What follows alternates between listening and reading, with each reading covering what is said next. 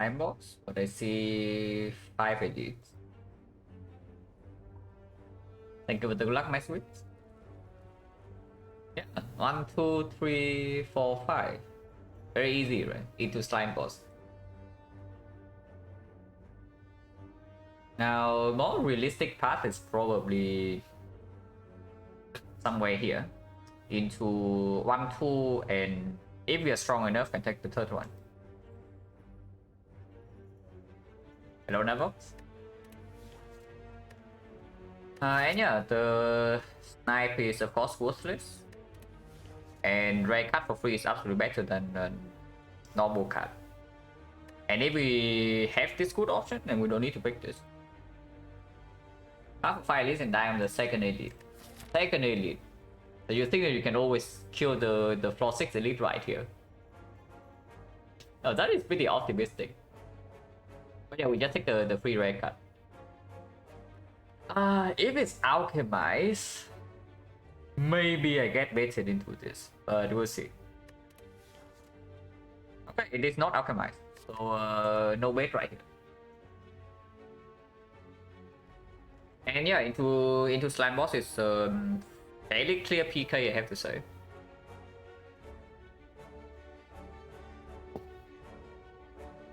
Yeah, it's probably a very clear PK, and then we can go here and here. PK gets the upgrade, and then we can take 1, 2 elites.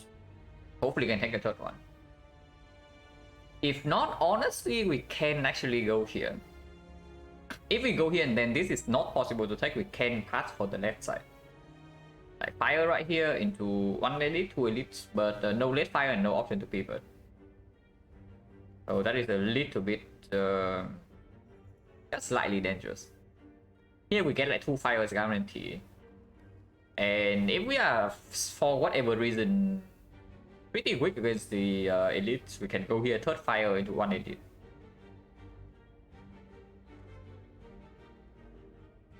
I want to go to... I want to start on left side though. Because the potential upside of this is like so freaking huge. But it's dangerous. And the leftmost path is both like slightly lower value than the middle path here. And also like fairly more dangerous. Because there's only 1 fire and no left fire in the back. It's probably right side. Hello Derrida, thank you for the good luck. Yeah, it's probably right side. And it's always 3 fights here, yeah, and not 4 fights here. Because here, if we still want to take advance, always we can go here. If not, we just go here. And then they like go to the exact same place anyway. So this node is always better than this node.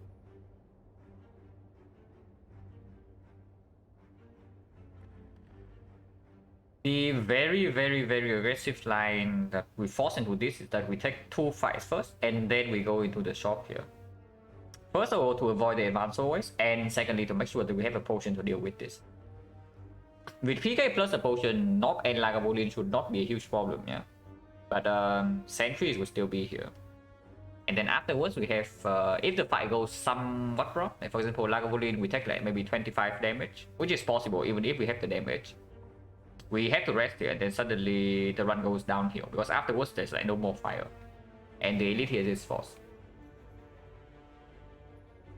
Hello Defender, thank you for the good luck. Yeah, we start right side. We start right side and we pretend that this doesn't exist. Could have been a 5 elite path. But honestly, this one is very dangerous either way, yeah. Not just because it's... not just because it's burning elite, but also because like slime boss is right afterwards. So if we actually have to use our damage potion in this fight is always fishy if you play it without a damage potion. But we'll see. Hopefully we can go here, and then we can make a decision whether this is like free or not. And we start here. Start here, always go here, evaluate again, go here, evaluate again. Actually, let's go here. But yeah, first evaluation is right here, second evaluation is right here. And then we see where we go afterwards.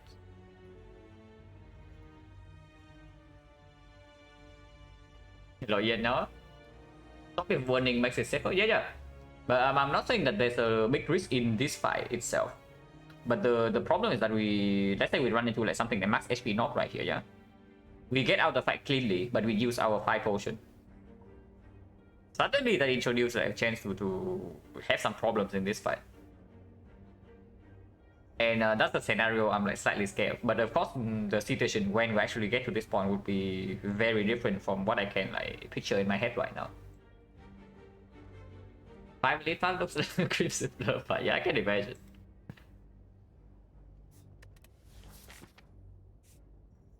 I mean, if it works, if you survive this in 5 Elite 5, you just win the run.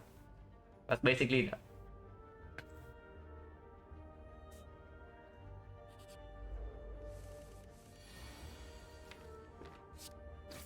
We can attack twice next turn, so at worst we attack once. Unless we draw exactly these 5. But even then, PK is still 3 damage. So playing PK here is better than playing Strike.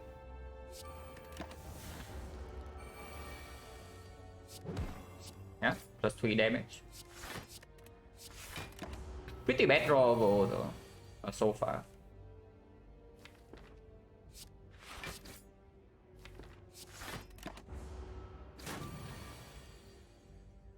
Oh, that is ugly. So like this map very much we've been with 3 elites. Yeah, me too. The map layout is fairly good, but this draw is fairly bad, yeah. So -3. And there's no choice here, so -3. Next one guarantee lethal, so it doesn't matter what we do, what's the last card. Yeah, -4 in this fight with PK in Saturday is definitely a slight low roll. Of course, good. Skewer with our PK. And Skewer as the upgrade target because we go to 2 fires. Skewer because it's the only card that says attack right here.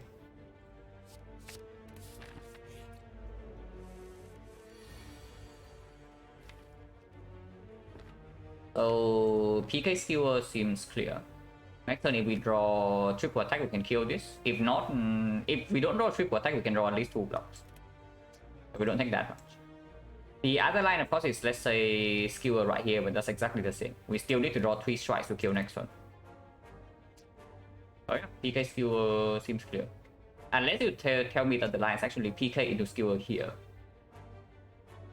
But not really, right? Because double damage strike next turn when Weaken deals 9 damage. So 14 plus 18 will be 32. We have 1 off.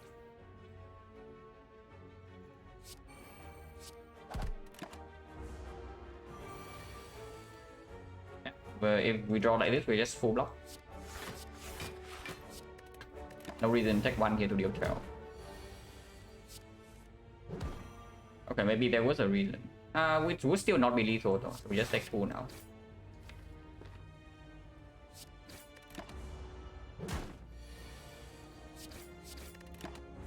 Then guarantee lethal. Could be worse. Dash. Cow Gamble works better with the PK. And Dash is slightly weak with the Skewer. But again, Dash is another attack. And you want to improve your attack density with the PK in the deck. And yeah, an attack that blocks definitely can do pretty good. And Dash is a very good card icon. Like for sure.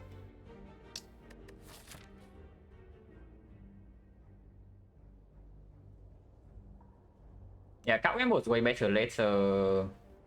But if I want to take like 3 elites right here, the Dash is outperforming.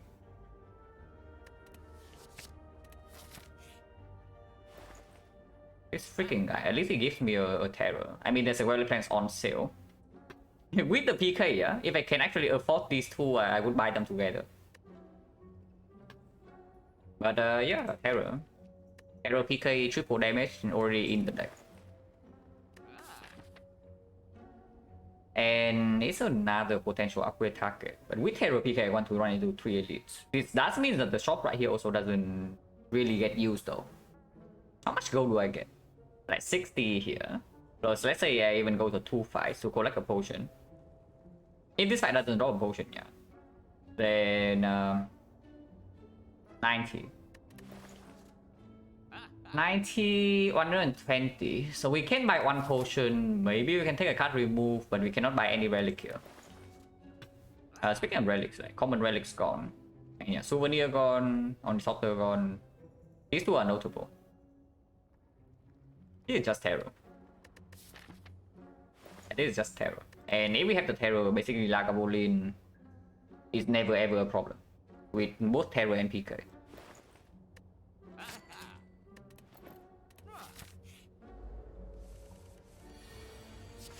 With terror PK in the deck, we can absolutely double defend.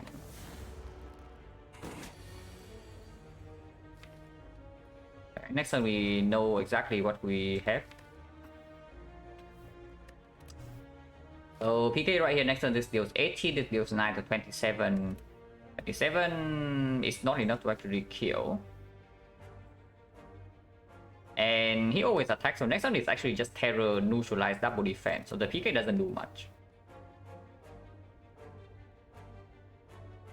Yeah, if that's so, then we just kill for 3 here. Kill for 2, 25, 25, 34, 34, 27. So we are 7 short even if we play double attack next turn. So the line next turn is just terror, neutralize, double defense, which means there's no reason to play this. Because it doesn't even get through his block.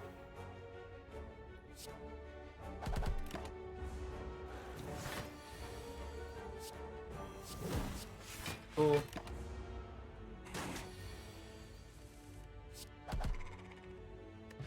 No potion. Predator is another card that would love an upgrade.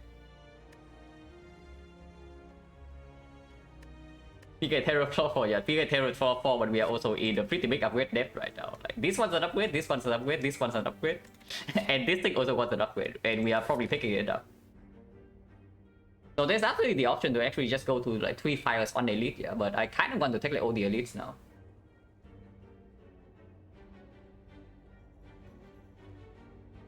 Hello Cyan, hello veterans, and hello Sispa. And yes, the PK was from Neo. Was picked over Adrenaline and Doppelganger. But yeah, Predator is still picked. Like this thing works even better than usual with the PK. Because it redraws into the PK faster while also being like an energy dump into attack like on the turn where we have double damage. You go with Adrenaline? Yeah, obviously. Like Adrenaline floor 0, what does it do for you? Like just imagine, yeah, ignore the terror here. And let's say this is the Adrenaline instead. Do you feel comfortable running into Lagavulin? Because I'm not going to be very comfortable. But with the PK, we can effectively just run into Lagavulin and there's no problem. Even if we run into the slime boss, probably not a huge problem.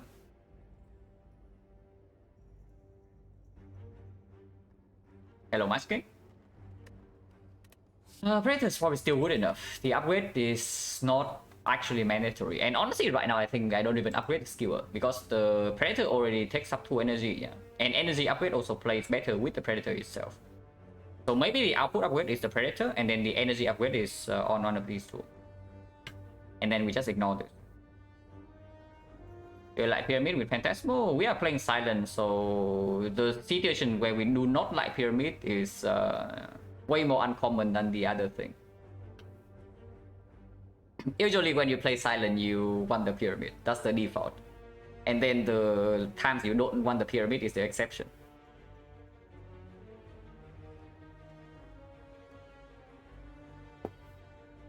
Predator is probably still good enough. Hopefully I get the Living War or something to upgrade one of my cards, because we are in a very big upgrade deck right now. Do I want Advanced always? Because this can be upgraded. Now potion chain is 50, yeah, and we have exactly 1 potion at the moment. So going here to get a potion drop is not a terrible idea either. But I don't know, because we are not even doing that well in the Advanced always. Like, because our cards are high impact and chunky, yeah, but it doesn't do well when something like, let's say, the Slime Gang. Slime Gang, Gambling Gang, we can absolutely just suffer that.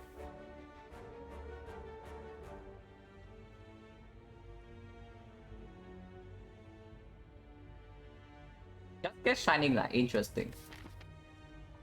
Honestly, I might actually take Shining Light and then we pass away from the elites. And I just go 3 fires into 1 elite here. But yeah, I don't have a feeling that I actually want to advance forward. Oh.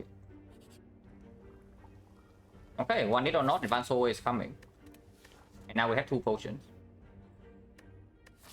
Yeah, attack potion with triple damage is fairly clear.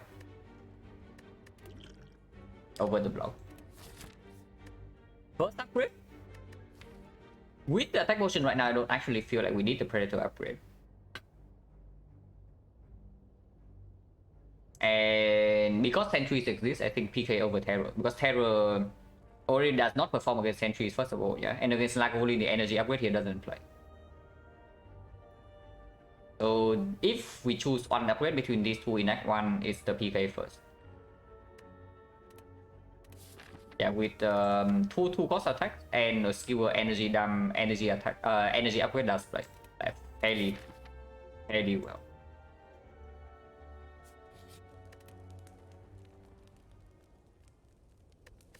Oh yeah, I'll play Predator first and then PK after, because this is most likely an advanced hallway.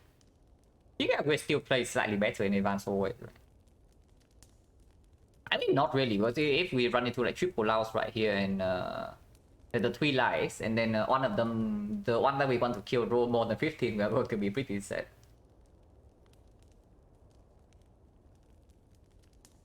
In the very, very rare case that this fight wrecked us completely, and we need to rest here, I would like to have PK upgraded. So maybe PK upgrade first.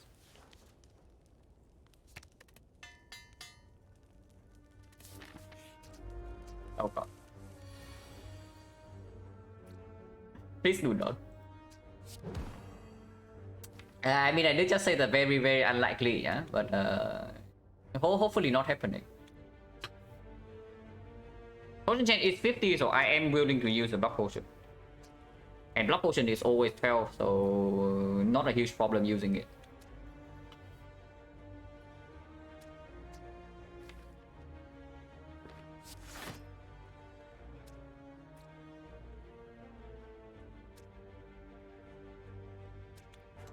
Predator takes 4. Or defense strike takes 0. This fight is not a fight where I should be super greedy.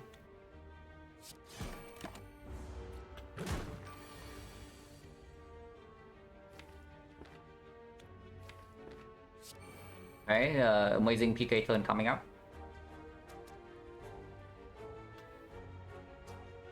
Only 237. Can take another 2 to just basically solve this fight. Or I can do Dash Survivor 42. Next turn is 30, and then 1 card right here. Probably not. So Terror Dash, take another 2 and just get out of here. Double check. Terror Dash is minus 15. So 37, it doesn't split. Next turn, if we draw only 1 strike here and not another attack, we split on 19. If not, we split on 1. Not sure.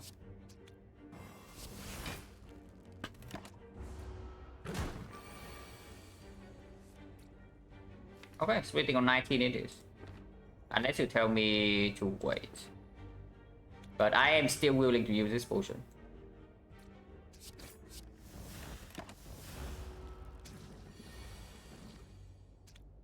Yeah, potion it is.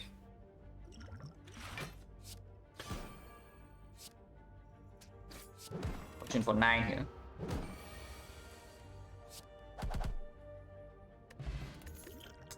Not exactly the potion I want to get back, but whatever, it's still 5 HP. And making the slot was still 5. Don't need to pick up any of this garbage. Potion chance right now is 40%. We have 50 HP, strength potion, triple damage. We go here. But yeah, we don't pick up any of this garbage.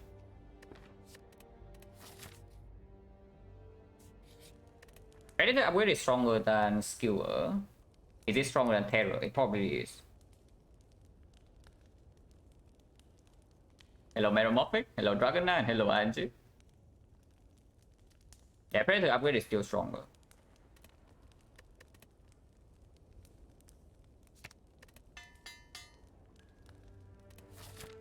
And yeah, we go this way.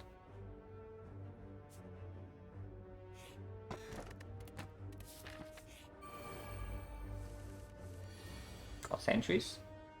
If possible, I do not want to potion here, yeah, because this potion is still very useful against both the knock and the slime boss. And Lagavulin fight here should be relatively free. 16, 26. 26 is Predator plus 1. Can still play the PK. This fight we don't have AoE damage, so probably taking... Yeah, we are taking 10 next turn, at the very least. Hopefully it's only 10. But there's basically no line, we just deal 16.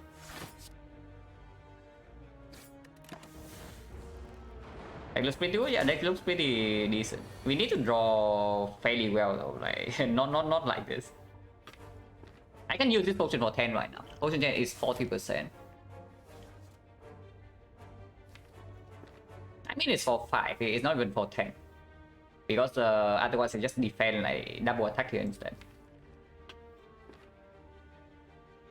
Missing both early PK and Predator is fairly bad.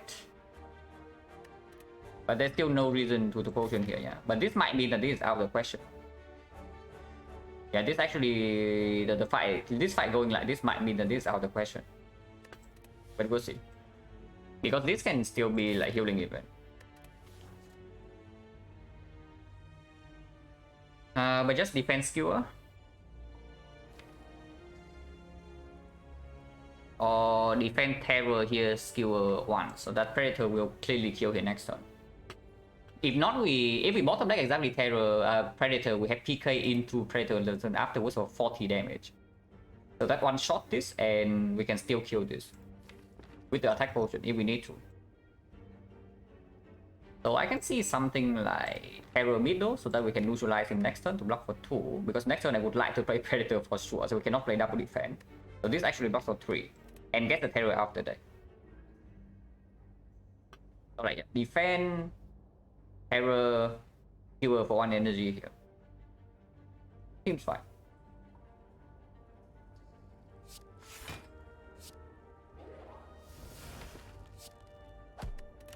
Like 15.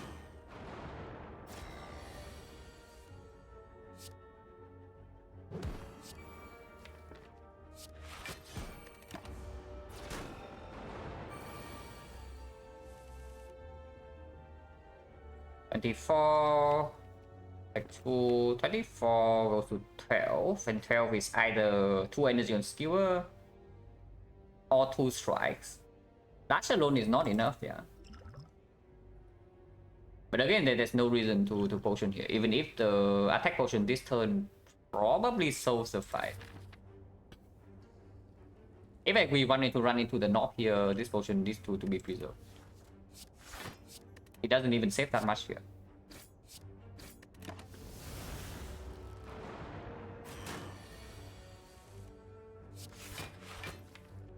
Okay, maybe next time we get tags. Hopefully not. It was.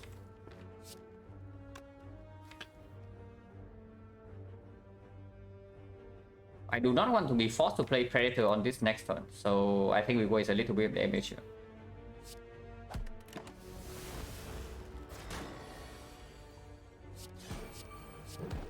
Okay, next turn we kill.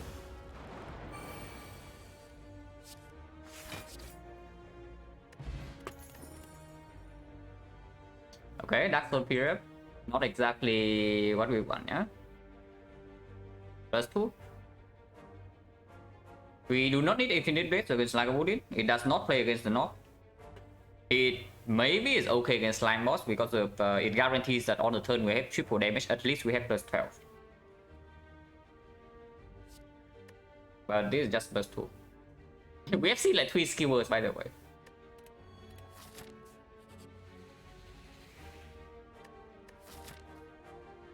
Oh, it's baiting me, guys. It's baiting me. It's baiting me very, very, very hard. 150 gold, so this shop is real. plus 6 max HP, and we can also run into the 2 elites. And Lagavulin is no problem, yeah? The Dao doesn't really do anything to us in the Lagavulin fight. That's a clear bet? Is it a clear bet? Is it really a clear bet? Because we have 34 HP now if we take this. And we still have the attack potion for the fight.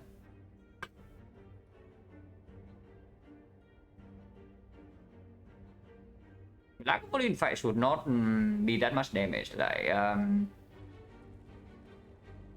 with triple damage and terror set down for free and PK plus, I would say we can play every single defender we draw into.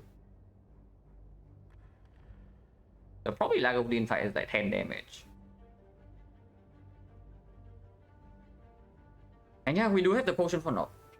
So how bad can the knock fight be? Like, we bottom deck 2 cards if we take the doubt here, and we can be weakened on turn 2 or turn 3. Technically speaking, we can bottom deck terror PK. If that happens, what happens?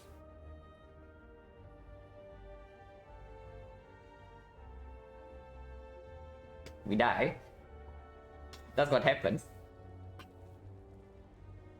So that's not very nice, yeah?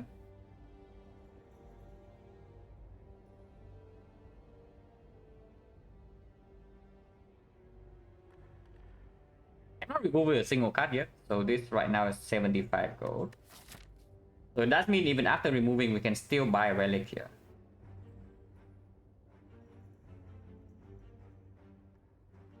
%50% Lagavulin is free.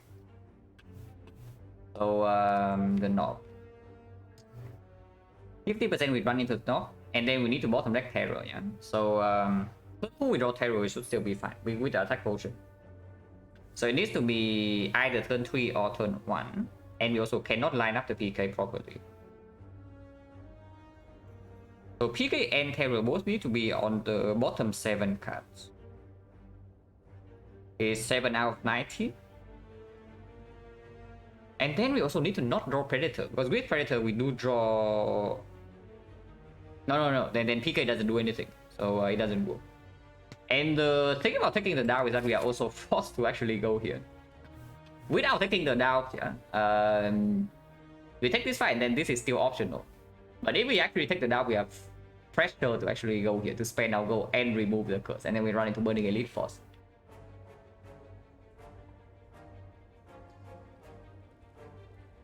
How much do I value not increasing value of remove? I honestly don't care about removes too much. If I don't get removed, so be it. As long as I can buy other good stuff. But to me, it's always about what do I do to make myself stronger, like in the short term. If we don't click it, probably lose, get knocked out. Because no, that's right now it's not possible. Right now it's not possible because like you see it right here, yeah? Adding the down right here means that we actually bottom deck 2 cards instead of 1. And that is the very big deal. Because even, and then the thing, yeah, even if we have to take 2 hits from the knob right now, we don't die. But you see the problem of taking 2 hits from the knob right here and still being forced into this scrap, right? And that's the actual problem. Boss right? No, it was 5 strikes. We did not remove a single strike. It was 5 strikes. Yeah, no way. The chance to actually die in the knock fight is probably... First of all, it's 50%, and we need to bottom deck the 2 cards. So 7 out of 19, and then another one would be 6 out of 18, 1 out of 3. Roughly 1 out of 9. Times 2, 2 out of 9. Divide by 2, 1 out of 9 again. That's way too high.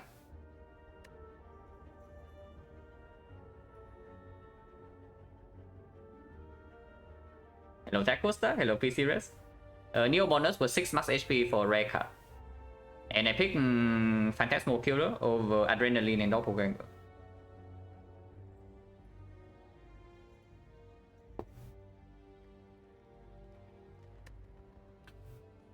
Go left and I'm using Thought Burning Elite Dying to slam anti-potion. Yeah, absolutely. That's actually just true as well. I talked about it from floor 1 that this right here is dangerous. Exactly because of that. Because if we have to use our damage potion in here and then afterwards we have to rest, yeah, we cannot split the slime boss very well. We have no upgrades and then we also have no damage potion. So even with high HP going into this fight, we still die. No, we take the elite, but we skip this. Like the decision, the entire decision is whether we take this and run into 2 elites or not. But the chance right now is 40. But yeah, we probably don't take this. And it was free. Imagine turning down 3 max HP, guys. Maybe not so free though with this draw though, because we are guaranteed not to line up PK with the Predator Plus, yeah. And Terror is already knocked down, so we don't have a triple damage open. Opening right now is complete nonsense, right? Because of the Dash being here and Predator being here. We want to redraw into these 2 cards. And doing PK right now maybe mean that next time we can do some Terror Skewer thing with the potion.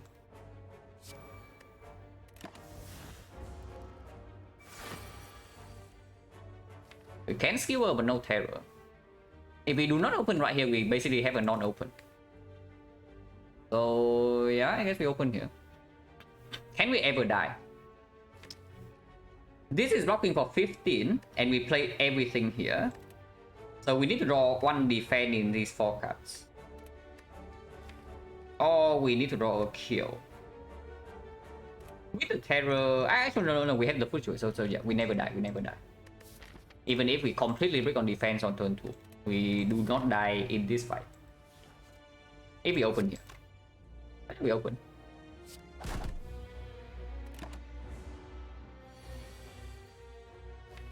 And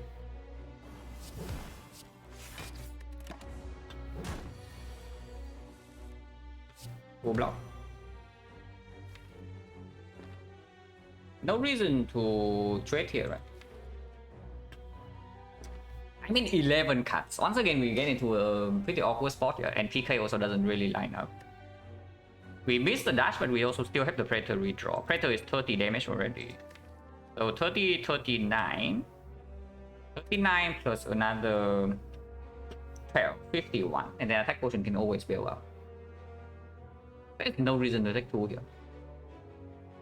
Unless you exactly bottom deck Predator. If that happens, then how is it? Exactly bottom deck Predator, next turn let's say we draw dash plus strike, and the turn afterwards we have 3 strikes. How much damage is that? 15, 15, 24, 24, 36. 36, 46, so we potion. Okay, whatever, I guess we take 2. Again, we prevent 1 out of 11 chance to die here. Because yeah, if Predator is exactly the bottom card, we need this 10 damage.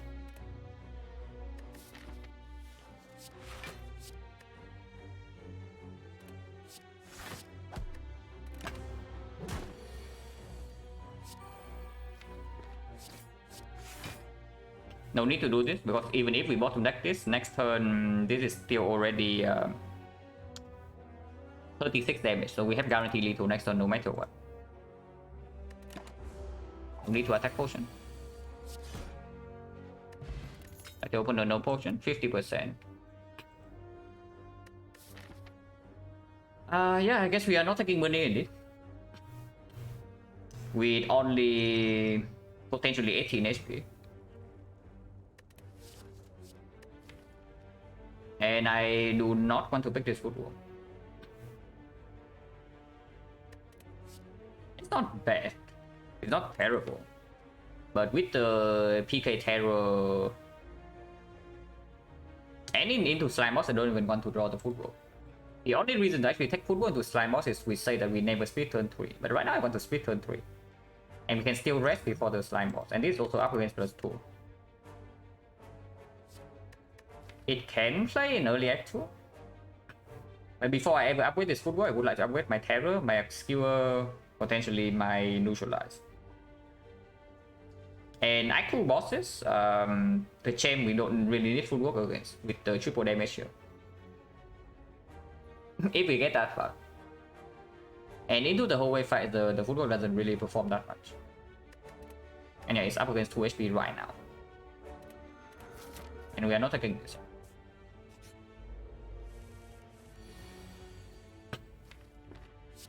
Open up.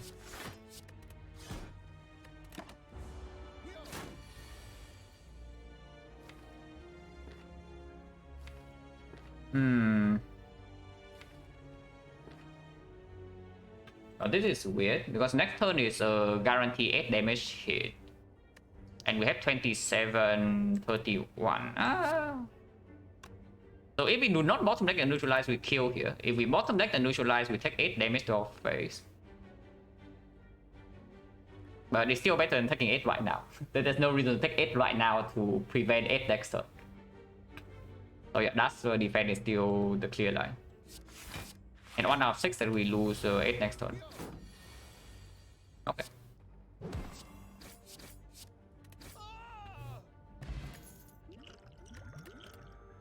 Blade Dance with the letter opener. Blade Dance with triple damage. And also take the 2 max HP. But we have perfect max HP at the moment, so let's not ruin them.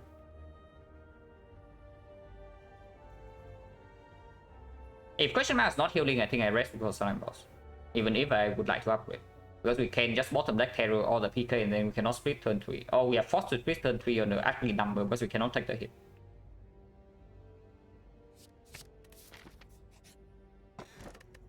Yeah, even more reason to rest now.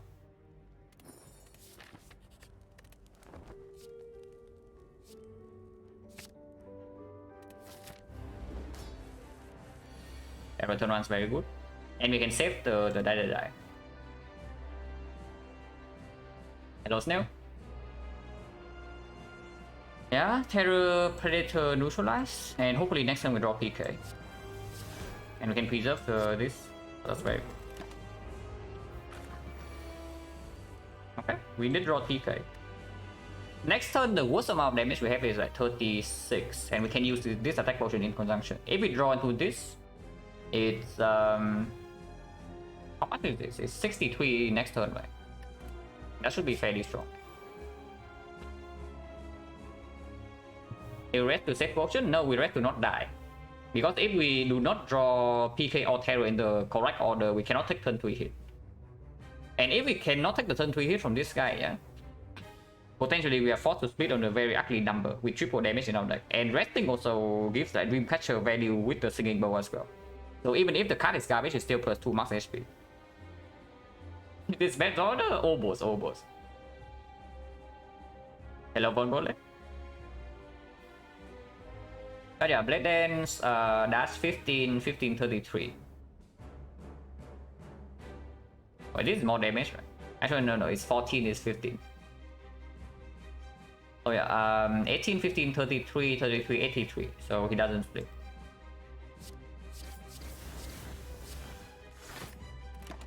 We draw Skewer. It's 63, so he splits to 20, and there's no need to use potion.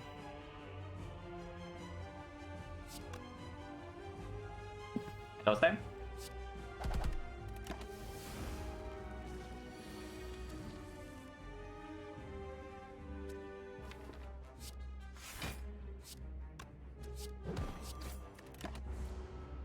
The opener still kill this, one strike still kill this, so no reason to put it to 1.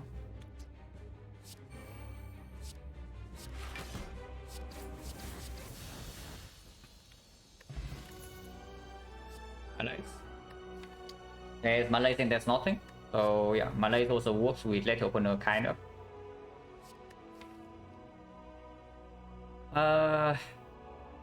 Now of course Malay doesn't really play with this triple damage thing, but we do need to pick up defense at some point, and this is one of the best possible defense. Classic rest into 0 damage, yeah, but this time we also rest with the Dreamcatcher, yeah. So it gave us the die in Act 2 as well. So it's not even that bad. Always go for Grey Slime attack with? Not always, but normally yes. But in this case it's different because the split is on 20, so I just went for the Grey Slime because I know that Green Slime doesn't deal damage that turn. And Grey Slime always attack the next turn.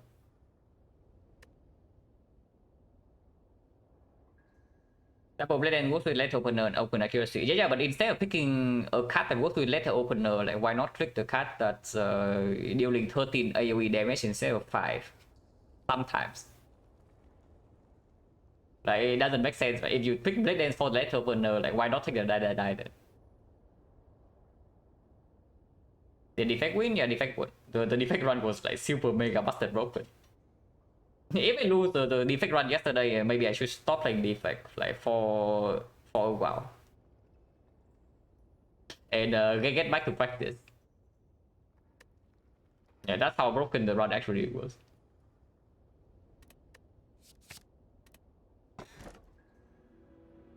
Well, we only made the PK upgrade, so it's still pickable.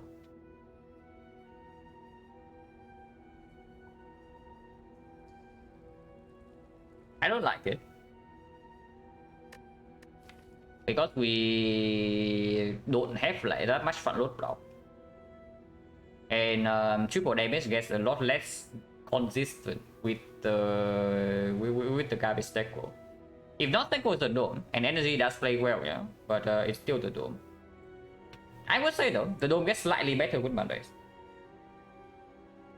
It gets way worse with the pissing wheel, but with the Malaise it gets better. Because if you Malaise the hard first cycle, you don't really care like which one is the multi-hit to pissing wheel. You just need to block the big hit. Okay, I say I just need to block the big hit. It is the difference like, of freaking 50 HP.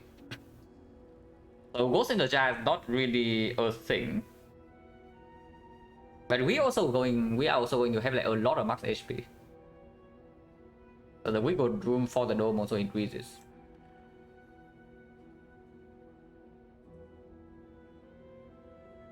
Tiny House will do it at max HP, yeah. And Tiny House also, the problem with Tiny House is again, we had 2 potions already. So that's already... Before I click Tiny House, I click Snecko. I'm just thinking whether the dome is better than Snecko or not.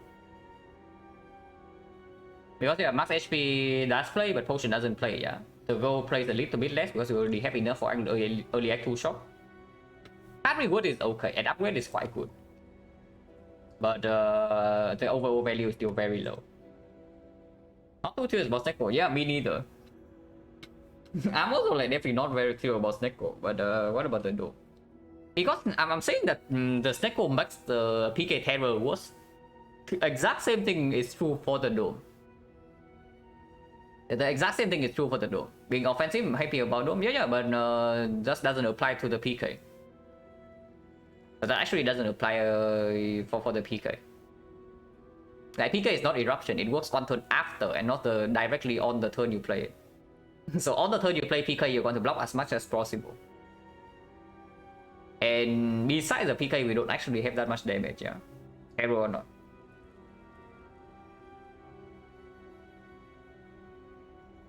Both Dome and Snecko will have refresh bow, but you are correct. You are absolutely correct there. Snecko with Stinging Bow also was slightly better, I would say that.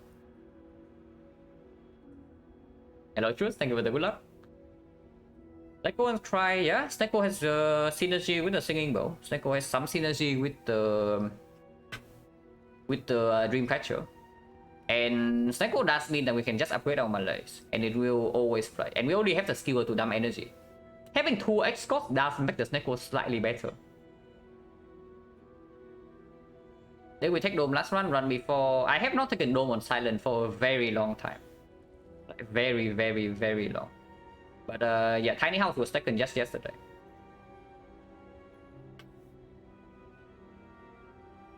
Dome is still complete garbage, yeah.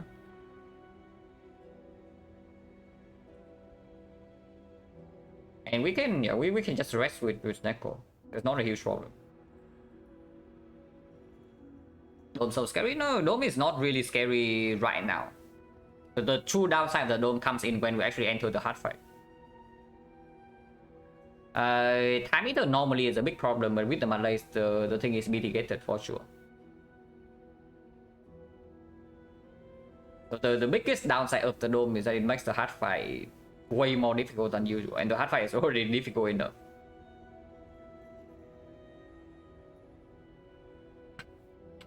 Refuse to play with Dome just on visible, yeah. If the Dome wins, I would click it more. And yeah, it's probably just Snecko. Now, another unfortunate thing is that our relics do not do anything in the fights, yeah. But we have the Dark Zone period, so Mausoleum gets better. And Forgotten Altar, we can actually take the curse over the damage. Especially with the Snecko pick. If we pick the Snecko right here, we can pick the curse like more easily. Yeah, Singing Mode speaks for the Snecko. The Dark Zone period also speaks for the Snecko a little bit. Letter Opener speak against Snecko. But we just find a bullet time, right? And then Snecko 3. Apparitions does get worse with Snecko. And Apparition gets better with the Dome. Slightly. Red Form gets worse with the Dome, but Apparition gets better. Dome Spaghetti Master, that's a fair. Okay, that's a fair point. And A20H run today had 122 strike. That is taking a little bit too long in that fight. For sure. But if you are intangible, you probably don't care.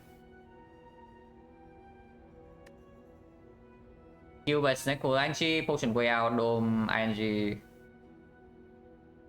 No, not really, because if we are in a position where we might lose 20 HP for the Dome, then we would play a different line.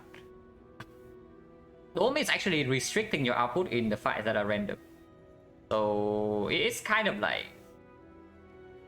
The Dome and the Slaver's Hollow are honestly very similar. You only get your energy in specific fights. See, the other fights, like with the Dome, you need to overblock. And that's not exactly very good. So Max, you have to learn enemy AI. I have most enemy AIs like memorized down to the percentages. But Dome is still complete utter garbage. So do not think that you know all the enemies pattern and Dome is suddenly good or anything, because it's not.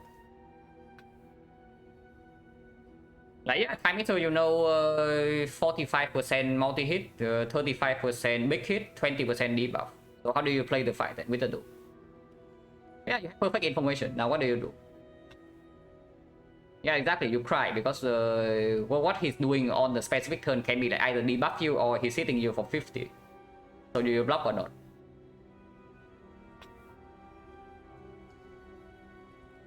Oh, yeah, this is probably just Snecko. I rarely expect more for Snecko. It's always big hit into debuff. Yeah, it's always big hit into debuff. If you assume that, the Dome is easy. Can I memorize? Not down to the percentages of his move, but the only thing I care about is that every 4 turns he weakens. And then that's the only thing I care about. Like, okay, I do know the debuffs that he applied. That is also somewhat relevant. Then when he applies fail, how many turns, when he applies vulnerable and whatnot. But the most important thing about the Chem is that every 4 turns he weakens you, and the weaken lasts for 2 turns. So in every attack cycle, you have exactly 1 open turn that you can attack when you are not weakened, and the turn afterwards you're also not weakened. And then that's when you split.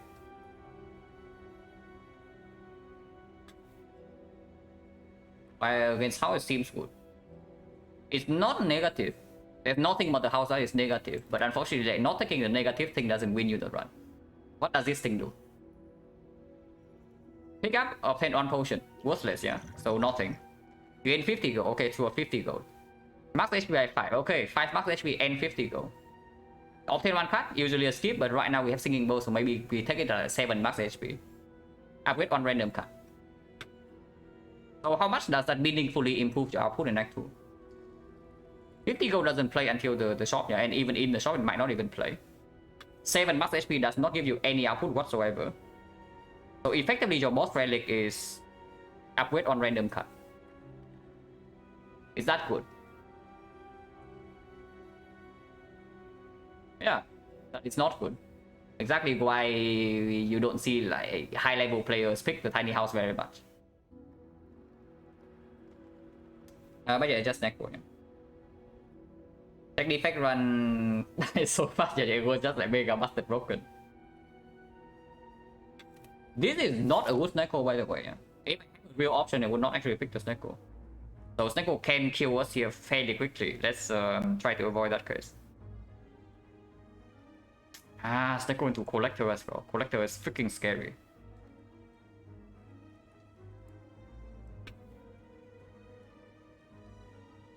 Ooh.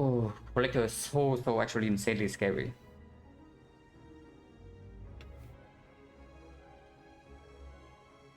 Early shop into elite right here is a thing, and then we can go here, and then 2 elites, and then this elite is optional. So 3 elites act 2.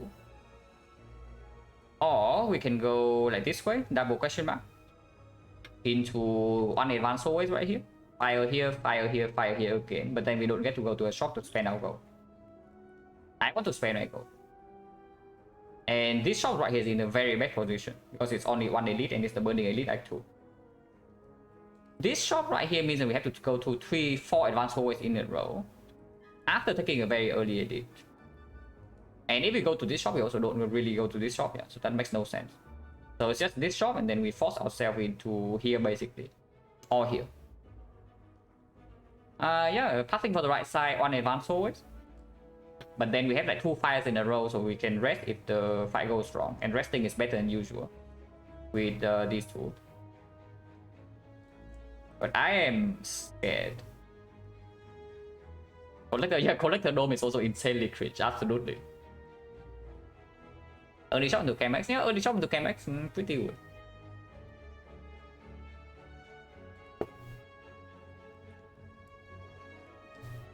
But yeah, it's just this, and go to the shop. It could be worse.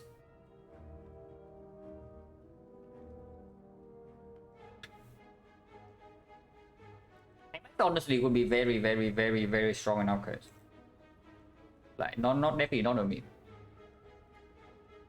30, 36. So unfortunately, 36 with this is 1 off.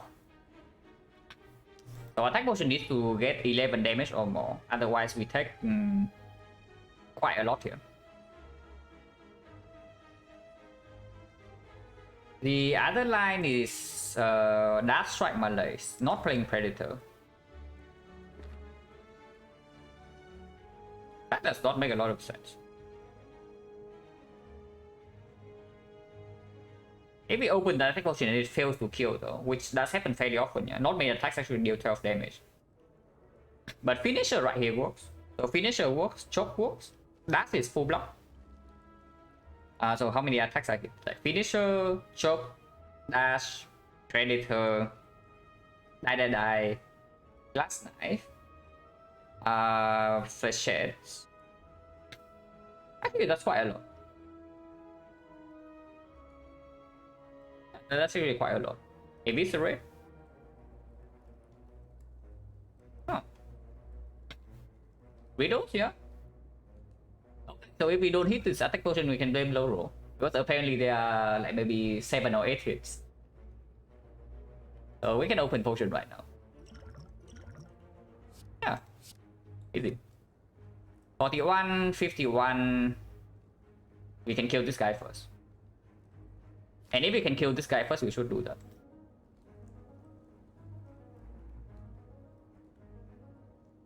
Can we kill this guy and then malaise this guy? 41, 47 exact, but then we don't play the dash, and that makes no sense. So yeah, we kill this guy first.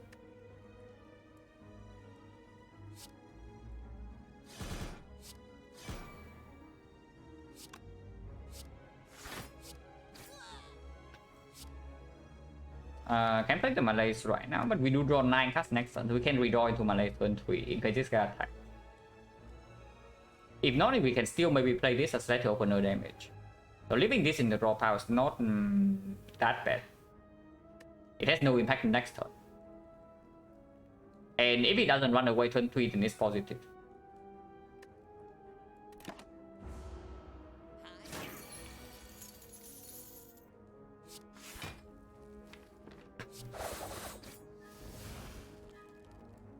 Interesting.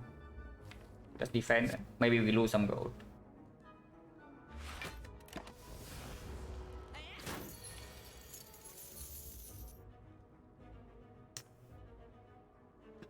Yeah, Malaise redraw is actually good here if any of these defense cost 2.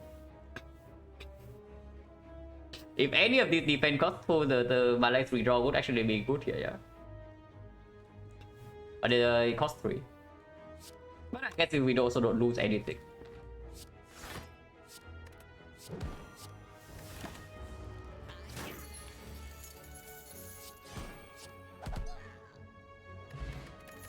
Potion? Oh my god, it's green, guys. It's green, and we have the Stecco.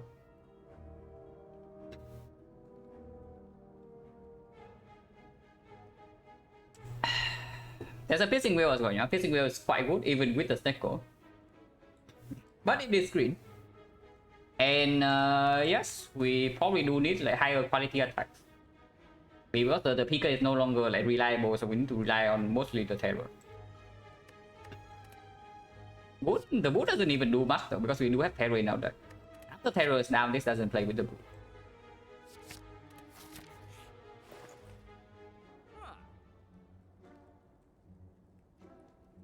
Remove gets way stronger with the Snecko. Potion at the moment is 50, so I don't really want to buy a potion if possible. But we can do remove fast though. I don't care about bites. Like bites with Snecko definitely not an actual combo, and we are also going to rest like a decent amount. So if we remove anything here, the strike, and then we can buy the puzzle. We can also buy the waffle for 19 HP. Yeah, that's not insignificant. 19 is quite a lot.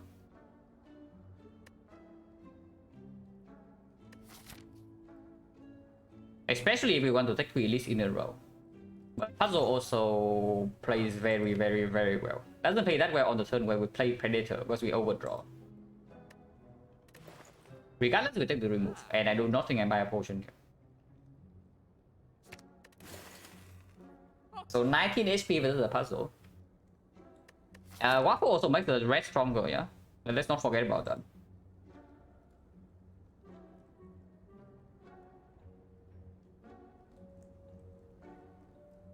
Puzzle later on is way better. In the Collector fight, not as much, because Collector, the very first time we take damage from Collector is already quite a heavy hit. And third one, she doesn't attack. Hello, Blank Blank. Thank you for the good luck.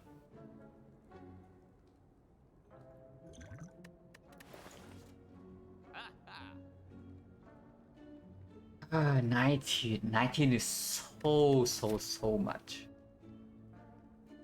19 HP is so much.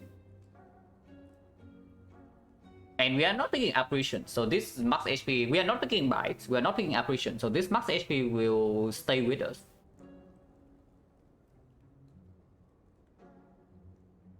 If this max HP stays with us, then the waffle gets even stronger.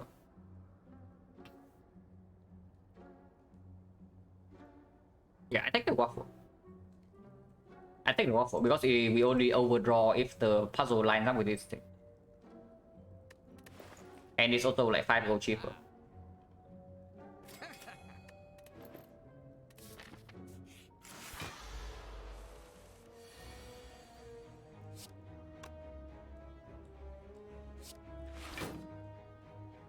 And take 3, or we can Malaise for 2 goes to 19. 19 is 14, so we take 4.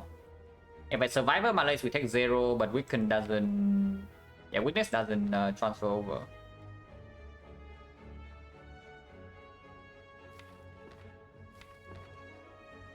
Malaise for 2. This fight will last a while. Yeah, take 4 right now to immediately already block for 4 next turn, because next turn we don't have any block whatsoever, and we can never actually kill.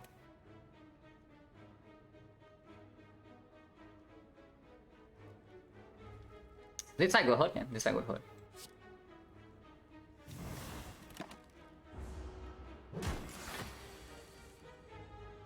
Yeah, it will hurt.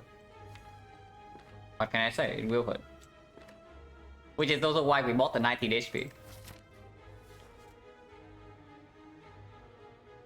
So can only play 1 defense, and that's what we have. Otherwise, you can go all in. Like trading 14 damage for... It's not actually 14 damage, because it's also healing by 7 right now. So we deal 6 damage, he heals back by 7. Effectively, we deal nothing. So we just lose 3 HP. We strip plated armor by 1. Yeah, not really.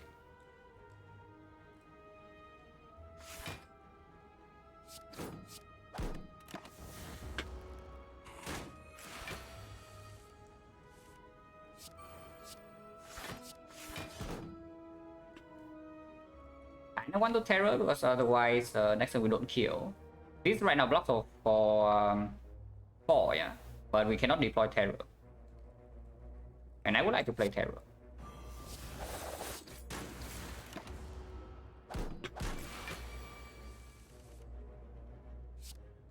$63, not quite a kill, and everything here costs 3, so we cannot even kill this turn.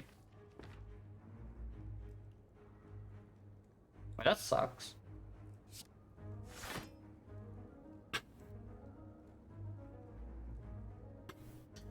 Yeah, interesting.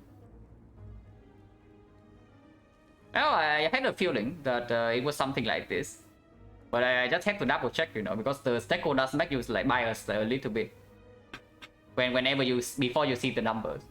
But I kind of had a feeling that it's something like this. So yeah, interesting.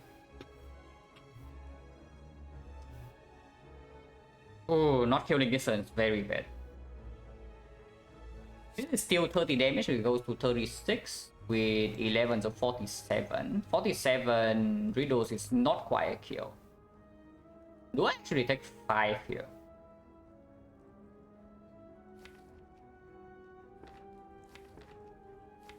I take 5, right?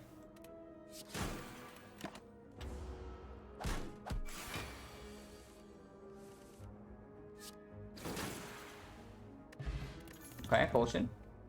Garbage. And yeah, well, that's why I say the singing bow also has some synergy with Snecko, because you just skip cuts.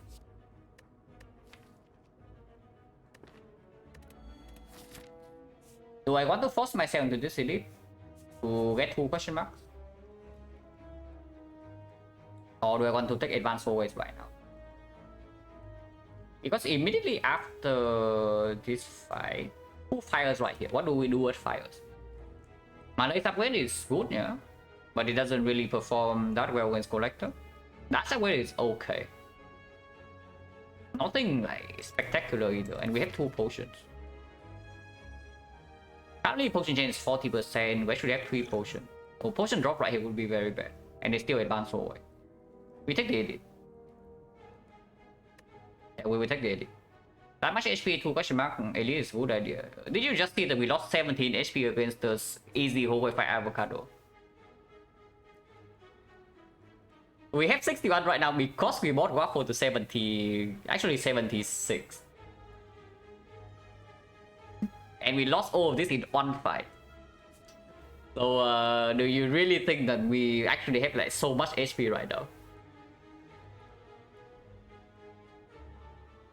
But it is probably still question mark, because right now Cleric cannot appear. I would not like to see Cleric. But also after we can just take the curse.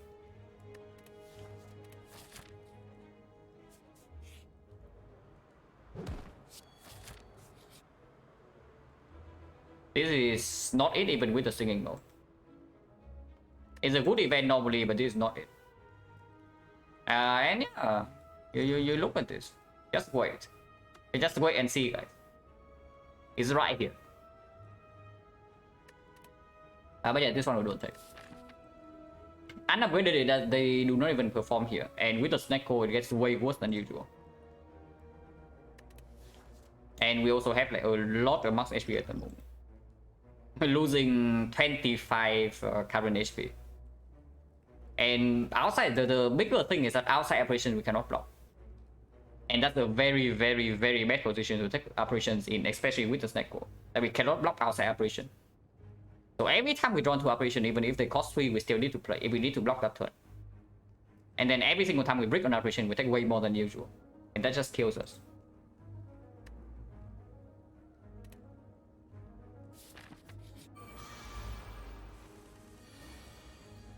Okay, we can choose. We can choose like which one we use here. And of course we are using this one.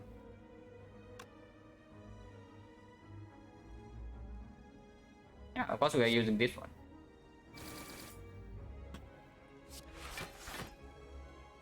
Notice I take the right a lot. Reason why extra draw on silent? Not really. I take it on basically every class that's not Watcher. So we are not ahead in this one, yeah. And if you're not ahead and you skip a floor on Act 2, you know what happens. Exactly, you draw one floor closer to your actual death. And the death happens very, very fast. So that's number one reason I do not want to take death floors. Number two is that it's just good value basically all the time, almost all of the time.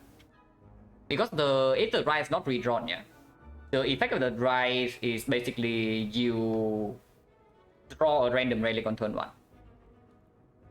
Yeah, exact conversation happened yesterday, and I probably have to say it like to many people, and I'm not even sure I'm entirely correct, but I do think that I have a good reason to actually do that, and it works. But yeah, you just treat the right here, yeah, if it's not redrawn, as a relic that you randomly draw on turn 1. So now the question becomes, is the random relic better than a random card in your deck? Because that's effectively what you are trading it for. And the answer is yes, because if your card is better than the relic, then why are you even playing the run? The run is won. So yeah, you click the right. And the right doesn't stay in your deck forever, yeah? It gets removed at some point, and then you just get basically one more strike in your deck for a random relic, and that's absolutely worth it. And this time we even have Dark Stone Pyramid, so it's like even clearer.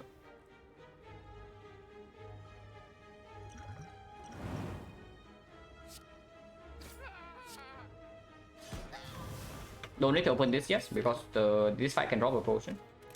And for now it's going decently well. Until she's doing this.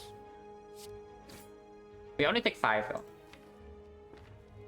Shuffle out the PK when we can play the Terror. I can take 10 right here and play the Predator instead. And that should end the fight relatively quickly.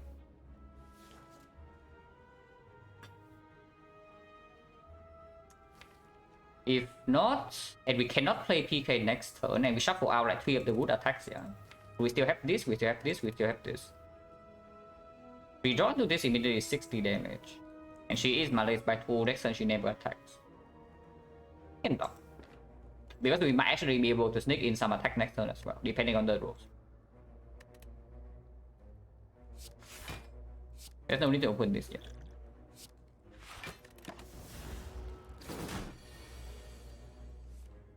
Okay, I guess we don't have the PK, but that's fine.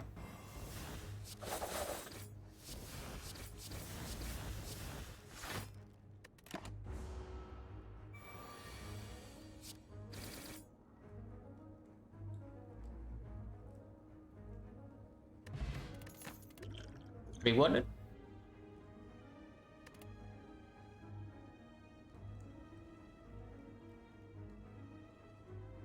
Avocado, yeah, but we also don't have the relic. If we have the relic, the avocado would be quite a bit easier. And yeah, rewarded for not opening the entropic brew, yeah, but that's good. The first fixing wheel is still very positive. Masterful Staff is basically a card that deals 16 damage, nothing more, nothing less. Doesn't work with Akabeko. I would still pick the fixing wheel because it's one of the few block cards that actually can work in the collector fight. Do we upgrade or do we rest? I do think I upgrade the Malays because the next fight is either Slavers or the book. And against the Slavers, we already have this. We have the Akabeko, we have the Letter Opener. Against the book, we have nothing. Against the book, if we cannot stay in the fight for too long, if we miss the Terror or the PK first deck cycle, we are in big trouble. So I think, yeah, I think the upgrade is on the Malays, even if it doesn't play that much against Collector. Can upgrade Skewer, but not really. With no Ice Cream, no Arm Maneuver, no Violet Fence, no combo, no Chemex. Of course, I can also rest here. But I think we can take the 2 elites. Especially with like 5 potions. Potion chance right now is 1 to 30%. Now, Letter Way also works slightly better with Letter Opener as well.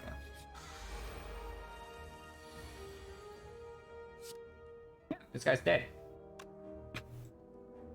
Mausoleum strikes again. I mean, okay, that's not true, because if we did not take Mausoleum, we would get Akabeko from the leader. So we would have Akabeko for this fight no matter what. But yeah, now we just one-shot this.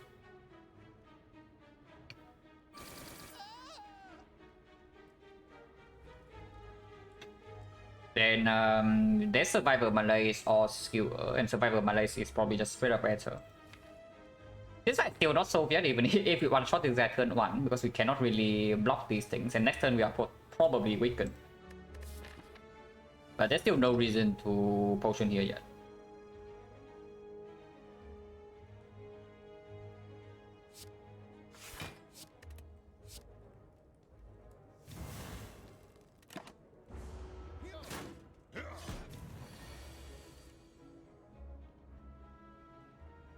Okay, could be worse, could be better.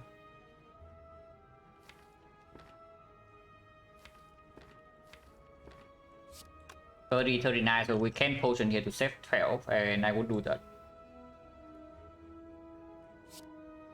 And let's just say that we can kill this. But even then, I still kill this guy, yeah.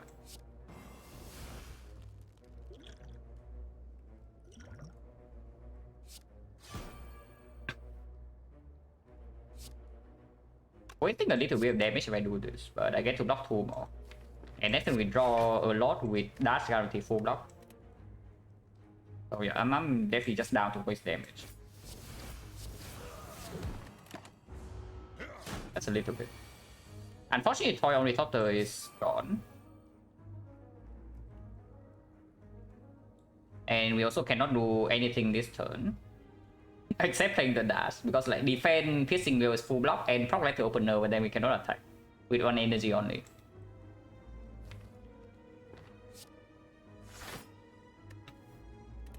Hopefully I don't need to open this.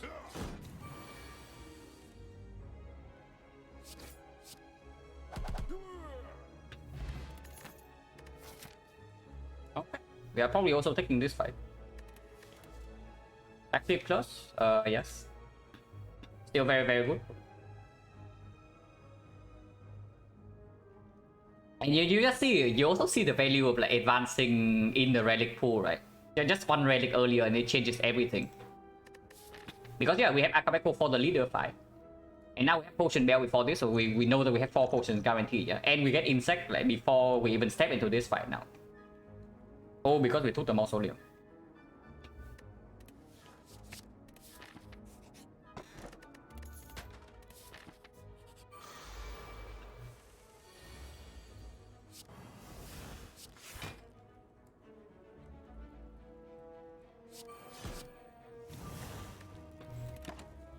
This guy doesn't know what's coming. Somebody tell him.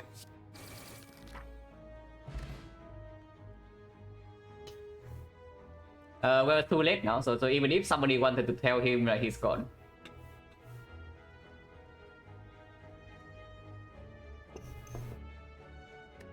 But yeah, here's the mood, yeah.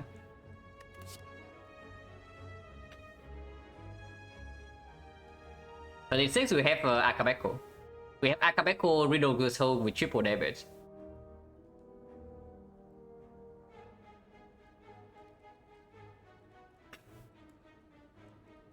This is not easy. Blade Dance with the Boot absolutely is kind of a thing. Dagger Spray with Akabeko is a thing, especially in the Collector fight. And Arm Maneuver is quite a good kind of Snecko and a good upgrade target. Good with Malaise as well, yeah. But this fight is either leader or the slavers, and we're actually taking that, so that definitely points my attention to like the Dagger Spray. It also works better with these things in the Collector fight for sure. Is XecnaR even needed? How much damage was that? I did not even calculate because I knew it was a kill. But how much damage was that actually? It was 13. So 13 times 3 is 39. So it was like 195 damage. Okay, he was super dead. Yeah, in XecnaR it was super dead.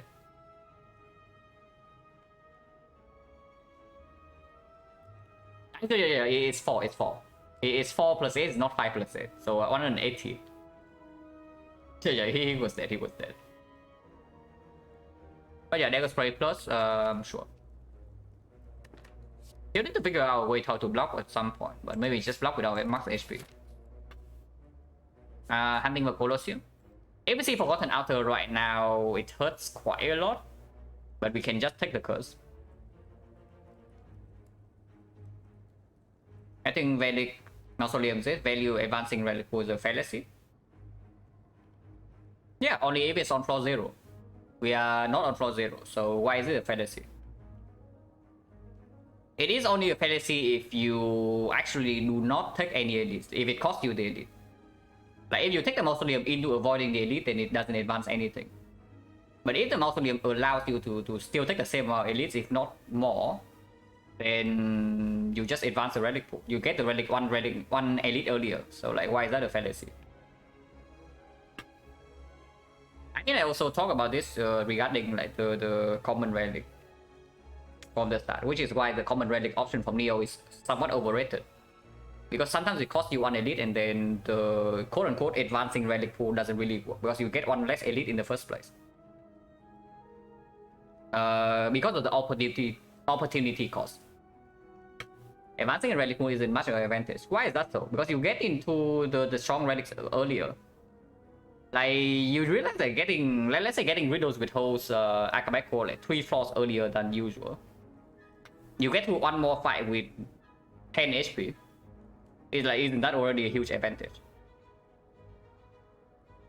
And this relic is not even the one of the best relics in the game, yeah. What about this thing? Of course here doesn't really play, but it could have played. I don't get it, because if you say that advancing relic pool isn't much of an advantage, you're basically saying that relics are nothing in this fight. Not nothing, but relics are like irrelevant, because that's basically just +1 relic that you can build around. Yeah, that's what I don't get. This show is difficult, by the way, yeah, because with the potion bell, like the normal fight always has some value, especially with Neko and the singing bow, and we also need to pick up some defensive cards. Question mark right now, however, are in the second half of Act 2. So yeah, Colosseum absolutely just open. Library is very strong with Neko. Ritual Dagger gets slightly worse, especially this late. Red Mask Bandits gets stronger, but Forgotten Outer still complete trust. And the buys are also unpickable. Don't have much higher chance to see Great Relic remove one other relic from the pool. Yeah, you don't have much higher chance, but you realize my point, yeah? Is that during a run, how do you form your deck gradually during a run? You play around your relics no matter how mediocre they are. Yeah, so like why is getting more information earlier ever not a big advantage? You do not need the broken, super mega broken relic like Incense Burner every single run to win.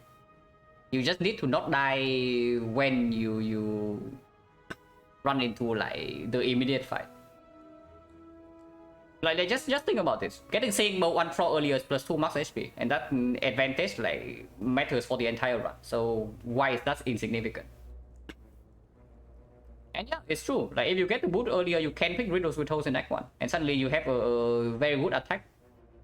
Instead of adding like let's say Quick Slash plus the Dagger Throw plus like maybe a skill or something, and then you steal Riddles with Holes you cannot pick because yeah, now the boot comes too late. You do not need the Mega Buster Broken Relics to win a run. That's the main problem. You just need to find enough output exactly at the right time. And having the relic earlier absolutely improves the chance you get to do that.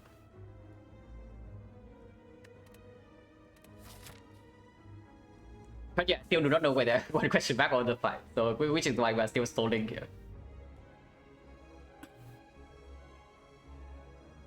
Advance always pretty screwed up though if we don't have consistent defense. Like we run into Avocado Mushroom. I mean, Snake Plan we can probably maybe can deal with because we have Piercing Will and the Malays. Chosen Gifts on turn will prepare, so with Akabeko we can do it. Triple Cultist the same. We have Gremlin Horn and Akabeko, so that's fine. Centurion Mystic can wreck us on turn 1. And Avocado Mushroom can wreck us on turn 1. No bad events? There are plenty of bad events. Like the Cleric right now is not very good, first of all, yeah. It's still not terrible, but it's not so good.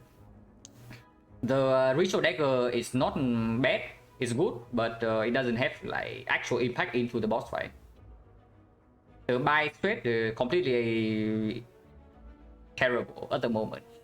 Because we have so high max HP, and buy with the Snecko also gets a lot worse. Forgotten Altar is absolutely awful, and it's still there. And Necronomicon, I guess, is very, very, very good, but it increased the risk just a little bit. The good events are very good though, of course, as always. Like Colosseum, Library, Red Mask, upgrade all base cards. Like Transform 2, Mutations. It's probably still question mark because the advanced always still just freaking sucks. And if we run into very, very good events in here, yeah, we can take the advanced always here. Over the last question mark. Okay, whatever. What can you do, guys? What can you do? This hand is decent, no? This hand is decent.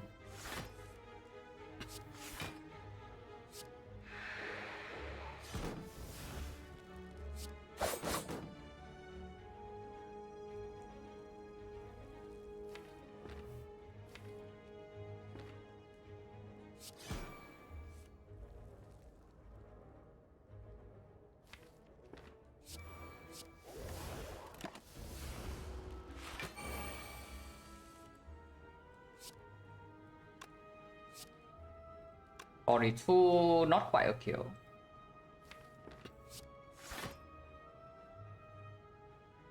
Cannot play Terror, yeah. Yeah, 40 here, 42 here, so we cannot actually kill this guy. Defense skewer, 28. We need 22 next turn, which is not guaranteed. There's also no reason to do potion.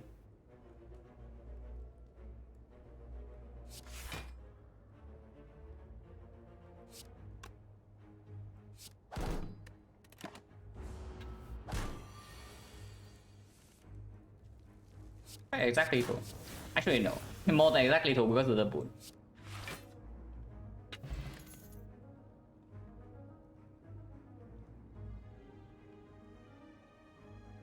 Not a huge fan.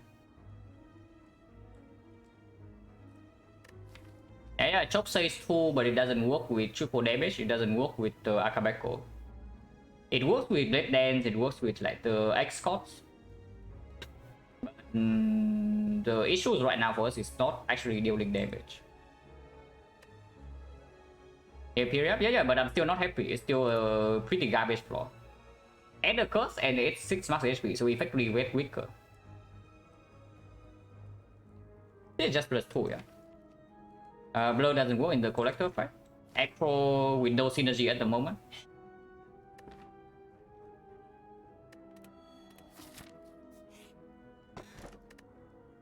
Would be very nice if we actually can use it. Of course we don't key this.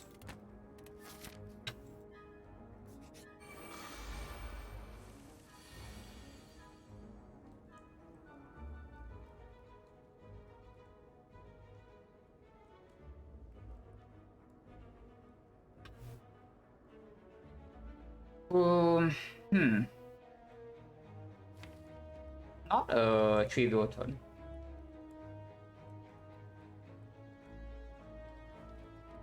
We can do 21 into 17 here. Exactly kill this.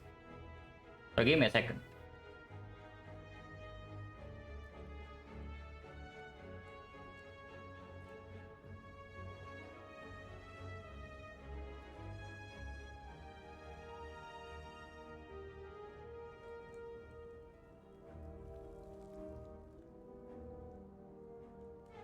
Potion time? Yeah, what potion? And what for? We are taking like 15. Potion right now saves 2. So why? Probably not, right? Because we can still see a card from Gremlin Horn and then we can decide whether we use this or not.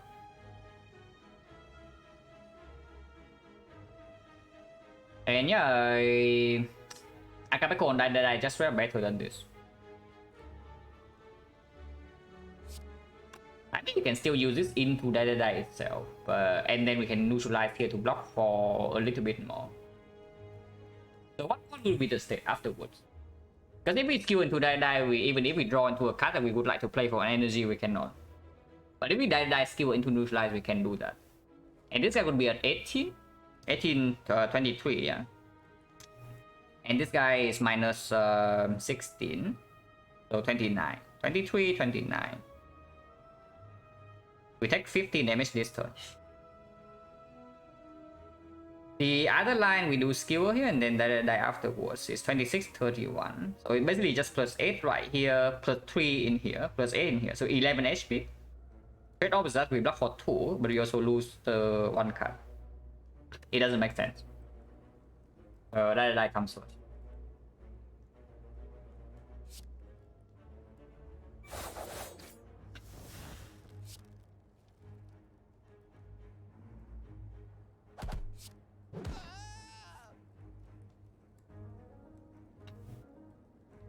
And I guess we just take 15 in your face. Because otherwise we are potioning for like 5 HP.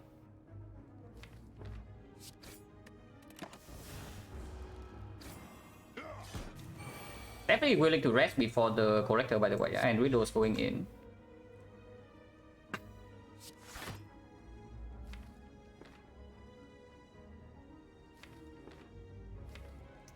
I want to kill this, but then we take 3.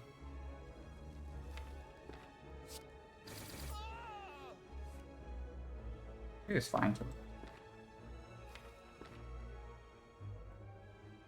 We cannot fail to kill next turn if I do this. Actually, we can. We are weakened, so this only deals 15. 15, 14, 19. So we need this plus 1 more attack. Oh, I just not it. Yeah, no need to rush.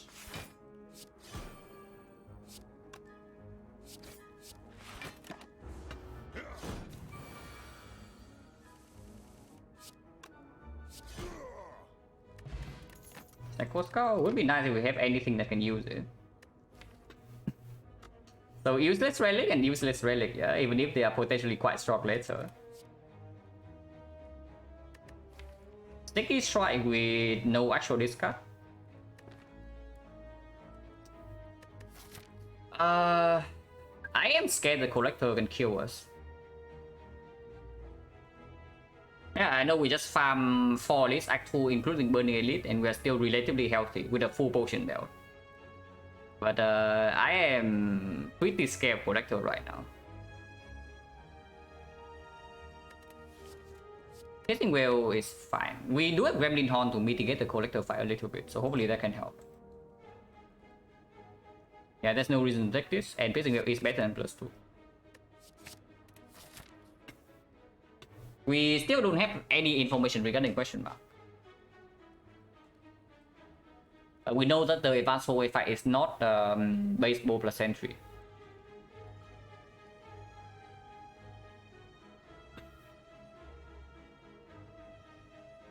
It's still the question mark. It's still question mark. It's like it's just Colosseum every single time.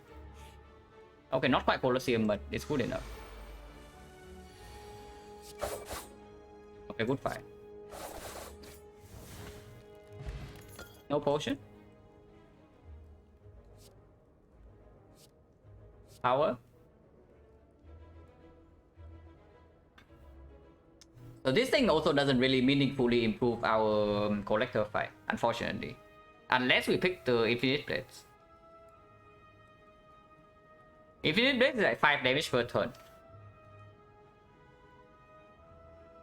And that does refund the energy on 1 card.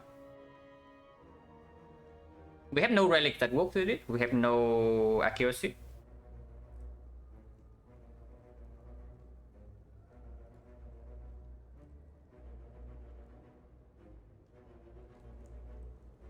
Value exactly the same mausoleum, have to take relics away. No, but you are the thing is that you are assuming that the run plays out the same no matter what. But it's different. Because getting information earlier also drastically changes the way you actually draft and pass your run. And that is what I mean by the quote-unquote advantage of getting further into relic pool like faster. Yeah, if you do not ever change your pathing regard, like depends on your relic, and you do not ever pick around your relics, then sure, mausoleum is worthless.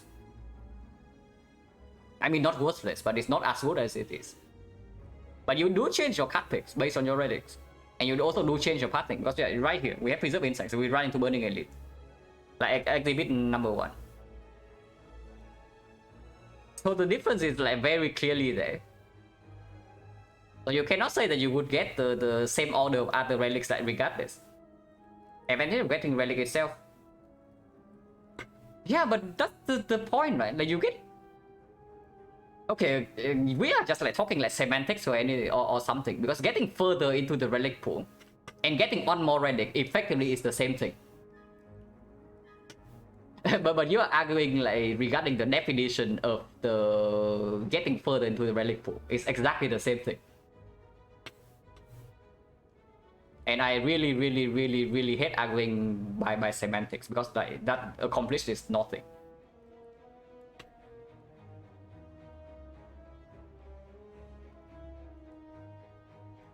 Oh, what token is saying is correct, but it's not relevant regarding my point. And then that's the thing. We are just talking about different things here.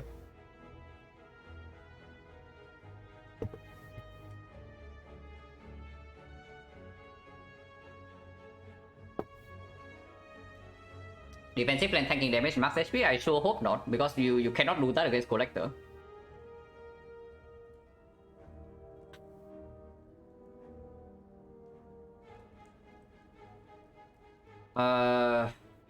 Thank you, Psycho. We don't have anything to actually make this thing give energy back though. It's not that good. But I sure hope we can blow Collector up. Because if we cannot blow Collector up quickly, this fight is going to be fairly ugly. Okay, this fight will be ugly regardless, yeah, for one side. Hopefully it's for the Collector and not for us. But yeah, +2, we just take +2 and we probably rest before the Collector. Get one more card from Dreamcatcher. And the rare change is also fairly decent, right? I don't think we have seen... Have we seen a rare card?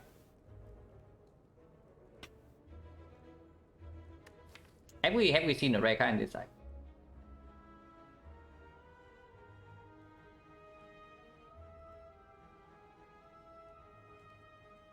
Not really, right? Or with the rare card like so freaking bad I don't even register. Because if we took 4 elites and we do not see a single rare card, that's pretty unlikely. Then I know if you're talking about the one in the deck, like it's on for Mac 1. Or did I skip a second one? Because I don't really remember it. If that is so. And yeah, if your rare chance is high, there's even more reason to rest. So we just rest into bullet time right here, yeah.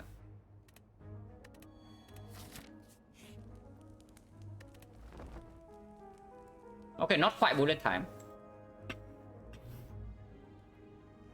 Not exactly bullet time, but it is a rare card.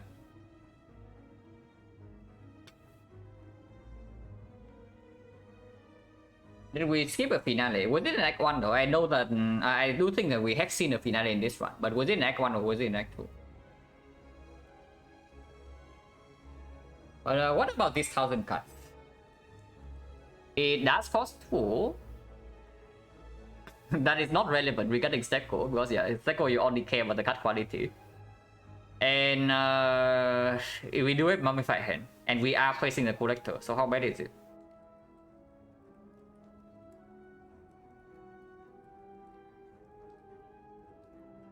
It's not upgraded, so fairly mediocre. And with Neko, we don't play a lot of cards per turn, yeah, but we do have one Red Net. And we do have the skill that we can use to maybe profit once. If we never ever upgrade this, it's not so good. But it is a reasonable upgrade target actually. It's not so bad. Yeah, like how bad is this? It's okay. Spiker solution? Spiker solution is right here. We don't care about Spiker. At least not now.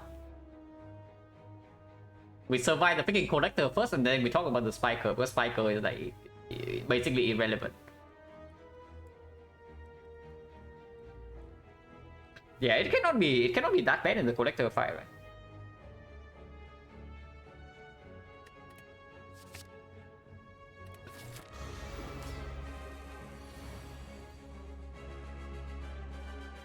Do nothing.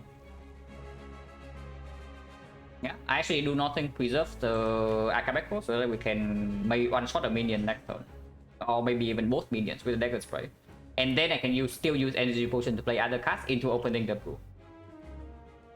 There's no reason to do anything on with this hand. Yeah, the only thing we would play would be the Predator, and that's not even good. We play three. Actually, we could not even play 3 skills. Yeah, Paradise here, or we can reload the Collector herself.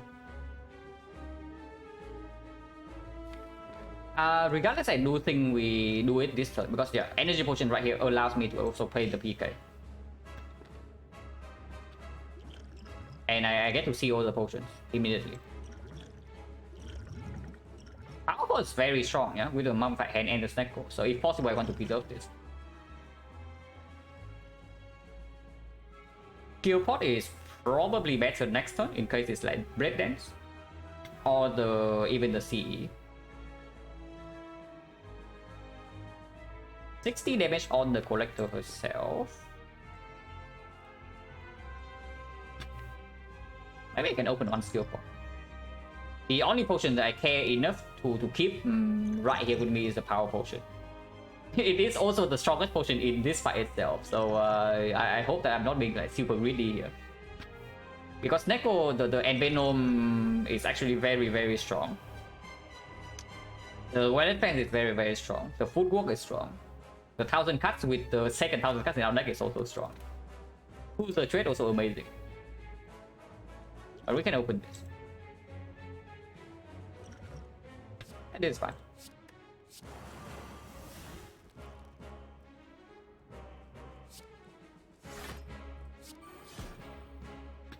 And yeah, with this I actually want to deal all the damage to Collector. So 60 damage here over getting die value.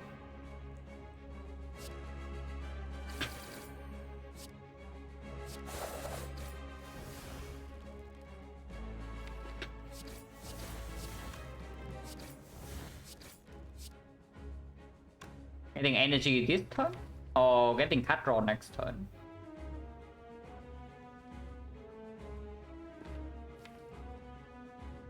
Let's get cut draw next turn. Yeah, one cut draw with 2 energy might not even be able to play. If it's Malay for 2 is good. If it's Terror, it's actually good. If it's 1000 cut, it's good. Actually quite a lot of good stuff here. Anything that costs 2 that is not Piercing Will is good to play, except the backflip. Backflip we don't play. This is also better next. Actually, yeah, let's roll right. Okay, whatever. 3 cost Piercing Will, no problem. We don't play that either way.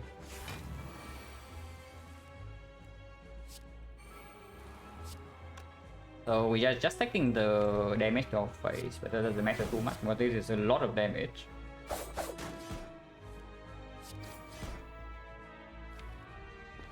Backflip right now is good,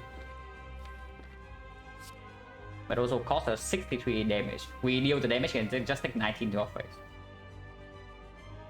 Yeah, we've actually just dealt the damage here.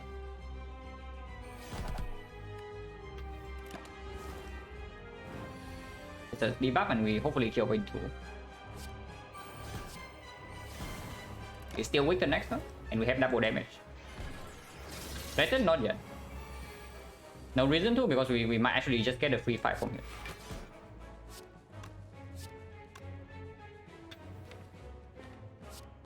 This is better.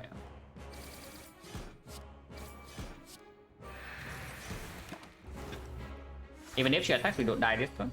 If she resummons, we kill over 2.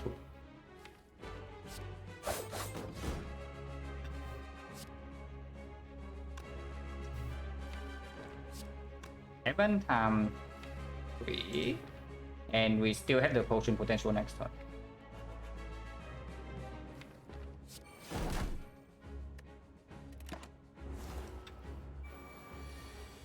Okay, if she's not attacking this turn, then we should be fine.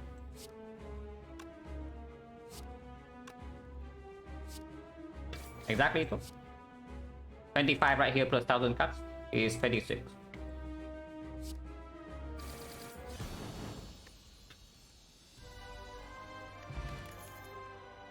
Second one.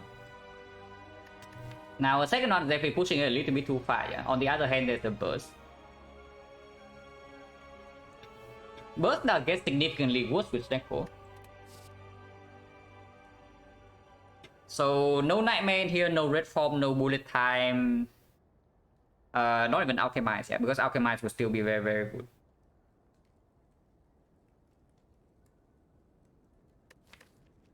But Burst is fine. Burst with Malaise, Burst with EK.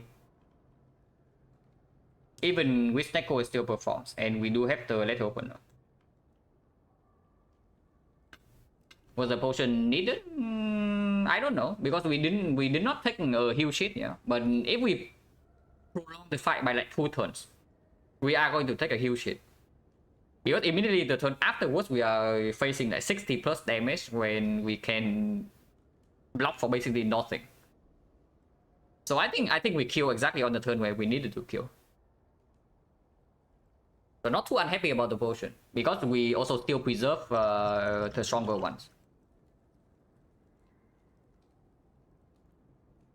I don't really like any of these, but burst is probably still better than 2 HP.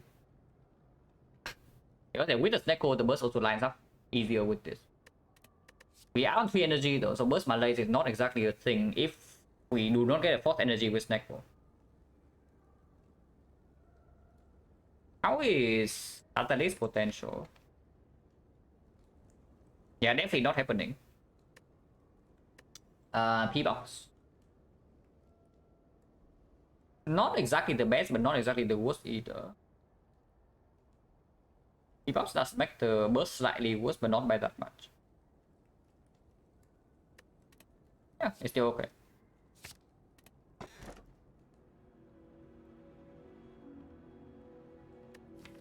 Fusion Hammer with a Dreamcatcher, absolutely a thing. We never get to upgrade this, which is slightly sad. We never get to upgrade this, but that is still energy.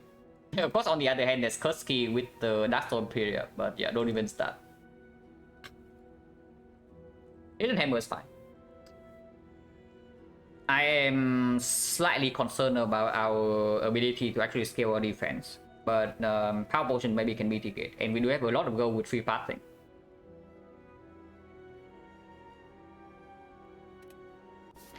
Second one, we have Burst Malaise and basically no power, so for now the fight should not be that difficult. 3 elites. Right side 3 elites is no shot. So we probably go like this way. I want question mark because of the red mask. And Sensory Soul also gets better with the Singing Bow, even with XecnaR. So we can go here, 3 fights. Rest number 1. Rest number 2 if needed. Otherwise we just go this way, get a question mark into like fight or question mark of our choice. And there's a late shot here, which is good. Also, folding always asks for 1000 cuts, yeah. So folding is never insanely negative for us, because we can just toss this away.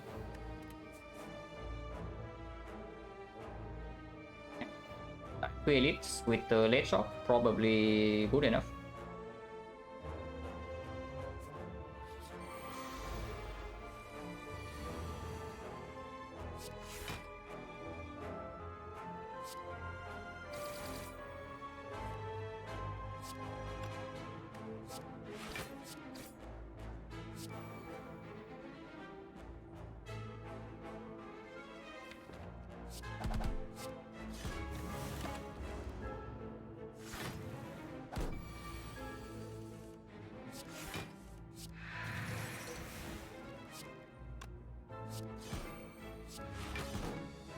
Nothing to actually set up here, so we just kill.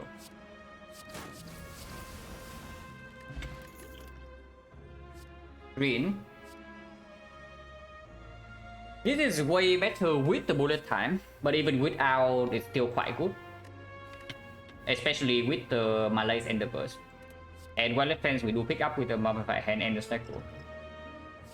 Yeah, it's good enough. It's a spiker. If we care about that.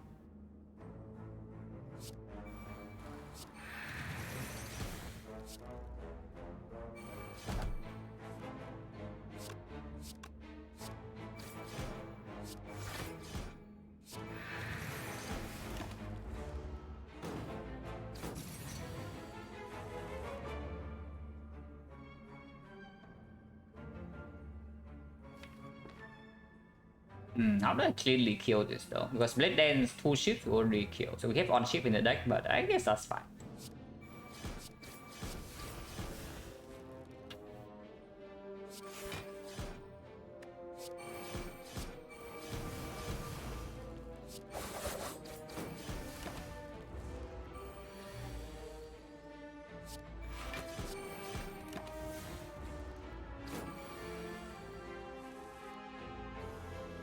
But I guess we still cannot kill it this turn.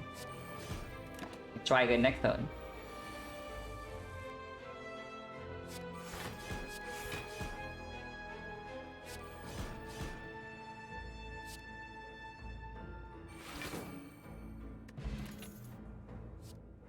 And yeah, I did talk about the Wallet Fence, and Wallet Fence right here. With Fusion Hammer is a little bit sad, but still very strong.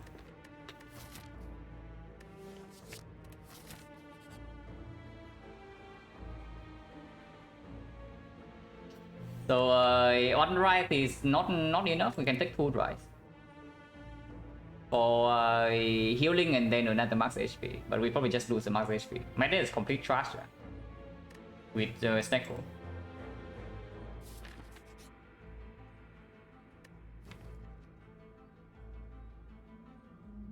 Upgrade always tempting. The gold is slightly tempting.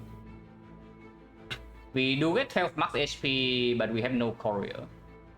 And the first shop is here, and we already have a lot of gold. So we probably just take the rare relic. Yeah, 999 gold and 12 max HP.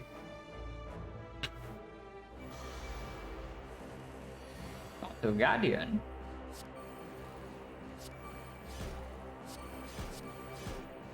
We also draw no attack turn 1, yeah, so maybe the Guardian can do something to us.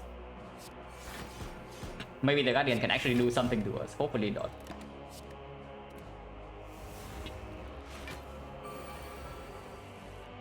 Okay, the Guardian is fine.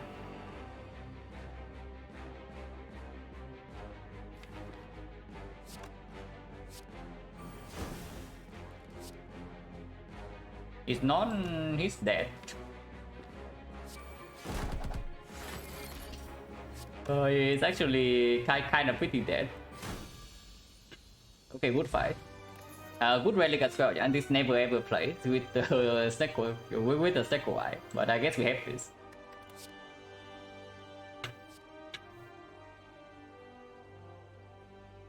Max HP? Yeah, this relic will probably never ever play. With the mummified hand, there's a small chance, but usually not. The basic reason Sharp Hide was different tons of fast from balance, I have no idea. But yeah, the Guardian taunt is indeed different from the normal taunt. Yeah, advanced relic map. Also something about advancing the relic pool, yeah. Is that advancing a common relic is stronger than advancing a rare relic, because there's a higher chance that you see the common relic from your next edit. So you actually meaningfully get to the stronger stuff like a few floors earlier. But seeing the rare relic right here, bad one, we might never ever see a second rare relic. So this one is potentially irrelevant. Which is why common relic from Leo is a strong start, but only if it doesn't cost you a relic. because you take one less edit. So I want another fishing wheel, not really, right? 2 fishing wheel and a Malays with pellet plan should be sufficient. I want a weak chain, no, but outside the Malays, but not sucker punch. And it's only sucker punch minus.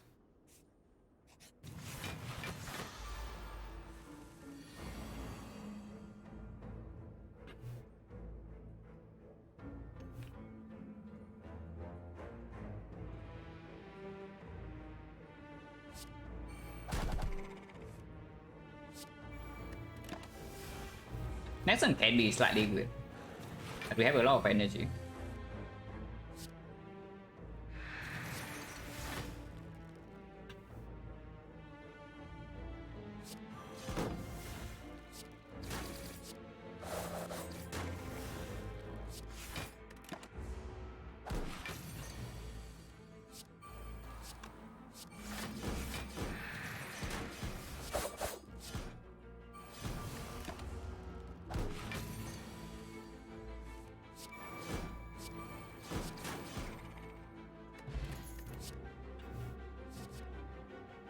You plus this time with the outmaneuver, but not really, yeah. Another backflip is possible because we can pick up a footwork with the modified hand and potentially save a dex potion. I think we recall first because the red HP is kind of wasted right now.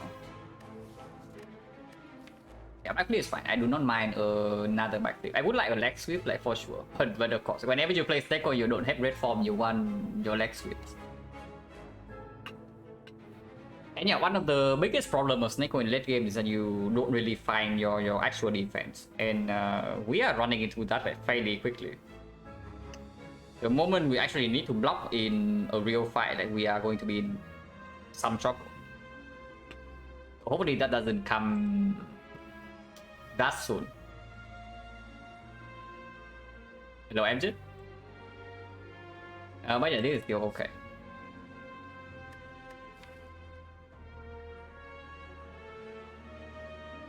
To tell me it's actually skewer.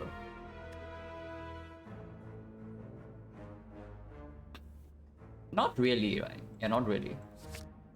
Liquid Bronze is cute against the heart, but damage against the heart is probably the least of our concern at the moment. With the pick for Akabeko, it was picked before this even happened. Like, but it was picked after Sneko. It was the first card we picked in Sneko after we picked up Sneko.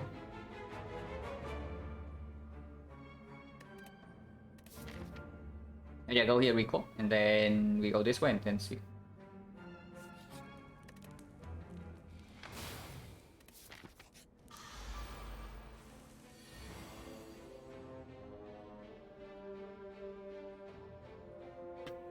I can do a lot of damage here, like 90, 120.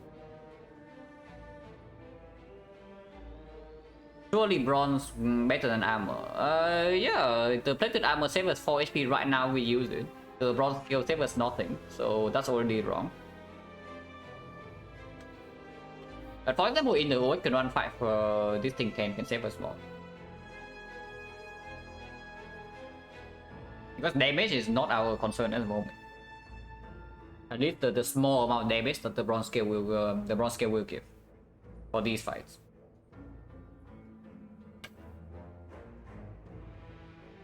Yeah, like this is one of the fights where we might actually need to block, and you also see like how well we are actually doing that. If possible, I want to save the skill potion, but we can open attack potion here.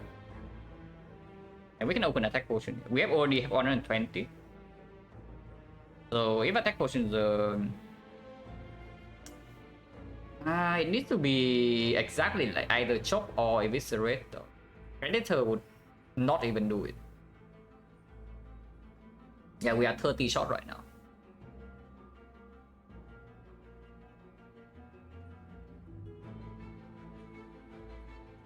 I want to save this like fairly badly, and we kind of have a rest here, but I want question marks now.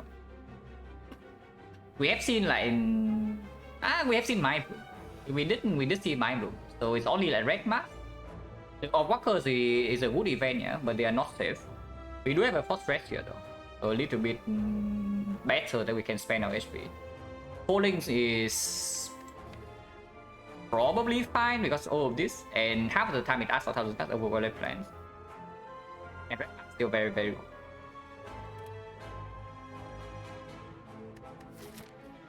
What do we do with 400 gold? So we can also buy a potion here. And this potion is like good, but it's not that good. We can open this. Nightmare. Oh, Nightmare kills next turn. This turn we take quite a bit though.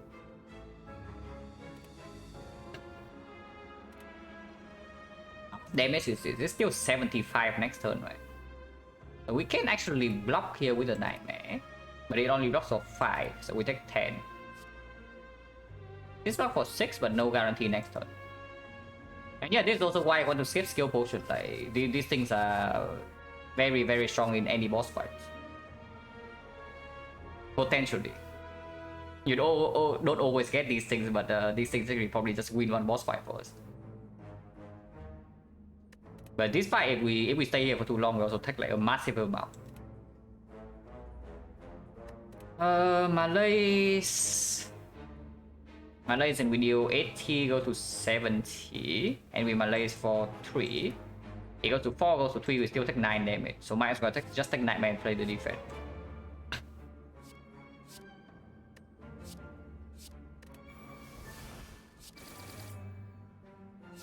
Yeah, he's dead next turn. Triple boot will kill him.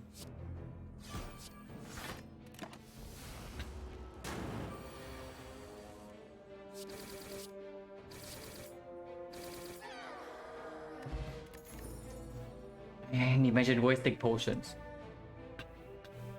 Just imagine wasting potions, guys. Another one? Oh yeah, the boot hits too intangible.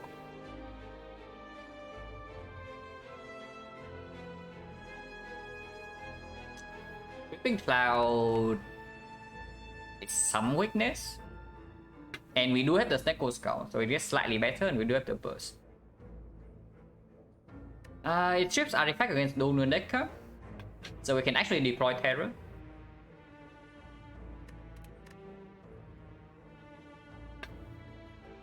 It's good enough. Might still open up a Catalyst, but it needs to be Catalyst Plus.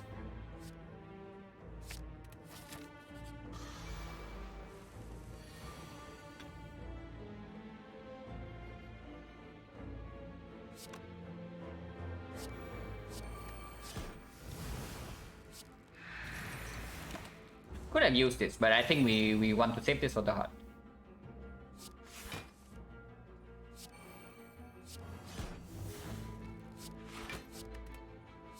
And now we just overheal, so no need to actually potion for like some small amount of HP. Taking 7 here. 6. So we kill. Expecting to draw to one of these two. If we don't, then we don't actually kill here. That's a problem.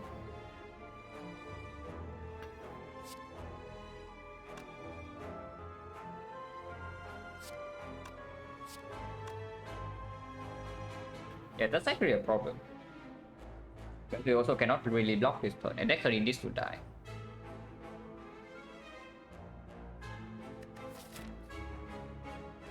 But yeah, I guess we can just go here massively overheal, but then we rest with the Dreamcatcher. If we lose a lot of HP here, that is. If not, we can still go this way. Because right now Fatal heals 18 and we rest for another 25. By the time we reach here, probably 26. So we heal by 44 before the boss fights. How much damage is this? 84, and then afterwards it's double, so 30. 30, 80. 48. 48 plus 84, 130 something. And then next turn we have Riddle Skewer, so that's a kill. And this turn we block for 15, so we take 14. Backflip, yeah, backflip is fine too. But the problem with backflip is that how much damage is Riddles with holes here? We might not even be able to play Riddles with holes here. If we draw into it, and if we draw into Skewer, we also have less damage. Immediately we lose out on this much damage, which means that we don't even have guaranteed lethal next turn. The exchange is, of course, we block a little bit more this turn. But next turn we no longer have double damage. So Riddles with hole is 25, it's 30. Riddles 180? Yeah, Riddle is 180, but only if we draw into it right now, and we can play it, so it costs less than 2. If we draw into it next turn, it's only 30 damage. Because we are not preserving Akabeko when we don't even have double damage next turn. I think we just take the damage here. And this fight also shows you like how bad we actually are at consistently blocking. We cannot actually blow our enemies up. So that is a concern.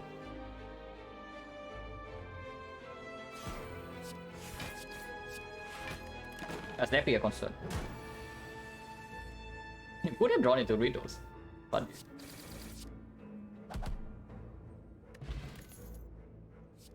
Older trade is very good. Already very good with Neko in the first place, yeah. And we even have the Mummified Hand. First, it's not really making us block for more per turn, but it does improve the draw consistency. In the Awakened 1 fight, like, we do have the melee, so hopefully that doesn't matter as much. Like, we play one more powers. It's still slow though, but it's still positive. Now we can pick up the Sneaky Strike. Almost had the full red side combo, the Dreamcatcher, Regal Pillow, Eternal Feather.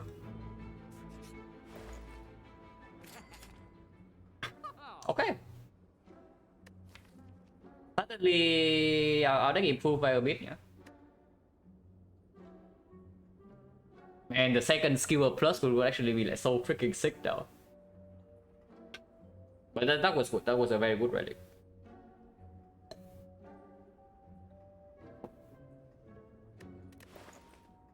The other two are basically worthless now. I was concentrating with the Snecko, not really. Without the Snecko, maybe. But with the Snecko, it's not it. None of these actually improve our block. The blind kind of give us a weak chain.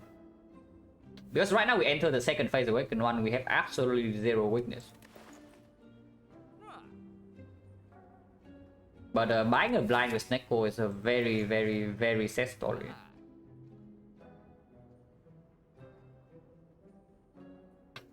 People seems good. Why though? We don't actually have artifact. I mean, unless you say that we spend the artifact pot in our belt, but that right now is for the vulnerable in the hard fight. Is Entropic worth 114? Maybe it is, just because nothing else in the shop actually doing anything. But the problem is that this potion is mainly for the heart, this potion is also for the heart. So Entropic Brew is not even open in the Act 3 boss gauntlet. And I also have a feeling that we need help in the Act 3 boss gauntlet at the moment. And the armor's worthless? Yeah, but we also don't have infinite money. Like if you add 2000 gold to this run right now, I would buy Entropic Brew. For sure. But there's still an Act 4 shop. And right now we are not ready to win against Act 4.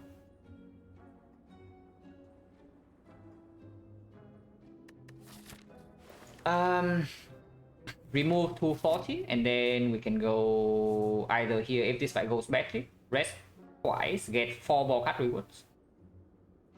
Absolutely get full HP before boss gauntlet and we brute force this fight with maybe some gas cannon.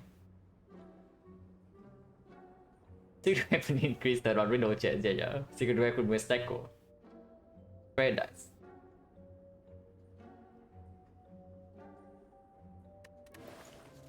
$250. Let's say we go this way and we don't see red mass, then it's still, yeah, it's still 300 plus. We cannot buy rare relic, but we can basically buy everything else. Yeah, I'll just take a card remove. Yeah, remove with Snecko also gets stronger than usual. I'd say that we have 4 strike and a curse, but it's true. Remove does get a little bit stronger with Snecko. I think streaming making me talking decision make you better at the game. Absolutely. Like absolutely.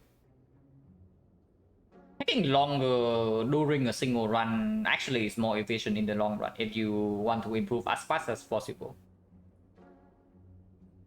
And streaming absolutely helps me do that. And of course, having a vote and like clearly speaking out your decisions also point out like instantly to the flaws. Yeah, if they are like super apparent flaws, you usually can notice this like fairly quickly. Do I play better off stream than set streaming? Absolutely, yes. Like for sure, streaming definitely made me a much better player compared to when I started. When I first started. I first started, I mean, like, before I started streaming, not before I started playing, because that is obvious. Oh yeah, we probably just remove curse and then leave the shop. Fire Distorter is also gone, yeah. So buying the Entropic Bull gets a little bit worse, just a little bit. With the Chemex right now, maybe we can root force to the Act 3 boss gauntlet. Because Chemex Malaise is very strong in those fights. And Doneneka not artifact strip 1 here. And maybe you can do something with the PK. Could remove a strike for Duvodo potential. Interesting. I mean, unstrength is not terrible, yeah? And you are not even that wrong. That the value of the strike and the value of the rise is not that much different. Because we do have triple damage sometimes, but only if the strike costs 0. If the strike costs 1, I don't play it. I don't really even want to see it in my hand. But it's still 25%. The strike is just better than right. Innate, no, innate right now doesn't matter as much because we do have we do draw 9 custom one. The downside of the right matters less. It's probably still right remove. Because if I go for the question mark, I also don't really... The difference is already marginal enough, yeah. And if I go for question mark, I also don't want to see the curse remove event. I want to see an actual event if I go for question marks over this file. On-strength matters very much. On-strength absolutely matters. On-strength matters for sure. When our goal right now, our entire goal in this run is to kill enemies quickly. Because we cannot block beyond some pissing wheel turns. On-strength absolutely matters. But of course, Duvodo is also a rare relic. And it's 1 out of 28 rare relics. 27. Now that we have Unceasing Top. So the chance that actually plays is very, very, very, very low. I play right now Wood Potion. Yeah, we survive first cycle with this. We block multi-hit with double piercing and the Malaise. And we somehow brute force to the big hits with our high HP and the potion.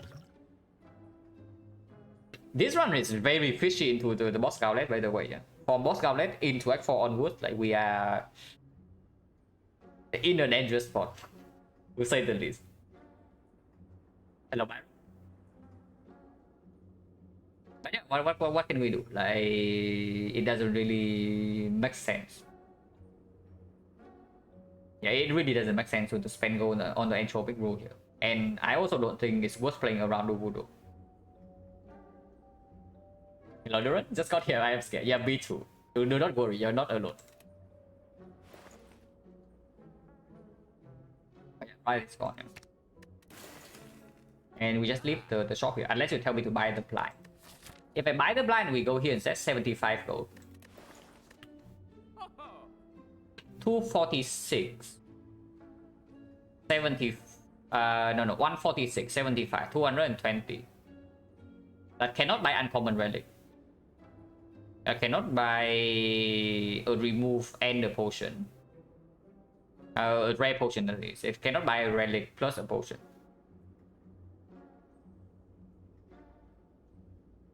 Playing Act 3 boss with no weak chain is basically just this fight. It's very spooky though. And we have to Malaise phase 1. Maybe we can save Creeping Cloud for phase 2.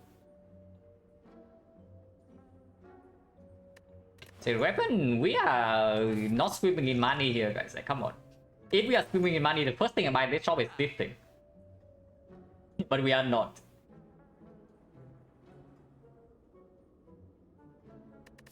We take this fight first and we can re-evaluate whether we go left or right.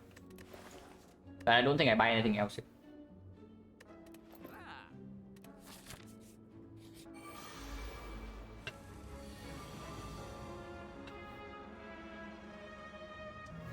So in theory this fight should be not too difficult with Gremlin on, but this draw makes me slightly scared. I do not mind using this potion right now.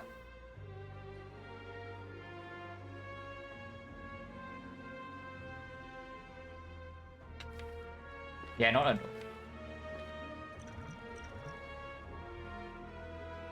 Like me with the dagger throw. No matter what we break Akabek for, yeah. Backstab means that we can actually do 1,000 cuts into the dash, kill this into backstab, plus strike kill the other one. How many cuts do we play? Like 1,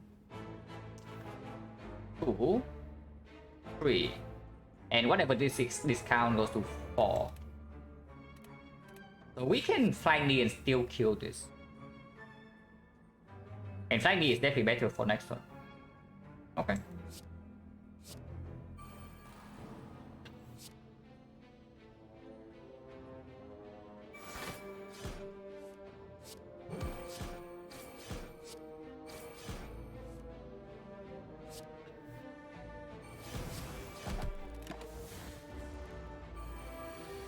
You mentioned upgrade don't have an upgrade. Yeah, it's true.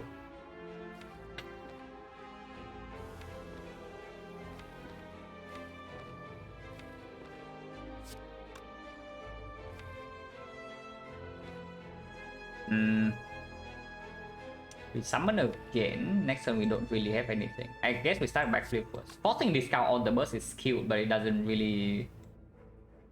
actually, how many skills do we play? Like survival on this. Play the Pisting Quill. So 1, 2, 3, 4, 5, 6. So that's 10 AoE damage. Plus another 10 poison. So it does kill both of these next turn, while full blocking this turn.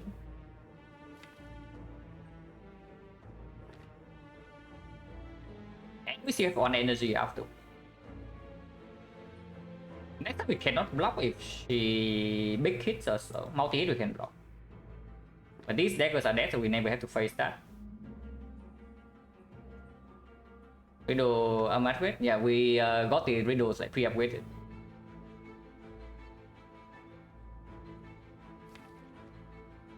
Yeah, I guess that's fine. Next time we do have Gremlin Horn energy as well, so maybe we can do something.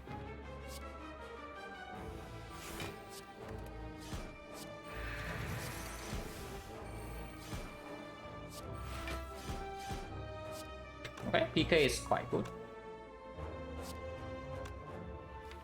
Single PK only, don't need double PK. Actually, you can kill right now and get 1 energy. And nano card. Wait, that doesn't... Wait a second! Did I just say that this relic never plays with Deco? Because I'm wrong. So that was good. Yeah, that actually makes our turn like way better. Yeah, like an insane amount. Like the next time we just kill now.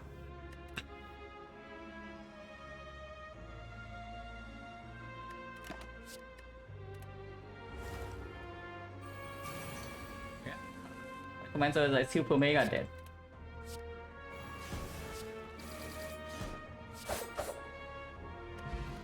Chaku, no potion, no.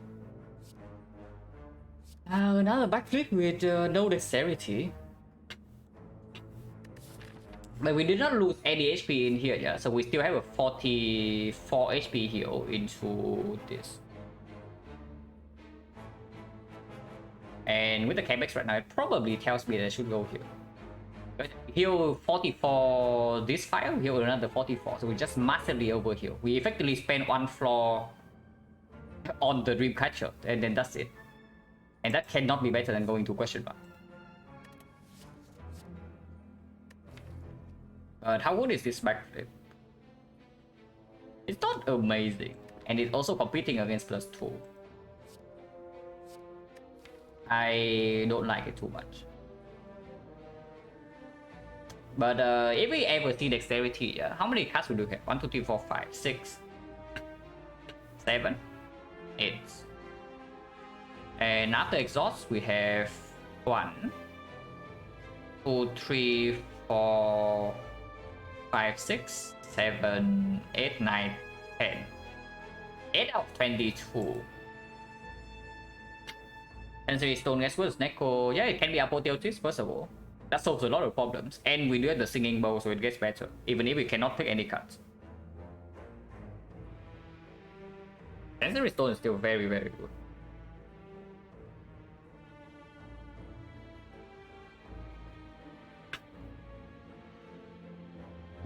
I don't think I actually want this because it's also competing against +2. Do I pick blind? Yeah, I would pick blind.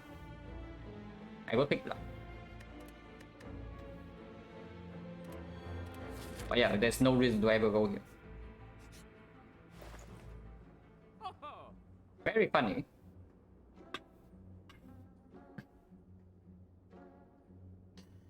Yeah, very, very funny.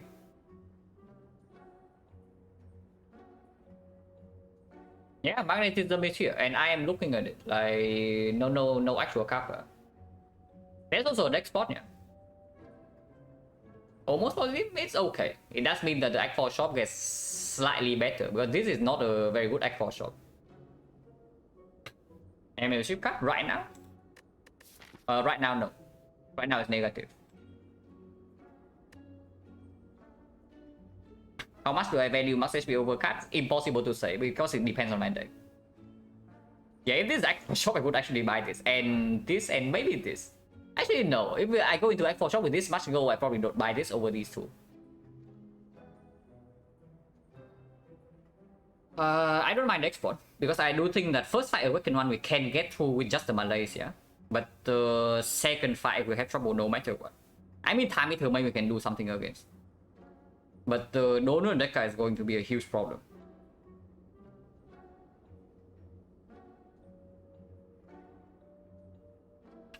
Elite and the whole way? Yeah, but do you not want to actually go here? I will say though, if we buy the membership card and we see Red Mask event right here, then yeah, we shop gold. Yeah, if we go here and it's Red Mask, it's true. But it can also just be nothing. And before I buy this one, I will just maybe buy this.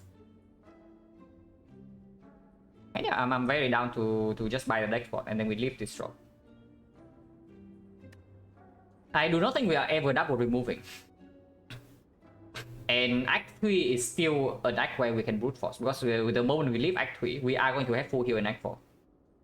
So any HP loss in the Act 3 boss scout does not matter unless we actually die. So removing right now makes 0 sense. If we want to remove, we always remove in Act 4.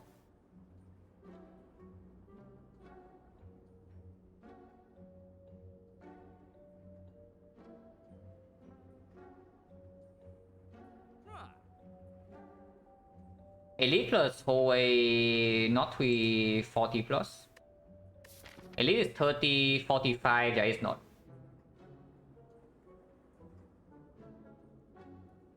And I probably want to go here.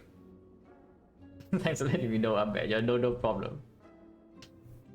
But honestly, this thing is something people sometimes fail to consider. That if you are not double removing, and removing doesn't make the difference between you surviving and dying in this boss gauntlet, then it's not better to remove. If you are more worried about Act 4, I mean. If you are more worried about this Act 3 right now, yeah, then you take the remove. Because it's power immediately. By Fairy, probably not. Hopefully deck spot is enough to get through, and we only save 2 potions for the heart. So I think the third one in for the hard fight is like kind of weird. Thank you very much for the red zoom. Once fix anything, those stitches, yeah. So 54 right here. 235. 265. So we cannot remove and buy relic in Act 4, but we cannot buy uncommon relic. So it's only shop relic, common relic, but we can still buy uncommon potion. Like duplication, gameless brew. How good is duplication? It's not even that good for us, right? We have no footwork. Remove on big deck is kind of weak. Yeah, it gets better with Deco though.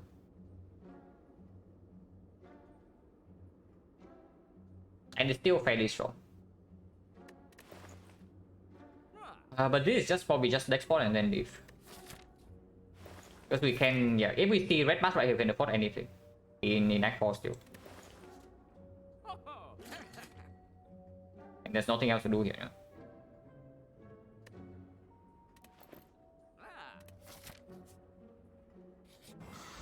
Head. I am slightly scared of this. Hopefully it doesn't kill me. But we also effectively have a full heal here, yeah? So taking some damage right here doesn't matter as much. 16 times 6, 96. And we can do that immediately. Or I can play backflip first into skewer. I want to save this potion for the boss goblin, and right now, yeah, we still heal for... This is healing for 18, and we are resting for 26. So yeah, we are healing 44 in the fire.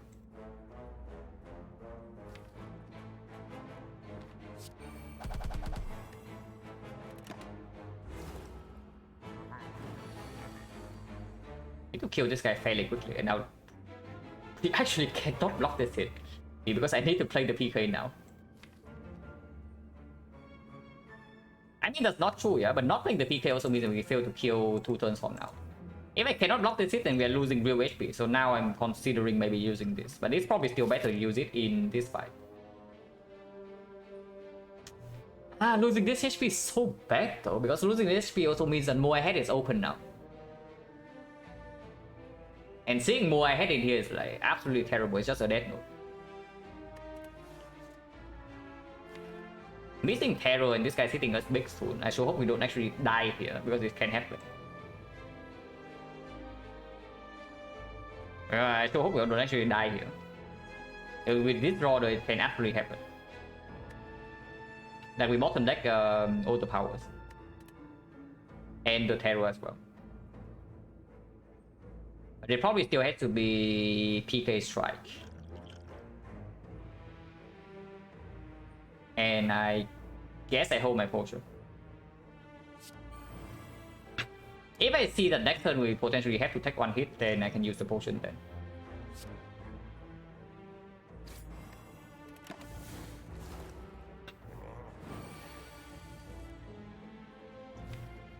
Oh, not exactly very nice here.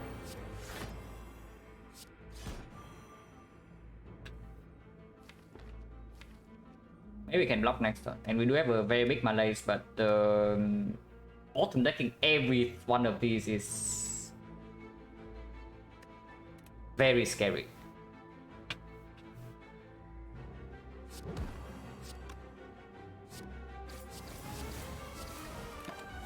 And now he's attack back. We have 7 energy for 1 turn. Did not even draw into the dash.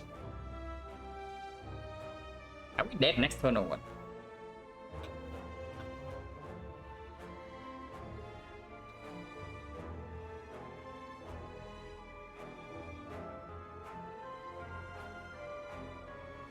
I don't like this fight. Yeah, I don't like this fight either.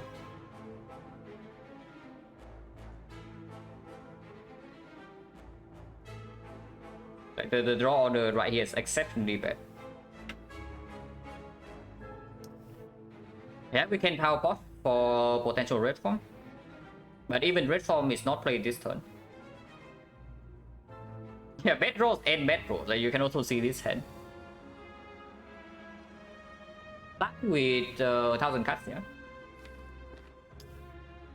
We do potentially get 3 discounts here. So maybe it's even starting with terror. Starting with terror, play the burst, play the strike. And we have 2 energy left, so we can play 1000 cuts plus everything in here.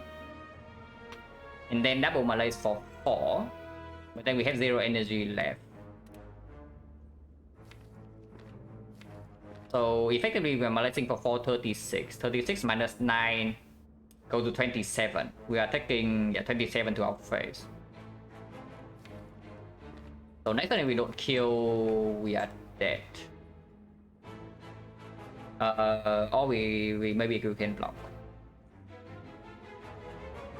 Our potion does make us preserve 2 energy right now.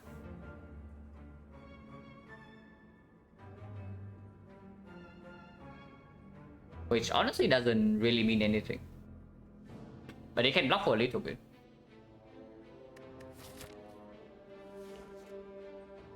The annoying thing about losing this much HP here, yeah, is that even if we survive, like the orb walkers, right, is not takeable.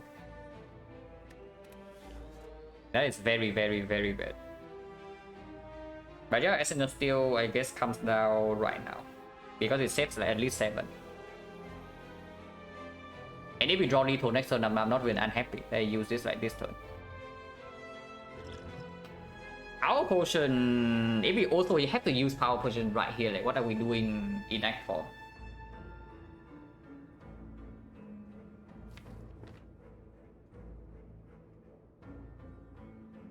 Unless 4 energy, yeah, we have the burst in play. So it is -4. Also, actually it's -5, -6. Yeah, it's -6. So 34 minus 9 still is 25. Next turn with -6, how much is that? Next turn is 45, 39. 39 minus 10 is 29. So 25 this turn, 29 next turn, we block for 7. So 41. We need to block for 13, and dash is already blocking a little bit. So if we use both the attack potion and the power potion, we don't really die here. And power potion has a chance to just roll immediately the red form. But it does make the second boss fight first significantly worse. Because sometimes this also bail out in the second boss fight. And of course the hard fight, because like Venom right here, after image, footwork red form, or like an insane amount of damage. If we have less than 10 HP leaving this fight, though, we also cannot click 3 cards and Sensory Stone, yeah. But let's be slow, yeah, sure.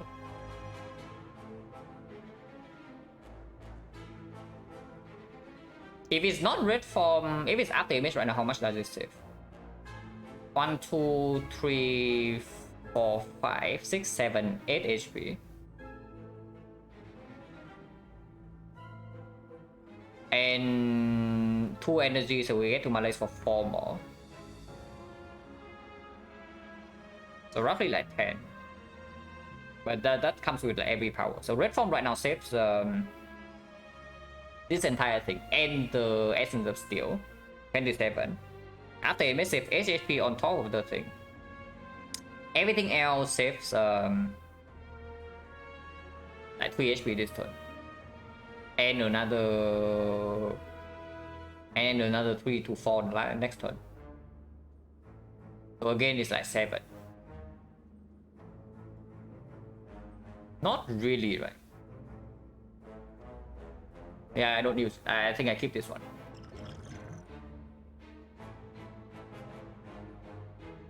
So what is the order here? Error into strike, into burst, into 1000 cuts, into play all the powers, and then we malaise for 6. And assisting top draws 1. If we draw badly with the dash next turn, do we ever die? Because malaise for 6, he goes down to 25 right now, yeah? And we block for 4, so we take 21, go to 13. 13 next one we have 40, but he attacks for 29.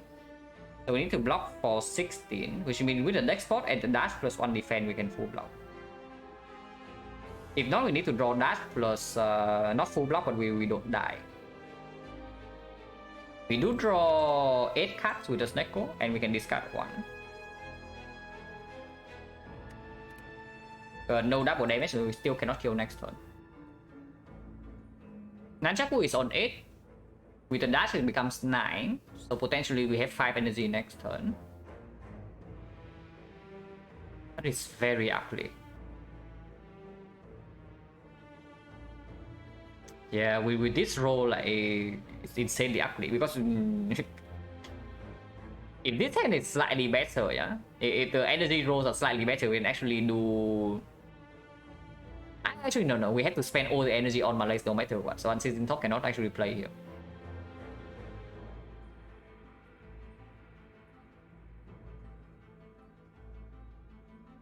Oh, using Power Potion right now.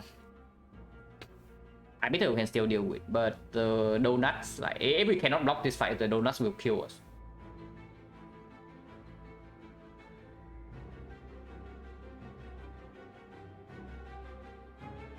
There's no way, right? We keep the Power Potion.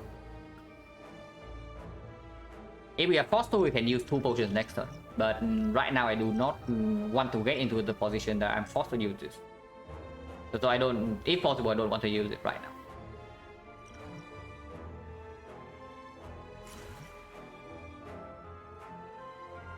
But yeah, the order is like Terror into Strike, into Burst, into 1000 cards, and then play the whole hand.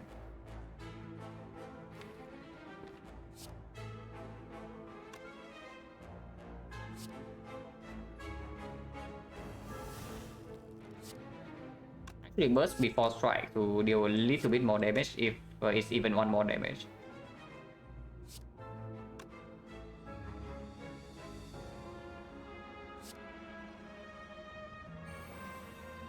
It is 1 more damage.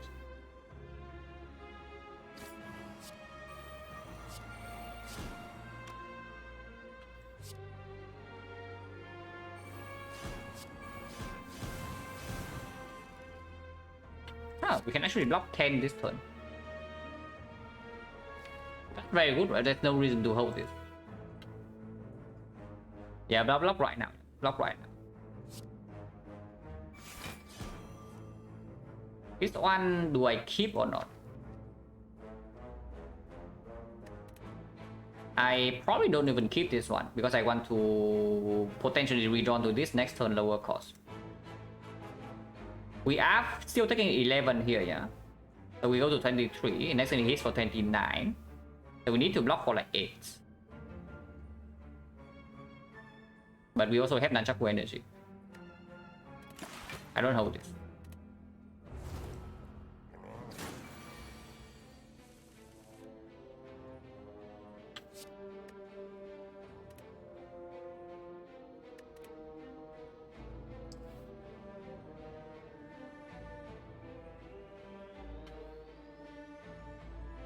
So Burst Backflip right now is taking 16. We go to 7. This is not lethal, yeah.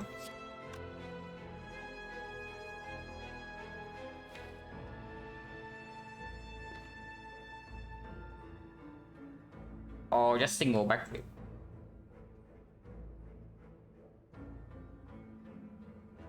I mean, to block for 8 with this deck, yeah, it's not even clear. If this guy, no, I want to redraw into the Riddles, like this cycle, because we still need to kill this guy. So that's the thing, we still need to kill him, and the Riddles is one of the better attacks. Single backflip is fine, yeah? Because if single backflip completely breaks, we can still play defense for 3 costs. Burst backflip is effectively just betting on seeing 0 cost in 2 cards that we spend 3 energy on. That doesn't really work. Yeah, single backflip has to be better.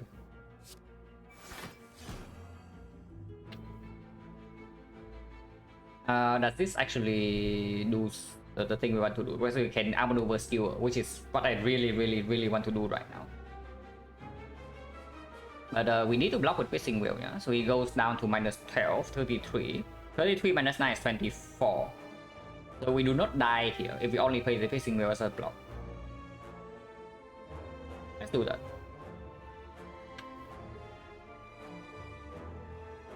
So just Piercing Wheel, outmaneuver, Dagger Spray. 1 energy left that we cannot use anything with, but that's completely okay. So it's attacking for 20. Double check, yeah. Goes to minus 12, so it's 33. 33 minus 9 is 24. 24, we currently block for 30. We have 31. So we go to 7. Well, boss counter is going to be difficult. Apparently, we actually need to go here. So apparently, we do need a full heal here into this fight, then we actually get a full heal here. But who would have thought?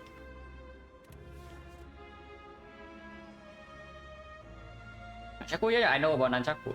Nunchaku doesn't do anything because I still need to play outmaneuver. Yeah, I know Nunchaku from Dagger Strike, but that doesn't mean anything. Because this has to be played, and then afterwards we have 2 energy left, so what can be played here? We still need to play on block card. I mean, we technically don't have to, because we are living on 2 right now, but I would like to block. Oh yeah, outmaneuver, piercing will, Dagger Strike, and hold the skewer. And next time we better kill or we die.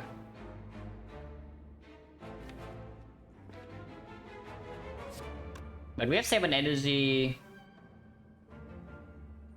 7 energy. So this is 10. No, it's 9.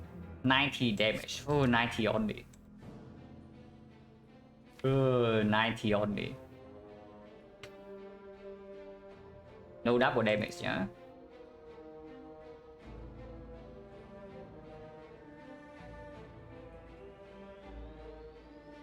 I think we do deal 5 more this turn. So 1, 2, 3 cards.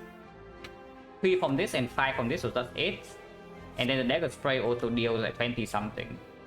So is that 140? We are 50 damage short next turn. What am I doing with Nunchaku energy? Nothing. And it's not like we can do anything either. Unfortunately.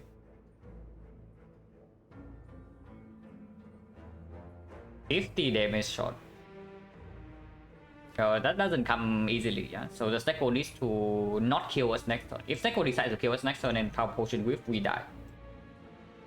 That's the short version. But there's not a lot of lines here.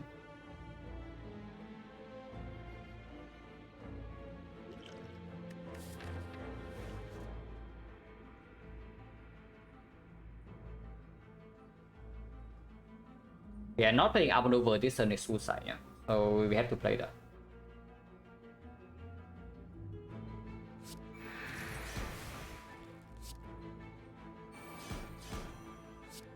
$22.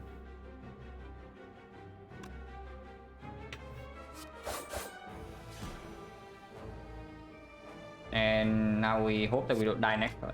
Or we can use Skewer right. If we use Skewer right now for 42, we have 7 energy and this draw next turn to deal 90. And we also don't waste the energy. And the slow stack, because right now we do have 4 slow stacks. But there's also nothing good to actually hold here for next turn.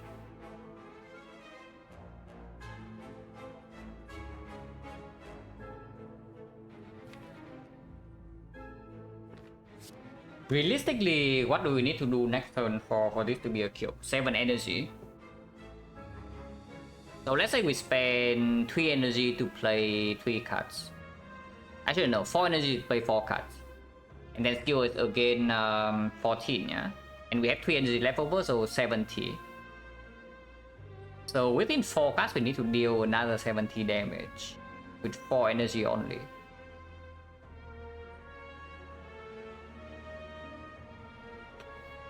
Playing skill immediately for 42. We deal 42, 43, 44. Minus 44.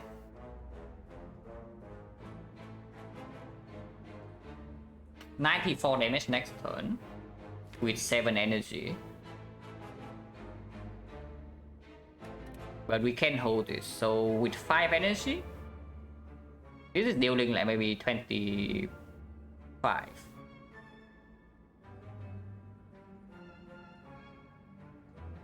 With 5 energy, you need to deal 70 plus. Comparing to this with 4 energy, you need to deal 70.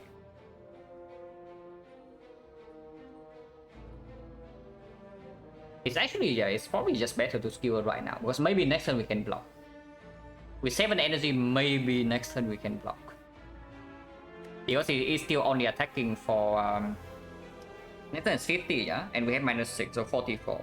44 is 33. 33, and we go for 7, so we need to block 27 next turn. Maybe possible with these things. Of course, if I want to block next turn, I need to hold the burst instead, but I hold the die. And I think skewer right now is good.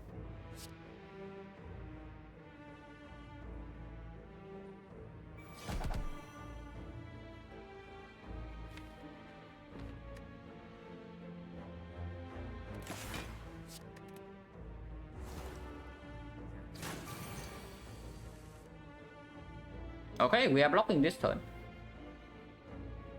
If we cannot block this turn, we die, yeah?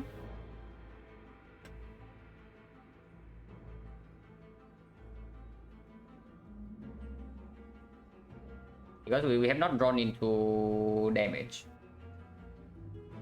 Man, am I really forced to use deck spot here?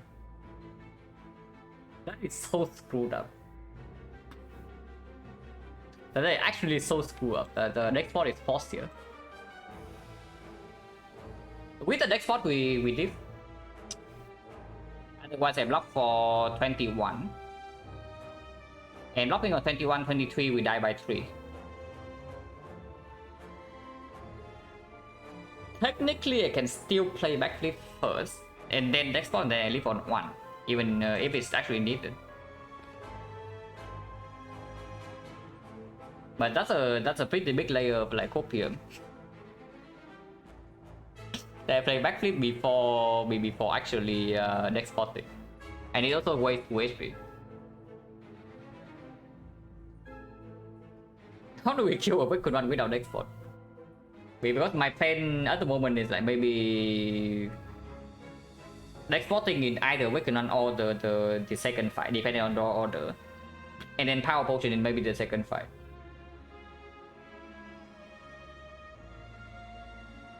So number one thing to do right now, guys, is to discard and neutralize.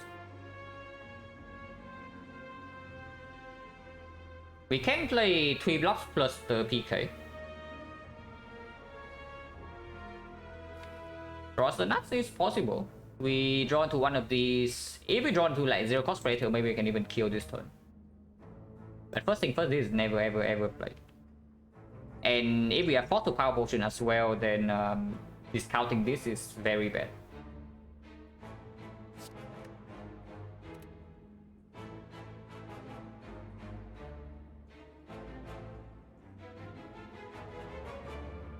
Yeah, like right now if I do deck spot, I block for 21, we have 30, so we die exactly. If I deck spot after playing backflip, we block for 8 plus another 17, so 25.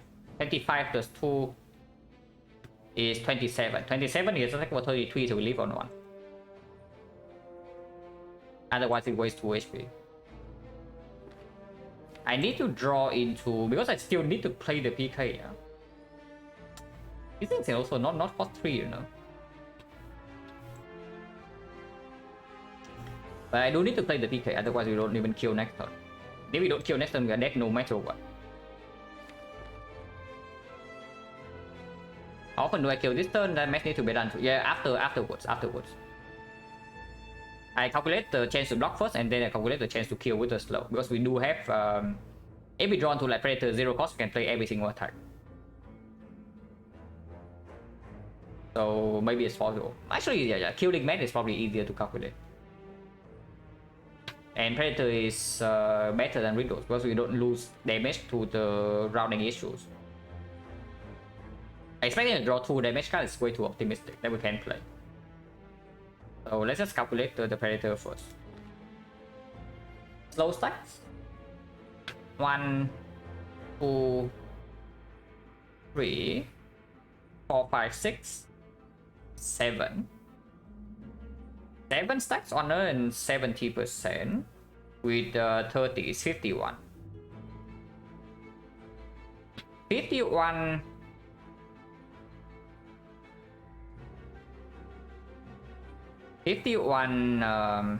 So 43. 6. Wait, so 160 times 19.5 is 31. 31 plus 51.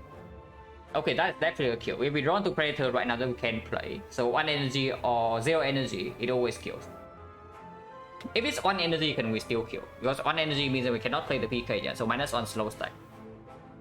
That would be 1, 2, 3, 4. Do we have hand space? I only have 7. Have 8. So we draw have 9. So no, we don't actually have hand space. So slow stack is even minus 1 more. How much is that? 1, 2, 3. 1, 2, 3, 4. And only 4 slow stack for die, yeah? So it's like 19.5. 19.5 times 1.4. 27. And then we have 30 times 1.5 is 45. 72, 18. And 1, 2, 3, 4, 5, 6. 78, we need 260 damage from the 2 ships. Which is just barely off. But then Power Potion can always kill.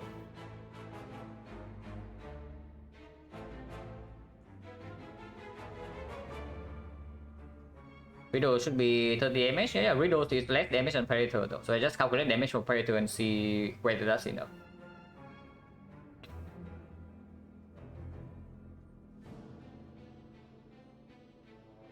So it can be a kill. It can be a kill. If we draw into one of these two and they cost 0, we'll immediately have a kill. If we draw into the dash, it's always better than this because originally we are playing the survivor for 3 energy, so it's always better.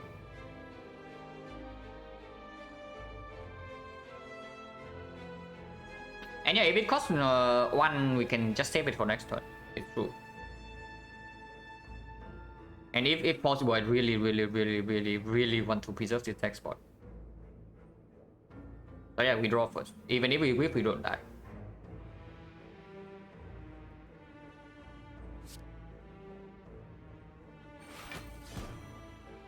Okay, this is better than the survivor, yeah. So we can actually survive this turn without using the potion. So PK and then we block for 20 more. So we block for exactly 30 this turn. And we take 3, go to 4. Still need to kill next turn. But with these things coming up, with 4 energy, at worst is 60. And the dash already deals a lot of damage this turn. So yeah, we can survive without the potion. So we do that. Just double defense dash, block for 20, 28, we survive on 4. And then we kill next turn. We double damage, triple damage.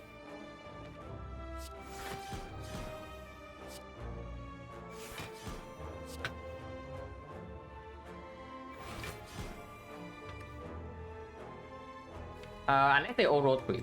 If they all roll 3s, we are forced to Power Potion next turn. But I sure hope that's not the case.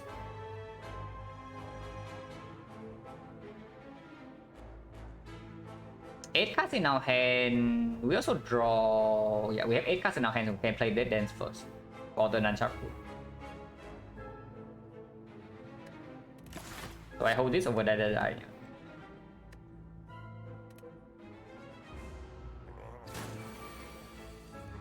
Okay, we have a quote-unquote clean kill. Don't know how clean that actually is, but we have a kill here.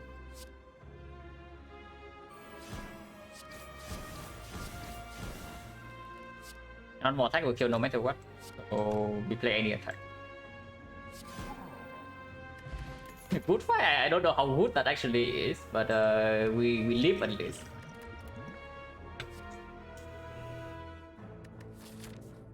Oh, it's mocking me, guys. This thing is literally here, yeah? This thing is literally here to decrease the alchemized win rate.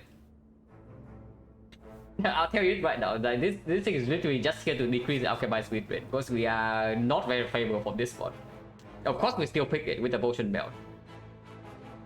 But it came like 20 floors late. Before the fight card was bad luck, yeah, once in the fight, yeah. The fight itself was not badly played. And we still pick this for sure. And yeah, question mark. Honestly, even more ahead right now I can take. If we see Sensory Stone, we can only click one though, which is a very sad story. But what can you do? We are not running here.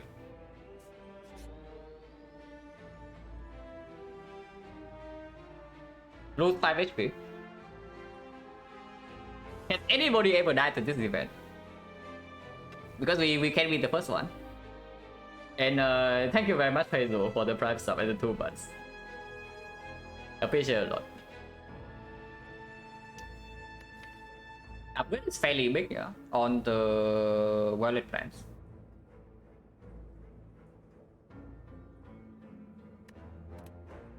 Remove is good too. What's the sponging of a win percentage this one? Yeah, I don't know. You tell me.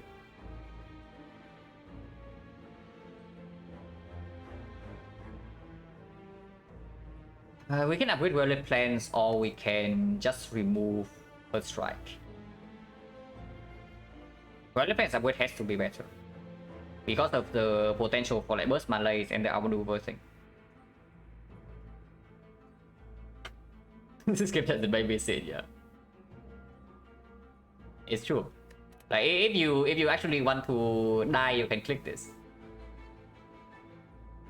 Hey, we upgrade wallet plans. Also, still means the Act 4 shop, we have a full real shop.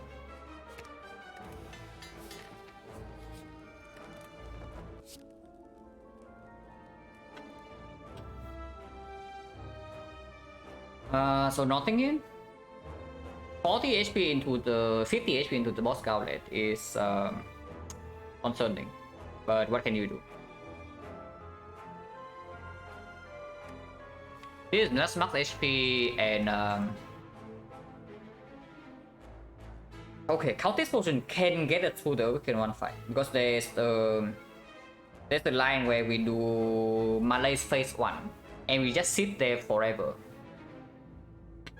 because he doesn't deal damage, and then we instant kill the moment we get to phase 2 with the Countess spot, and I think that's what we should actually do because there's like no way in hell we can actually block second half.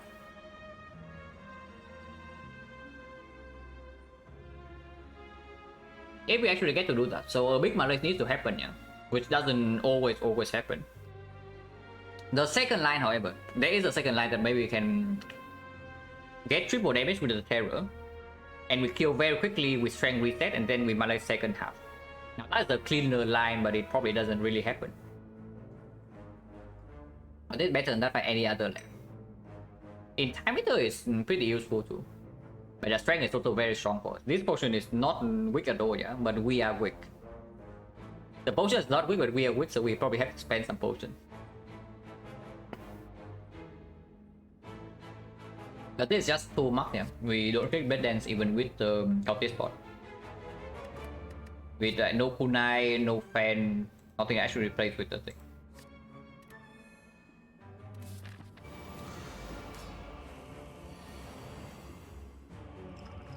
Let's turn 1 with no burst.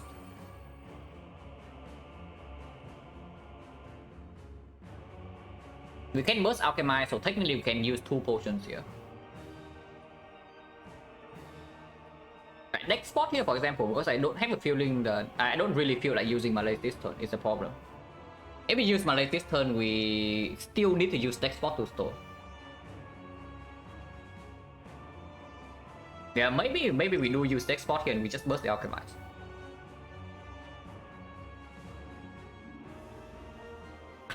Draw off 9, yeah. Think about 16 HP, and it's even slightly better than usual because of Dreamcatcher and the Snake Eye.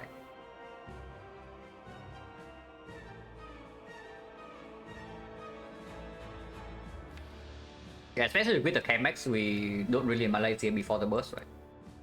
And we have Violet Flame Frost, and this guy is weakened for 3 turns.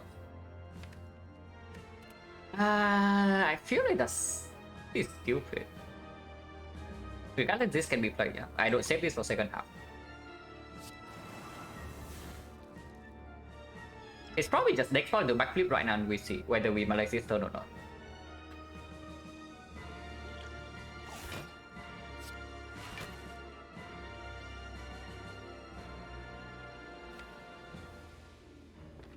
This guy is going to be pissed turn 3 if we don't Malaise here.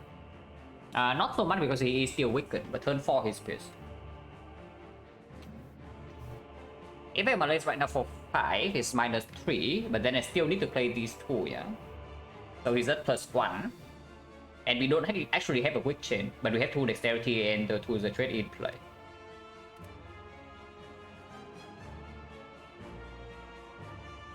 Sitting forever terror minion? Yeah, potentially. If I'm actually doing that.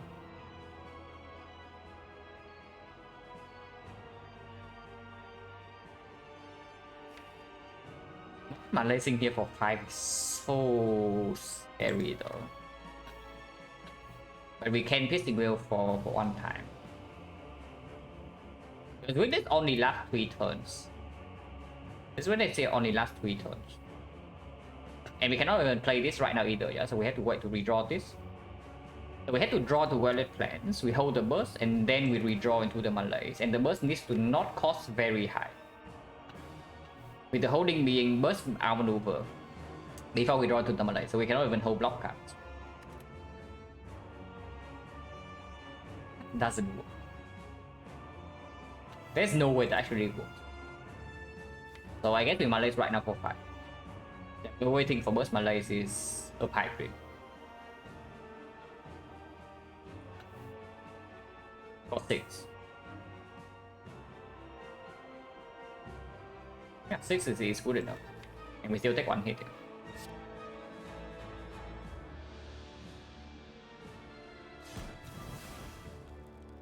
And yes, we are terroring a minion. Unless you tell me that we save terror for the second half. Which is possible too. But if we Malaise right now without a burst, then this actually... This being in our deck is actually a bad thing. Sitting forever work, alchemize twice? Yeah, no, but we are not doing alchemize stalling here. We are stalling for the cultist potions to one-shot the second half. Because we cannot block in this fight. We were stalling for the cultist potion.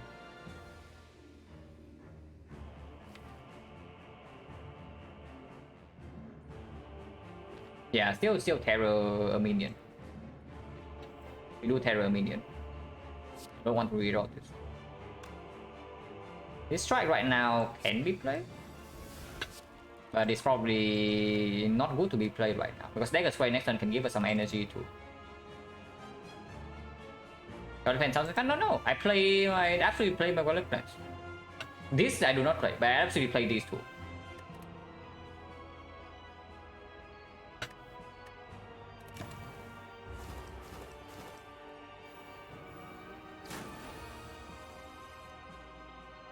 I absolutely play these two.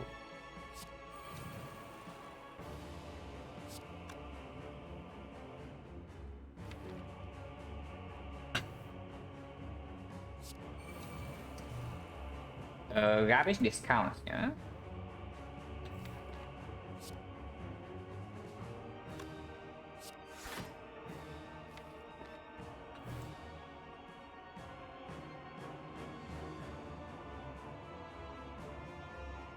For input of possible card play, no, don't be passive aggressive here. I do not want that. Do not be passive aggressive in the chat. Do not.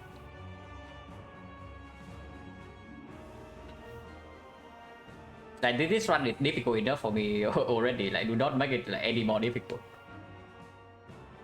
Yeah, on wheel right now is fine. Yeah. I also think so. Second will potentially can be used next turn, but I think I want to hold the... Maybe I want to hold the dash instead. How much damage is that? It's 6 times 4, 4 times 4 is only 16. But yeah, the real problem in this fight is when weakness runs out. But we have 8 turns, potentially 9, potentially 10 with the neutralized redraw.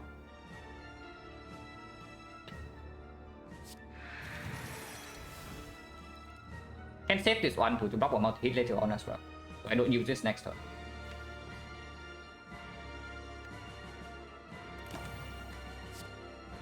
If we fail to kill these things next turn, it gets weird though, but Dagger Spray one-shots them.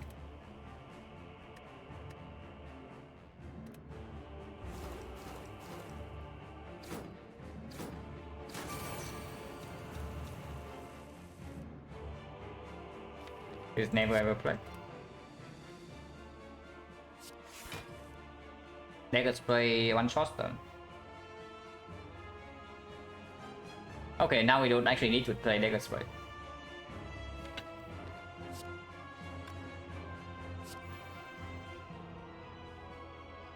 This is 30 damage still, yeah, so it does one-shot this. Means that we can actually play 20 damage here.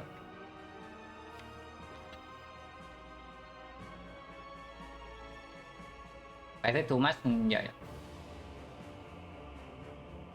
If I'm not fine with anything, I will say it on stream. Don't worry.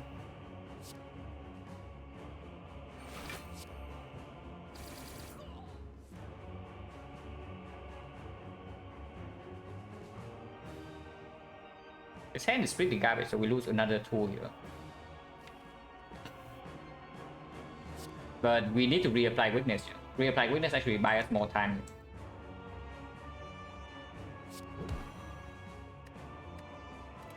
Next turn we have a lot of energy. But these cards I don't really want to play 3 cost block. I can hold it.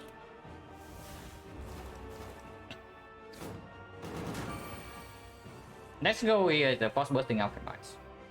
This card is definitely very good to hold.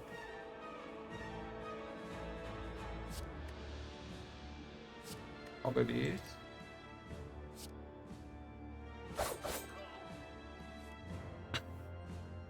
And we can hold 2 cards.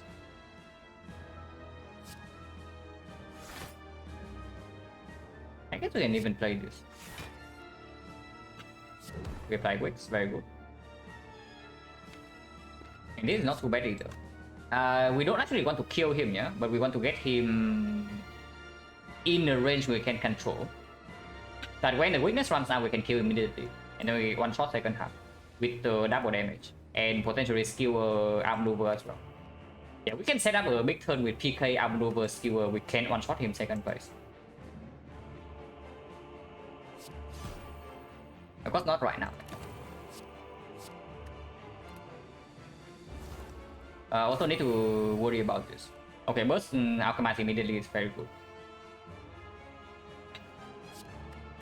Exhaust this garbage.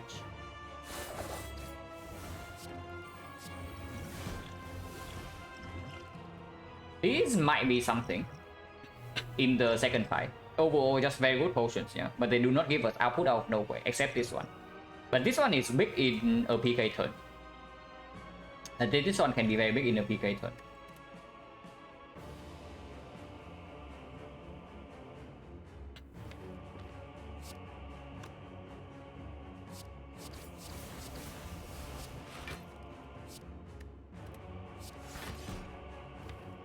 I don't care about outmaneuver 3 costs. I do not want to redraw strike. Should have discarded this then. Because yeah, I forgot the Golem Plan is upgraded. How much strength do we need? Okay, the next question. Because with the outmaneuver plus PK into skill the turn afterwards.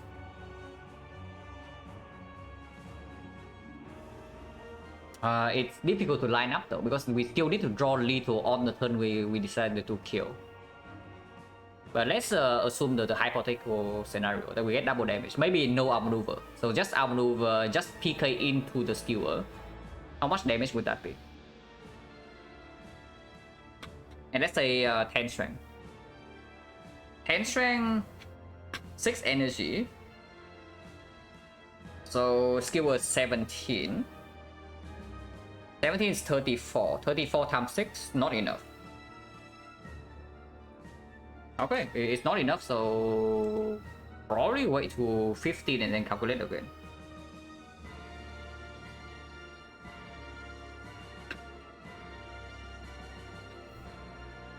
Red Dancer CK skill easier. No, but if you line up the Blade Dance, might as well just line up with this thing. This is still like times 5. The skewer is just more convenient because it can be played with any energy.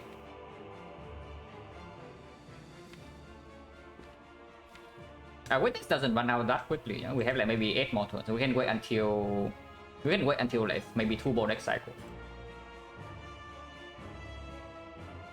But yeah, of course we still need to push this guy further to proccing. Because when we decide to proc with the perfect hand with the PK, we need to actually have lethal on hand. And we're playing this.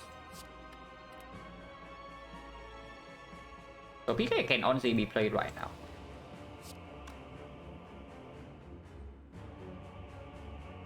It takes 1 though. I think 1 is kind of cringe. Unless I play something like this, but then I hold a 12 block card, potentially taking 3.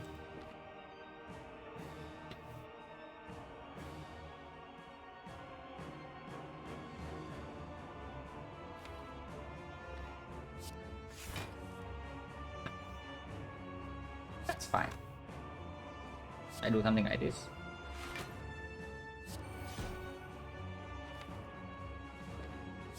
I don't care about the PK damage on that next turn. I want to hold 2 defense. Actually, I want to hold maybe this. No, this is better. This is way better. And oh yeah, we cannot really block after witness runs out. And we only have exactly 1 neutralized minus in the deck for that.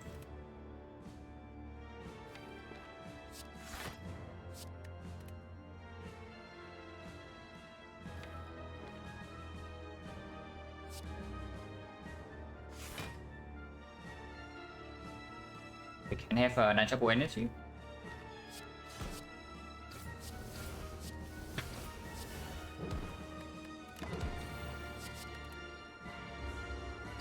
But every cycle, yeah, it adds a few turns, absolutely. But it will run out in like 6 or 7 turns from now. So we cannot wait for that long. But after that, maybe Fishing Wheel can still be played to block 1 multi-hit. Oh, I want to hold this. Oh, these 0 cost attacks are very, very nice. Like we draw into PK this next turn, and then we hold, let's say this, we hold like Riddles with Skewer. How much damage is that? Yeah, we don't even need the outmaneuver, yeah. Just play, let's say, Fishing Wheel this turn. Play Predator Dagger Spray, and then hold Riddle Skewer. And then 2 turns from now we kill. Next turn we PK lethal. 2 turns from now is 9 strength, so it's 16, it's 32. And this is going to be 13, so 26, 130. 130 from this. Plus another 32 times 6. Very close actually. So with only these 2, we already almost have a kill with PK 2 turns from now. 3 turns from now it will be a kill. But it does mean that we need to block every turn without retaining block. But I really, really want to keep this in my hand. That's just like exceptional. And yeah, we can well with this turn. I don't want to take 2. I can hold Skewer and not Skewer? Yeah, I can do that as well and hold 1 defense. It's true.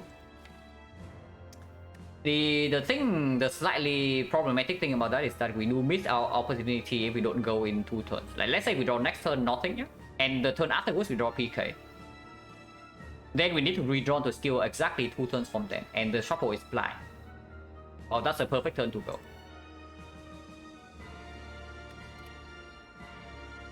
Okay, regardless, we discard this.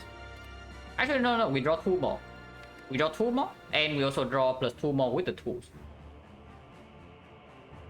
Actually, that's not true. Predator draw nothing. And Predator draws nothing. We shuffle in 2 and draw 2 more cards, because we hold 2 cards.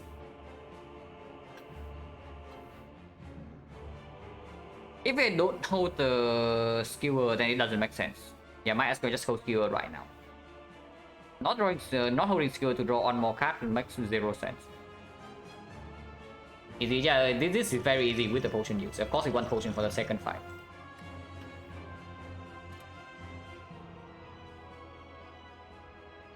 Yeah, just Predator dagger spray.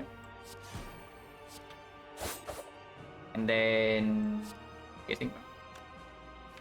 Can do outmaneuver into double defense tech 2. That probably wins the fight. If I play outmaneuver double defense here, but of course it takes 2 damage. But it does mean that next turn we never ever take damage. And we can always play the PK.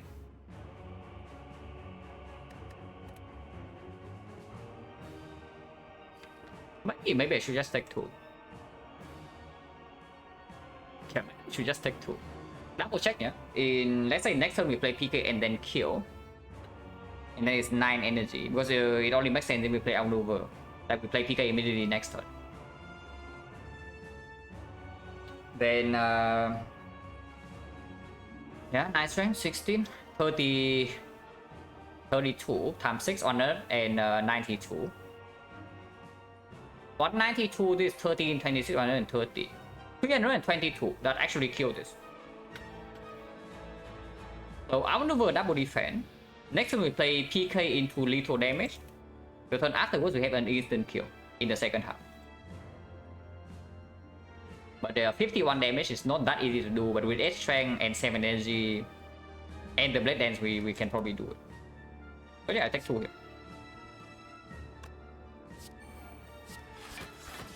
That also deals 5 damage.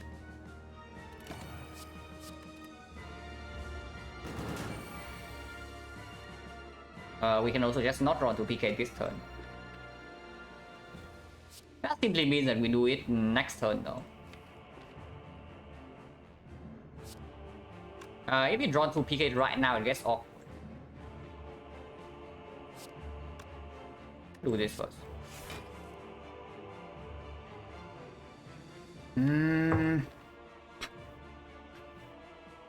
Now it doesn't work because we cannot kill with only 3 energy. We can hold the PK and the riddles in our hand and try to redraw to skewer. That also works.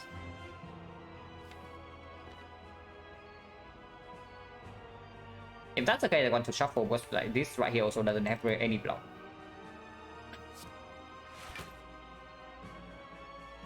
A double attack right now also means that we can go the moment we draw into the skewer again.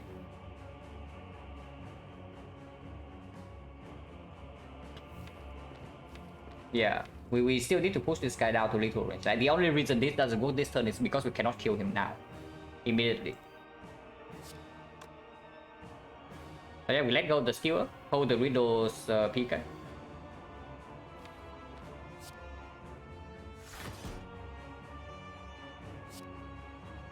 And deal 28 right now.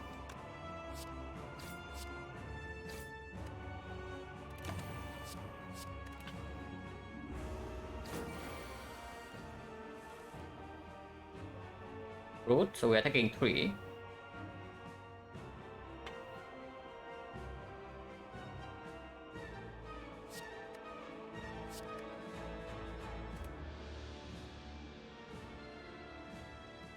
And cannot play the outmaneuver.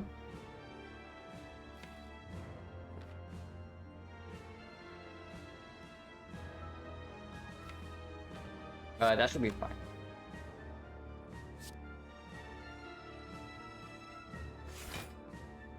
And play the strike again.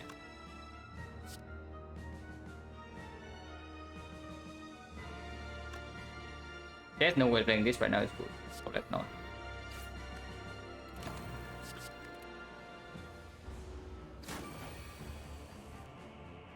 Okay, we go in right now and he dies next turn.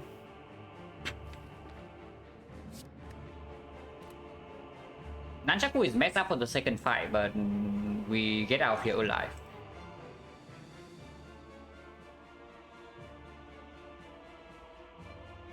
So PK Strike Predator, mess up the Nunchaku, and next turn we have Nunchaku on 2.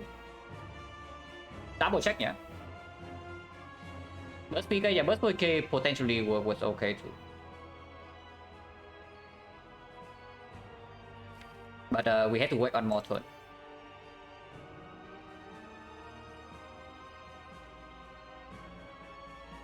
Double check, 11 strength next turn. So this is 15. 15 is 150.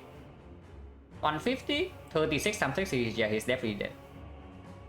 Like very, very, very dead. Vegan. Strike and Predator.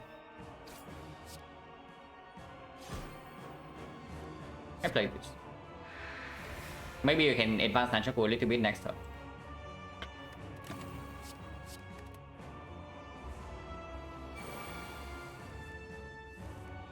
Advanced by 2 attacks. That's quite good.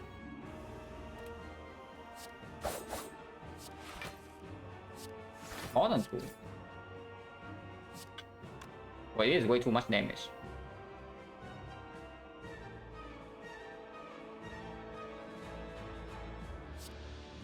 We can even play backflip. And then we advance Nunchaku to 6. Because I backflip into strike, into skill for 2, and then Riddle is still killing. So yeah, we can backflip because maybe we can draw into a 0 cost attack again. Or 2 cost blade dance. Okay, nothing here. So we take 6.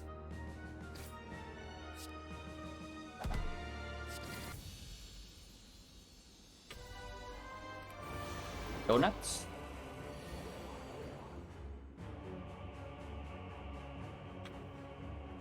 PK Massimi Diver someday. Yeah, that's pretty sad. Because the 6 times damage is like very nice to play with. It's really fun as well. So we have a lot of damage this turn. We will decide to nuke one of them. Yeah, we have Terror Riddle's Akabeko right here for 90 damage. We take 24 to our face if we do that though. Donuts better time meter? Probably not, because the time meter we can store with Malay in the first half, and then we can set up a big turn with PK triple damage to maybe instant kill before he splits. So this fight is probably slightly worse for us because we don't actually have a weak chain and we cannot block. And we cannot rely on Malay to block it. If that is so...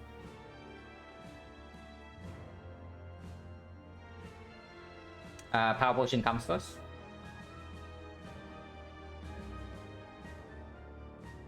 If Power Potion discount one of these two, then it gets a bit easier.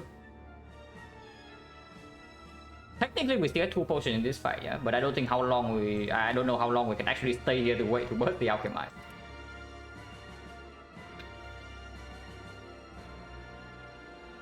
The next red line is of course like a game that's right now into liquid memories to get 3 energy.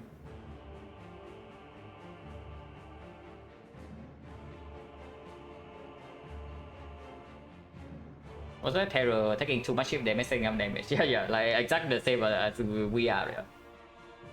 We are also like bleeding to death right now, kind of.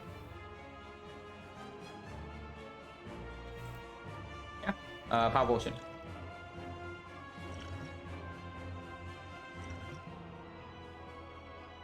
YOLO? Any YOLOs in the chat? Because we can do that right now. If we also open with the artifact potion, yeah, we can actually win this fight cleanly. But we don't have artifact pot for the heart. Yeah, getting red form into the artifact pot right now probably win this fight. If we don't go for the artifact pot, we have a very big chance of dying here. The other line of course is potentially Violet Plants, and then we can play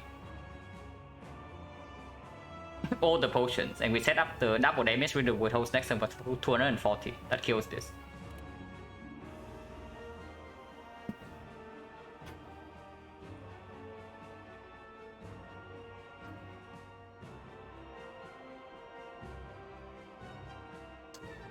The gamblers who add liquid memories are nice, yeah, but they do not actually give us real output in the hard fight. That's a few days we can block anyway. Yeah, the problem is that we still need to actually block this guy. And after, the thing is that after this guy is dead, we can malaise this guy, and we have 3 fishing wheels, so we can block for a while, even with the very mediocre like base blocks. First alchemize again? Yeah, I probably do, if I can. And red form with the artifact pod right now into the red form, it does buy me the time to actually do that. How much damage Cloud Terror Widow spread? 150. Which is why I'm thinking that we just play red form right now, because I do not want to lose that damage. Otherwise we are taking like 24 damage to our face and we die next turn. Oh yeah, red form ancient potion, we keep these 2 potions, we burst alchemize again.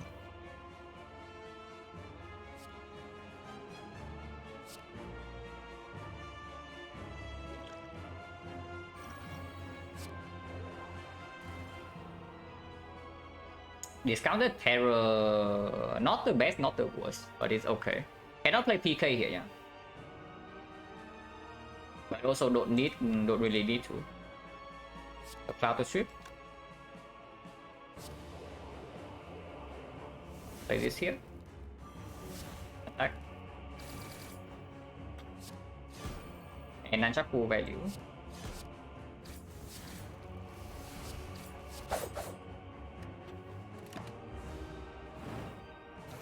I sure hope that it's actually enough, because we also have gone through all the damage in our deck basically. And Violet Plan is not drawn this turn, so potentially we need to use another potion next turn, like Liquid Memories.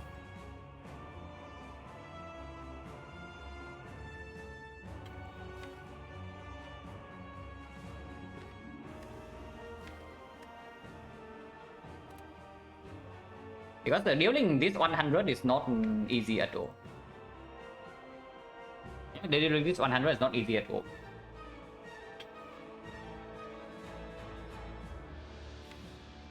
Again, bottom decking Violet Plans and the tools. So that's pretty sad. What's the second boss? This is for 51, so it's the second boss.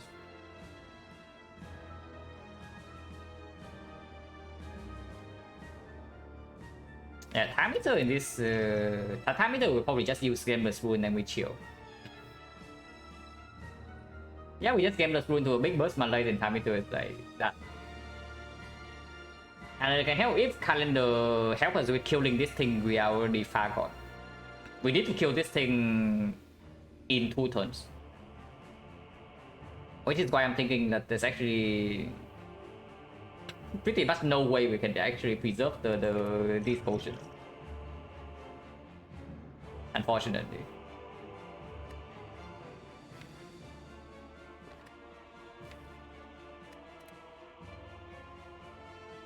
I want to play outmaneuver, so this turn just outmaneuver. Is it ever burst outmaneuver over die? 19 damage, we get 3 more energy next turn. 3 more energy is effectively 30 more damage, yeah. And then we can melee this guy for 2. Or we can piercing will block first. Because it's only 15 times 2, so 9 times 2. And then we can skewer big this guy to melee this guy.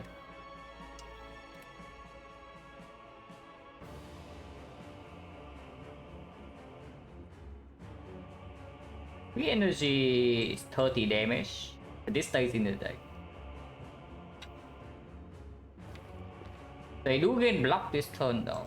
So, and next turn I might not even draw into the skewer, is another thing.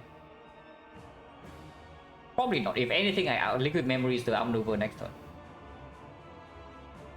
We don't need double outmaneuver here.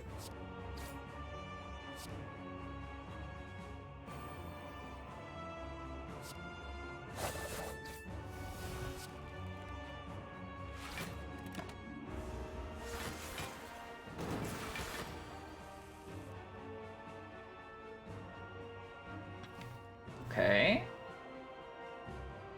So I guess we can actually malaise this guy right now. Next turn piercing will can be drawn. And if we get a huge malaise right here, we can control the fight afterwards.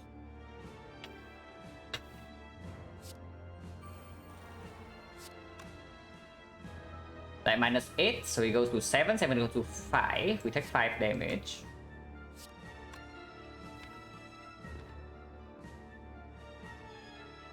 -8, so he goes up to -3 after this guy is dead.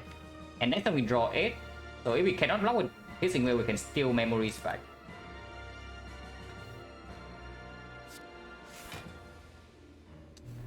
$61 only. And this kills next turn, right? 61 only with 3 plated to 64. And we have 6 energy, it's 60 only. You say that 1 strength does not matter. You say 1 strength does not matter because we have 1 more strength. This guy's dead next turn with a big skewer. If not, we can actually not do that, and we have to potion. But maybe we draw a strike for 0. And yeah, maybe one of the powers cost 0 and we can play the strike afterwards. And we don't shuffle next turn. So there's still no risk of that. And managing right here just straight up better for the longer fight.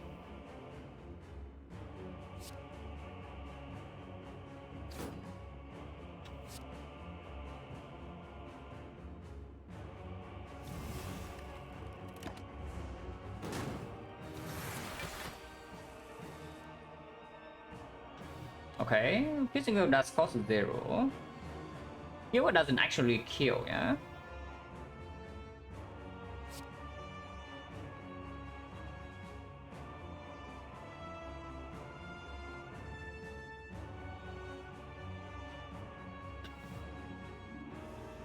So we don't really die next turn even if we don't kill this. Not on next turn, because this guy is going to hit us for 9, but he's weakened. 9 times 2 is weakened to 6 times 2, so only 12.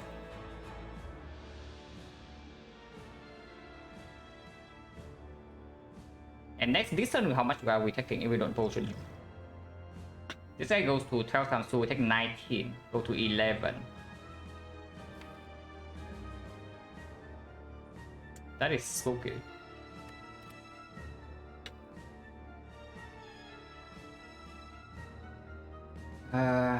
Yeah, probably not.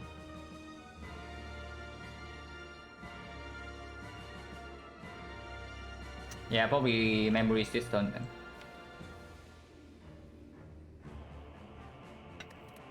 Because this guy witness eventually also runs out. And after witness runs out, we need to block for 18 and it's only with 2 turns. We will defense plus that should be not too difficult, but we cannot guarantee full block.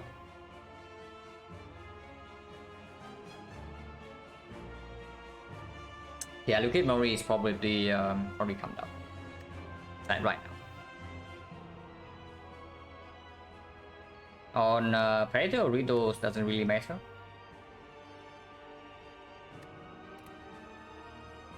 And if we do that,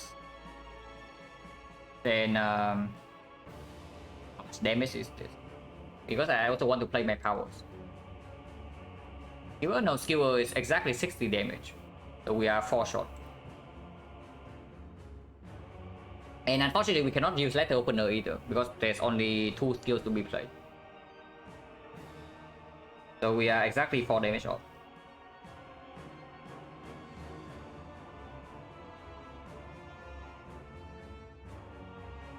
I want to play Golem Fence if I use Liquid Memories here.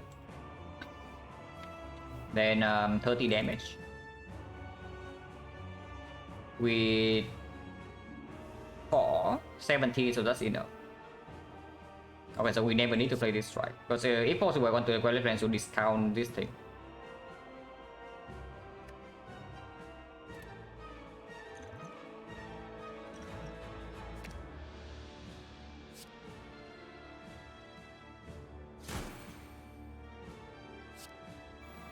Cringe.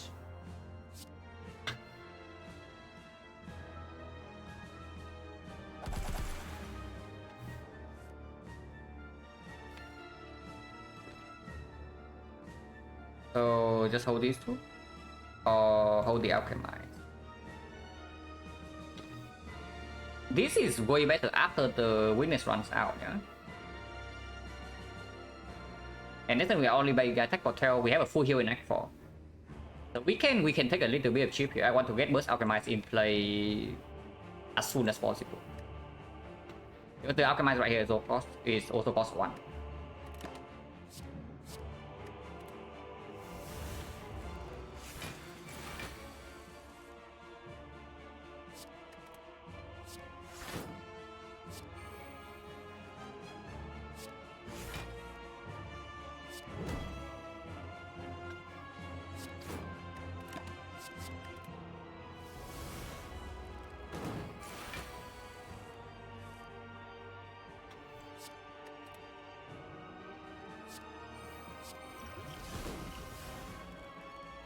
Okay, memory is back. And this potion is very useful for the heart.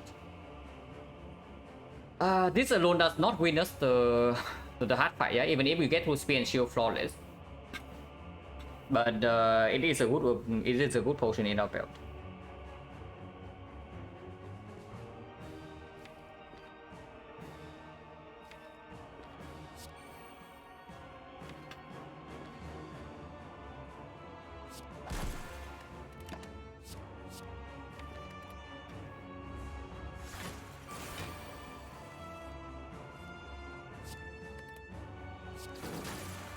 Good. And then also coming in. If possible, I want to set this up.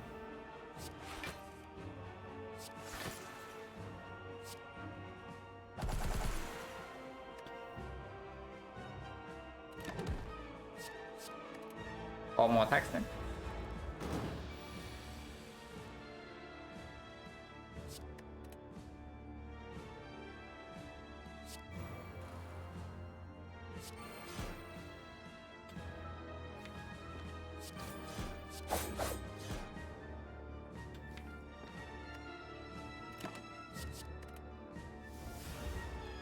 PK Predator into a PK skill should do it.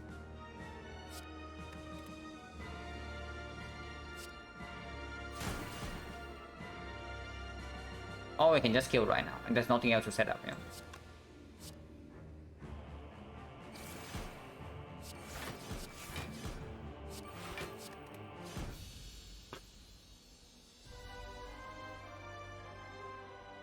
If I parry 67 entire plan, yes.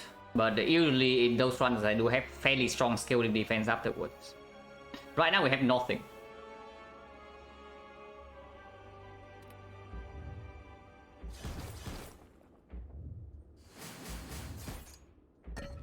But yeah, Dreamcatcher maybe give us something here.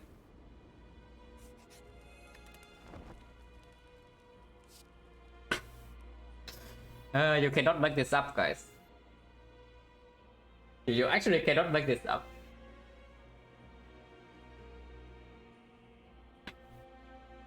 So I guess he gave us plus 2 HP. Okay, because we advance our red chance, yeah? The elite is going to give us something big. Surely. Unless you tell me Dagger Spray is actually good. But I don't think so, right?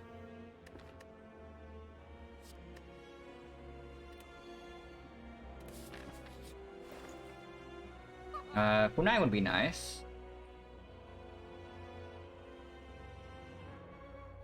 Okay, I take a short break and then we talk about this shop. But there's probably only one thing to buy here. But yeah, be right back.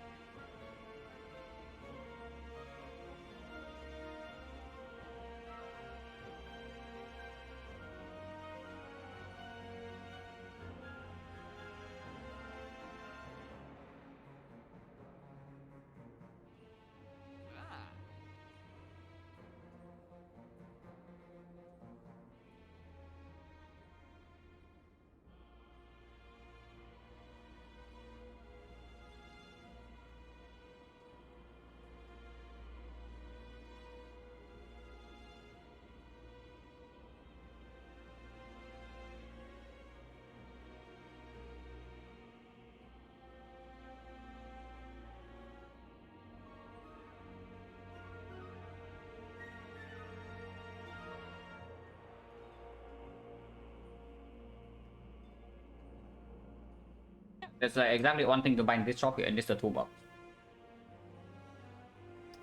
Toolbox can give us apotheosis, can give us magnetism, can give us discovery, can give us secret weapon in the elite fights, so we can get our Kabako in play. Yeah, we cannot buy speedport into Panathea's. Yeah, we cannot buy toolbox and speedport, unfortunately. So the only thing we can buy after the speedport is the concentrate. Is concentrate good? The answer is probably no. Penny button, yeah, penny button can be useful, especially in the hard fight. Right now, our plan in the hard fight, yeah, is that somehow we finish speed and shield with high HP, and then we face tank every single big hit in the hard fight, and we block multi hit with the. We have 1 Malays and 2 piercing wheels. And hopefully the hard dies before we run out of HP. Because we have no bit of mitigation whatsoever. We have no dexterity. And we cannot actually ever block the big hit. So we face tank a big hit with our max HP and the fairy. And we hopefully we kill the hard before we die. Before we die. And yeah, toolbox can help a lot with that. Like apotheosis, upgrade overblock, instantly giving us a footwork plus. Absolutely phenomenal, especially when we also improves a lot of our damage. And a penny button blocks for 1 big hit, so we have like more HP to spend for the bit of death. And yeah, it's just toolbox. Magnetism as well can maybe create something out of nowhere. And I don't want to concentrate, so that's the only thing we can buy here.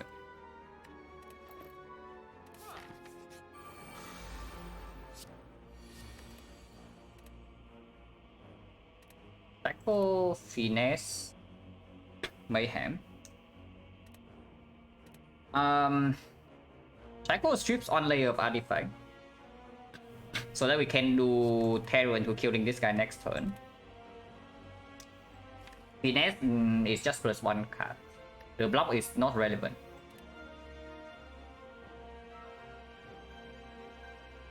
If we draw 2 valid plans and the yeah, if we draw the valid plans plus the Creeping Cloud right now, the Dash Echo does basically full block next turn against a multi-hit.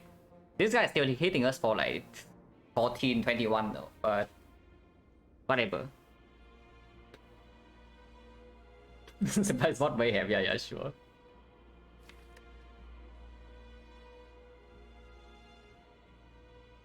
Mayhem is not terrible, but I don't want to commit 2 energy to play it.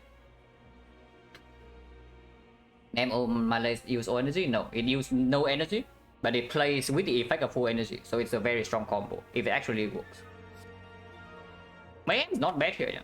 Like if it lands on the skewer, it's very strong. If it lands on Mana, it's absolutely amazing. If it lands on Alchemize, I'm going to cry though. And we can use 1 potion here and burst Alchemize afterwards. Holding on, yeah, we can even just discard this and then Liquid Memories in next turn.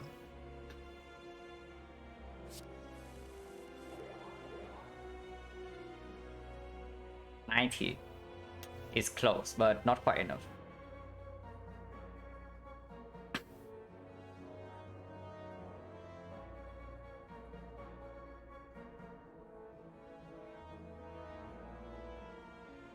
If Terror is in this hand, then we can do something. So, considering Liquid, the Gambler's Roulette right now.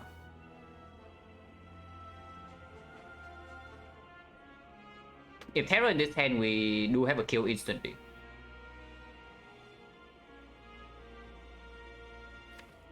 And we can gamble for 1 to... Still need this to strip artifact here. Because we also need this damage. So we can gamble for 1, 2,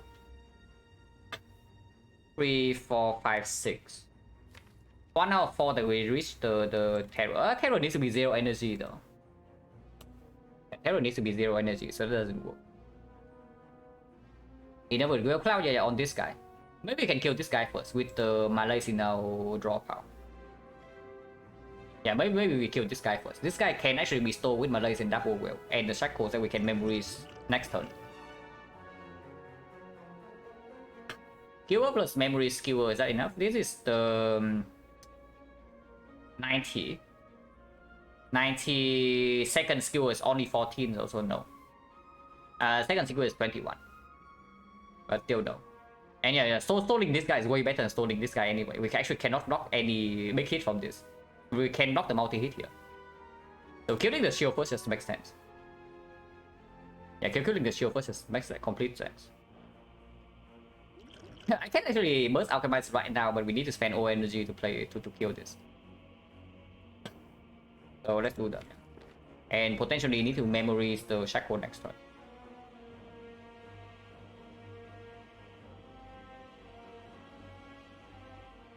But I need to Piercing Veil to sweep first. Yeah, I don't need to Piercing Veil to sweep first.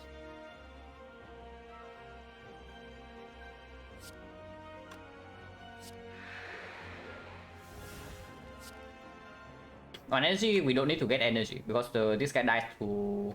Actually, no, he dies to the survivor, so we can draw one card with the Gremlin Horn.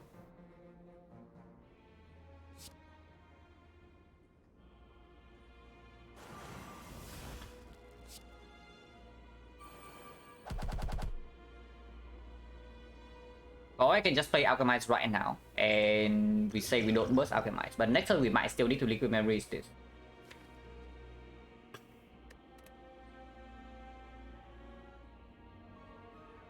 How long can we actually stay here?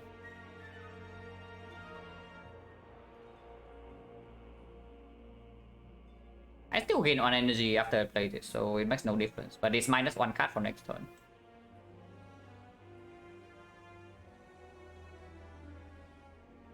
Doesn't matter because we still need to actually block this hit. But blocking perfectly 8 is good too.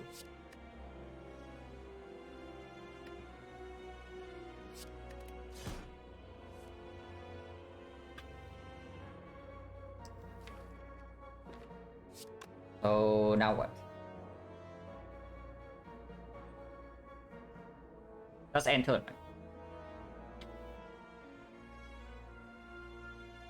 Or do I play Alchemize right away? I want to believe we can actually stay here for a little bit if I Liquid Memories to block immediately next turn, because then we potentially have outmaneuver into a big malaise. And if we have to use potion here anyway, yeah, then I actually want to burst this Alchemize for sure.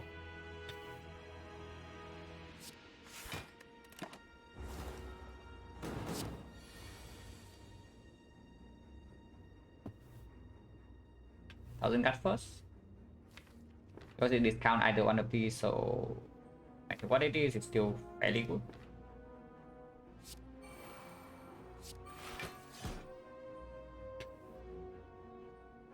We can take this damage or we can use the Liquid Memories. Need to be careful not to let the calendar kill though, if we want to actually stay here to burst Alchemize. Because Thousand Gun is in play and this thing comes in 5 turns. But yeah, Liquid Memories on Dark Shackles probably happens. I was prepared to Liquid Memories the burst instead we drawn to Malaise this turn, and that's a way better, way stronger line. And of course, no Malaise here. What is stronger between these two? Because if we game the rule right now, we probably also get full block.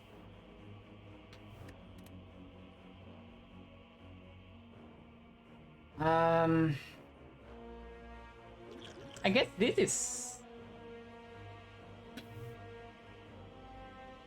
If we have anything to set up in the hard fight, then it's better. And maybe this guarantees we block multi-hit first cycle though. But this also kind of guarantees we block multi-hit first cycle, unless we top deck all of them and bottom deck the Violet Flags. Yeah, exactly this situation in the hard fight. Then we either game the screw into a whale or we Liquid Memories the whale that we already proved.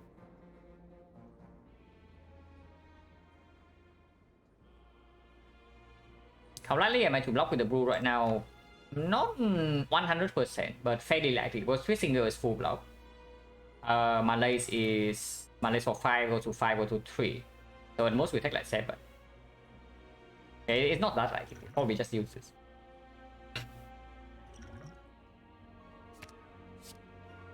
And the toolbox already kind of playing. Can play this. We still need to kill this guy on demand. Yeah. 4, 3, 2, 1, 10 damage, 62, so 35. That can be played. Don't want to deal more damage than necessary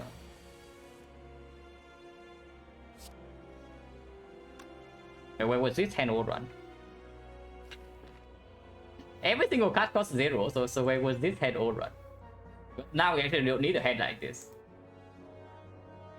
So the cycle is just right here to cheat its stats a little, yeah. It's trying to tell us that it's actually not that bad. But it's just a filthy liar.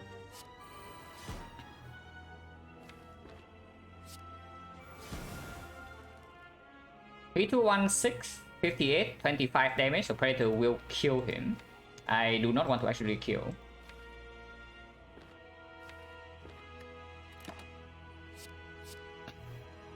Can keep this around, just in case we need to kill because we cannot block for whatever reason. What are we setting up? Burst Alchemize. Like, very important.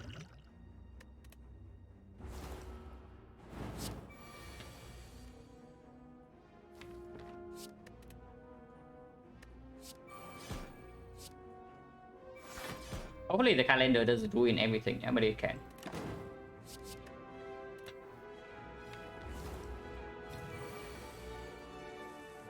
What's it here? 3 cost though?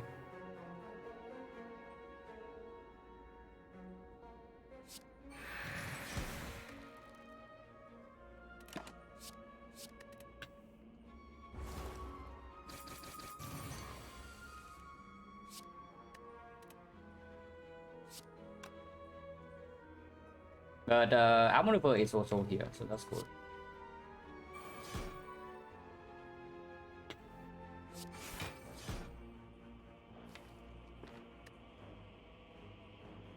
And play this. Next turn we... then we cannot use that to block. Next turn is already doing 5 times 4, so you need to block for 20.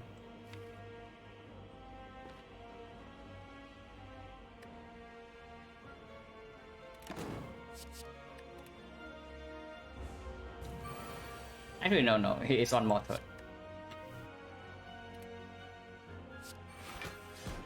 Okay, I can burst Alchemize. Blue Pause is very good, but only if we actually have something to do.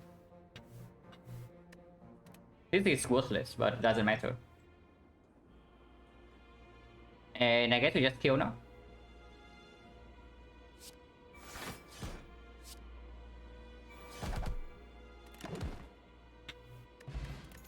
Fireball doesn't help, but it's better than explosive.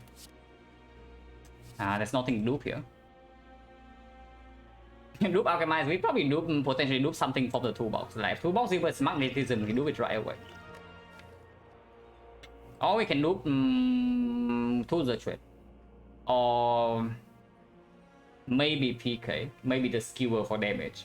It's quite a lot of damage. And we are currently like racing the heart, yeah. So this is another +2. And this is better than this. Nothing to do here. Set up combo with top, we have Snecko. We have Snecko Eye right here, so setup doesn't do anything.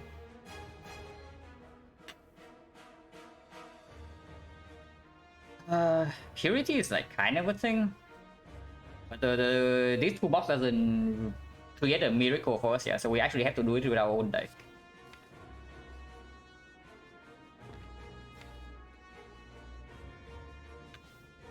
Master versus Purity.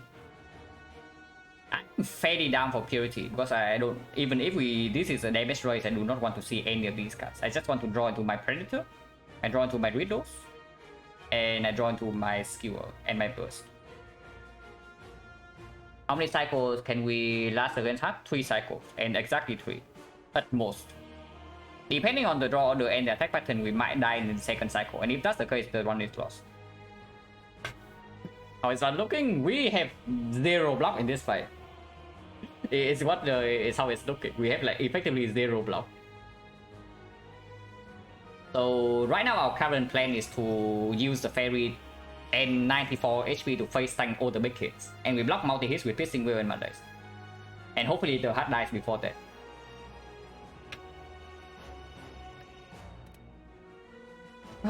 Purity versus the master. These things do like different things.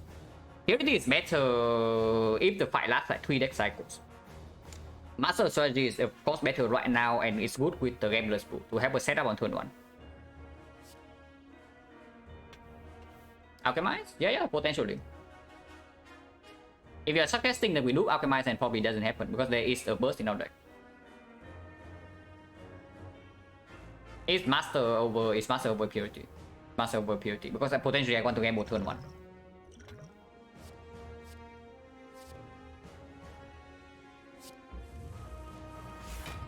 Okay, burst Alchemize in hand with the Malays as well.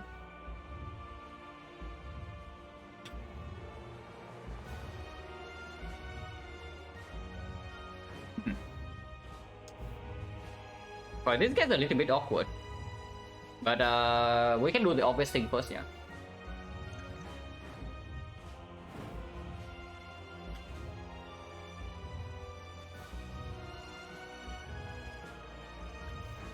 Do Malays, the strength debuff gets pushed, but honestly might not even be a terrible idea because of the weaken remaining.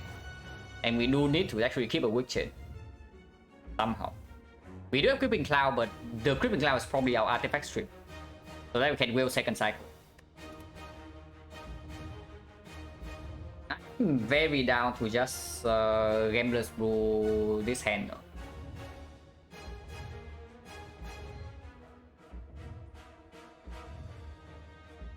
I'll reset strength after cycle, yeah. There is still there's still a reason to duplicate Mondays, but it only effectively blocks for, like with this in the second cycle, multi-hit we don't care about, yeah, in theory. So it's only about the big hit, and it blocks for 12 HP. So we are kind of using Loop Pot as a block pot if that's the case, and that is probably not good. I want to burst Alchemize right now, but I also need to play the powers.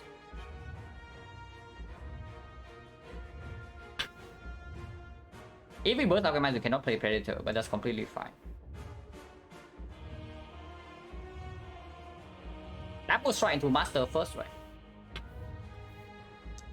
We do lose out on a lot of damage like that. And the problem with this fight is that our damage is also an issue, yeah? Because we have very limited time. So losing like academical damage is that really a thing if I do not gamble.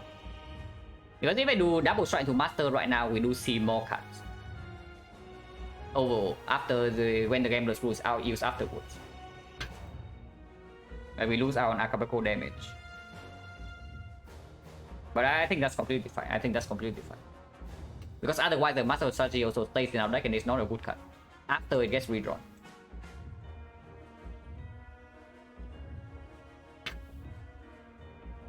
Anything deep, not shuffle concern statuses? Not at all.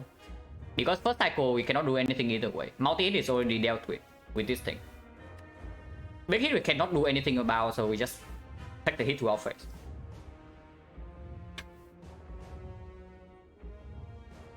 Yeah, double strike into master, yeah. And then potentially game the screw afterwards.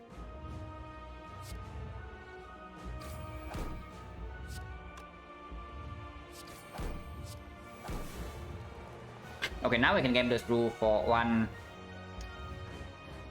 2, 3, 4, 5.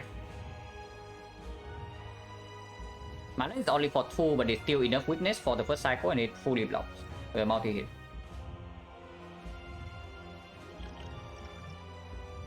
As we turn, yeah, as we turn block for 12 in second cycle, and that's basically it.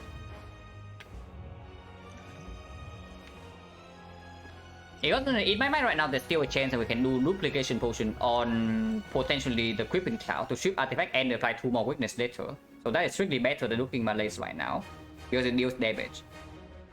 And potentially something from Alchemize can be duplicated, like Power Potion. So if possible, I do not want to use this potion immediately. Oh yeah, game does brew 1, 2, 3, 4, 5, 6.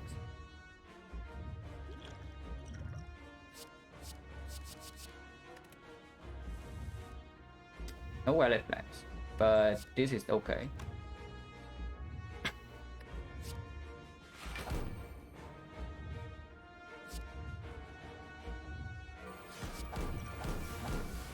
Very funny. Apotheosis at home.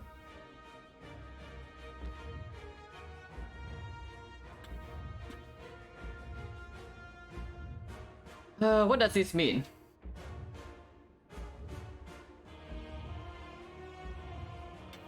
Does this mean anything?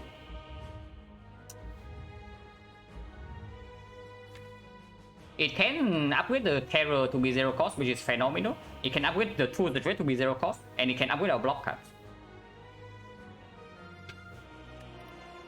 These are quite good, yeah, but we still don't have loop target. It's probably actually looping the Crippling Tower later on. Yeah, we can upgrade burst later, depending on when we draw the card. Is there any reason to outmaneuver right now, if we only know that these things reduce the powers to 0? Because I have a feeling that the answer is no. If the answer is no, I might as well just deal 25 damage. But maybe that's stupid, because I still need to play backflip into the powers, and Violet Plans needs to be deployed. Yeah, it's probably still outmaneuver. When I play Cloud now, we need this to strip artifact, otherwise second cycle we cannot whip. And that is our loop target. It's just 2 layers, and it applies quickness. Because if we cannot will second cycle, everything is doomed. That's basically the short story.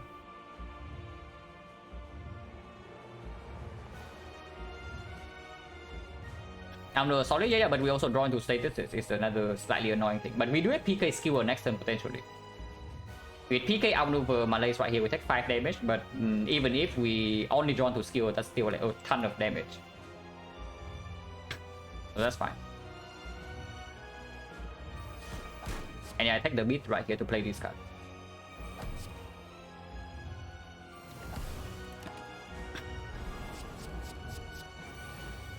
Okay, 7, we face like this hit.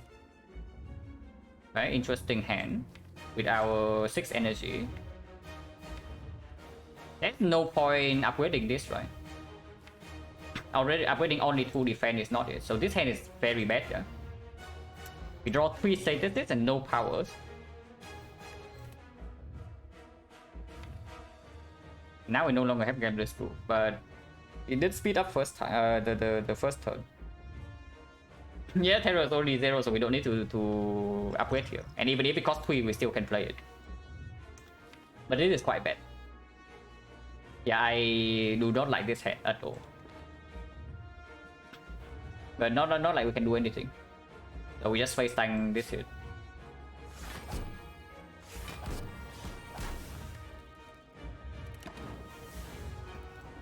Yeah, no attack, no powers, like very bad. And now this thing costs 3. But I can backflip first and upgrade the 3 block cards with 1,000 cards. I was thinking maybe I draw into tools to upgrade right now. Bottom decking tools in this spot is not good at all, yeah. But this hand can still be upgraded. Upgrading 3 block cards is good. Upgrading skewer is very good. Can always play this first. This has to be played no matter what. And hopefully it discounts one of these two. We can play upgrade potion into survival on dash to guarantee the discount on these two. A real run? Yeah, still a real run. If we don't draw to Crippling Cloud 2 turns from now, we are toast though. And we have like 1 turn to set up tools and we have like 1 more turn to draw cards. So that's pretty bad. Play the Blessing, survive the dash, and then Violet Plans will guarantee it hits on one of these two. If it hits this, we can also exhaust the slime.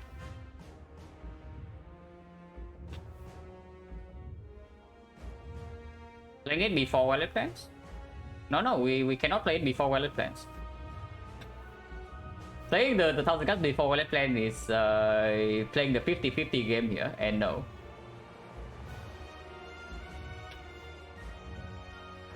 Because we cannot guarantee a discount. You see the problem right here. This needs to be played and we cannot guarantee a discount on this. We can only discard one card. But I do think that upgrading all the block cards in here is cool.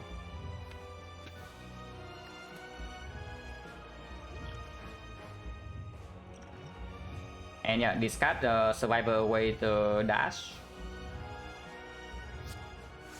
Play the Wallet Plans. Of course, did not win a 50-50.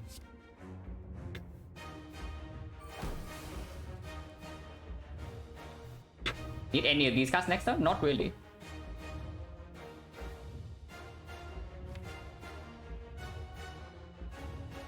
Can play Skewer right now for 33 damage, yeah? Because holding the Skewer also not exactly good either. When we need to play the tools next turn. Yeah, holding a 0 defense is good. Of course, this thing we hold. I think I play Skewer right now for 33. The question is whether they hold this or not. It does not get redrawn, but it also is very difficult to get in play. I think with the Mummified hand, the answer is no. We don't hold this. Now, potentially that is the difference between drawing the cloud and not drawing the cloud. Because if we don't draw the cloud, we need to draw the cloud and then the wheel, but we do have Wallet Plans.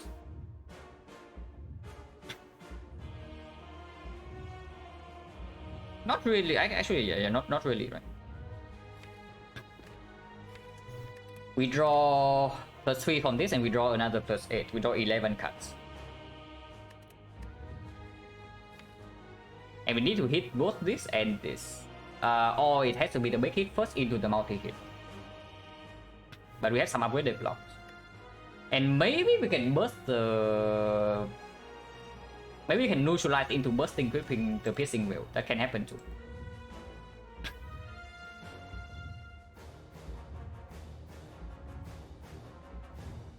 I hold this. No, I don't hold this. Like playing this for 3 never happens next turn. And we actually need the damage from this. Like our damage is already way behind because first cycle was slow.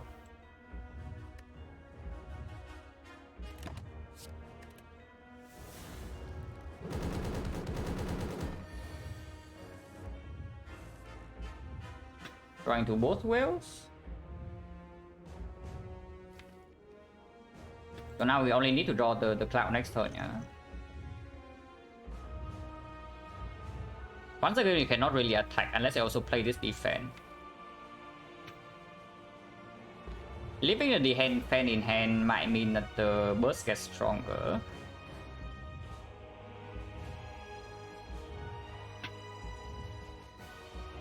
If I play the defense right now, we can play the tools into Dagger Spray into the strike, and then we have Nunchaku energy next turn. My FJ card is Zekna'r 3, yeah baby. Yeah, defend tools, strike dagger spray, and we hold the piercing wheel. I do not hold the second piercing wheel here because we cannot play both next turn anyway. I want to redraw into this at lower cost.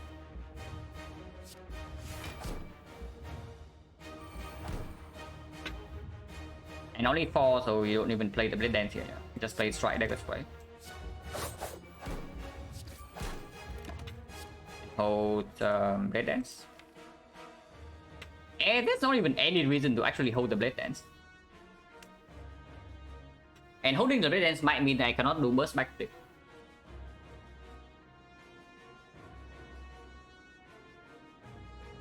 Holding the Blade Dance is only to not redraw into it later on. And it's quite a bad redraw, to be fair.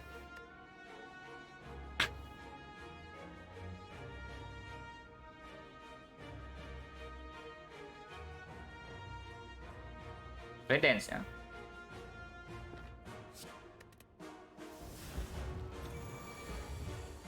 Looping 1000 cards? Yeah, but the problem with looping 1000 cards was that we cannot loop the cloud to flip artifact here, so we cannot wheel second cycle.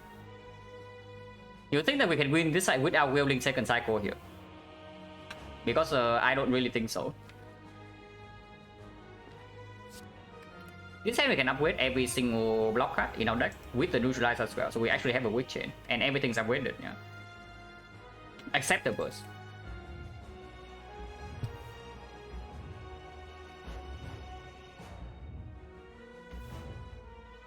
But this upgrade pod is good, right? Because it's only bad if I backflip exactly into the burst right now. Then I would like to upgrade this. But otherwise, like this upgrade pod doesn't really get better. Are we dealing damage? Yeah, don't worry. You're not alone there. But before that, we need to survive first.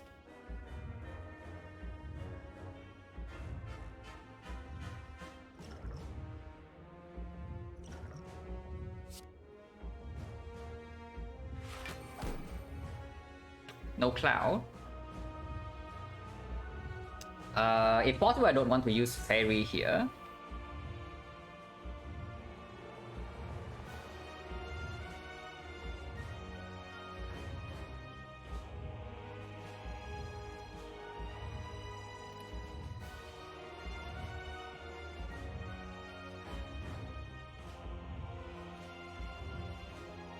Yeah, it's always dangerous when I have a 10 card hand because my build button on the OBS is 0.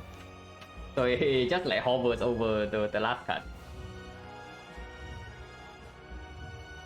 It's close. No, currently we are super dying here, yeah? So something good has to happen with the cycle. I want to preserve the fairy if possible. If I just play defense outmaneuver, doesn't exactly work, right? Outmaneuver needs to be played. I can play Predator defense outmaneuver. That means we live on 1. Yeah, close is very optimistic. More efficient use fairy on turn, take more way more in. Yeah, but we also need to will next turn, otherwise we get overkill. I don't even know how much damage. We probably can even die immediately next turn if we do not will next turn from the fairy.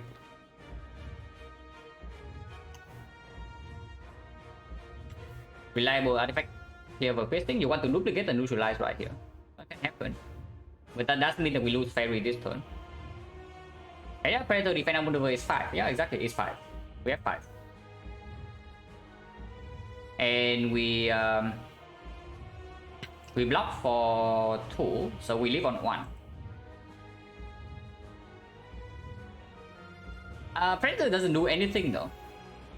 It's actually true. Predator doesn't do anything because we hold 2 cards. Unless you tell me we hold only 1 card.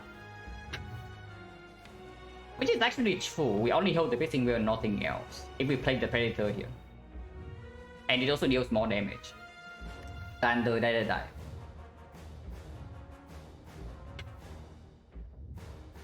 Yeah, Predator outmaneuver defense hold only the piercing wheel and nothing else. It's probably the line here.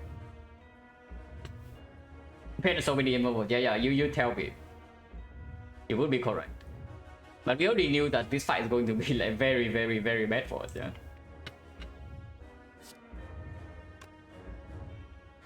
But yeah, Predator defense outmaneuver lives on 1.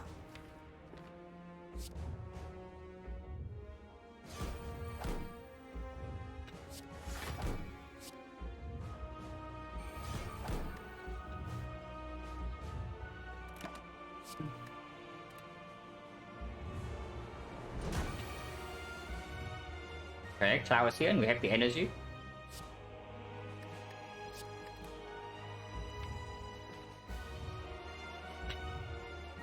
Backflip first? Or dash first?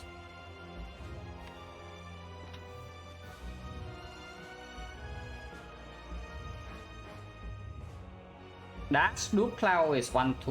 We don't need to do the Cloud, we can actually burst the Cloud to piercing well. So that used just use 2 energy this turn, preserve this potion.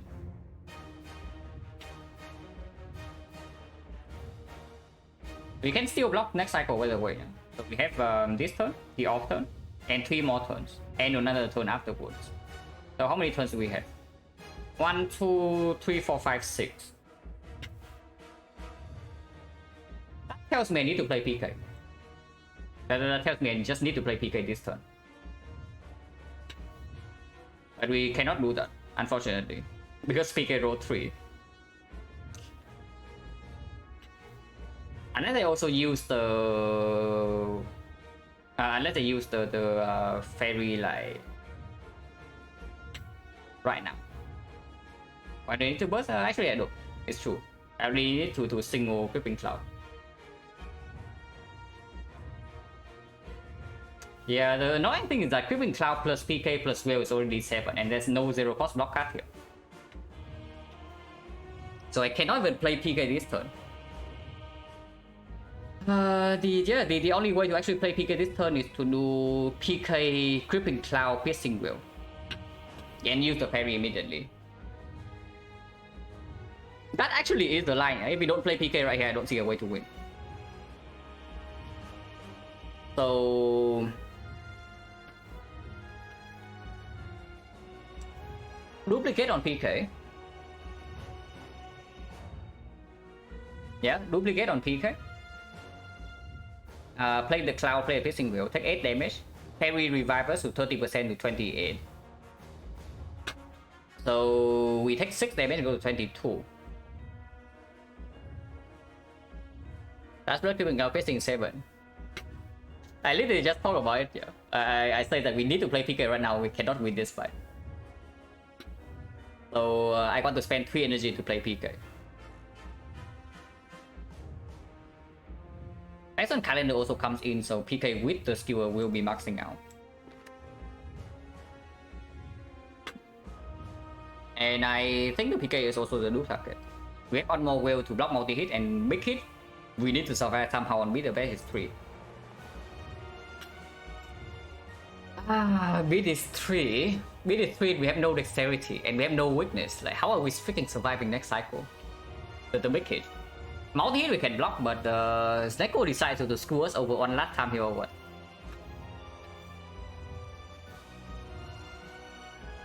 Yeah, because like these costs, like, even 7 energy, we cannot even play what we want to play.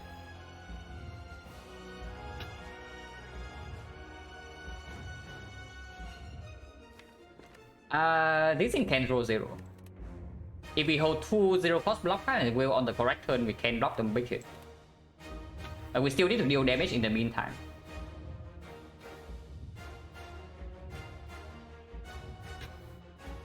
I rolls multi first and then rolls kill over 3 turns. yeah. And to save parry, the problem with having to save parry is that how are we dealing damage afterwards? Let's say next turn we don't have PK in play, yeah? And we just play skewer for 15 times 6. So 90, 150, we had 500, and then what? 500, we have to kill in 1, 2, 3, 5 turns, while still blocking the beat of death. 100 damage per turn, with no PK in play. That's not really a thing. Yeah, we use the parry right now. And I can hold one cost dash for 2 turns from now. So Gripping Cloud, duping PK, play the Piercing Will, and that's the turn. Unless they tell me it's actually duping Gripping Cloud, so we have weakness for 1 turn in the next cycle. But Neutralize is already upgraded, yeah? Neutralize is plus.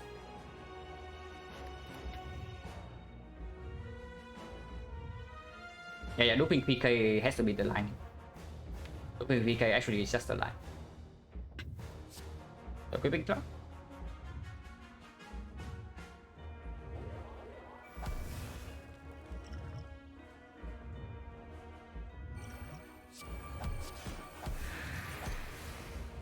And use this right now for 30, but then next turn we don't max out.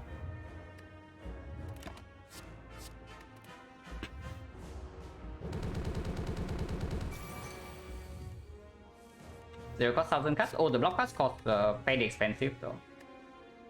So not a huge fan.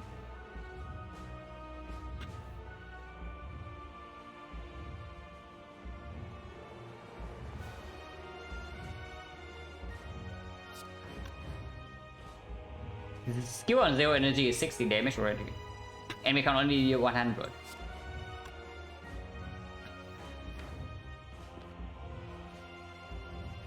Thousand cut first to see what gets discounted, right? If it discounts on the block cards, we need to. I want to play that, and it deals more damage first of all, and we are taking bit of that this no matter what. Okay, discounting survivors absolutely very good. At least for this turn. Next turn we might die, but for this turn we actually get to play our hand. Defense plus costing 2 is not even a good hold, but maybe it can be bursted. How much damage is this? This is already... We want to advance Nunchaku as well, yeah? And we can play 5 cards with this. So we can actually just play hand. So we just need to decide whether we want to hold the defense plus or the defense minus. We are actually holding the dash.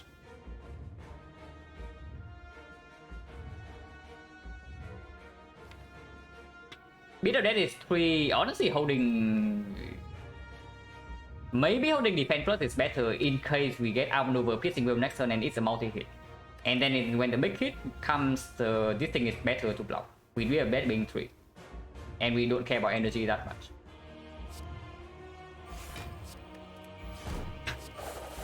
And yeah, advance Nunchaku as far as possible.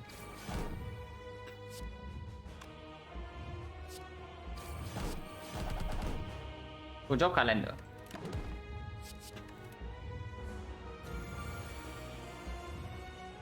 Make it first, but we draw into a bunch of 0 cost.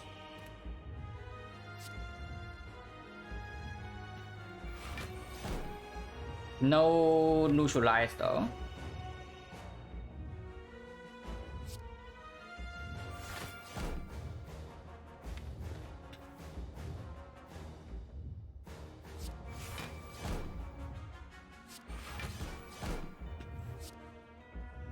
We are not dead this turn. We are living on 1, but we cannot play any of these.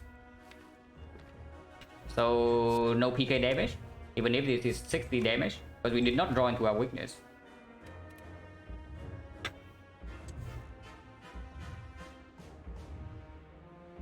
So now we have 3 turns and 1 HP. Cannot even play outmaneuver. Yeah, outmaneuver dies this turn.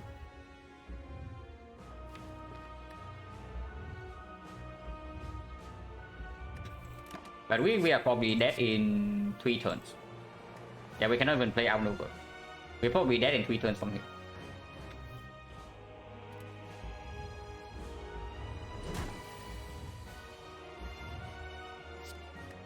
Not like this turn though. But physical cost 3, so we have to play this one. And we can only play 2 cards.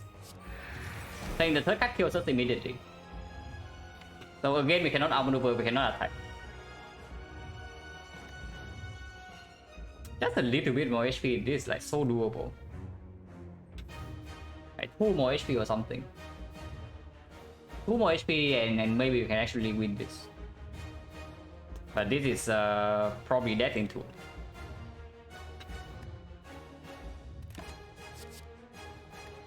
You need to hold these things now.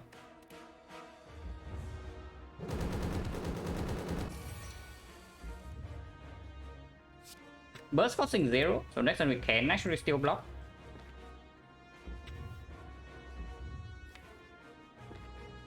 If it's the big hit first, if it's multi-hit, we are super dead.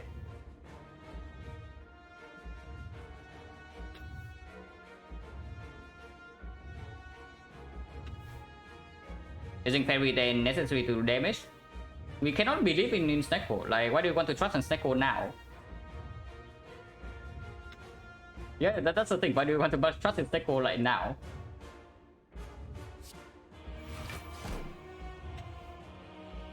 There was actually a line, yeah? You just see we draw neutralize on the big hit and then we are like probably chilling now. Because we are 100 damage ahead. 100 plus damage, and we can even play outmaneuver.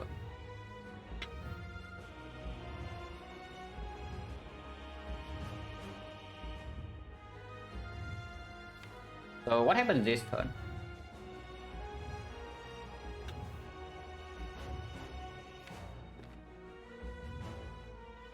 Burst out maneuver. Backflip right now, single backflip. I do not double backflip.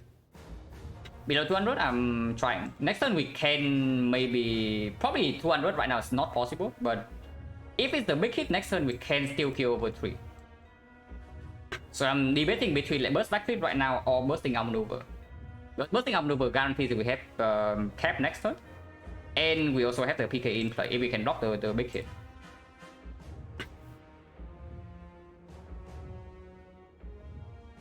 Backflip first, right? Backflip first, I still want to see more cards. Okay, burst out maneuver, and then we can play Predator.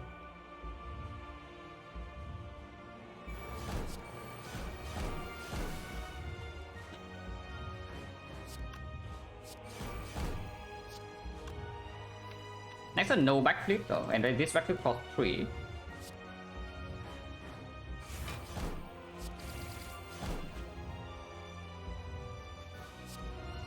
This is 45 damage. But we don't have skill in hand for next turn, which is fine, because I think the only card I want to hold is actually the Survivor. On burst next turn, the thing with burst next turn is that it never wins. It's not burst plus, it's burst minus. And burst next turn to block without going in with only 7 energy probably never wins.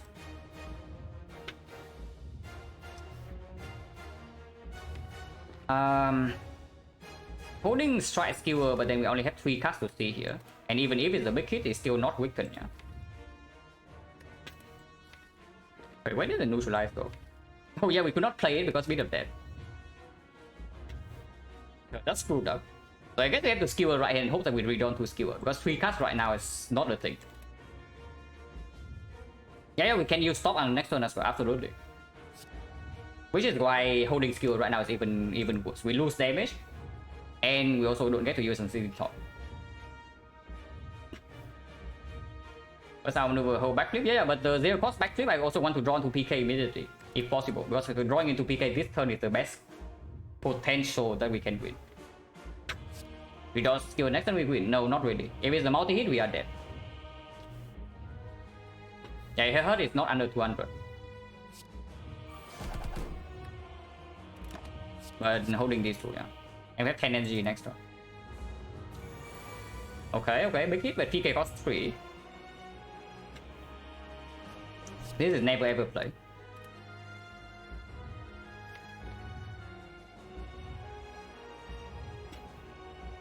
Dash first into the backflip.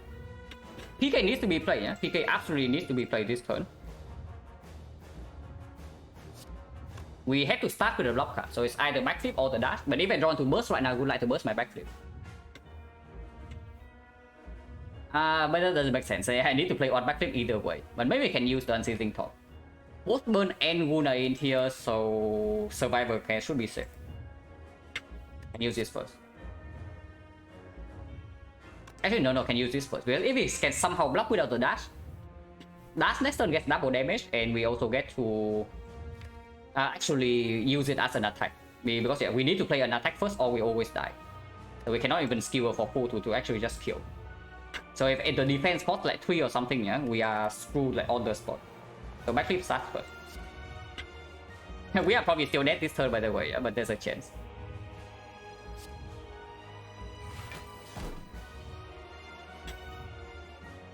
Skewer is here. I cannot waste, I just need to get this guy below 300. I cannot waste any block here. So defend backflip.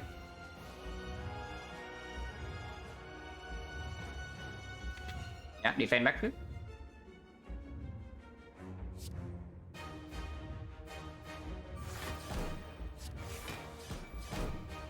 Burst is here, but no weakness.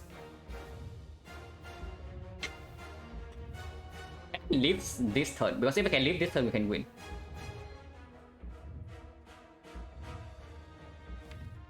Oh, but then I need to, if I want to draw this top, I need to discard the skewer.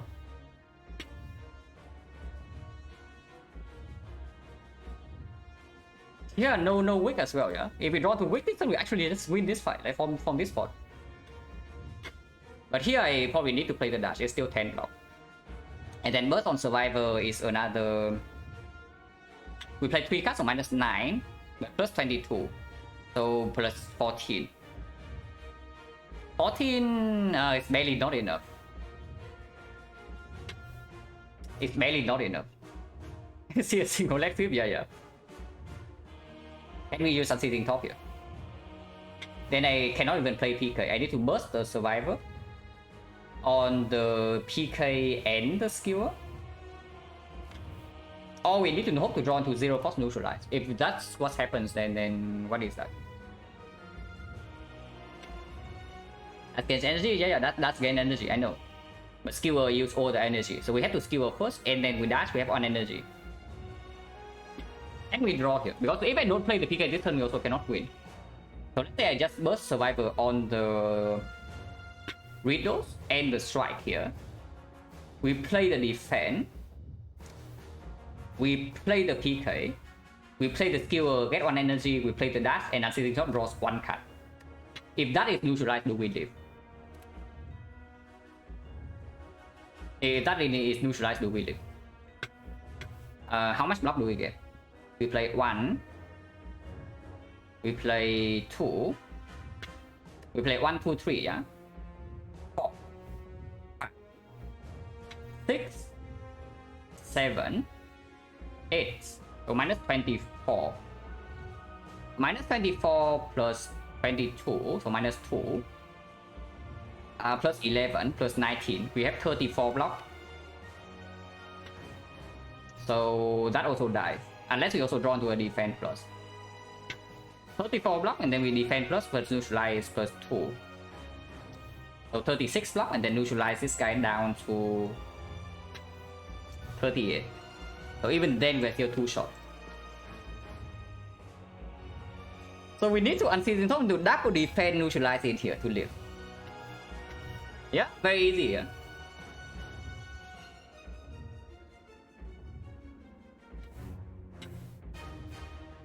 yeah, hopium. You align this turn without PK3 energy into Skewer? Yeah, no, but the thing is that we if we don't have PK, we still need to kill next turn, even if we survive this turn somehow.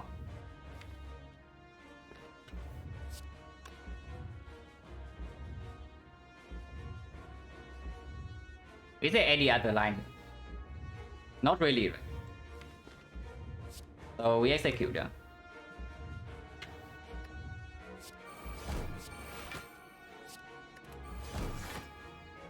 And then discard, maybe we can discard this because we do deal a lot of damage this turn. Like we play all of these attacks. We will actually have to play all of these attacks. But we have to play this freaking... No. We need to actually discard the strike. If we don't discard the strike, we don't have an energy for the Unseating Top. So we need to play 3 energy PK here. Otherwise, this procs the Nunchaku and then it ruins everything. Yeah, so we need to actually discard the strike here. About survivor, other cards too much base damage. Did you really listen like to what I just said, or are you listening, or are you like watching the stream on with no sound? Because if you have been watching, you know that it doesn't work. And I already have done the math.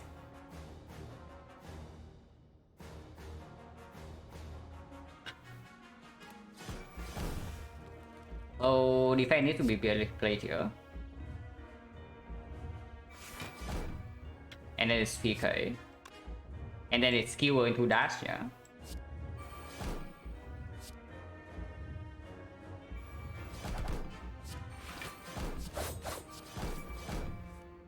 Okay, we're dead. But that was close.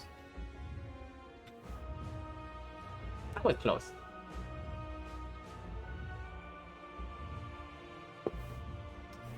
One neutralize on the correct turn and we actually just win this. It's pretty sad. And 1 more HP as well. You also see that we actually lose this one by 1 HP. Because if we can play outmaneuver 1 turn earlier, we can stick in 100 plus damage easily. and he died this turn. But yeah, slightly off. And calendar also lands on the ugly turn. If calendar lands on the... if calendar damage was not wasted. So that goes back to the turn where I actually used the fairy for -6 and we loop the PK. Maybe that was it, because maybe I should be more optimistic, because if the XecnaR doesn't line up, we are dead either way. And if I decide to trust in the XecnaR, yeah, then not looping PK was probably the better line.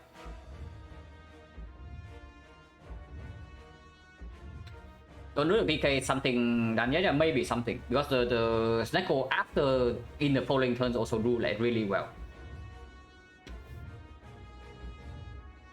But I was assuming that if we don't get weakness down, we always die. And even with the weakness, we barely buff enough, so I wanted to rush damage. Yeah, but yeah, we can see what the card design this is. Okay, interesting. Close enough. We can replay this fight with the other line, but then gameless rule is also different. I cannot remember the order I gambled. First I got drawn this deck in this fight was also really better.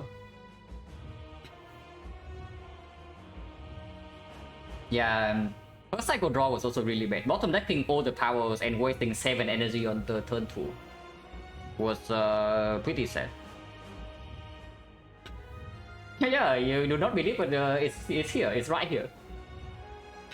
Like one slightly better thing in this fight and we actually just win this. So unfortunate, but did not work out.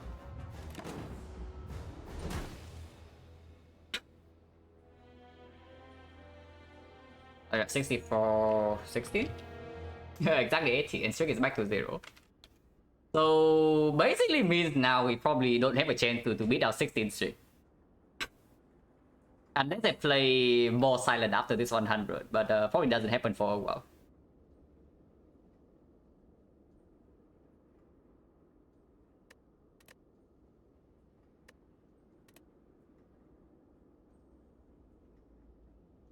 So we did Waffle, yeah. We just play beyond 100 until we lose a game. Yeah, if I end with a big streak, maybe. Okay, so tricky silent runs on stream, yeah. Honestly, might happen. And yeah, this one is exactly what I say is the usual problem with Neko, is that you struggle to find defense in that game. We don't really see any defense after we pick up the Neko. Like we got through Act 2 with all damage, yeah, and Act 3 exactly the same. Did I misread this fight? It's another thing I really need to think about. Like, did I really misread like, how bad we are here? Because if we had more HP going into the boss scout lane, yeah, you know what happens? We would have a dexterity potion in this fight. Because with Waffle, you think this Waffle here kills us over the Centennial puzzle. Okay, bad guy. Like, what will the Centennial puzzle do? Entropic Bright, yeah, me too. Entropic Bright is another thing here. Of course, it means that no toolbox here, yeah. But with high side knowledge, we also know that the toolbox doesn't give us anything in here. It gave us something decent here, though. It gave us a shackles that we could use to block like 20 plus on turn 2. But in this fight, they don't give us anything.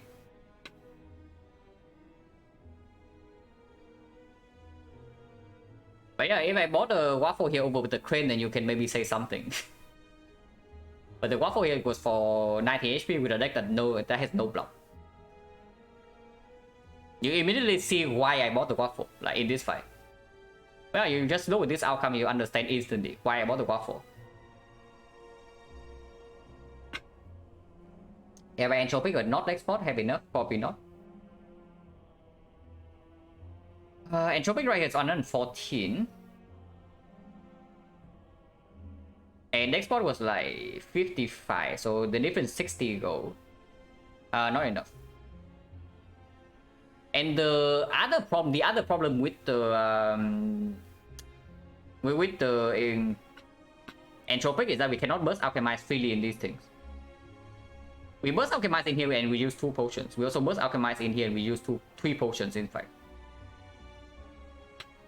Will Sucker Punch somewhere help? Maybe, but it's still Sucker Punch. It's just Sucker Punch minus with the Snecko, so it doesn't even work.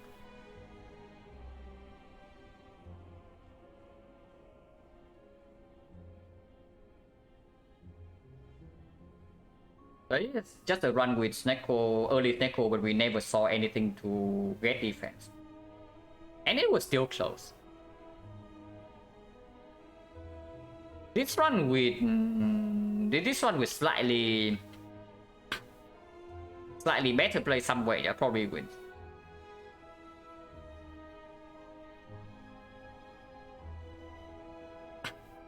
If we don't see any defense, however, yeah, the dome also kills us. So this thing right here, the stack will actually make us stronger in the short run. Blessing was kind of like a footwork, kind of. But also costed us like 2 potions that we paid 6 HP to get. I mean, hand with combo, yeah, absolutely, like for sure. Psycho with Silent is, at least for me, is very high win rate. Because I only pick it when either I'm forced into it, or when it's really good. And it's still a very strong radical score. Because it's a winnable level play, insane macro thing. Yeah, it's just like very small things along the way. One small thing slightly different in this fight is like actually won. And that's crazy to me. That this deck can win. How many acros we skip? What are you gonna acro for? Or are you picking, or are you saying that picking dome here and goes acro?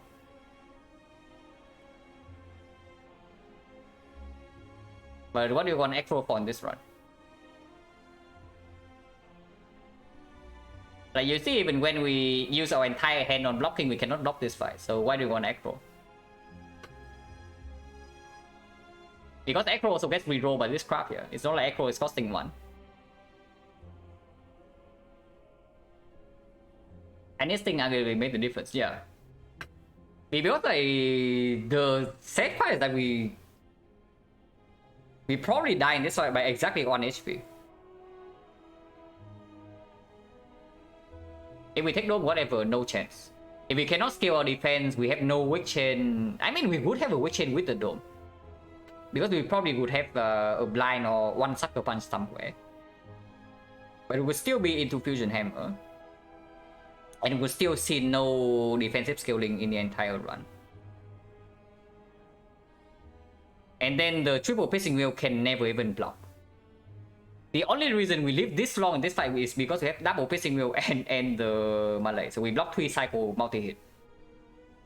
Big hit, we just face tank like the entire thing. So if you pick the dome here, you probably die 2nd cycle unless you guess correctly every cycle. No chance.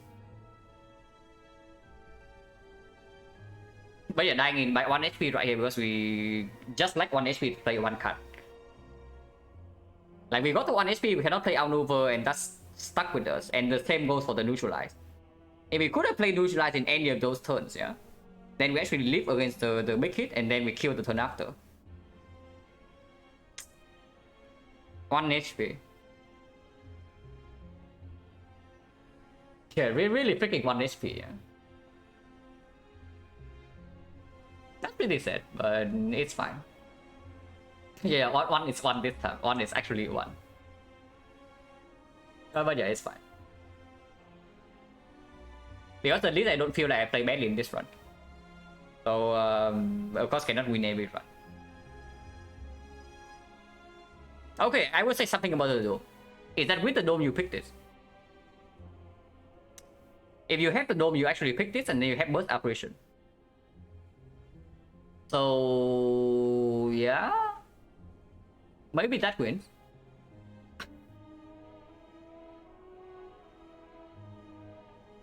That is the only way the dome wins in this run. Is that you pick dome into this, into the surviving act 2, into operation right here, into the burst right here.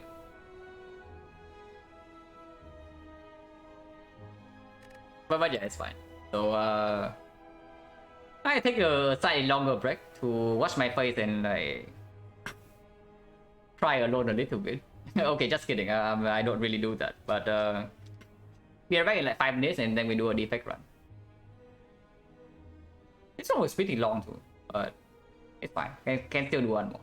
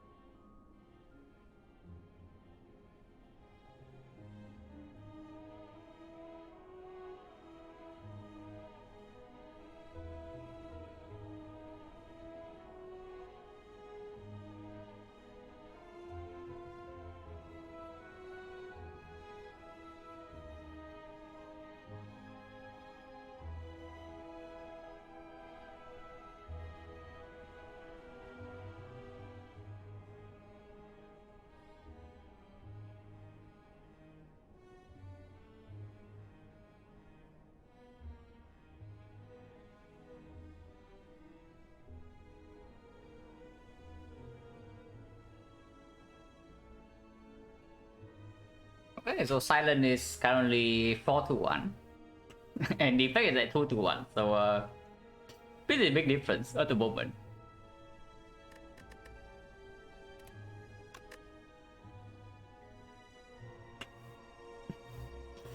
Oh, this one was so stupid.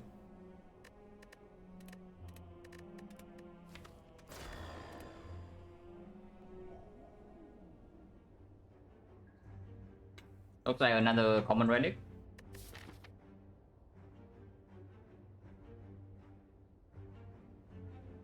And then, yeah.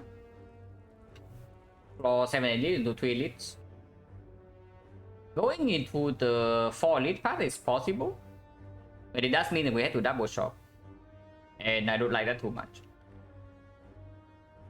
The first portion of this map is also fairly bad if we also have to avoid this. Like we take 4 fights advanced hallways. And then go in here another advanced hallway before the first elite. On the other hand, we can just go here 3 fights on upgrade into fairly chill elite into like here. Let's shop to deal with hexagons. So yeah, just common relic. Okay, doesn't do anything right now. Maybe we are strong, we can save up some potions.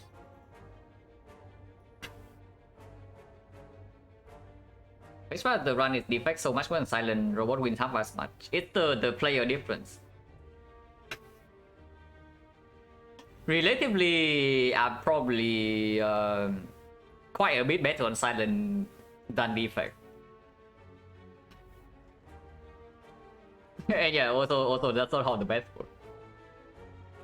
Because this is still 66%.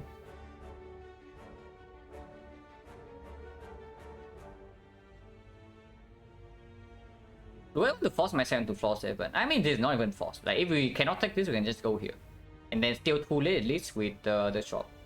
Which is fine. Yeah, there's no reason not to start here, right? Unless you tell me you want to start here. Because starting here gives an option to go to 4 elites. But we can still pivot to this side. And the only difference is that we get the fight before the question mark. Which is not even a bad thing, because we have more information regarding life loss.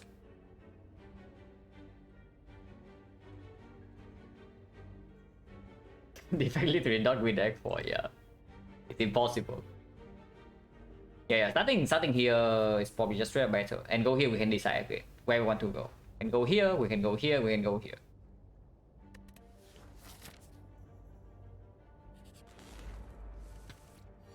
Okay, we rolled the stupid fight, so -12.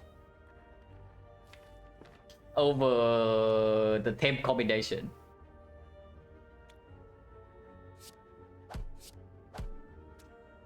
And that's better than dual cast, yeah. Yeah, force -12, so that's not very nice. With no slime in the deck and double lightning and force with triple block there. Cold Snap over Hologram.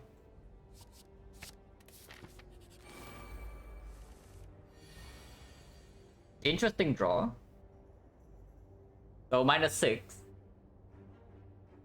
And yeah, again, no decision, yeah. Even if we play triple attack right hand lightning hits, we still cannot kill him. So -6. Fine guys, we go this way so that healing event gets immediately stronger.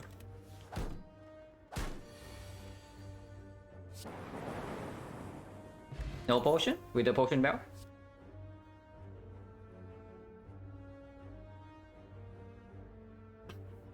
The only thing the effect can do right now is have good common cards. Okay, interesting observation. On this screen. Very interesting observation, yeah. If anything recursion, but probably not. So skip. We might not be able to take this from here.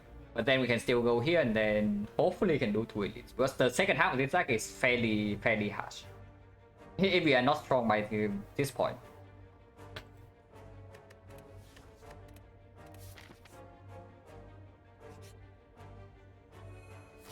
Yeah, good play. Yeah, very good play. Just imagine this question mark is healing, yeah, then we overheal.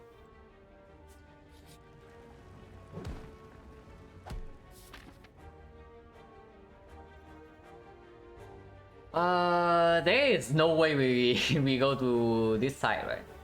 Because the upgrade target right now is non-existent, so I even want to take the fight before the elite.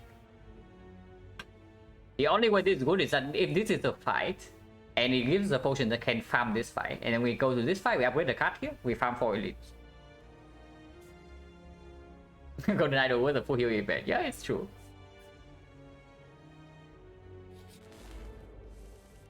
-7. But that one is not new.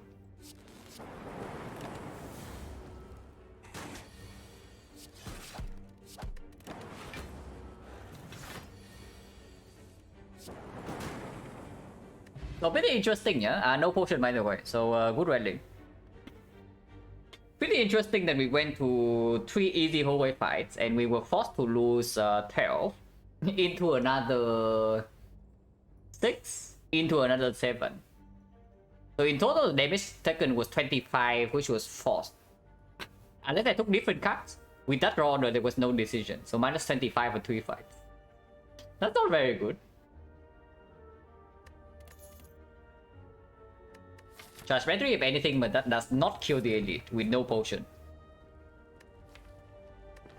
So we probably also even have to skip this crap, and then we go here and upgrade charge battery, or upgrade the zap. But with charge battery, and the only attack we have picked up is a freaking cold stab. How is it too good? Yeah, interesting. When is it good? Because we are dying pretty soon. Wait, give me a second, I can't defense food.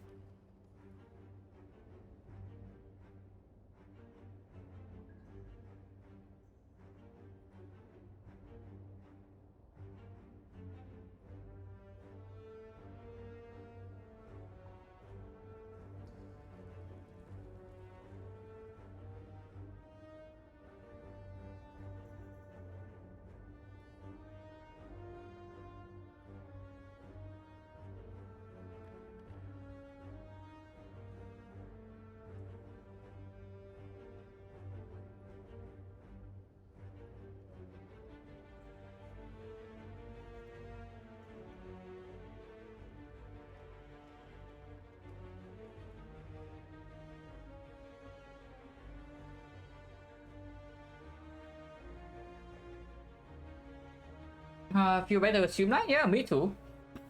Like, I would gladly pick a Streamline over any of these, even if charge battery is quite decent. But into this advanced always right here, if you don't want to bleed a million HP, this is not possible. So we pick the battery, and hopefully this fight actually gives us an attack to upgrade here, yeah? Otherwise, if we cannot even do this, then this act is like pretty screwed.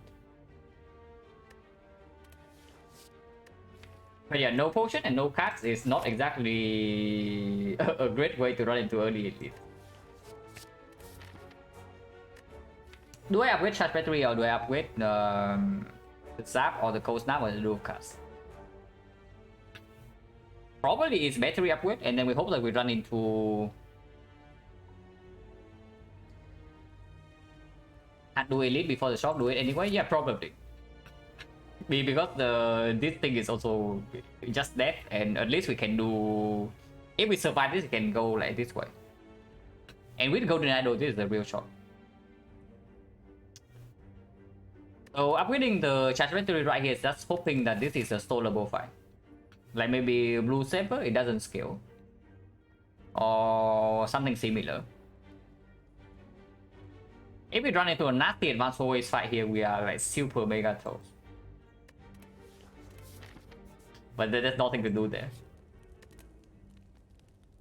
This upgrade doesn't really perform anything, only like maybe slime game. And chopping rule snap by, it depends. It depends on what happens by this point, because if we survive until the shop, yeah, we have 2 more relics. This is looking pretty okay. Yeah, okay, back to the wheel. Definitely.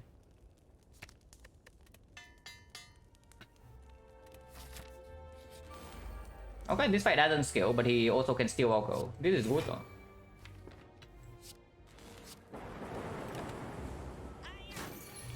Drawing Zap turn 1 also means that we can just basically save 1.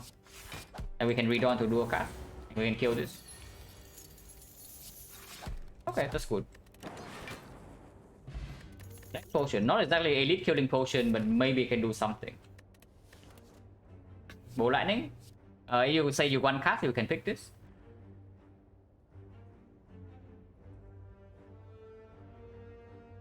But it has to be bow lightning, yeah. But then the next question is, what do we upgrade? Because this upgrade is looking very strange.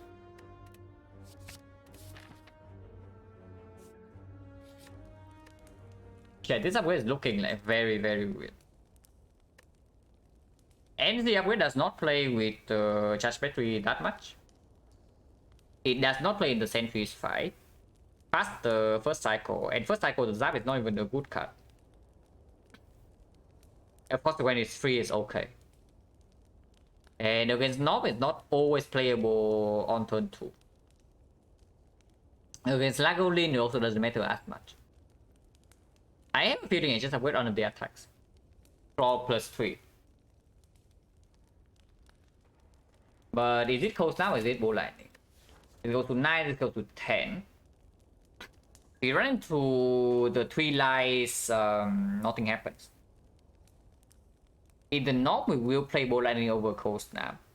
If we can kill in 3. Upgrading cold snap basically means that we are almost always playing cold snap over bow lightning, which is not really true. In the sentries, we would play cold snap over bow lightning. The effect doing plus 3 upgrade, yeah. 2 runs ago, this also happened though, when I did rebound upgrade.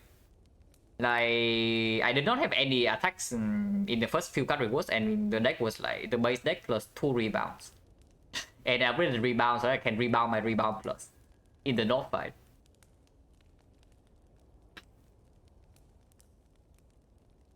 Yeah, block upgrade is a lot better than damage upgrade.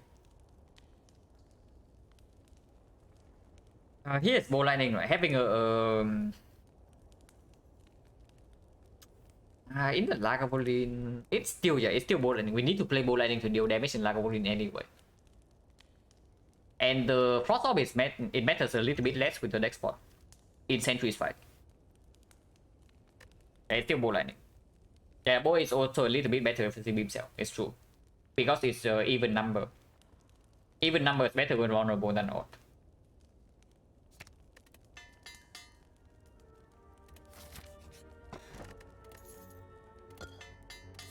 Yeah, that upgrade it for free anyway. Well, not a huge fan of this fight, but this guy doesn't scale, and we do have frost off with the charge battery plus. So as long as we can kill this relatively quickly, we should be fine. Now, if we roll slightly worse here, yeah, this could be a rest level, and this will be something else, and then we are trying. Or is this the same fight? Is this the same fight, right? And if we massively low roll here, we are very much crying right now.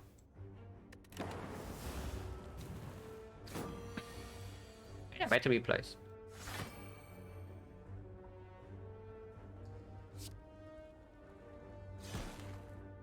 Could have dual casted instead. But honestly, I think I just take 3. Next time we take damage guarantee though.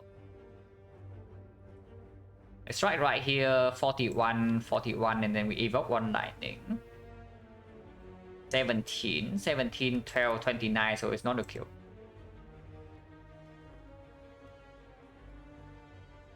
But next turn, if he weakens again, we only take 6.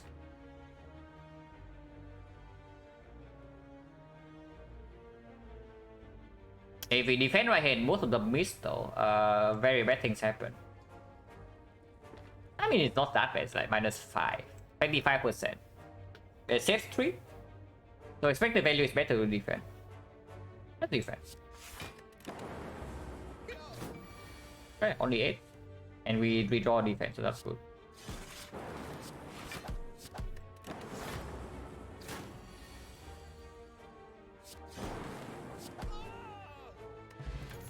Energy pot, not exactly it, but here's another bow lightning.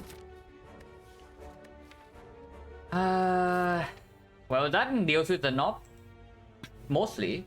And Lagavulin Sentries, we do have deck spot plus charge battery. So Elite is probably okay, yeah, but Hexaghost is not. The loop does give us one card to upgrade here, but without focus, that's not even doing much against Hexaghost.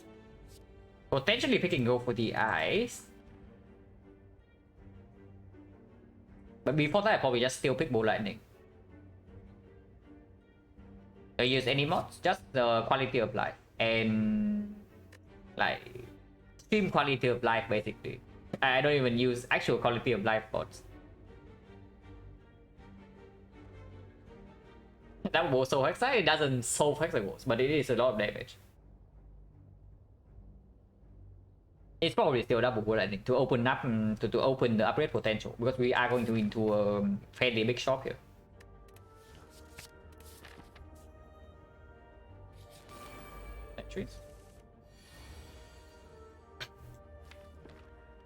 So honestly, because of Hexaghost, I don't think I even use the export here.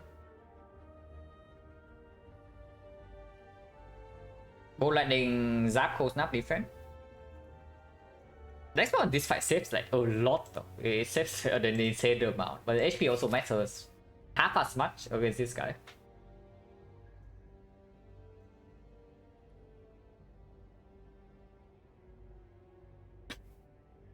The color map and path. Yeah, color path is pretty cool. Maybe we should get that at some point. To just to demonstrate my path, my plan to path like a little bit. Yeah, a little bit more clearly. I do not like the thing that changed the color of the map though. So that will not come. But the color path is pretty cool.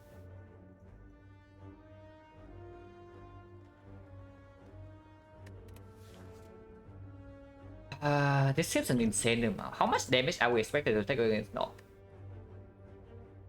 Because let's say if somehow this fight goes badly and we take down and then we lose enough HP that we cannot take 2 hits from the Knob. And for whatever reason we take 2 hits from this Knob right here. Then that would be quite bad, right? And I know that export is performing in this fight, yeah?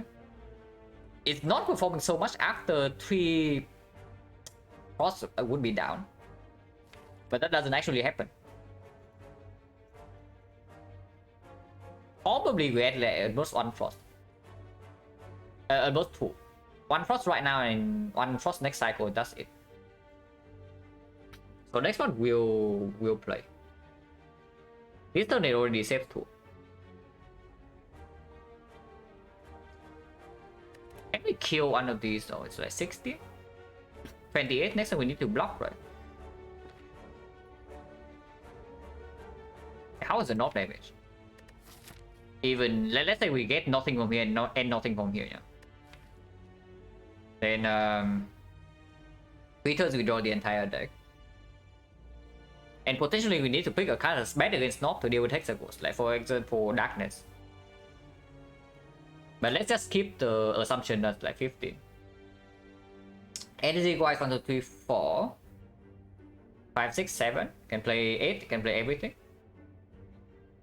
30, 40, 47. 47 average 6 lightning per turn. So 18. 65. 65 and dual cast 1. 83 minus 3 is 80. 80 another evoke with the cold snap. 88. It's close. If we are already close to killing Knob in 3, then we never fail to kill the Knob in 4. So taking 2 hits from Knob does not happen.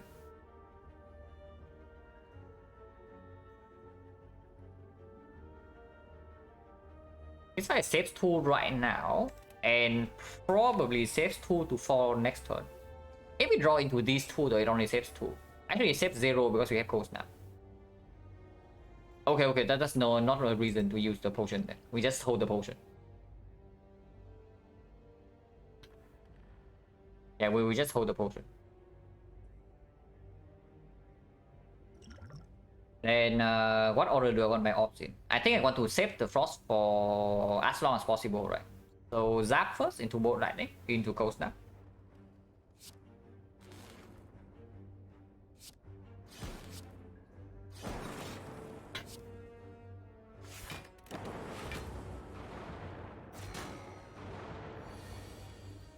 Yeah, next one would just save another 2 here, and nothing else.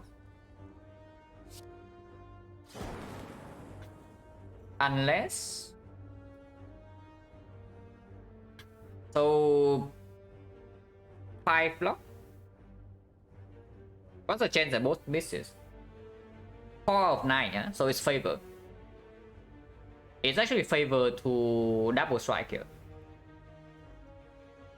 yeah, good the game, right? And expected value wise is also better. To just double strike here. Okay, close enough. Less than 50, yeah, it's more than 50. It's 5 out of 9.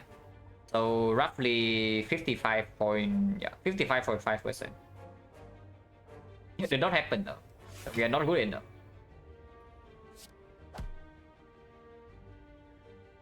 Do I dual cast? Let's redraw dual cast a full block.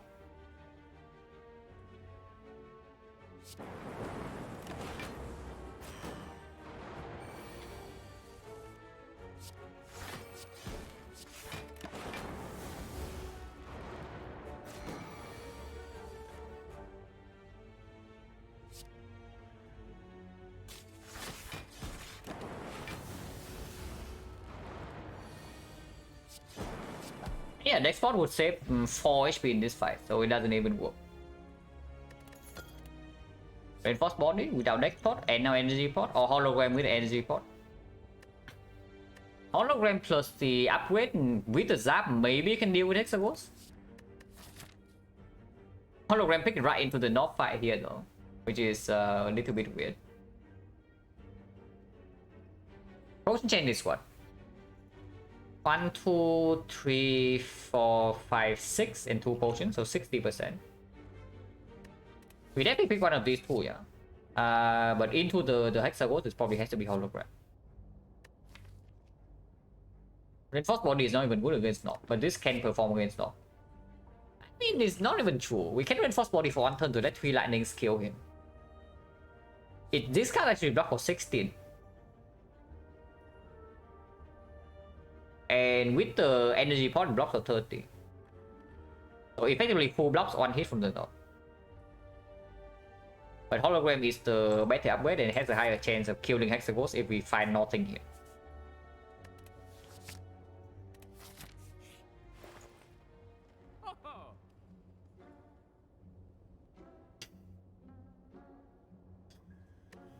I thought about this the other day, but this is hopefully this is not a spot for it yet. Before I buy that, I just buy the freaking bronze scale, right? It's 39 damage. Because this also wants an upgrade before it even performs. But I kind of want to buy FTL instead. You know, like FTL Firepot goes now. I have a feeling that dies to Hexagons goes fairly often. Yeah, just a small feeling that actually dies to Hexagons fairly often.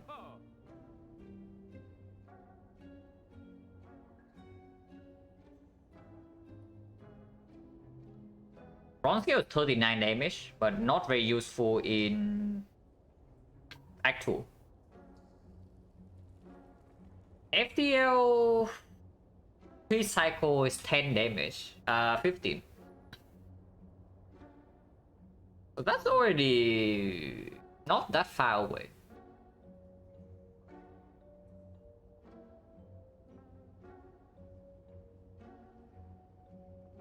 There's no way one skill is correct, right? Yeah, there's like 0 chance. Okay, maybe not 0, but I don't want to believe in it. With double bulleting and the zap of damage, not even that terrible. So FPL, and it's something like second cold snap also instantly endable, so the frag pick maybe here. And we can upgrade deflect, and then suddenly the Hexaghost is super dead. Skill so dark 2 is, yeah, sure. I mean, it's true. Deflect does like struggle a little bit in that fight.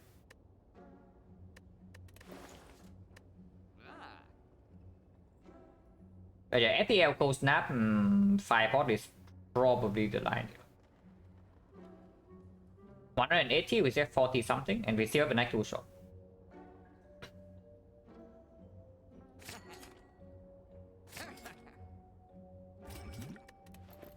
If we don't need the 5 pot against this, then we have like another plus 20. So 20 here plus another 15. Would we buy this no matter what? So it's just difference between the bronze skill and the FTL plus the cold snap. It's set to leave shackles, yeah.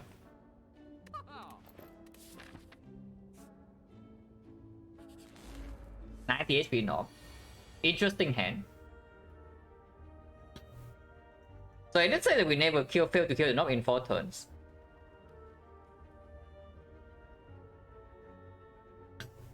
Now I wonder whether that is true or not, yeah. But we do have the 5 pot.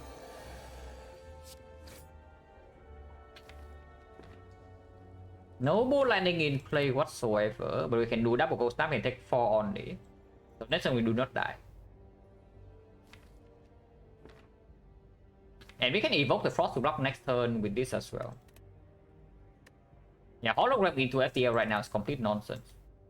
And next time we can use energy pot, depending on what we draw.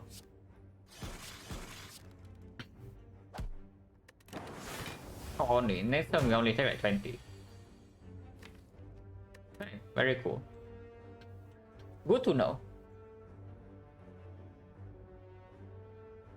So we added bow lightning for the knob, yeah. And we also added the second bow lightning for the knob. Okay, we need to kill next turn with the 5 pot. Then how much damage do we actually need? We double bow landing in here is already 23. 23, 43, so we need 12 damage only. So double strike charge battery is fine. Zap into dual cast is not positive block. Can we save the 5 potion if I deal more damage this turn?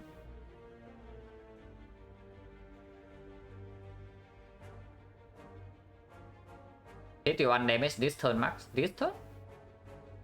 This turn we have 16 plus another zap. It's 19, 31, 51, yeah. 51 damage maximum. So 4 off. We draw 1 bow landing, we kill here. But if we have to kill next turn, then can we save the 5 pot? Because 5 pot is still 20 damage against Hexaghost. 23. So potentially draw 1 more strike, yeah? Or the cold snap. So 29. We need to deal 22 damage this turn. Dual cast plus a strike can do it. So dual cast strike charge battery is doing it. If we do zap into dual cast instead, what happens? Zap into dual cast deals 8, deals 11. 11, but we have one lightning in play.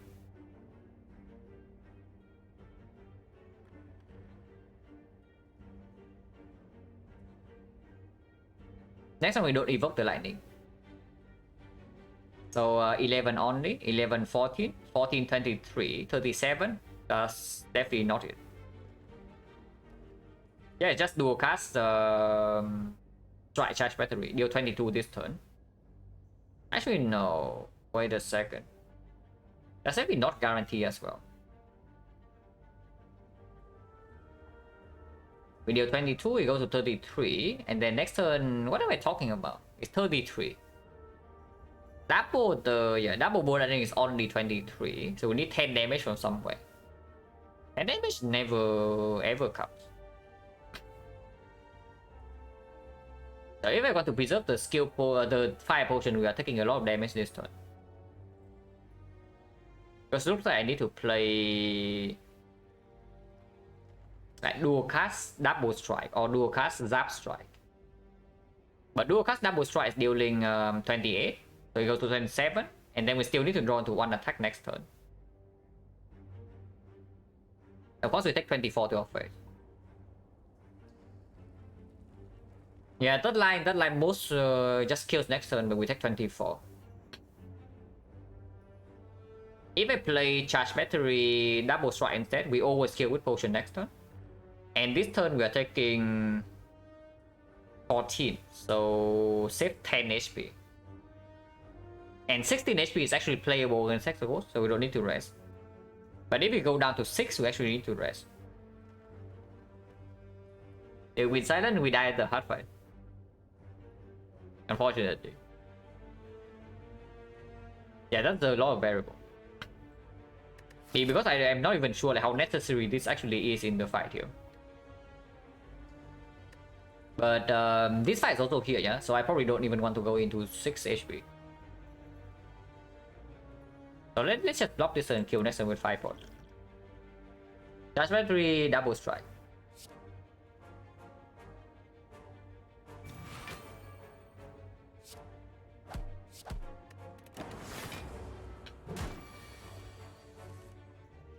There are definitely still hands here that we kill this turn. And maybe this even kills. Yeah, they actually kill. Because we have 4 energy from the battery that we can play 4 attacks.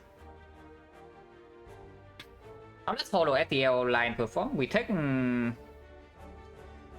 we draw into the ball lightning. We deal 1 less damage. So we kill the 5 pot last turn. Effectively, we trade 5 pot for 14 HP if we did the Hollow FTL line on turn 2. But that takes... Actually, it doesn't take any more damage, but we cannot play the Cold Snap. So plus 2. It's only for 12 HP then. Yeah, basically we would trade 5 pot for 12 HP if we did the Hollow FTL on turn 2.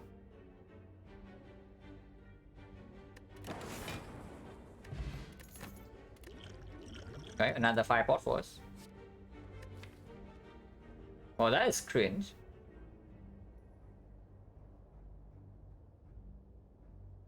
No way, right?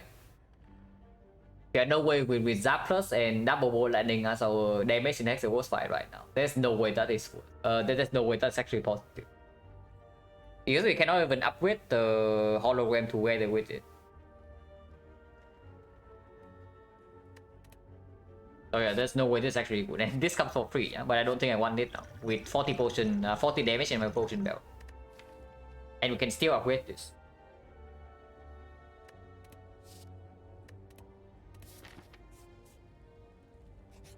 Also, T-set back of prep is a combo. Hopefully don't get wrecked next turn. If necessary, I am using this potion, but I hope not.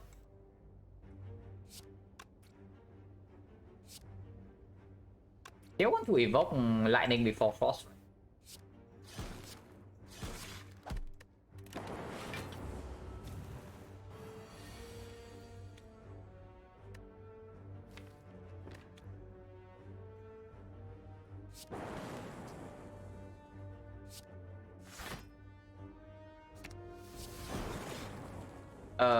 Well, that was cringe.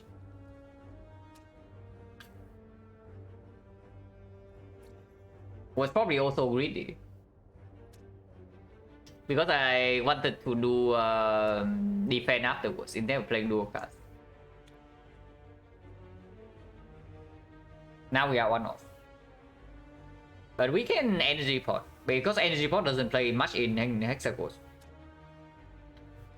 It plays on the hologram. Yeah, that was very greedy. But we also lost the 75%.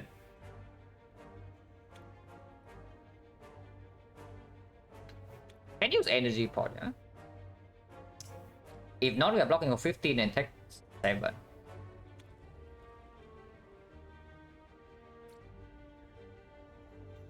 Even with energy pot, we still on average take 1. But that's fine, because this potion, yeah, this potion doesn't play that much. turn 1 is the only turn that it usually plays. It plays if we can hologram the ball lightning instead of that.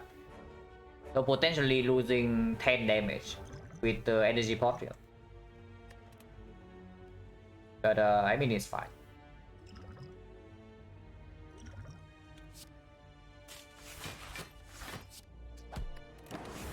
Okay, we just missed all lightning today, I guess. But we just do not hit a single lightning. So defense play is not up to par today, I guess. At least in that one. Any potion got back? Beam cell means that I cannot upgrade hologram. I don't know. I don't even know whether that's actually positive damage or not. It probably is. Yeah, beam cell to upgrade beam cell is still stronger than upgrading hologram with the beam cell minus. But that means that we use the one hologram that we have on the beam cell itself. That is a little bit weird. Hologram always still stronger, right? Yeah, there's no way. Hologram always still stronger than this.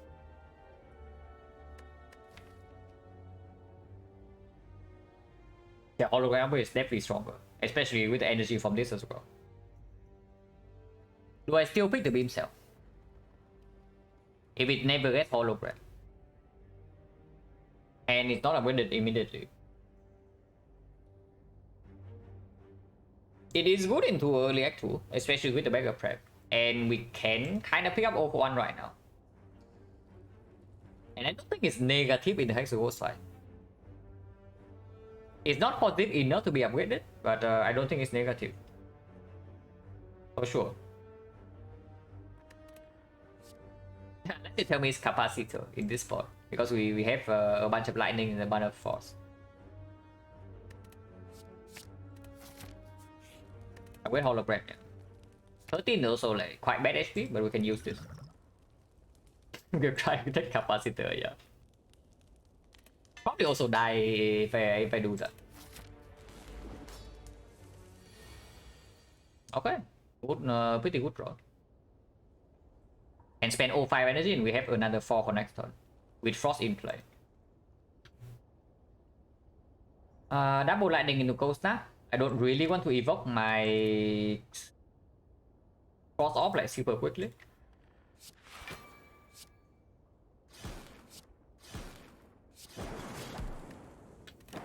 And we do have 40 damage in this spell.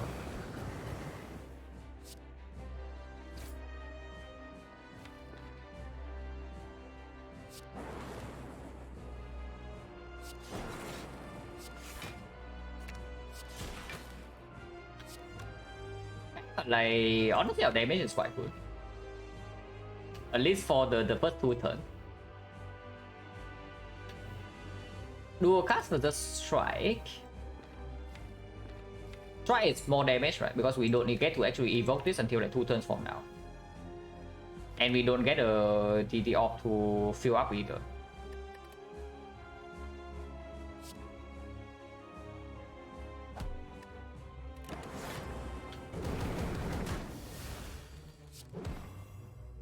And yeah, beam cell plays here, like 0 energy, deal 9. It is not too bad.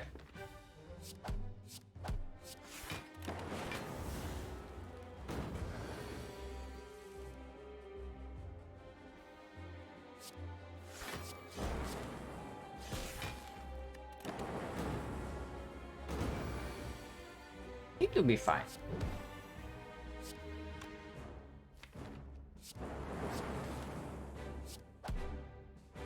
Can take 1 damage here, or can use a potion. Let's take 1.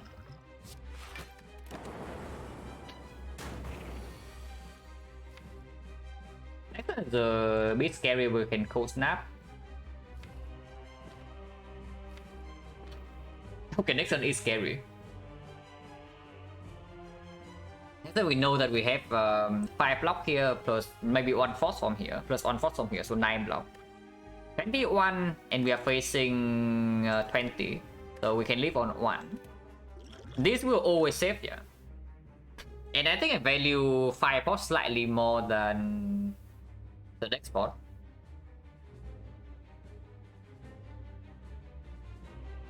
Hollow Beam Cell, yeah, Hollow Beam Cell can be done. Hollow Beam Cell is like 0 energy, deal... Actually, we should count as 1 energy, because otherwise I played the Bull Lightning. So Hollow Beam Cell is 3 damage, plus another 9 damage from here, so it's 12. 12 plus another 6 is 21. Bull Lightning is 10 damage, plus another 8, so it's 18. So Hollow Beam Cell is stronger. Unless you tell me we want to hollow the Cold Snap instead.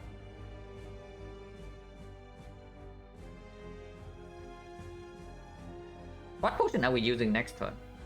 I guess we can decide after seeing what the FTL draws. But even if it draws immediately into a burn, we don't die. How much damage is this really? 8, 27, 30, so 38. 38 plus 6, 60, 44. Maybe we can use 5 pot next turn to save like maybe 5 HP into next act compared to this. This is way stronger, yeah, but we have 1 already. And if the difference is actually like 5 HP into 4 HP into next act, then maybe.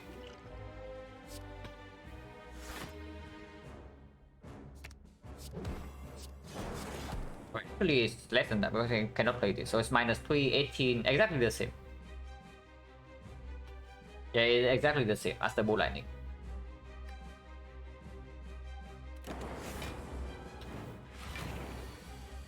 And start with FTL, or I can play the defense first to read on to defend. We never have lethal this turn. 51, 31. 31 with 16 is 15. 15 is 9. So Bull Lightning would actually kill. Bull Lightning just thunders right? Yeah, it's true. Interesting. So potion is forced, yeah.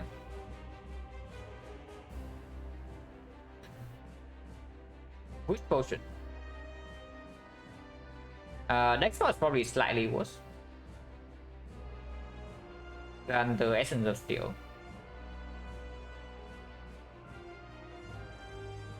If we play next spot right here, we block for 9, 21, 22, 23. So we live on 1. The slightly annoying thing is that next turn we don't have guaranteed lethal yet. And he attacks for 9.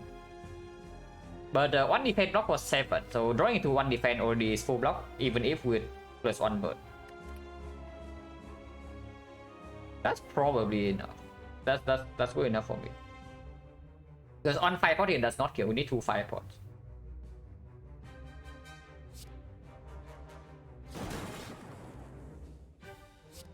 Yeah, we are 3 damage off. Double check, yeah. Before I make another mass error.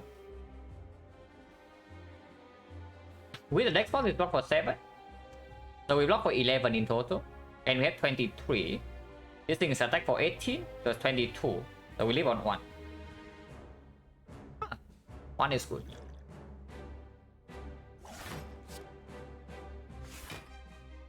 Triple check. 11 block. 7 block. Take 11. Go to 1.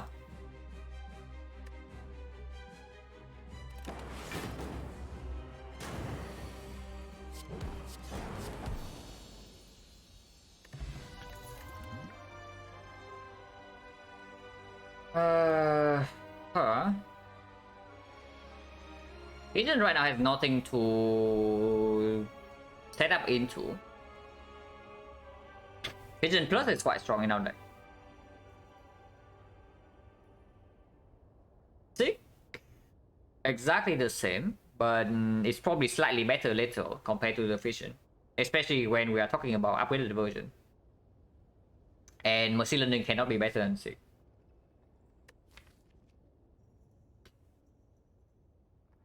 So it's probably just Sig here.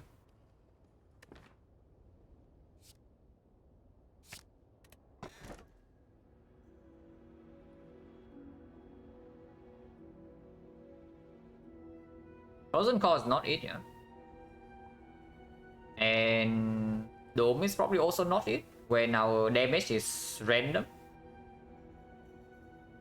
We have like random lightning damage, so we cannot actually afford to overblock in any of the nastier fights in Act 2, especially Gremlin Leader. Still hiring? Yeah, we are still hiring. Absolutely.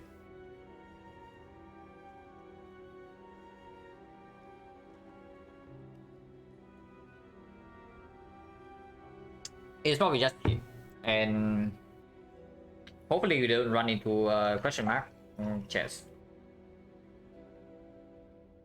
Yeah, random damage cannot see intense and cannot really block either.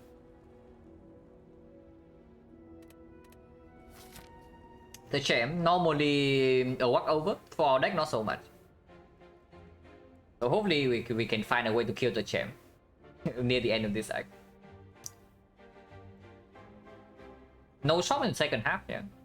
So if we open the chest, we're stuck with the curse for the rest of Act 2. It's probably this shop into this, and then we decide again. But most likely I want to take this. Because by this point, Kurski is still free energy. Thunder Strike, yeah. Thunder Strike would actually be not terrible.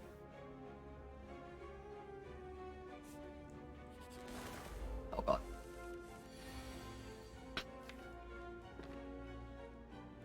Okay, bronze skill will be good here. Maybe not even, because they are both buffing, so we want to down them now. And maybe we can down one. We can actually down one. Let's do that.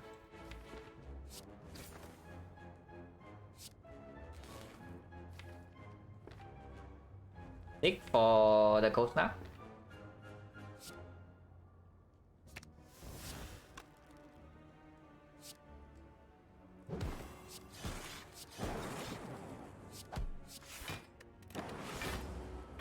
Just because I want 2 frost for these 2 next turn. Even if 6 for Bolt Lightning is more damage, but okay.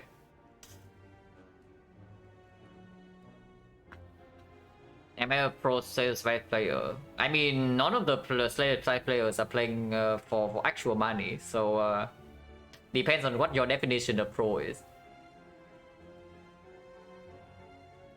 But I'm pretty good at the game on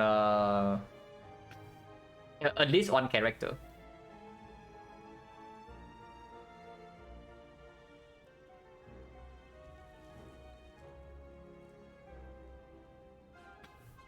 Oh, that's not very fun. And the birds are also fairly smart. This guy decides to swoop this turn.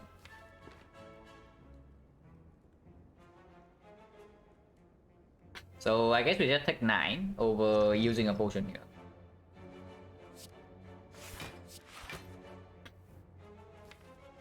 Yeah, if this guy decides to 1x6, this turn goes to full block.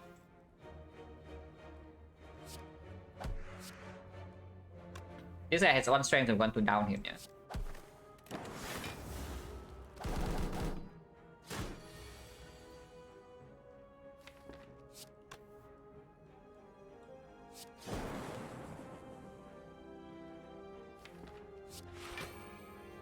Apparently not very easy to down this guy.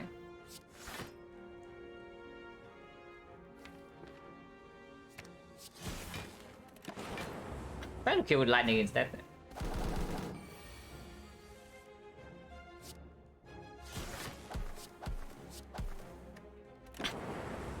And this guy should die this turn.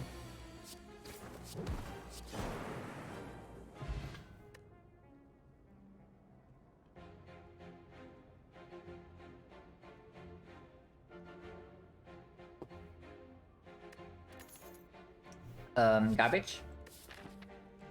Unless you tell me Super Beam is what we need.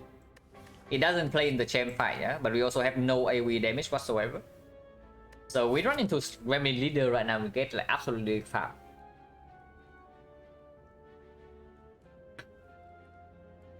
Yeah, we run into Leader right now, we get farm very badly. Right? Bandit from here, maybe we can firepot. What does this even do though, is the thing? It's freaking 6 AoE damage. It's like a strike but play on 3 targets. Unavoided at this.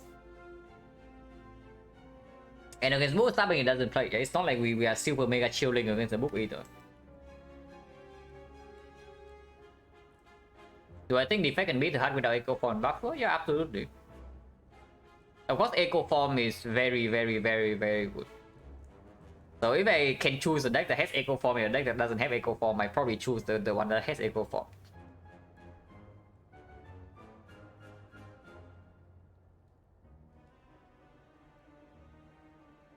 What's my favorite dish? This question has been asked like more than once on stream. It changes, the answer changes like once every few months, you know? So currently, what is my favorite? Because whenever I eat something too often, I get a little bit sick of it. So the rating goes down a little bit. But it's my favorite at the moment.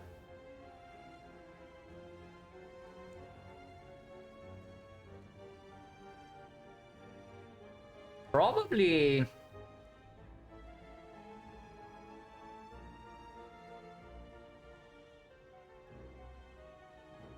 I think it's not even a dish. It's just the seasoning. But I'm really liking the like my mix of black sesame seeds and peanuts and some salt like recently.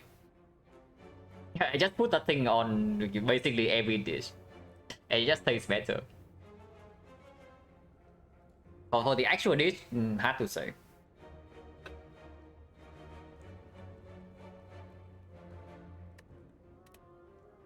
Yeah, Silver Beam or nothing, it doesn't even play here.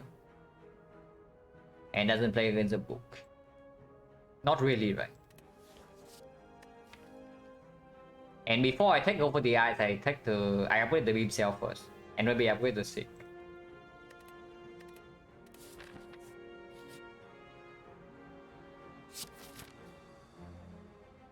Okay, Echo Form waiting room. Not that we were not already waiting for Echo Form, but we are waiting for Echo Form even more now.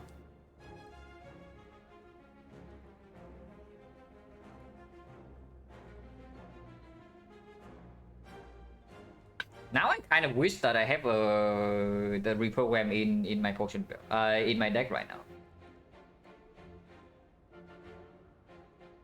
Could I recommend Slay Spy to someone looking for indie rock like replay value? Yes, sure. Hard to say, but maybe I would. It's still the shop here. Hopefully we can actually do some of these fights, because right now it's looking very dangerous still, apparitions or not.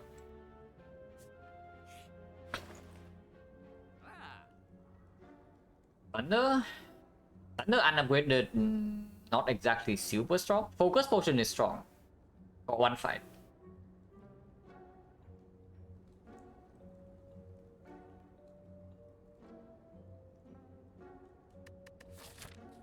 Beam Cell Thunder absolutely is a thing, but we don't actually get to upgrade until here. So one elite has to be done first.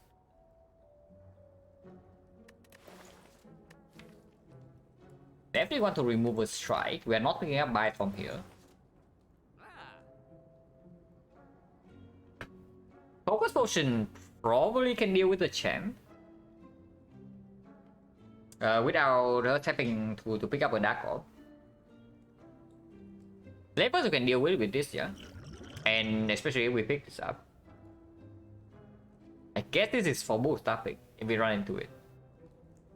And this potion right now is basically worthless, right? Even if we have the focus pot.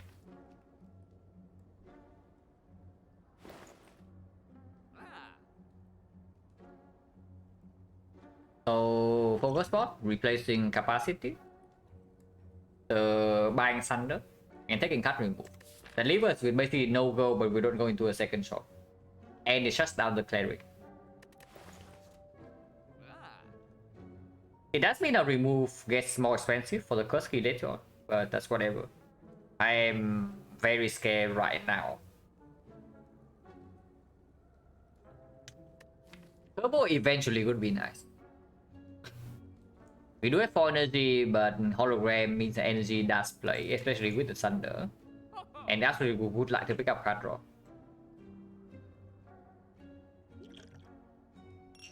It's probably just this. 2 gold left over.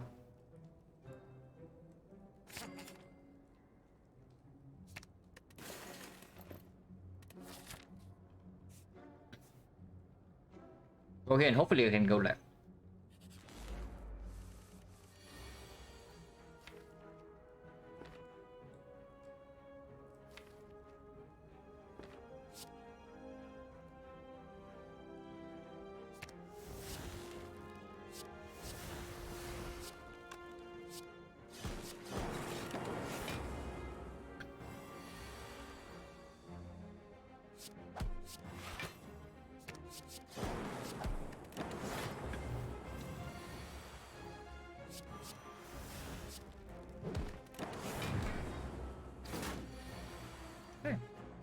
Good enough. No potion, so 40 or monkey.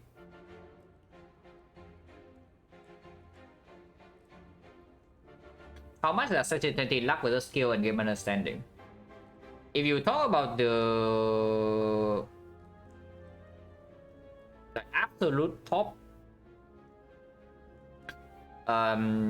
potential for human players that is known right now,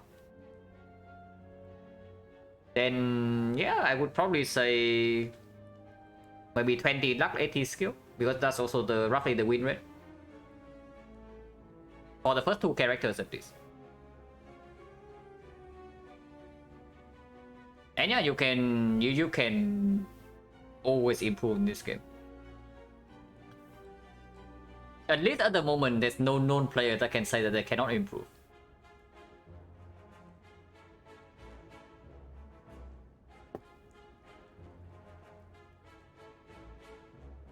Okay, so how bad is this capacitor? Because the capacitor is worthless right now, yeah.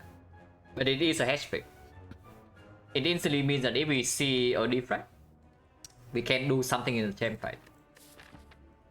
And we have something to do later on. And with the sick and the apparition, the setup also gets slightly stronger.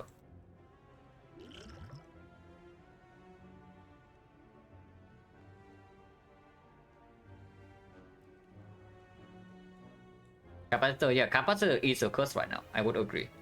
We do have the focus potion for 1 fight, so it performs slightly better than usual in 1 fight. 1 fight only. The upgrade still goes on Beam Cell Thunder. If we set the thing for the champ, if we set focus potion for the champ, we have 3 frost. That's also just like 12 block per turn. And we can go in with Beam Cell Thunder. That's not enough. But picking this right now might actually mean we cannot take 2 edits, so it's probably a terrible idea. Yeah, it's probably just a terrible idea. What about... Yeah, go with the eyes, exactly the same, yeah. Before the champ, I also want to upgrade 1 apparition, so we are in a fairly big upgrade depth right now, yeah. This one's an upgrade, this one an upgrade, this also wants upgrade, and this also wants upgrade. And yeah, with boss like go with the eyes minus, probably not even worth considering in this spot. Capacitor in this pick is basically a desperate pick. Like you pick capacitor saying that you cannot actually meaningfully progress in this one otherwise. I mean, we are fairly weak, but we are not that weak. And this thing doesn't even make us stronger right now. So probably not.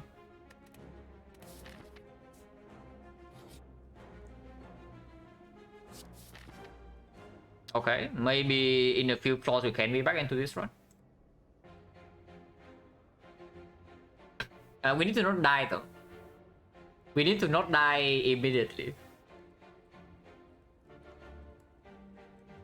So do we run to edit? With double potion, we do have to upgrade our dagger here. So if we survive this fight, I'm honestly like terrified of the leader at the moment. The other two Give me a second, my cat is crying for whatever reason.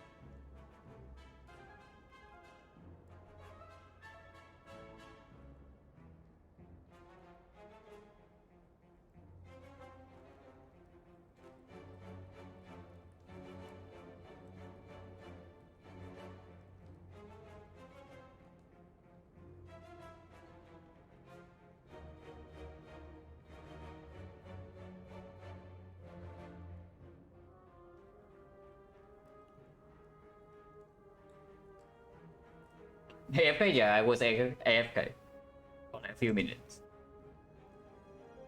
I guess we do have Thunder against the leader. But like, how bad is it? Operations will not play that though, but we can maybe do some fireport. If the fight goes badly, so if she buffs through all the operation turns, yeah, and then she decides to one-shot us, we will die.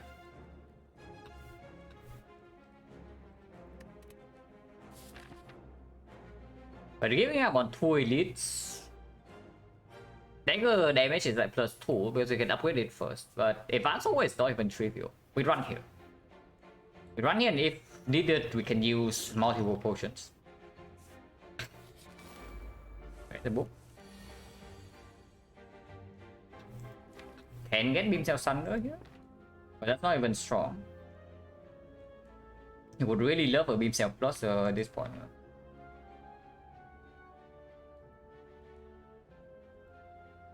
This is not the focus potion fight, right? Maybe it is, because the Slavers fight can deal with the fireport and the operations. The leader fight, we just hope that she never attacks, because if we need to use Frost to block, we can never block. So if not this fight, then it's the champ. But with the Ritual Dagger already in our deck, we will get a bit stronger after a few flaws. So I don't really mind using Focus Potion immediately, because blocking this with our operation is also fairly difficult. And Focus Potion also means I can seek for, let's say, a Bow Lightning right here, and that's a lot of damage overall.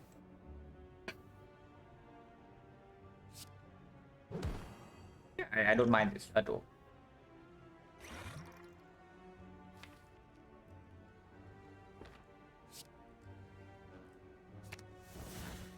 Frost first, Lightning first. With Focus what? Probably Frost first, yeah. After operations run out, maybe we can do a cast the Frost in front with the Focus here to block for 14.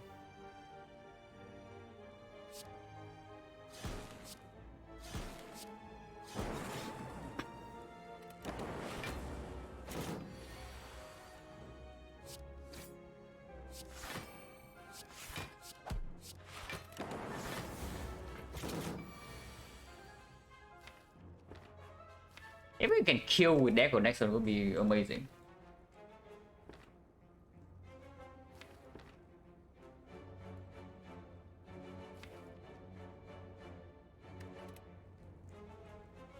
So dual cast right now is 20.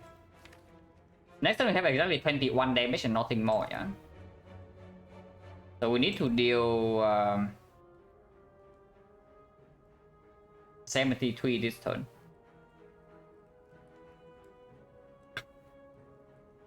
Pretty difficult. Hologram Ball Lightning, we still need to play this Apparition. So Apparition, Hologram Ball Lightning, play Dual Cast, play Ball Lightning, play Cold Snap. So that evokes 3. And we still have one more Lightning, so that's 35. 35 plus 10 is 45. 45 plus 6 is 51. 51, so it doesn't work because the Frost is in front. So this Zap right here doesn't deal damage next turn.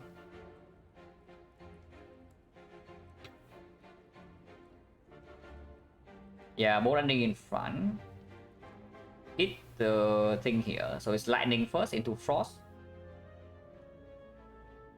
So we need to actually play Cold Snap to evoke Lightning and dual cast the Frost. But then this thing doesn't even evoke. To kill with Dagger next time we need to fire pot. Not worth it because we can still block one more turn. Losing our Dagger damage right here is quite bad though, because we don't have a lot of time to get stronger before we run into the more difficult fights. And this fight is already, we are already using the strongest potion.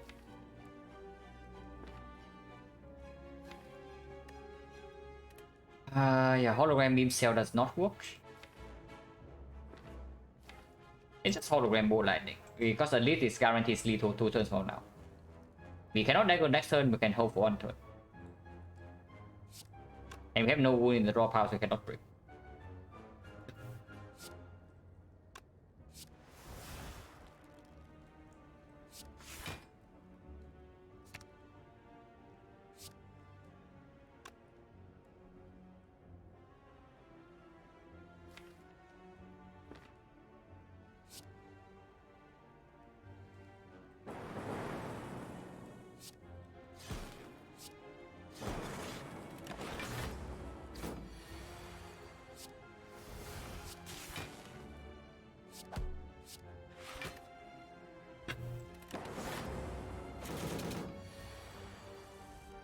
Okay, no Dagger then.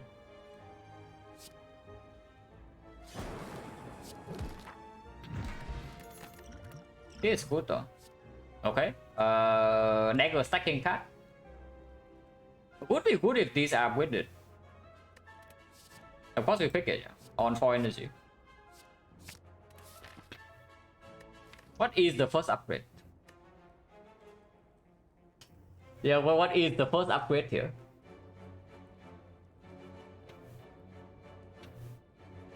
With the Entropic Rule, maybe we can justify using 2 fire pots in the next elite fight. If that is so, I think I want to upgrade the Dagger in case it's levels. And Thunder only one-shot the Gremlin, so we do not need Thunder Plus against the Leader.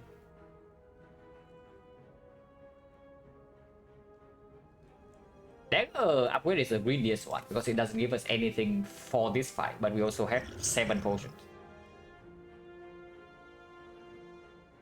Our 2 favorite cards, yeah, but we are still fairly scared. And even after all this, yeah, the champ is still waiting at the end. But it is Dagger upgrade.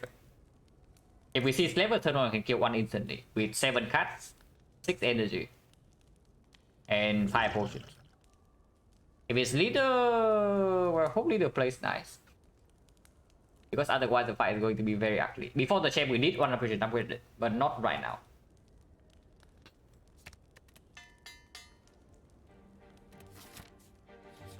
Oh god. The Leader is not playing nice.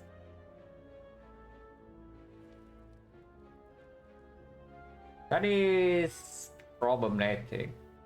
We of course we can kill both gremlins this turn. I think for Sunder this, hologram Sunder this again, and then we can do cold snap zap or zap cold snap. And that's probably just the line.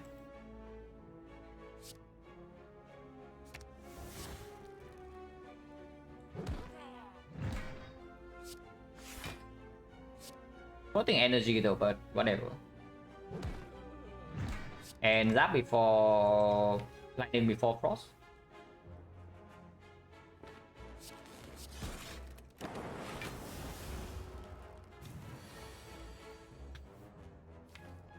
I think it's not very good, yeah, that we missed the apparition. And she resummoned instead of attacking now. And we also don't have hologram.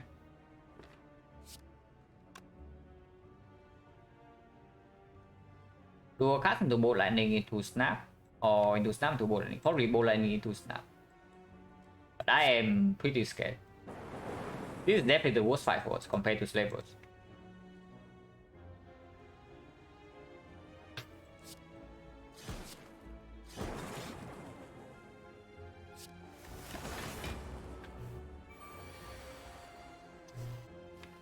Yeah, this is what I was afraid of. We missed all 3 apparitions. And she just keeps buffing. So now whenever she decides to attack, we get one-shotted. We die instantly.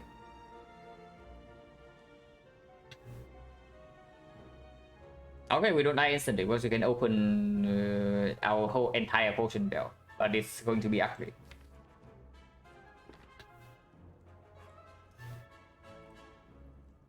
And not really be real next turn. I'm willing to use on 5 pot to kill this right now.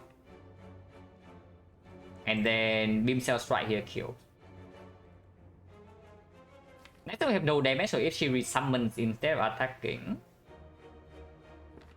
2 turns from now we are in huge trouble. If she attacks next turn, it's also for 48 though, so it's not easy to block. But at least we have a lot of block cast with 5 energy. There is no reason to leave this guy alive, right? Because then we need to 5 pot him next turn.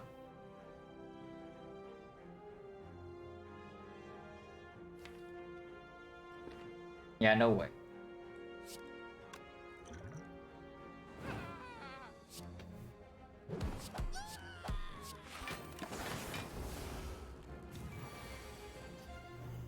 Oh, I don't like this.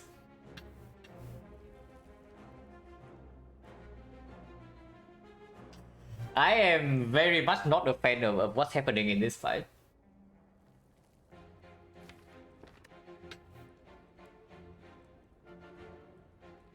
Yeah, like she just completely outplays operations here. She's doing buff into resummon into buff into resummon.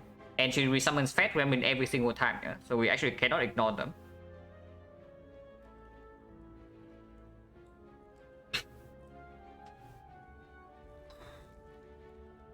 How do we not die here?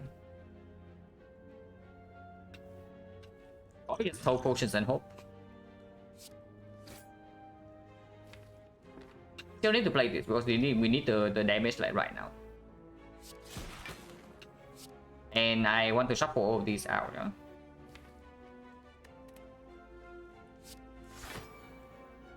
Don't want to redraw the defense minus. Family alone and now she attacks. Kenya, like leader is way too good the game, man. This leader is way too good for me. We are not dead this turn, but that hurts quite a bit. I mean, it's probably better to attack now than next turn, I guess, for 63. Because if she attacks for 63, we are dead. 48, we can still block. But we probably have to burn another 5 pot here. Because this guy, yeah, once again, Fat Gremlin. If we use both 5 pots, then the Slaver Spike get a little bit weird. But hopefully this elite actually gives us something instead of the fish. Because here we don't even get a relic because of the curse key. Unless we open the chest anyway. Maybe we open anyway. Cut draw alone doesn't solve our problem. Unfortunately, our problem right now is actually output.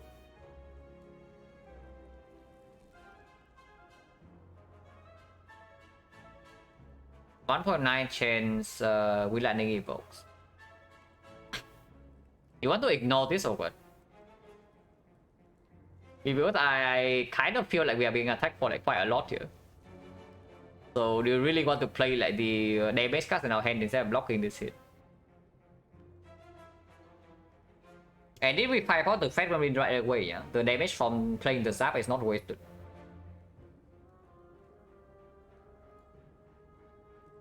This time we can block a lot. We can do charge battery, hologram charge battery, defense plus. That blocks for 35. So we take 18. Just ignore the hit, yeah, sure.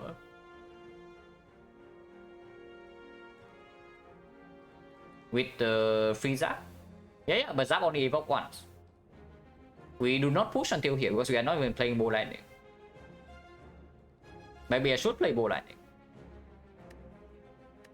With Thunder in the draw pile, probably not.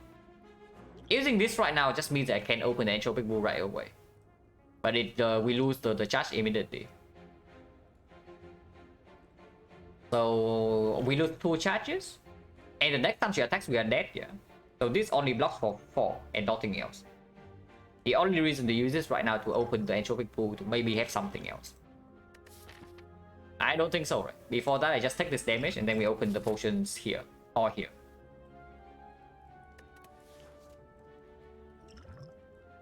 But this guy needs to die.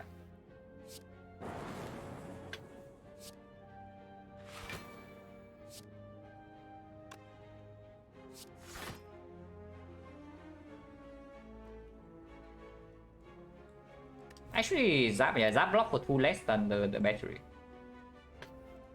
He doesn't play that much next turn. I mean, we can do Thunder, but Thunder already killed this. We can do Beam Cell Thunder on the leader, I guess, with the Ritual Dagger. That actually can kill.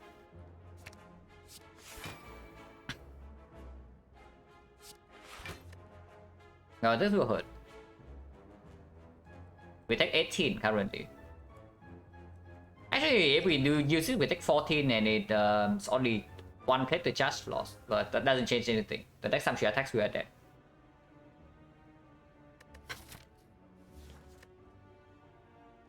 So yeah, might as well use it when it blocks more than 4. Double check. 35, 53. So yeah, we are taking 18 here.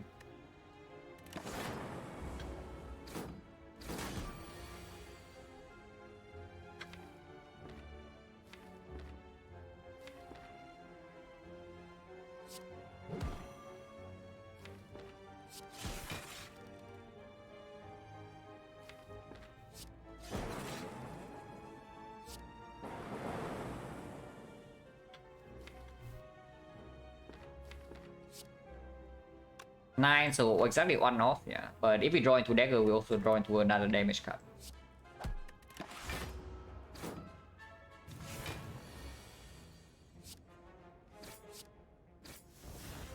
Painful.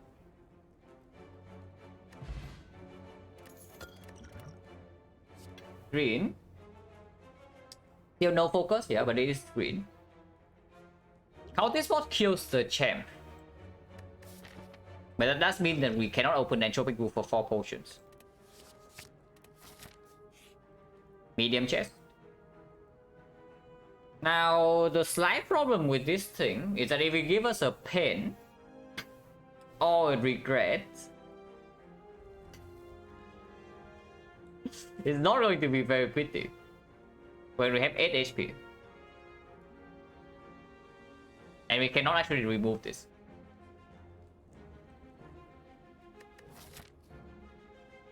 So probably cannot open. And as much as I want to go here first, yeah, for potential, let's say Bloody Idol or more rolls for Colosseum, we need the upgrade. We actually just need the upgrade. So we take the Elite 5 immediately.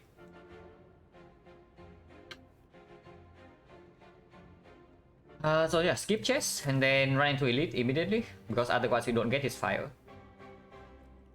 8 HP elite into advanced hallway is a little bit weird, but fine.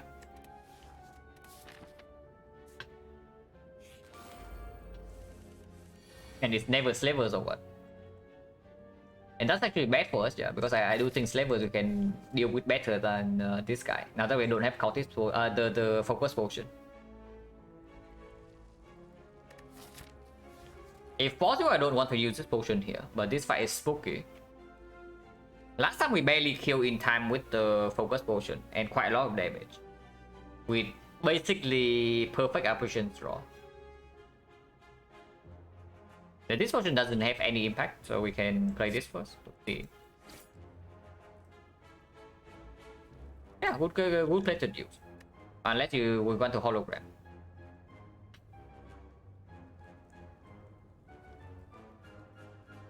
Hologram into the zap is more damage than strike. So no reason to play it yet. But do we want count this? I have a feeling that we do. I have a feeling we actually do. And then we open the Entropic Brew against the champ. Because I have a feeling that if we don't use the Cultist right now, we are forced to use the Entropic 2 turns from now. Or maybe 3. And then it's just -1 potion. And even in and after that, the Cultist potion cannot save us. But Cultist potion right now we probably get away with just that. Maybe plus another plated.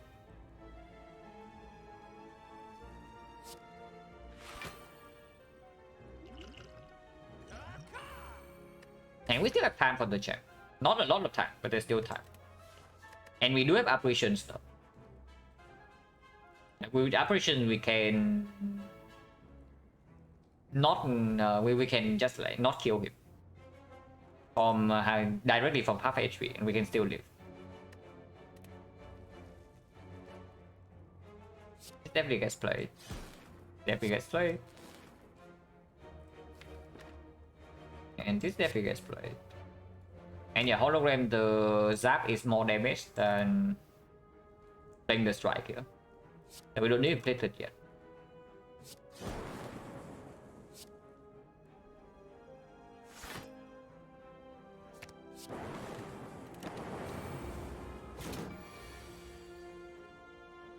Okay, now we played it.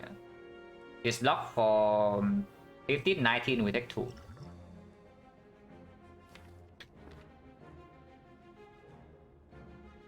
Or we can take 6. Or we save this potion and take 6. But not really, right? Because when the multi-hit happens, like 7 times 5, even with apparition, we still need to actually block. And we have exactly 1 frost right now. We have laser coming up though. But 8 HP losing 6 is a little bit weird. It's actually not so bad, even if we don't potion here. Yeah, apparition save for later also is actually not even a bad thing.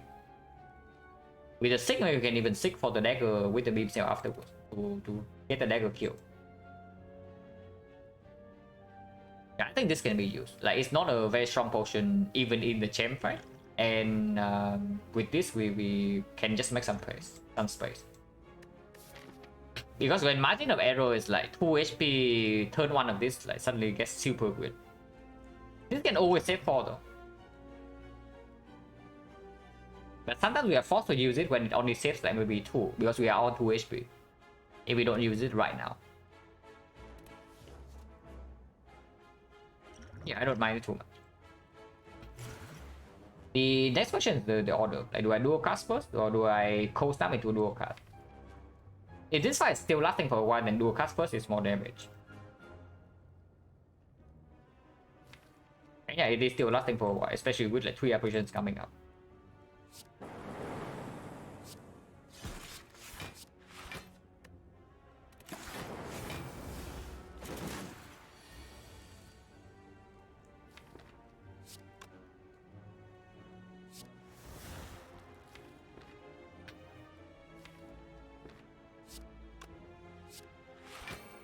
Oh, for beam cell for later.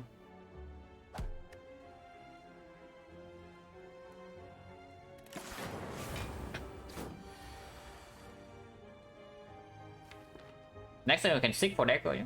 So we just do use your thunder right here for 40. Give up on this operation, but 40, 34, 34, and then 28.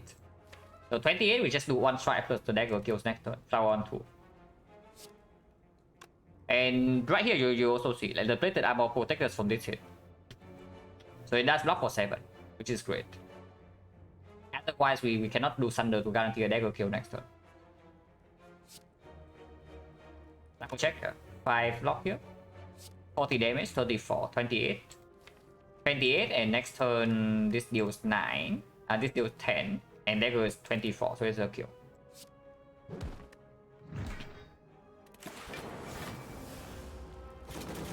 Which were needed? Not, maybe not needed. And just daggers here anyway, so whatever.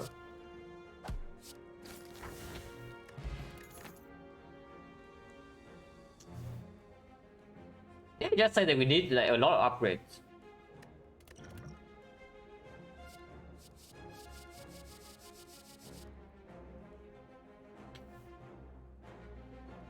Okay, which one do we pick? It's probably not the second FTL. Compound Rifle right now is raw 2. With the dagger plus and operation, it has to be second equi, right?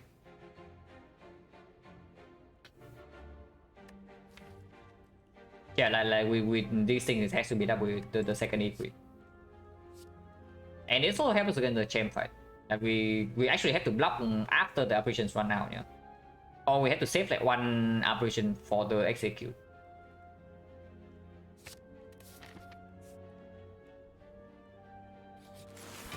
Oh god. Okay, operation at least. I don't feel very good about this fight. If you are wondering. Not exactly the best feeling, yeah, about the fight that's happening right now.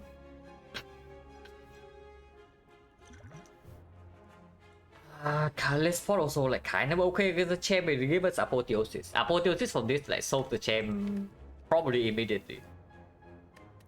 But it also solves this fight. And this fight right now is I currently see this fight right now as like kind of killing us. Unless we draw very, very well. And our deck actually has no card draw, so it's just like completely blind. Even next time we cannot survive, yeah, if we do not save this operation by here. Secret Technique can even get a second operation, so we can do double operation right now. So Apotheosis, we just equi defend, and then Beam Cell attack right here. Next turn operation live.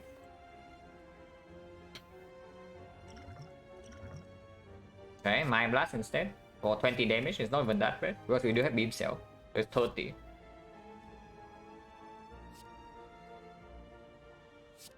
Yeah, we just blast this guy. Unless you tell me we blast this guy instead. But then next time we always die from here. Not yet, right? Not yet. My partner is 30 damage. It's actually 30 damage. The downside is that we cannot save this for next turn for potential Thunder Dagger. But that's fine because we still have Hologram.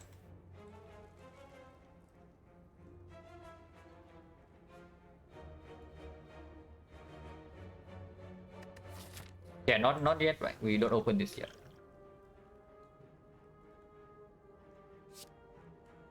$33, 15, 48. And we don't need to play the equi.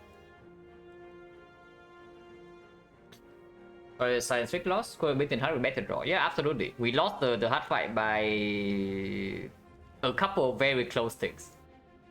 So the fight was winnable. But yeah, I'm not too unhappy with how I played the Silent run.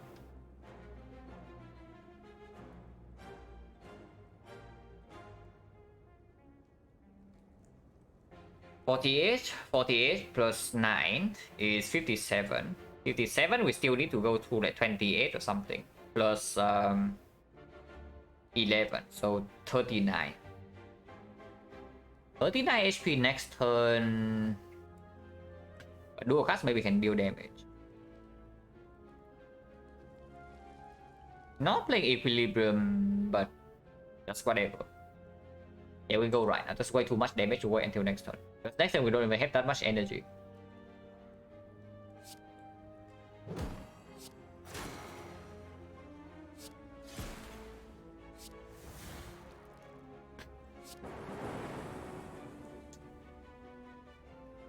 Very interesting.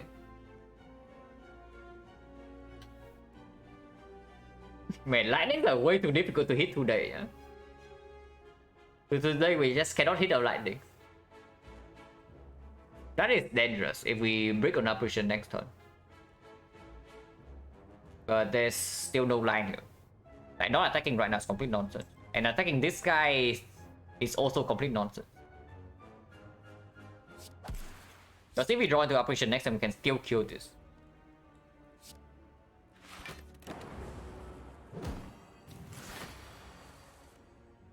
Okay, I guess we are alive. I guess we are alive, so that's good. And don't need to open this. What do I hollow back? It's not beam cell, right? So I can just play FTL right away.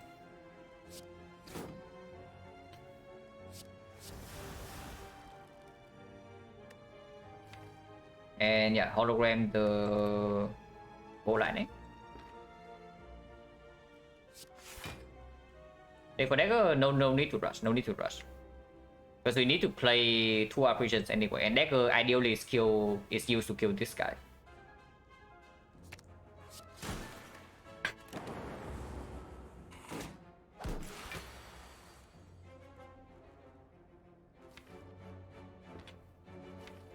Next turn this guy attack for 60, but we can easily block that. But if I kill this guy right now, lightning killed this, so it doesn't really work.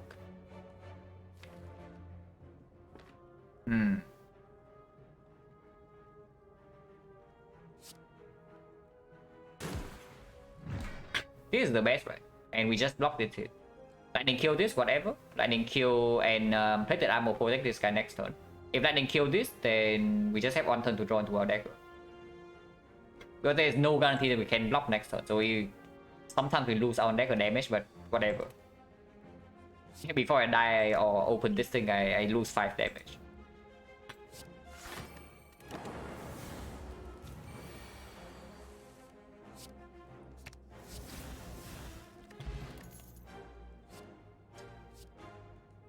Guess what, guys? It's another card to be upgraded.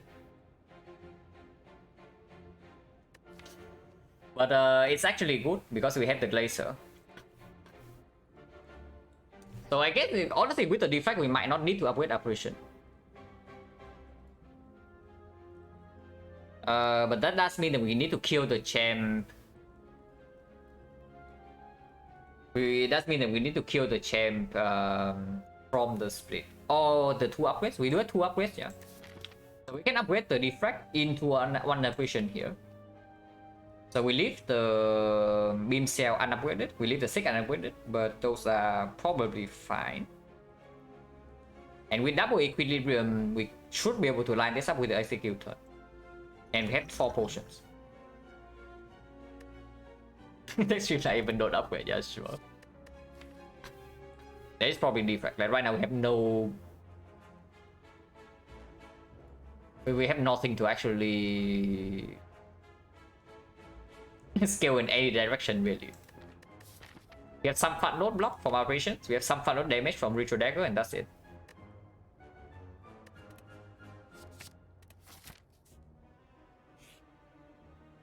Okay, let's hope we don't die here. 200 gold, there's no way we get this up yet. If we can take this fight successfully, it's very good though. I still do not want to open the belt. Because depending on the draw, this is the 0 damage fight.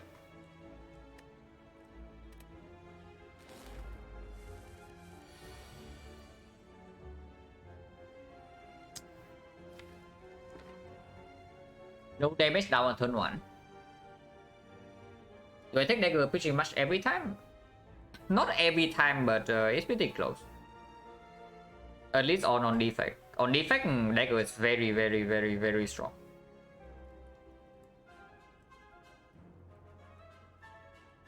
Do I open the bell right now? What is the potion chance? We got the focus potion I bought, yeah. So we got the colorless potion. And what? What else did we get besides the colorless potion? Or was it the only one that we got? 1, 2, 3, 4, 5, 6.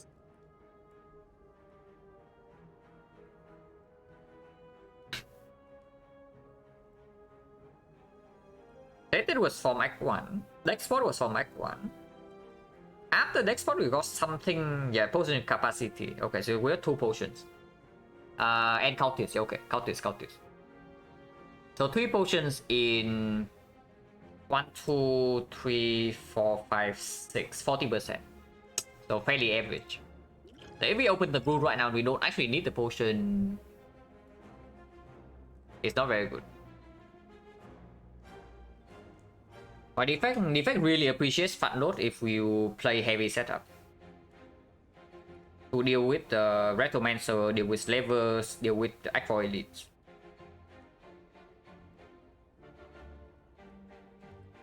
What potion would I like to use on turn 1 here?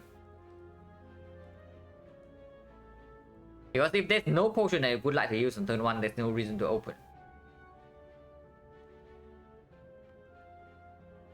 At the moment, nothing, right? Because we know that we are still completely fine until next turn. Until like 2 turns from now. Do I want to play Equi over just double defense strike? Because if I do not hold the defense plus, maybe we take 4 next turn, even with the apparition. But any frost off and that basically blocks half of the damage. And the trade-off is again 6 damage here, yeah, it's not nothing. I deal 6 damage. And we don't need to open this yet. Opening right now is only for like new potion. And maybe focus potion, but I would like that for the champ. So defense right, yeah.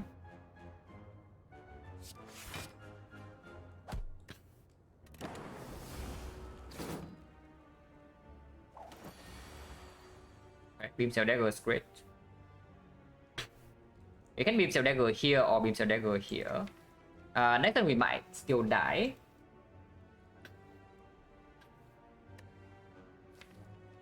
Because these are like starter cards. So hologram can only pull back like maybe Equi. But that's not even doing anything next turn.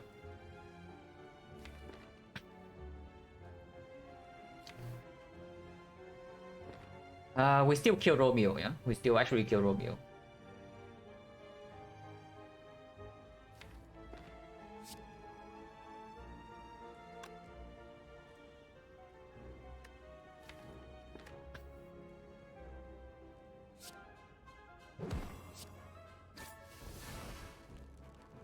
Can hologram the beam cell and play double strike here. Take 2 damage, but we deal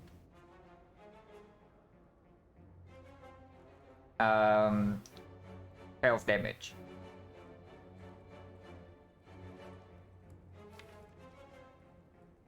Next turn this guy attacks for 20. So if we don't draw operations, we are dead.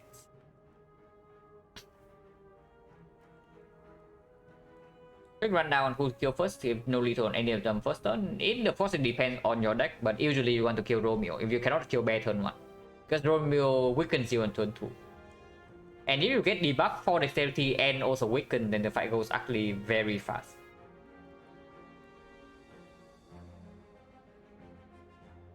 It only takes 1 though if I hollow the beam cell right now. And yeah, Hollow Equi makes like 0 sense. If next time we break on operation, we need to open potion though, because we actually probably cannot block this 20.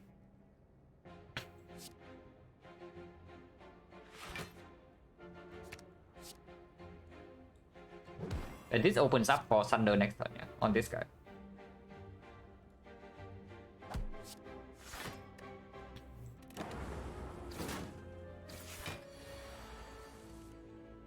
Thunder is here. And we did set that up. And we can block 19 this turn, so we do not need to open this yet. You can't even kill on turn 2. If you cannot kill Romeo turn 2, and you cannot kill Bear turn 1, then you probably die. Long story short, you are probably dead. Unless your deck is like some very weird stuff like Omega or something.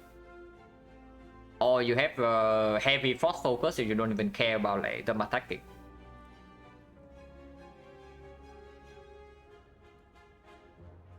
But yeah, Thunder Blaster Equi is taking 1 damage, and that's completely fine.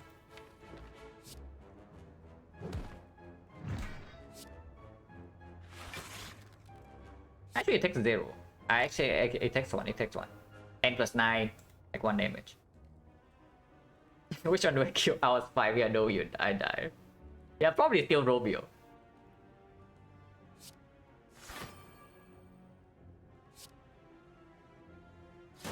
This guy still need to die next turn, yeah. Or maybe 2 turns from now.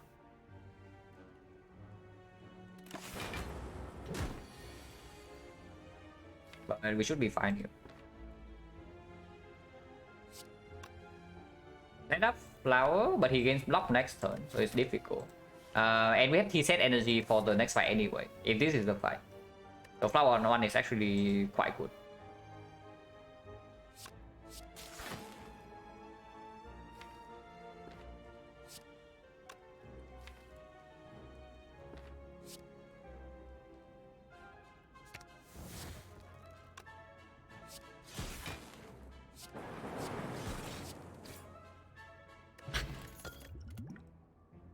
This is certainly not the potion I have in mind when I think of something that solves the champ.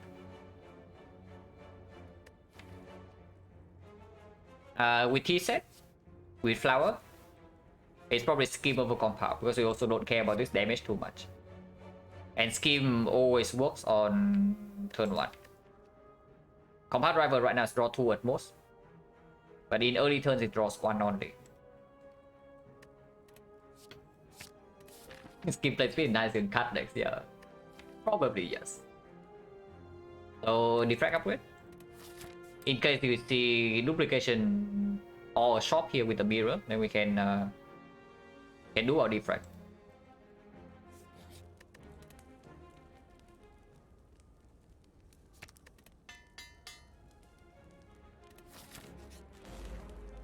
Interesting. Let's see, we don't die turn 1. So Scheme first. If we see apparition this turn, it's pretty annoying.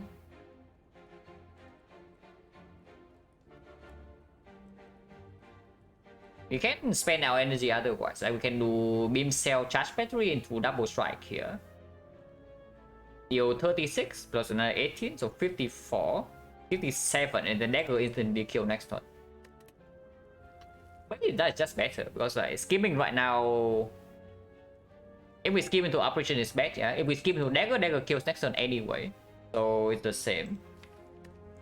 Because she is healing next turn. So it's only good if we miss both the operation and the dagger next turn. That's skimming right now. But then we can just defend, because she is healing, so this guy attacks for it's 18, yeah, it's 18. Yeah, only 18, we can block even with our operation.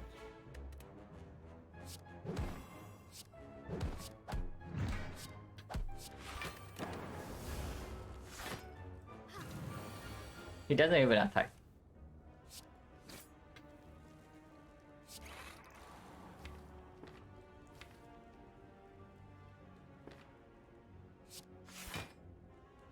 And kill this right now, and it's probably good instead of doing scheme here.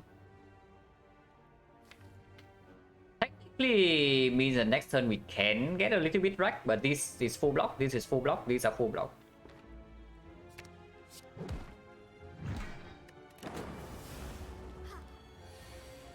Let's do an attack. I got flow on 1/2 because of the T set, so if we can kill right now, it would be good.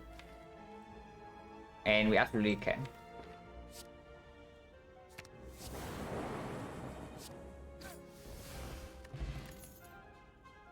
A bit late. Quite a bit late to the party, I have to say. Also would go well with the capacitor we did not pick.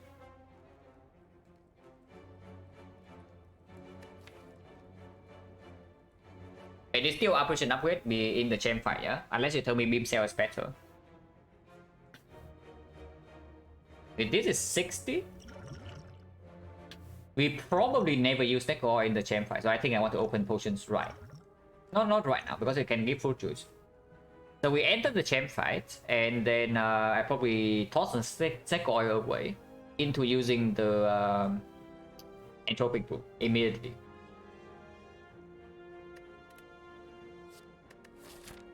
I mean, of course, opening it right now gives us more information on what to upgrade. But I don't want fruit juice. I mean, to play the champ fight on 4 HP is also a little bit spooky. Like, too focused or not. But hopefully it can survive.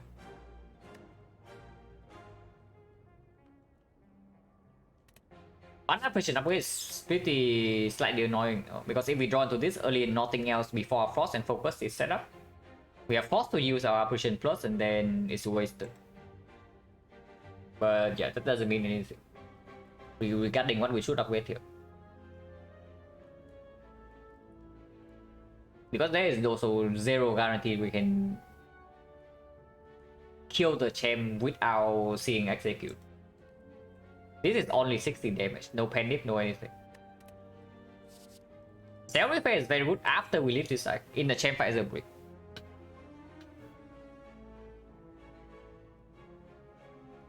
Yeah, maybe I should actually still open the entropic rune now to see whether I can afford to take this self repair or not. Like full juice, like whatever, right? It's still 5 HP. Also, we could have had the Bloody Arrow fish, but the game says no.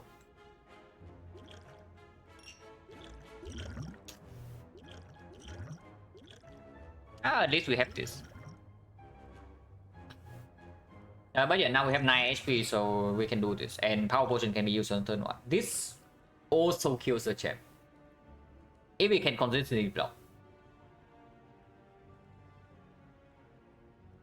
But yeah, Cell Repair is probably pickable, because with this we also don't die.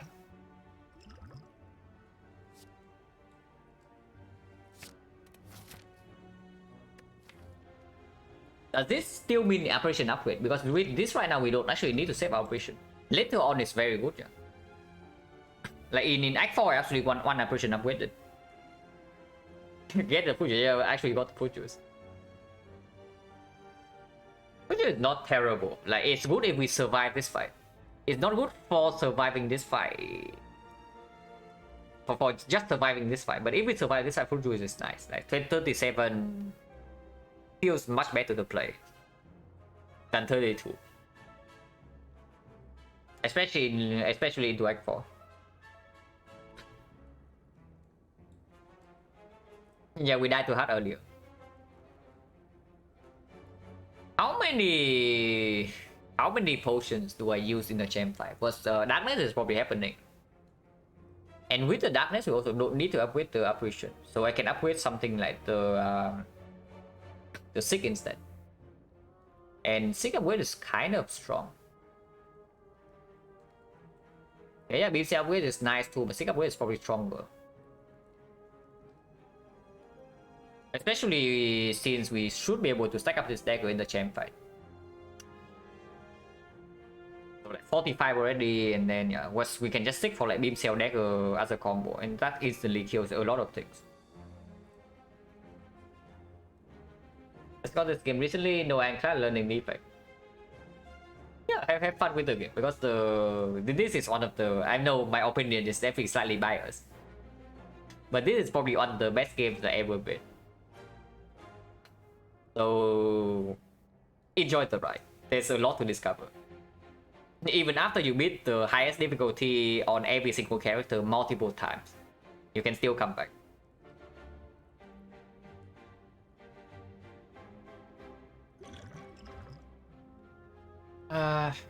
Yeah, sick upgrade, yeah. With this potion, I think we can be a little bit more greedy. Unless you tell me to dig. Now, digging is a bit too optimistic, and I think I want the sick upgrade eventually. That's how biased. No, it is definitely a little bit biased because I do have like if I don't think it's one of the best games ever, yeah, and I have 3,000 plus hours in this game, then what am I even doing? It is the thing. So the mere fact that I have like so many hours in the game already makes the opinion slightly favor towards saying something like that. But yeah, sick upgrade.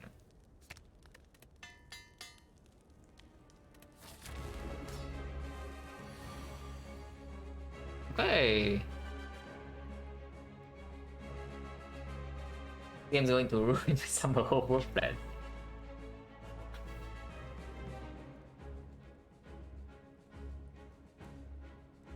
Coming into this fight for HP, we have 9 HP, and resting right now gives like 10 something, whatever. I'm just wondering how many potions I'm using here, because I know that I'm using the darkness. But what about the power potion? Also, I have some income affected, yeah, some. But honestly, it's like pretty, at this point, it's pretty negligible. At this point.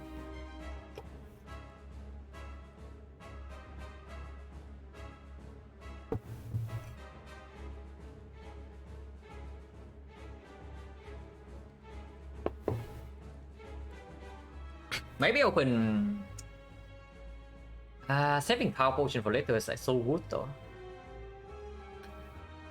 The AD op slots are very good for boss fights and Act 3.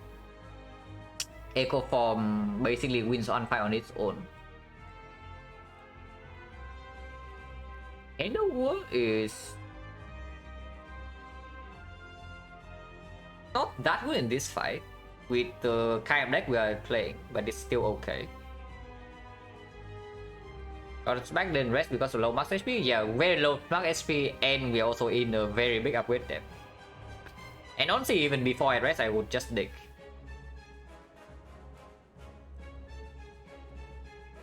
Having bias is calculated. Yeah, absolutely.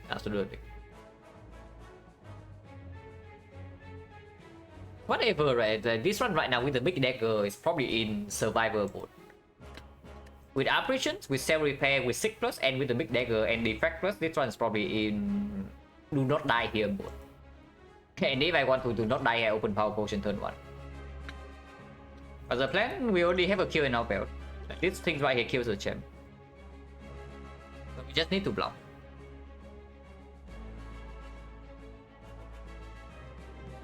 And yeah, I probably just open power potion immediately.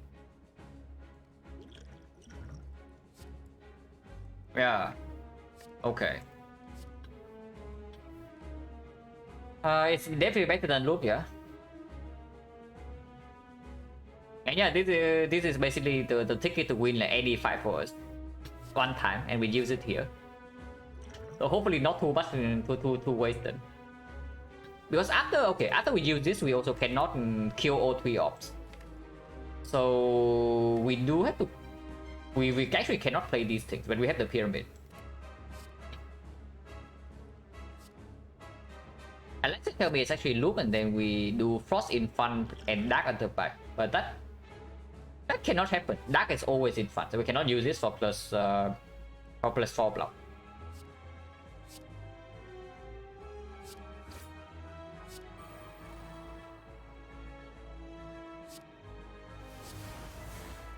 Yeah, I can use this right away. Yeah. We cook this up later, the earlier the better.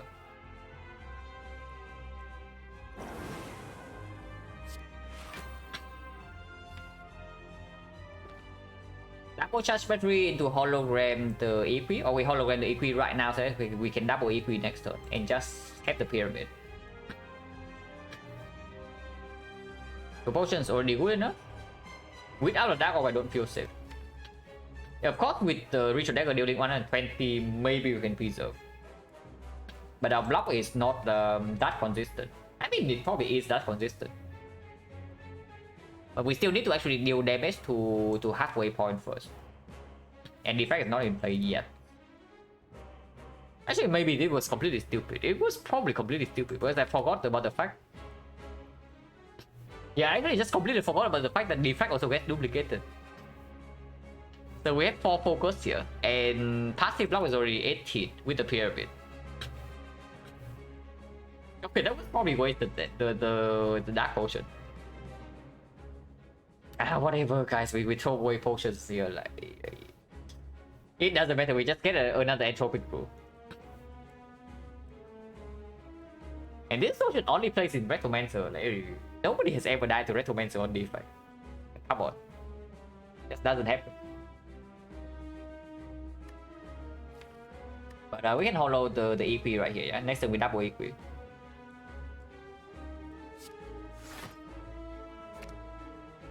And play the charge battery, you can leave it for later. Probably leave it for later, like next time.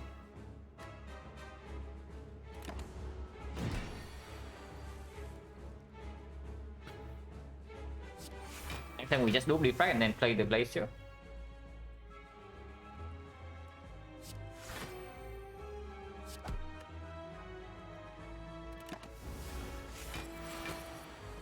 This guy also buffs instantly, yeah, so he's pretty good at the game.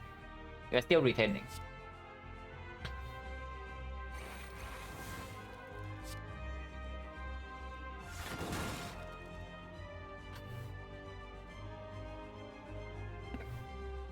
These guys are worthless right now, so it's a little bit weird.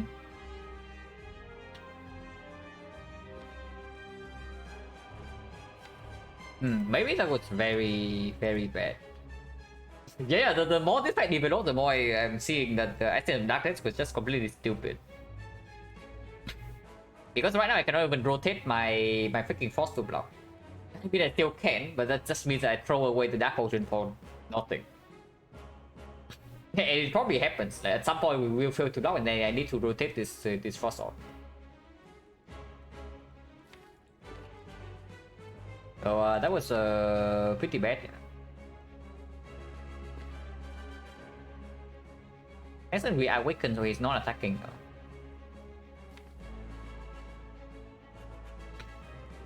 think it's good in the draw power still. But we also want to make some hand space. I'll just play this.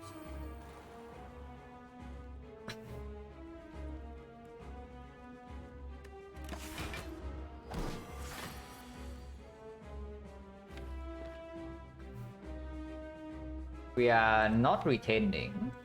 Is I guess okay.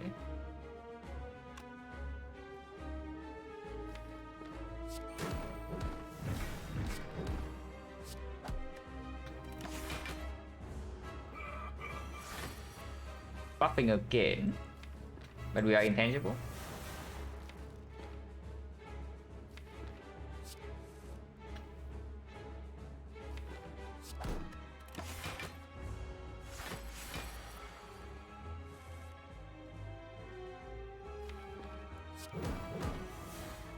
Next one is a little bit spooky. We can use this. Now winning with a nourished Dark Orb, we can kill him with Echo Form right now, and we don't really take damage from this if we have 3 force. We duplicate this and that's already 120. Like we just have vulnerable setup here, and then we play Equi, and we can always do that. And then we just duplicate Ritual Dagger 120, and then we can play Sunder 36, duplicates at 74. And then we can still open the Dark Potion. Like we split first and then we open Dark Potion and that absolutely kills. Open Dark Potion this early just means that we get a very awkward phase that we cannot play these cards to block. But if it's already pretty big, then we can leave it there.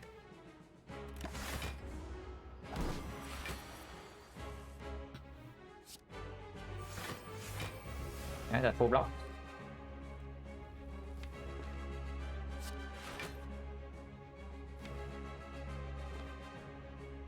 Yeah, that's right.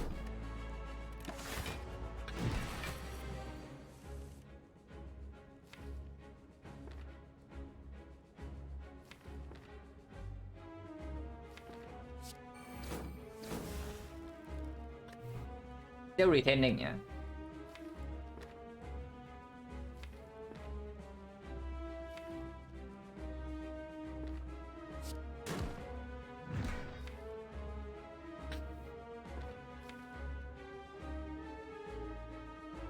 I think it's probably good here.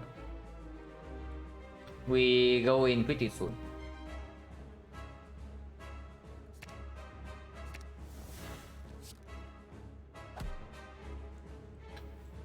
Yeah, double equip next turn, double charge when we turn after to block, and then we can go in with the dual cards.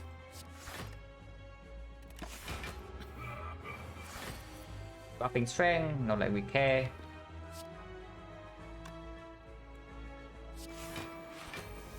Maybe we care a little bit, but not that much.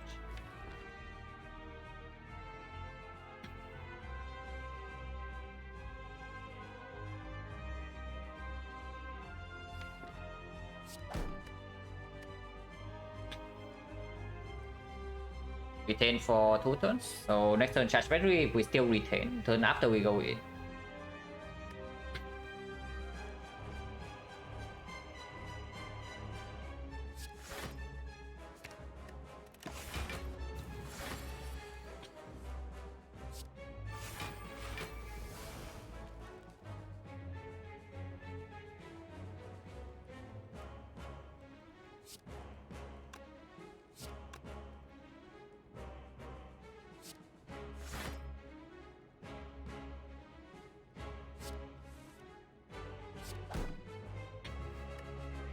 Still retaining.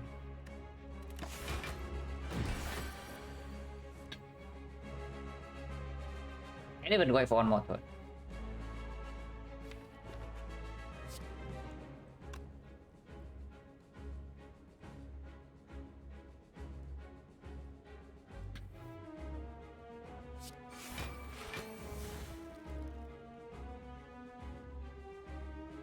Or a few more.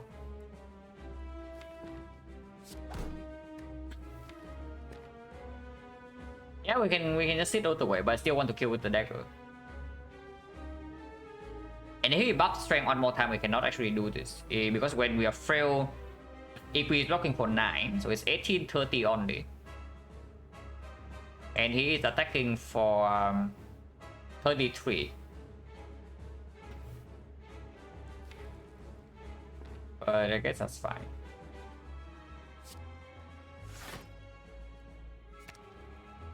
And yeah, these guys are like all stuck in our hand at the moment, yeah.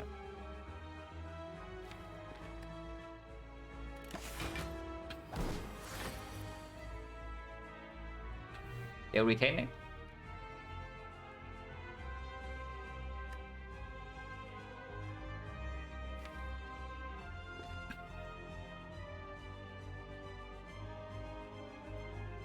Just got to make sure it doesn't kill. Yeah, absolutely. If we play double AP right now, we can actually block next turn. So it's definitely something else. So it's double thunder.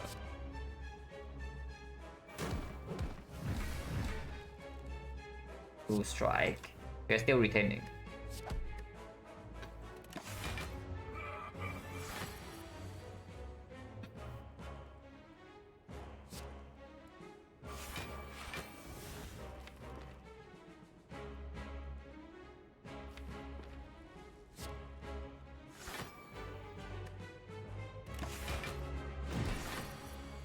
It is 7. Okay, now we can finally go. Double beam cell right here, play dual cast and just full block this turn. Next turn we have the dagger.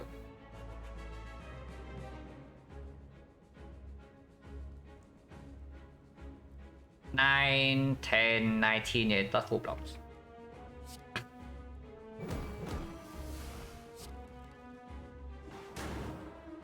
I mean, you can kill right now, but flower.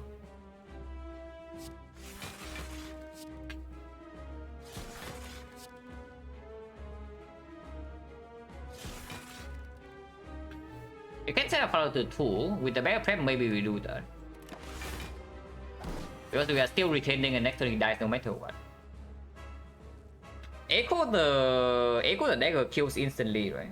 No, not kill instantly, but even with the second play, it still stacks damage. Yeah, the one that doesn't stack damage would be the Omniscience with the double play. Yeah, I'm pretty sure Echo Form stacks, so we can wait for one more turn.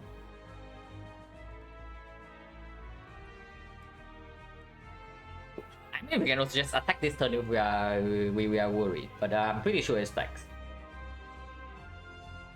And yeah, for science, yeah, for science. Still retaining.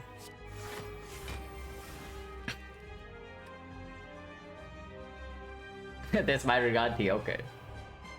So currently 40, should be 45.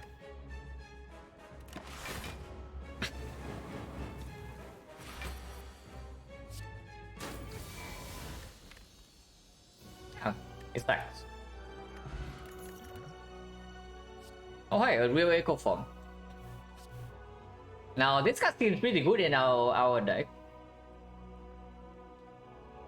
So probably an actual one would be quite nice. It's more difficult to play for sure, yeah. But we do have the Heavy Flower and the T set and the 6+. And we can dig.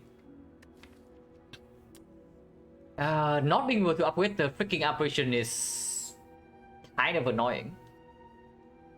When we have double EP and Echo Form. But Sozu is the no-go, and we would like energy. I'm pretty sure we would like energy. With the Skim, with the hologram, with the double EP.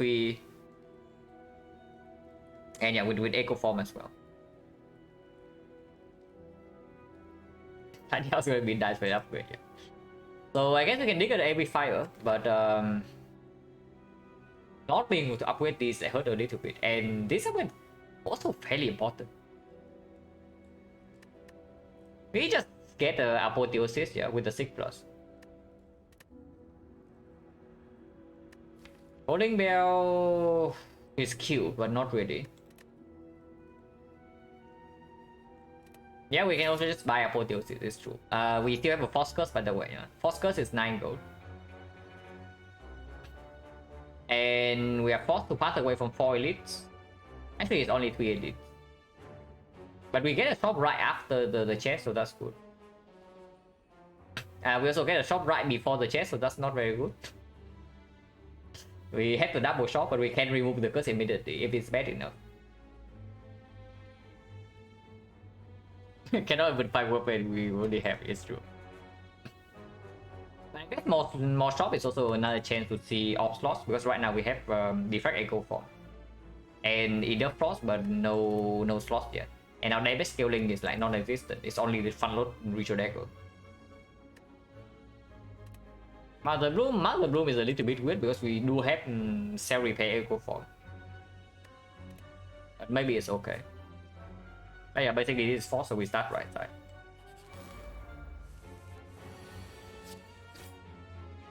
-2, but we also have healing. And yeah, Mother Bloom already showing why maybe it's not the best idea.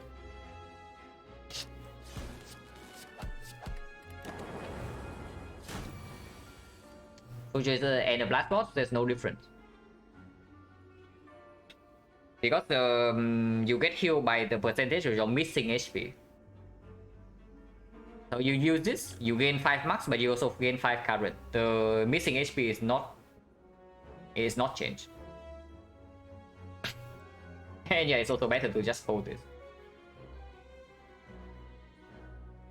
With full block, don't defend first. Yeah, okay, sure, whatever. But the room still doing okay. And here again, if this is EP plus, we don't take 3 here.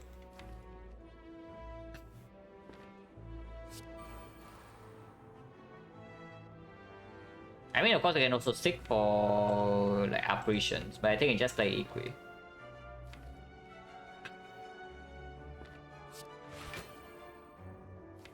Can seek for maybe self repair, just do it next turn, but then we need to draw into apparitions, or maybe not.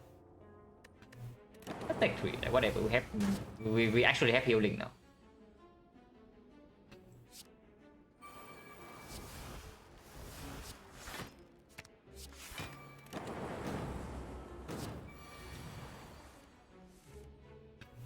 This hand we are not retaining, so now we don't need to kill yet. Because we still can seek for the equi.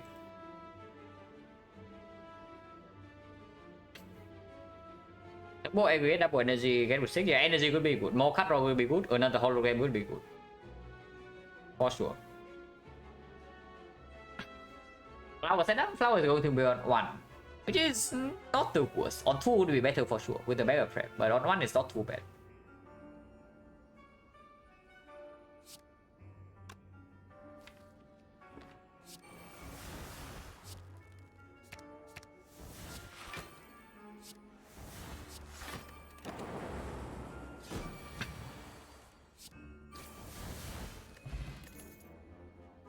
Not what we need.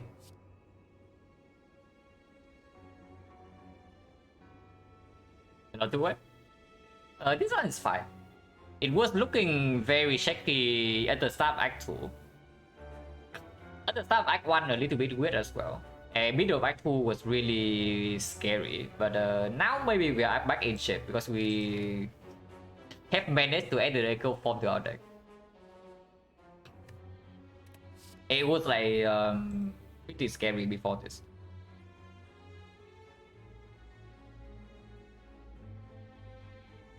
Yeah, this is definitely a skip, yeah. There's no way go the ice minus is good enough.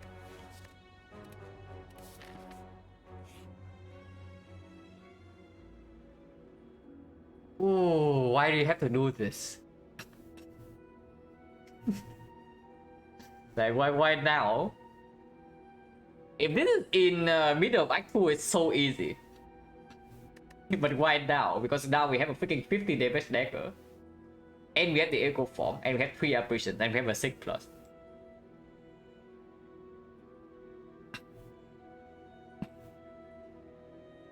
It's dagger, right? It's probably the dagger, or are you saying it's apparition? Looping apparition is a completely different way to solve the game. Tough choice, amazing event, absolutely. And we did not get freaking apparition upgraded. If the apparition is apparition plus right now, just duplicate the +1. But it's not. And now we have fusion hammer. Echo, looping echo is very greedy.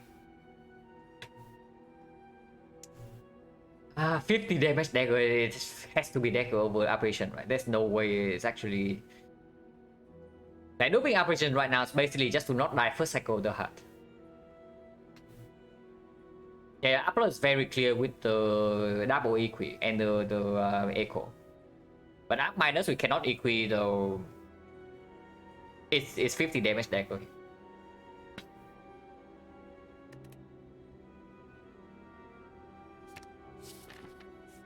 Okay, we just see mirror and then we can get the apparition anyway. Not quite close enough.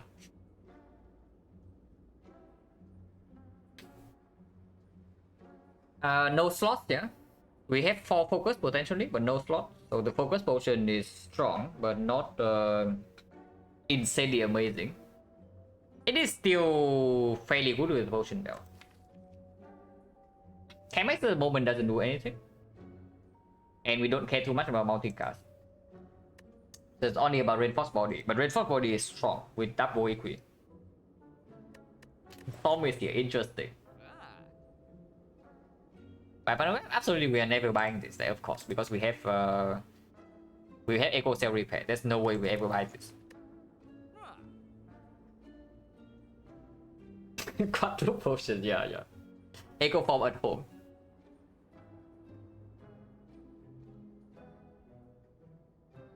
I'm pretty down to just do focus spot remove here. Unless you tell me we actually need more frost, so I take the cool-headed, but at the moment not ready, right? Not real slots. And it can never be upgraded. Oh yeah, strike remove.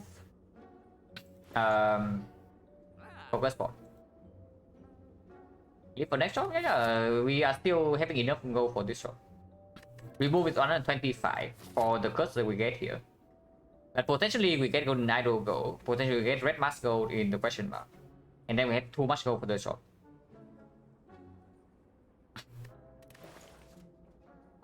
Focus remove, yeah.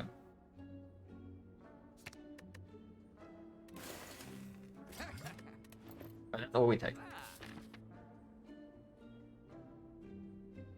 When you stack Noob is insane. You think that we actually need Noob in both fights and Act 4 though? Because right now I have a feeling that maybe Act 3 bosses is no problem, yeah? And then Act 4 at least we sow with double decker. And then we have like one loop potion for the echo form in the hard fight. It's good for the apparition, absolutely. But then our potion bell is relatively filled. With one loop pot already, I'm not really super thrilled about buying another one. Because right now I see that we have difficulty in maybe Awakened one is a little bit of a problem. But we have Echo Form. Yeah, Echo Form Equi should not have a problem there. Lunar Decker, no problem. Time Eater, we just dagger in down. I thought at least we also dagger. It's strong. The devotion absolutely is strong.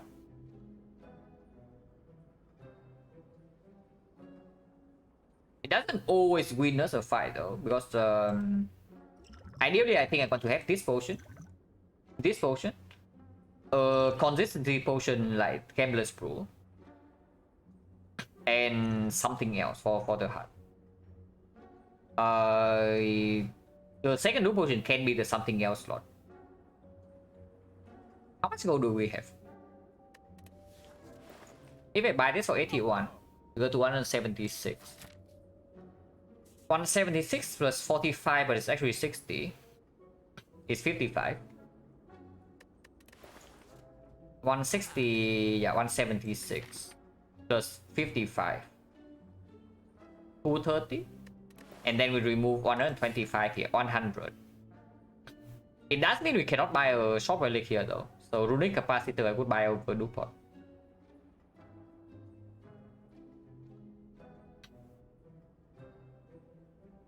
Having to use Dupont along the way would be very sad. Cozy, saving is strong. Yeah, I can see that. The thing I'm slightly concerned about is that if we draw badly, the new potion doesn't really bail us out though. It is good if we are really scared, we can duplicate an operation for safety in some fights. But with Echo Cell Repair, that probably does not happen before the Act Boss. You're saving right here, we can still remove and buy a short relic, so Runic Capacitor is open. And Runic Capacitor makes the boss count a lot easier for us for sure. Even if we bottom deck the Echo Form, probably we are still fine. And Frozen Eye would also take over the Dupont. Yeah, with one already, I don't think I spent for the second one.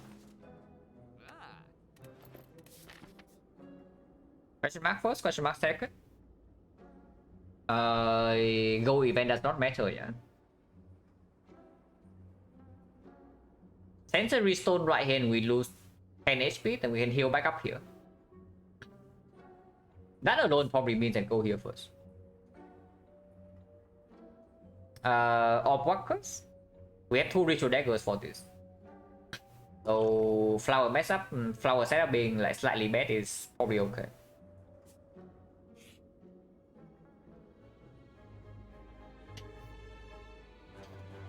Right before Burn Elite and it's a small chest, so probably not. This could have been 333 gold, it could have also been 222 gold, but instead it's a chest. So yeah, we probably skip this. Like this is spooky.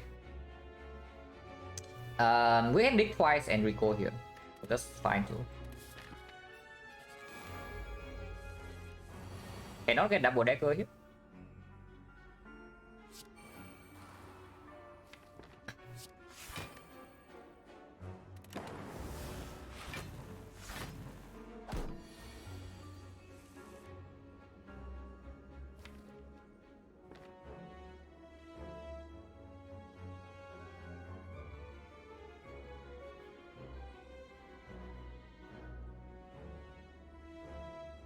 I just straight up kill this. We double dagger, but then we need to draw into the other dagger. It doesn't really matter. Yeah, honestly, this doesn't really matter. But maybe I want this in hand because I feel like I should hologram the EP again.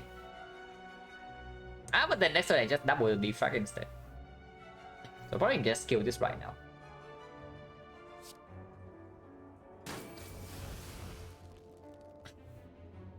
He got me 2 relics and 1 remove. Yeah, basically, and a little bit more gold as well because the chest also gives gold fairly often. So yeah, key is not a good relic, but was probably also necessary because you also saw like how rough the early passive Act 2 was. Mostly when we did the fight, but we already knew that the fight was like really bad.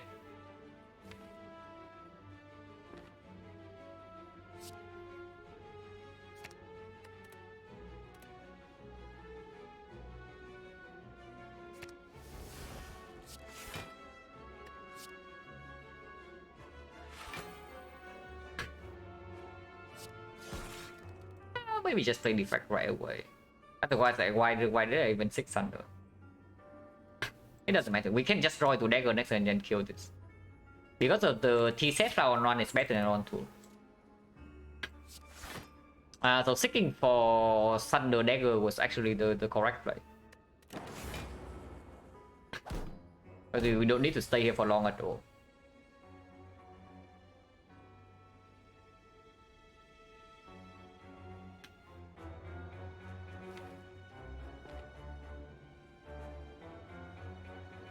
I guess that's fine.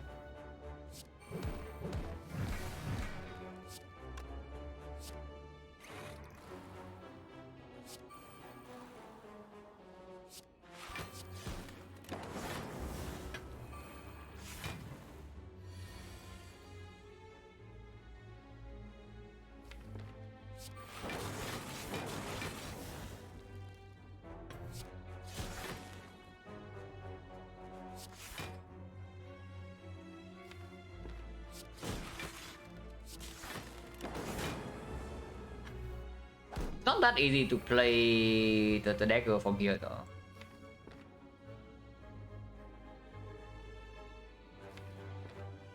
Yeah, messing up on that one turn makes the setup like a lot more annoying, but we are of course still fine.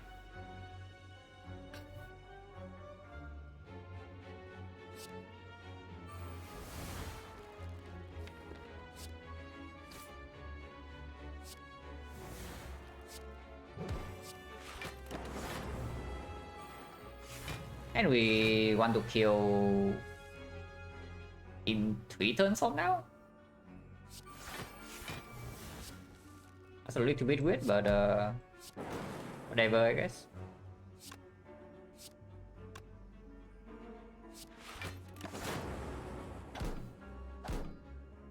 Finally, second would have won that. Yeah, okay, sure.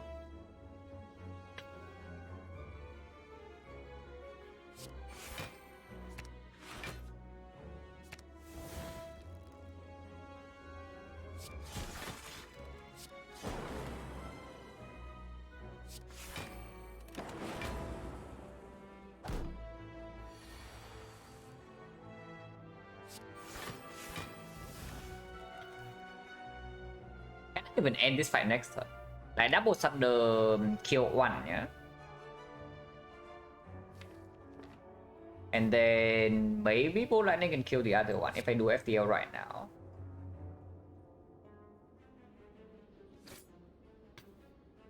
No loop, no cable. So this should be fine. Play this.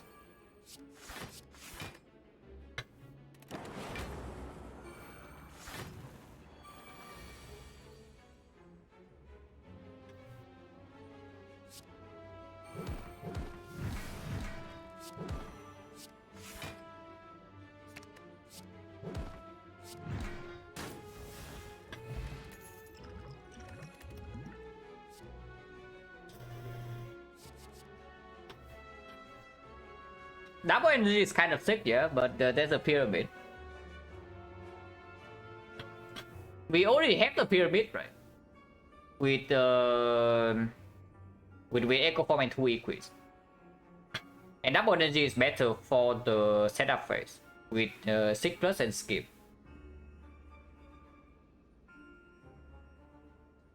And yeah, it is green.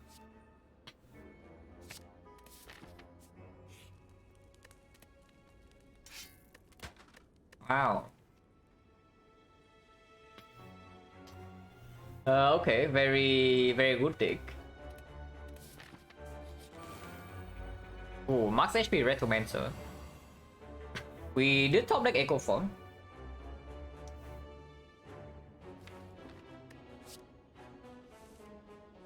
But no equi this turn, so I don't like this too much, yeah.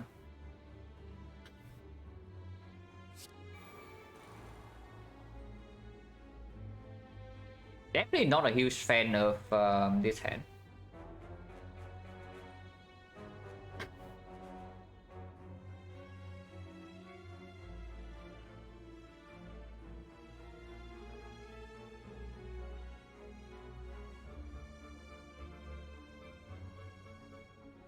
Probably start with dual cast and then see where we put this strike on. Or we can even do Zap plus Ritual Dagger kill 1, strike on this and play the Charge Rate 3 instead. Ritual Pot, yeah, I probably don't mind Ritual Pot here. It doesn't do much though, but I don't mind using it. Because it might actually be some thresholds. Especially like, yeah, Thunder 24 and she can summon at 25. Actually, no, she's max HP, but she can actually summon daggers with 25 HP. So this might actually very rarely matter next turn.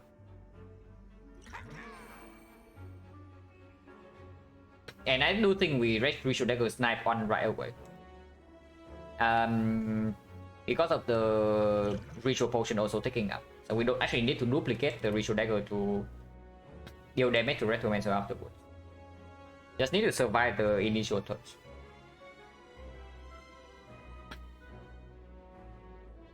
Wait, this for sure, yeah.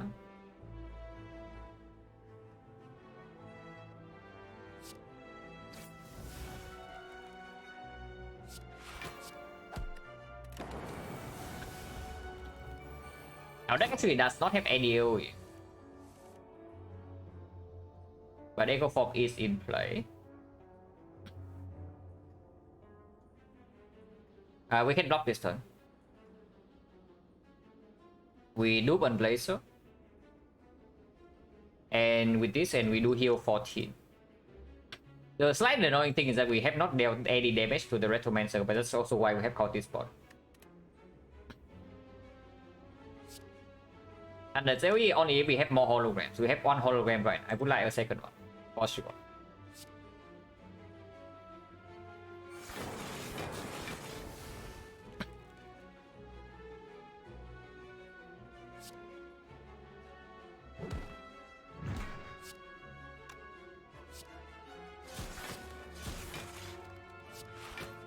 $42, we're taking 1.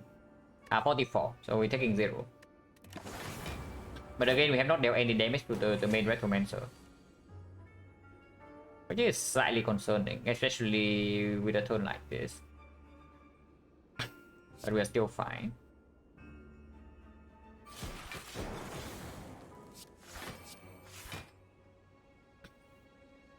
And we are double defrag next turn, so I just single cell repair. I don't want to redraw this. And I want to spend energy on something else next turn. Potentially even looping Apparition and then play another equip.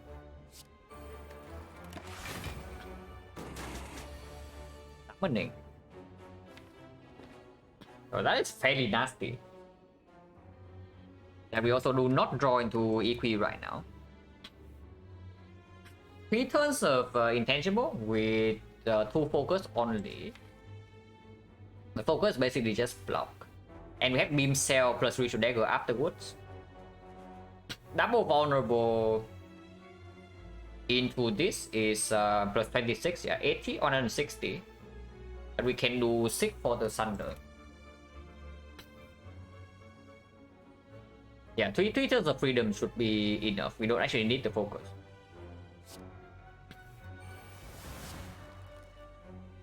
And do I want to draw right now? Probably not.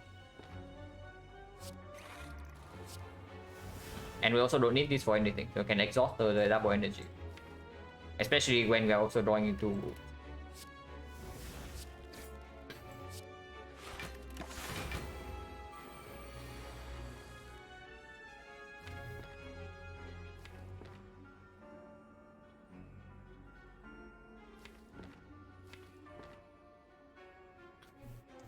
double equip. If she weakens us next turn, it gets slightly weird.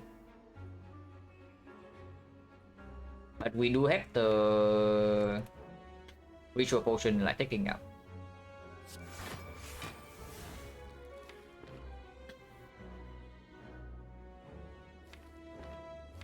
Yeah, we double beam cell next turn, double ritual dagger turn after.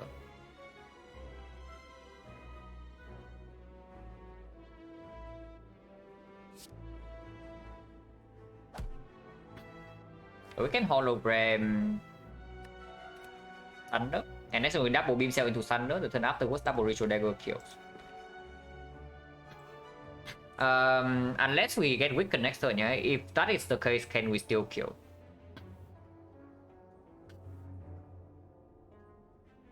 Beam hollow beam this turn? Yeah, but that just loses damage. Like there's no point. Because double dagger does not kill next turn from 211. And we are retaining for 2 turns. So if we get weakened, next on double beam cell is 8 plus 12 is 20. 20 plus Thunder with 29 is plus 14, 43. 63. 63, she's at... and we can even play Bull Lightning. For 22 as well. So 85. 85, 100 and 26. And we have 6 to get more strikes as well. So yeah, that can actually never fail. So we hollow the Thunder, next time we just do that. We are still retaining 1 more turn.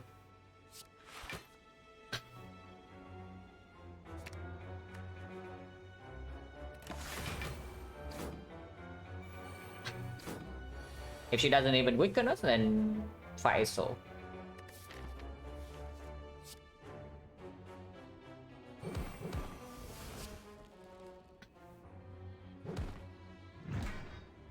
And next time we just kill, yeah. Flower on 2, which is not actually good because of the TZ energy, but whatever. Maybe we get ice cream from this enemy. And yeah, next time we just kill, yeah. There's nothing else to do here.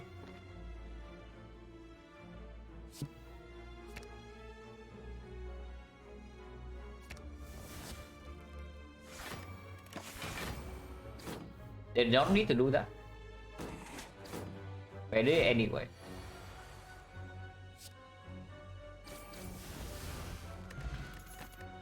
Not quite ice cream, but Fear Pot is good.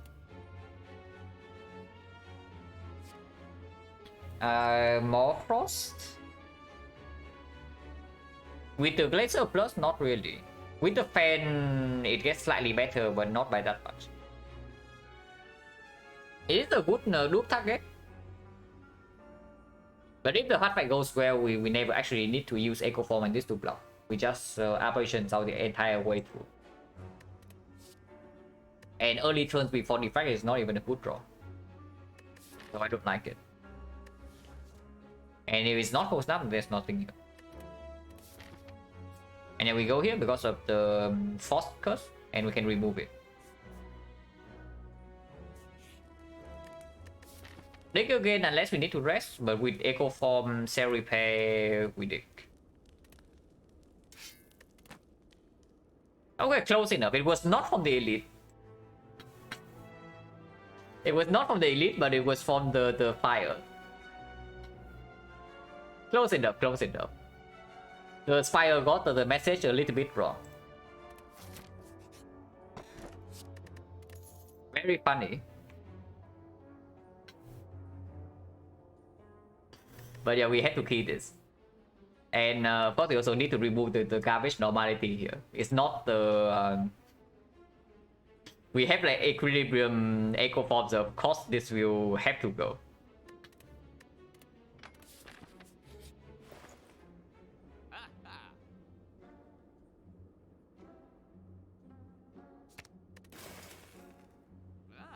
Creative AI, toolbox. Reinforced body with the ice cream, but we have no calipers. To run master strategy relic is here. Yeah, it's good. It's also good. And it can just give us apotheosis turn 1. Creative AI with the apparition echo form, maybe we actually have time for this to do something. But it's still very slow. Buy the toolbox right here, yeah? We go to AT1. And if we buy the potion, if we buy the relic, we also just go this way. And completely avoid the shop. Just 55. 81, 55, 130 something. If we get gold from here, we can spend in the shop. That toolbox also is found a bit underwhelming. Options on... in early game, it's just straight up good, yeah. So usually when people talk about like toolbox not having that kind of an impact, it's like in late game. But even for late game, secret technique, master strategy, dark shackles, panic button, apotheosis, and if you're desperate enough, magnetism, panacea. I mean, like, there are so many actual hits in the more dangerous fights, and it's one of the cheaper relics. Transmutation. Now that you talk about the transmutation, we do have the ice cream. So transmutation is kind of 25 gold per enemy. Does it pay for itself? One elite right here, only single enemy, yeah. One fight. 2 enemies, and the next fight, awaken 1, potential lethal plus 3. So 1, 2, 3, 4, 5, 6, 7. It doesn't. Yeah, it doesn't. Oh yeah, no transmutation. And this can give us transmutation anyway, or the hand of greed. And yeah, like this thing also, if you buy it, like the earlier you buy it in the run, the more hand of greed you get. And then it just pays for itself. So the raw power is already worth it, and it even gives you a small refund. Avoid events, falling a very annoying. You avoid events with this and this. And my bloom of walkers is still here. Really now. I mean, yeah, I agree. Falling can be very annoying for us. But you don't pass away from these things, right?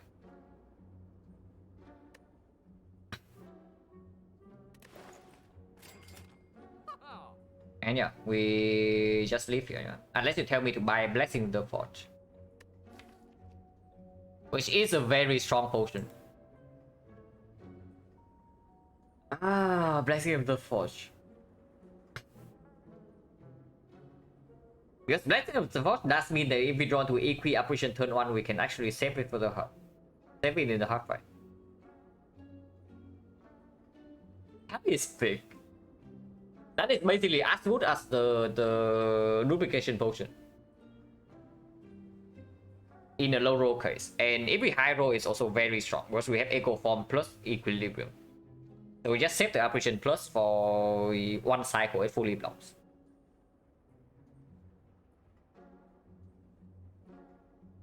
It doesn't basically kill the Act 4 shot unless we see one of the gold events. But yeah, with double equi, it's just completely insane, right? The upgrade potion. Now that I say that, we are probably hitting Sensory Stone into Apotheosis, but whatever, that is still good. Yeah, this is just like completely insane, and it's cheap. It's fairly cheap, and we only see this drop. So Fearbot can go, yeah. When it's Fearbot, probably yes.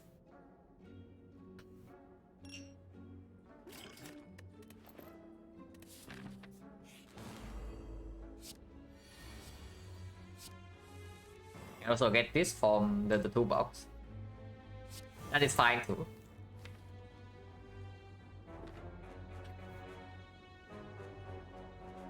Judgment is basically free, and with the ice cream, I do want to skip. The earlier we get Echo Form, the better. But this fight is not that trivial. 4 daggers do not easily kill this, yeah. Just playing 4 daggers do not easily kill this thing.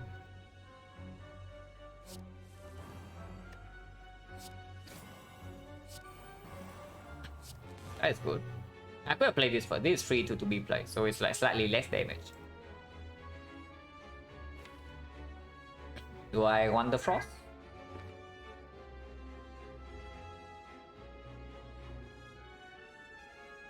Give me a second.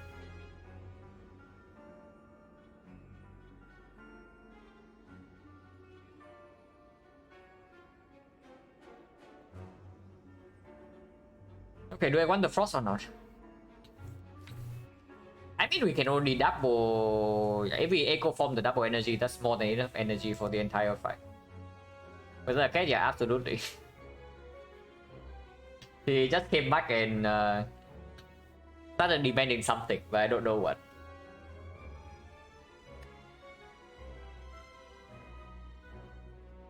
So Catwen, I mean, I have some photos. I can send something in the chat right now.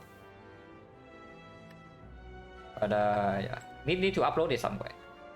So give me a few seconds.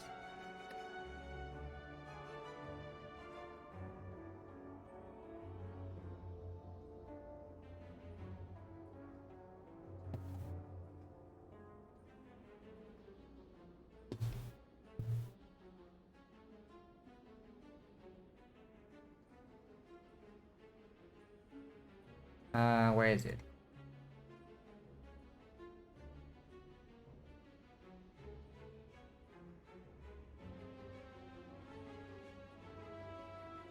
Where is it?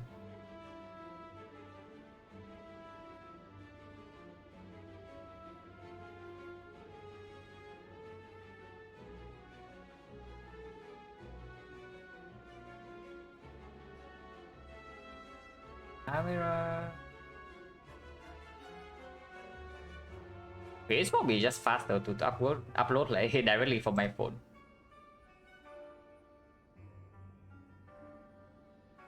Definitely into dagger, a lot of cards I probably kill. I have Echo Form, so I probably just wait for the Echo Form dagger on a bigger turn, especially when we have vulnerable access. How do I do this?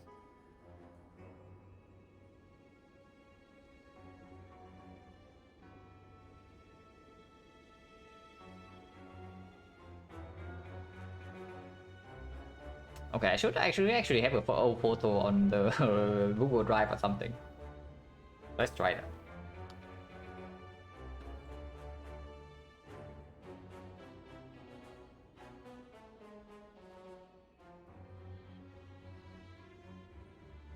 This one's good enough.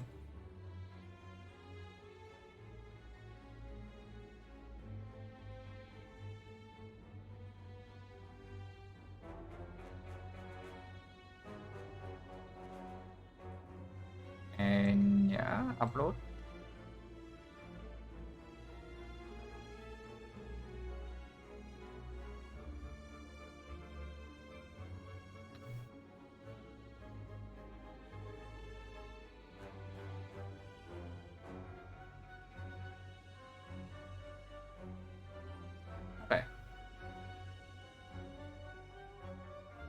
So copy link.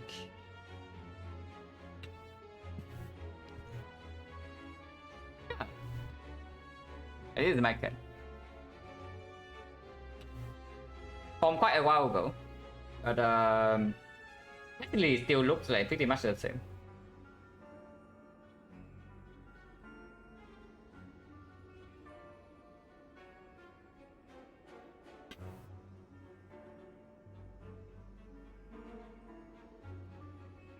Yeah, that's enough, yeah. So let's get back to the fight.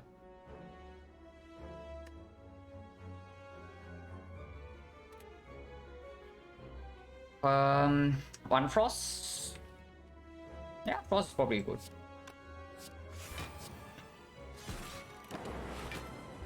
And we already have 6 energy this turn. And the pyramid. We can still block this guy for like quite a while. Yeah, we can actually just block this guy for quite a while from here.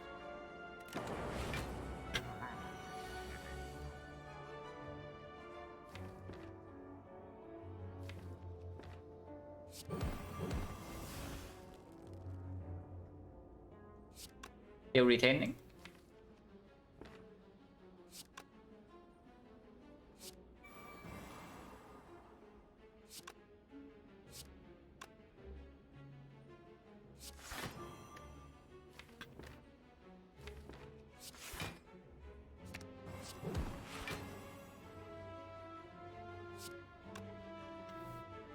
And next we just block with double EP.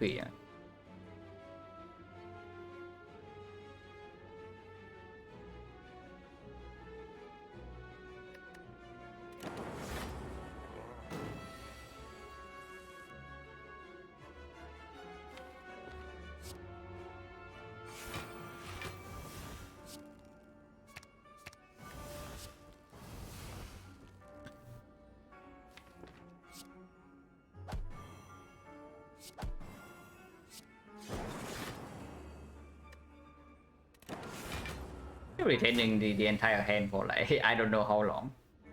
On more turn only actually. Like the stacking is a little bit not very balanced at the moment because of one dagger being 60 and one dagger being 50.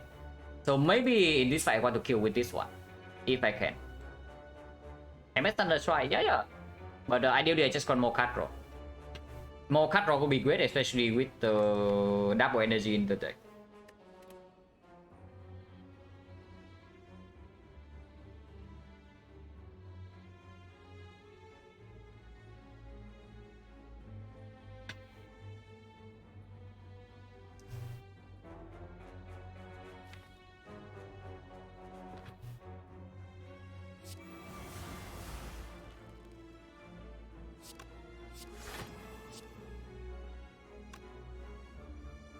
Don't need to duplicate defract like ever in this fight.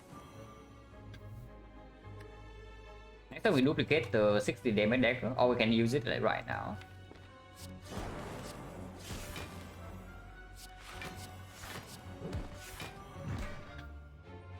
And yeah, with the ice cream flower is always on pool now, so that's also pretty nice. We can skill this turn.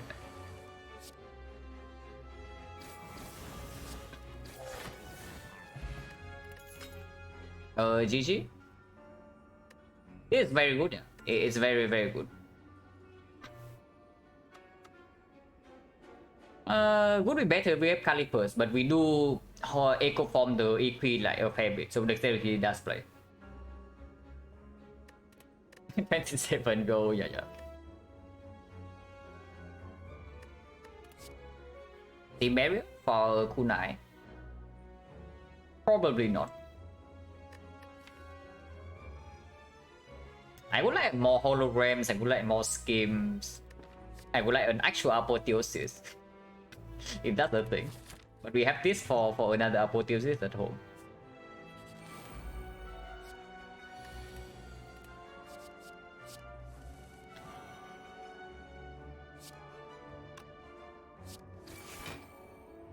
Interesting.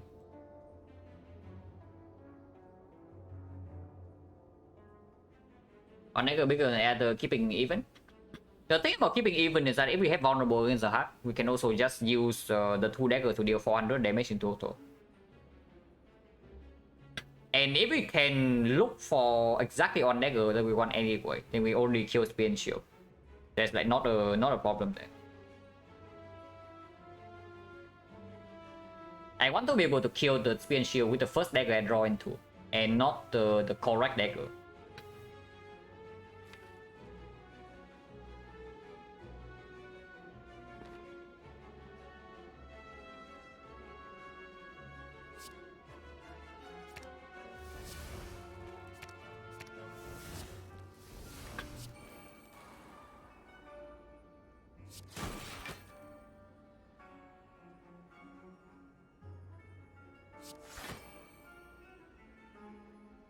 Don't actually need to play this.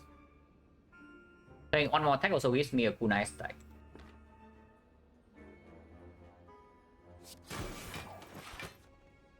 Debuff is nasty, but yeah, not really.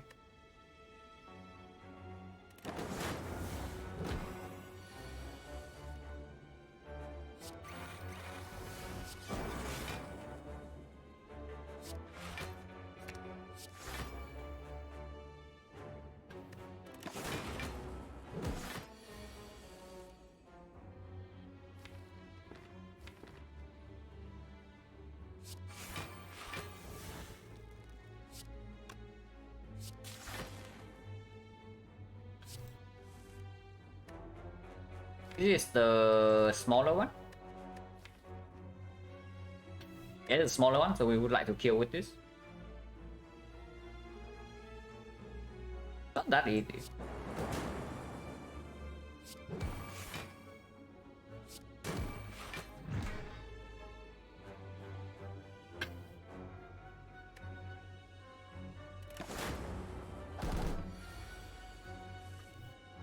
Still retaining, yeah.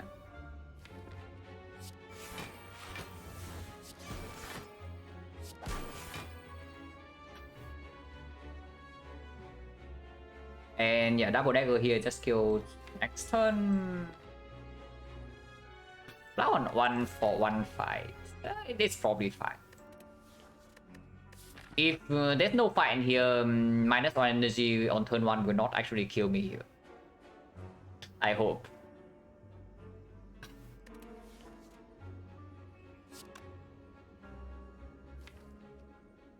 Because otherwise waiting long in this fight is also like very annoying.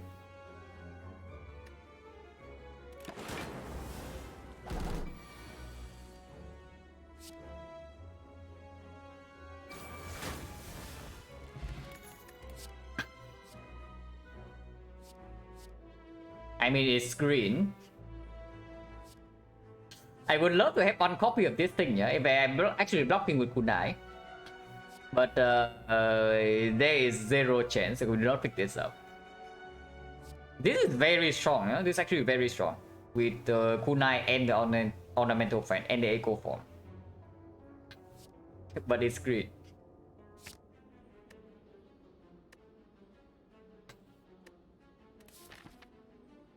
Oh, double question mark?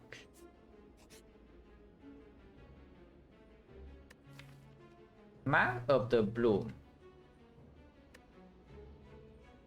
Now that does mean that we break one turn and we are very set, and it also means that the upgrade potion is useless. But we do have double scheme now. Gonna be upgraded? Why so? We have this, and this is already enough for the hard fight.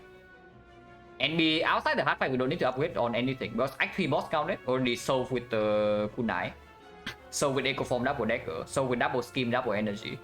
Act for elite also the same. So the upgrade is only for the hard fight, and for the hard fight we already have this. Yeah, exactly, operations, but that is only relevant for the hard. Because every other fight we can outscale with either kunai or we just fat load them down with the ritual dagger. Now with double dagger with a mirror, we got a duplication event. Yeah, it's just this.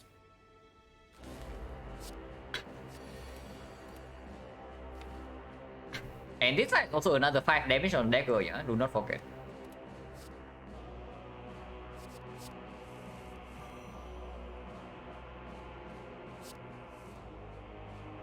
Interesting.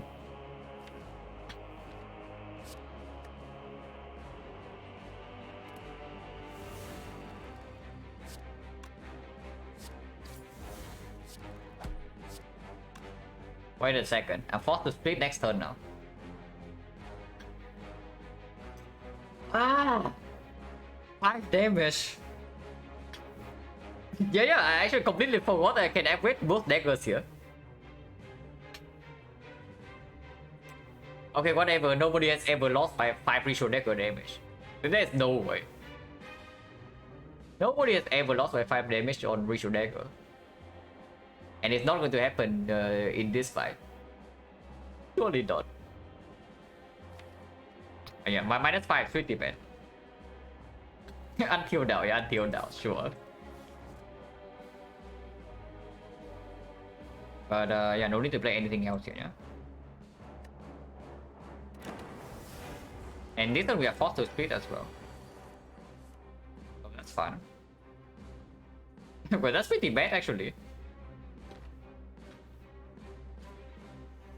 Oh, that was like bad on so many levels here. Because splitting on 70, unless we wait to another dagger, yeah, we're splitting on like 72. I'm 72 is like no problem. We can probably play the fight from there, but it does introduce a little bit of risk. Okay, we split a little bit lower with Zap Razor.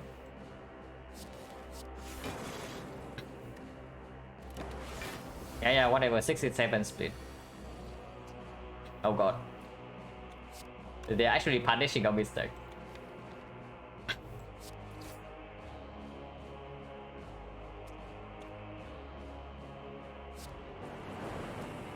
Okay, never mind. No problem here.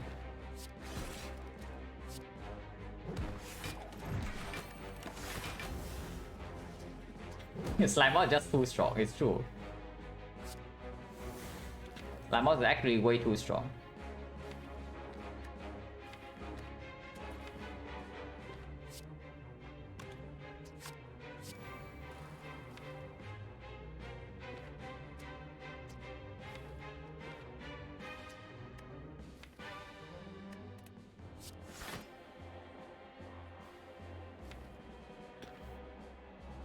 Probably just kill and get out of here. There's no respawn from here, yeah.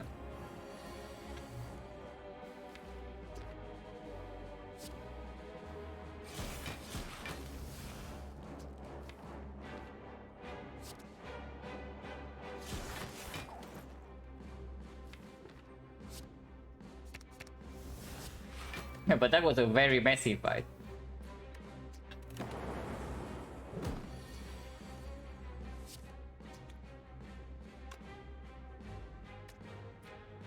The 8 next turn, that's fine.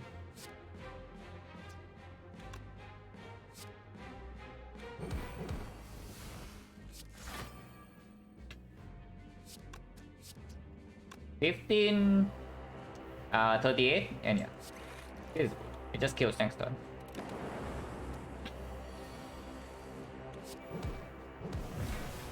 Okay, that was very messy, but we got rewarded for a misplace.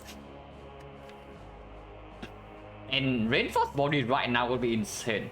But yeah, we don't have it. Calibers with this much setup, and we have the Echo Form and the Kunai should be able to do like, a lot of good things here. Oh god.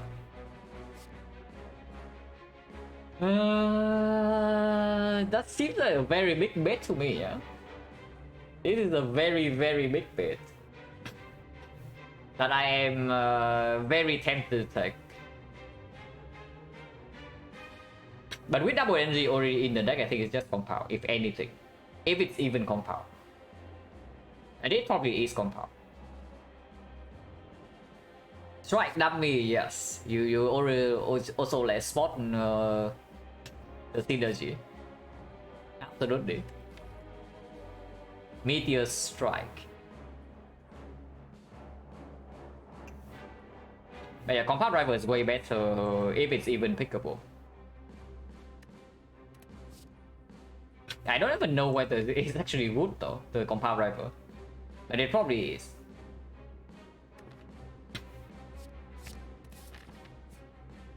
More question mark?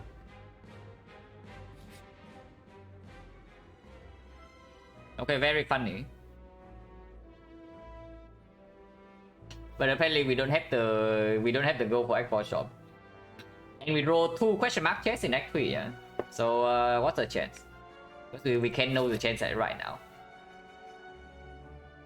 We roll the first chest here, so that is 4%. And we roll another chest here, so that's another 4%. Of course we don't take this, like taking this into normality instantly, like it doesn't kill the run. But yeah, why? Well, what relic do you even want from this chest, like from here? I mean, I know what relics I want, but it's probably not worth. Oh yeah, golden idol, red mask. Don't get any golden actually, so that's cool. At least we have ice cream calipers. Panacea is doing nothing. Dark Shackle is good with the calipers if we can strip artifact, which we cannot. Madness or Meteor Strike is kind of good. Probably okay.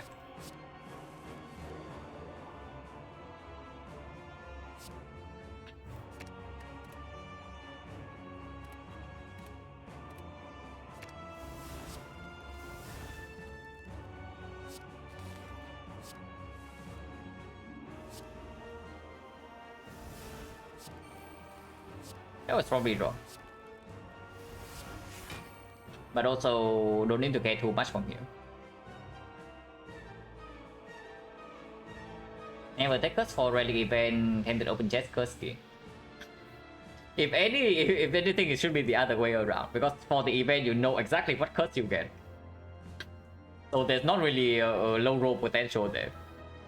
But when you open the chest, it's like random. And it can just casually add a normality to your deck. And that would be like, very bad.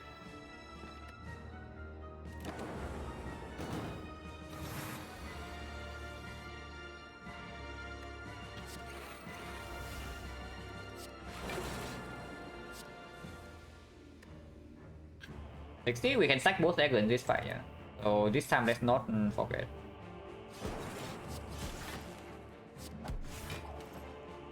And with calipers, the moment we kill one of them, the fight is over.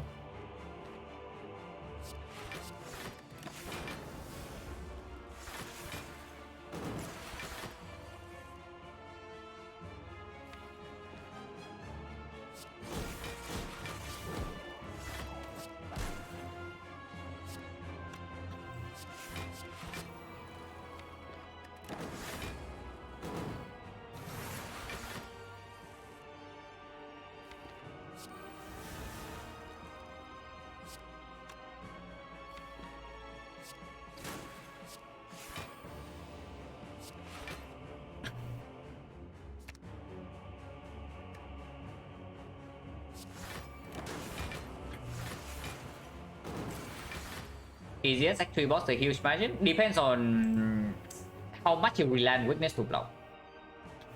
Because if your deck is, let's say you're playing Silent and your deck only has block with Malay or Paper Crane, then this fight is actually by far the most difficult boss in Act 3.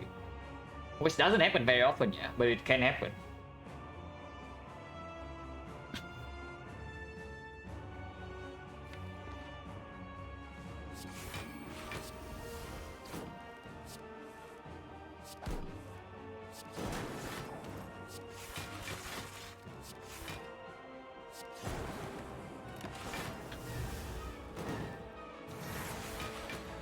Infinite? No. If you actually have infinite, then the fight is like fairly free.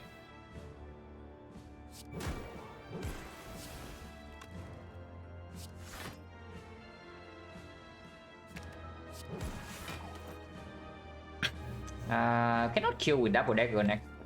Maybe we can do something else.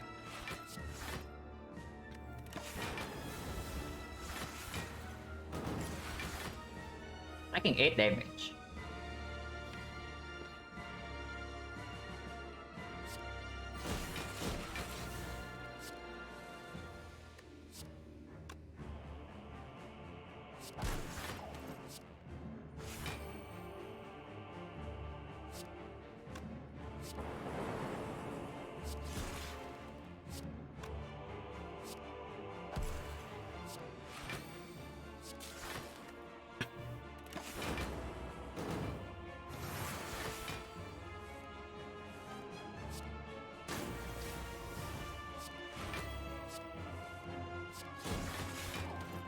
Maybe now the fight's over.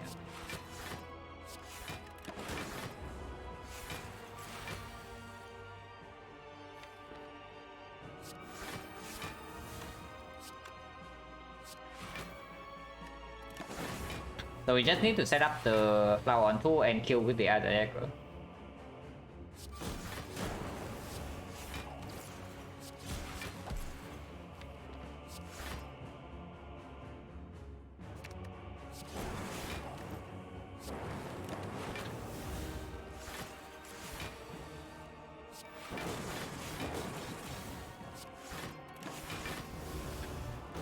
Retaining.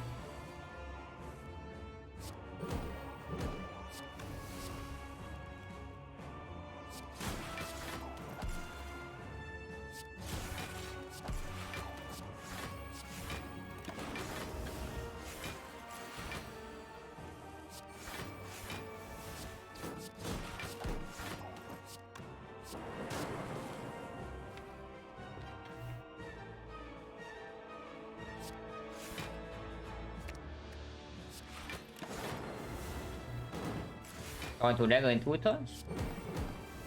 Now next time we kill.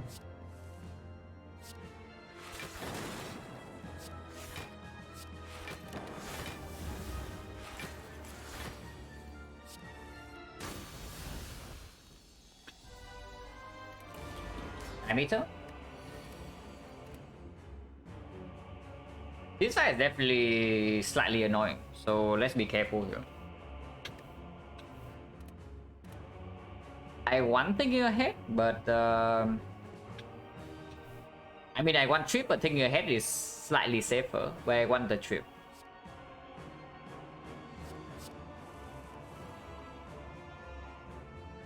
Thinking ahead will be good here.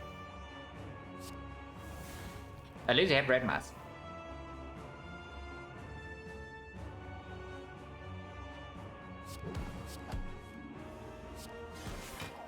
And we have a kunai.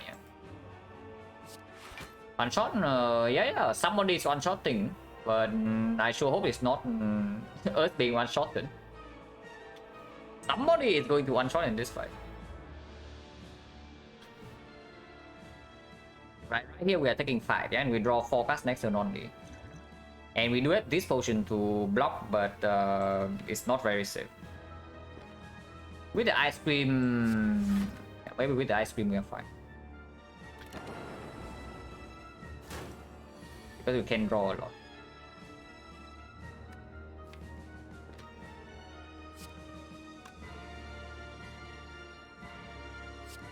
Yeah, like right here for example, breaking on the scheme is not exactly super good.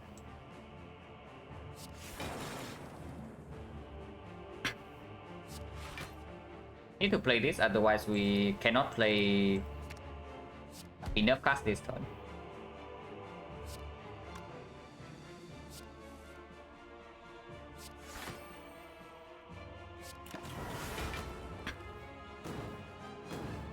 Hello, anything else? Yeah, we bottom decking 6 in echo form, so we do get a little bit slower here.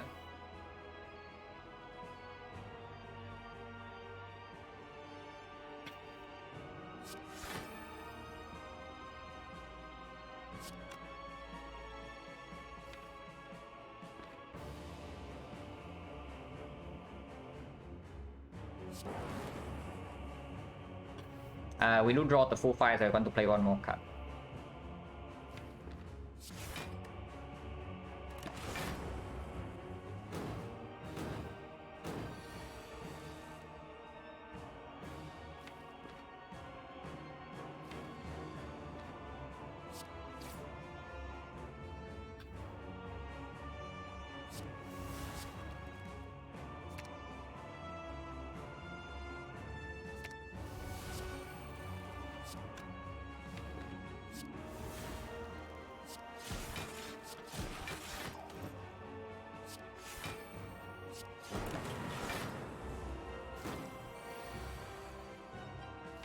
Oh, this is scary, but next time we do have double skill.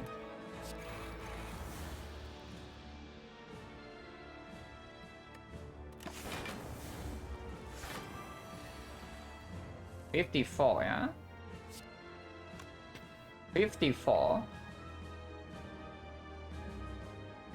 And yeah, I'm telling you, somebody is getting one-shotted here, and hopefully it's not us. Because this draw was very, very bad.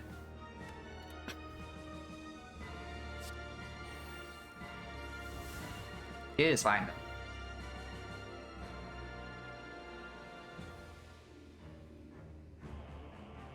Because we can just play whole hand.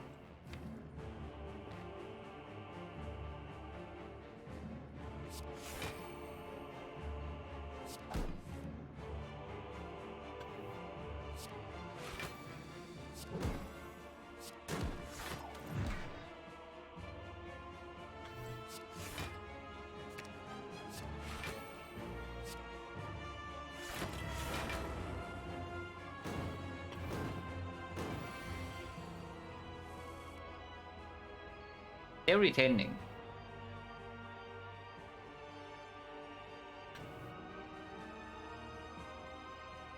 $140, 200, and the next turn another 100. But only if we draw into another equi. If you just look Ritual Dagger right now, play the chip, and the next turn we have 200. 140. And this will be plus 32, 97, 194.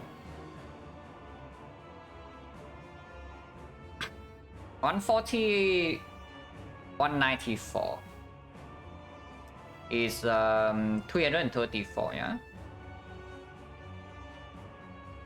So it does work, it does work. We kill next turn. Flower is messed up, but whatever, I just want to get out of here.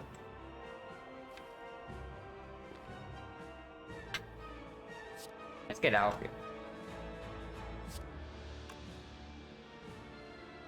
You play calculator open math in your head, mostly mental math. If there are something like that takes a lot of calculations, like the slow on giant head, or maybe I have to calculate like through multiple turns, or I have to calculate some combinatorics to see like how high of a chance I have to die in the fight, then I use calculator. But usually I do mental math.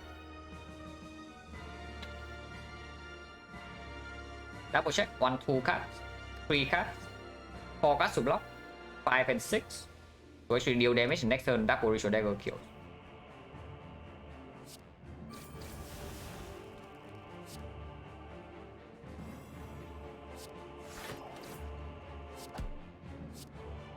Yeah, exactly. So plus 7.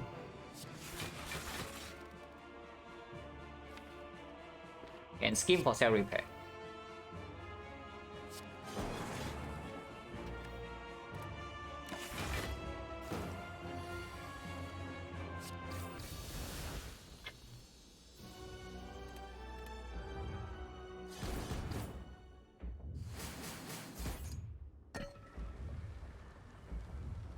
So we cannot afford a ready knight for shop, yeah. Hopefully it's not too it's not too strong. Oh, probably doesn't play. With the ice cream it gets slightly better, but we need to set up to 2 here. This actually is quite strong.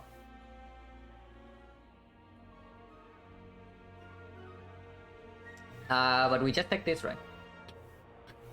Plus 2 ox slots, and we do have 2 focus from here, plus another 2 focus, plus another 4 focus, so 6 focus with 5 slots. Should be plenty. And yeah, both the daggers 70 damage.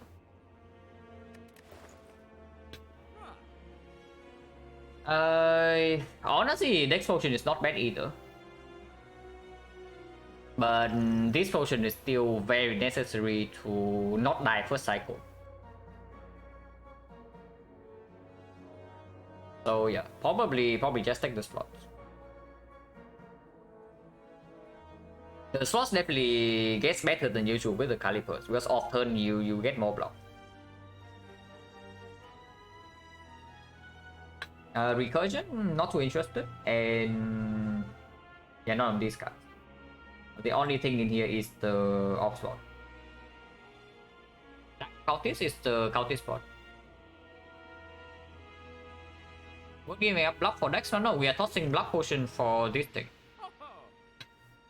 This potion we actually keep for the operations in the hard fight. And this potion is very strong on operations or echo form. This potion of course is also very strong with the calipers.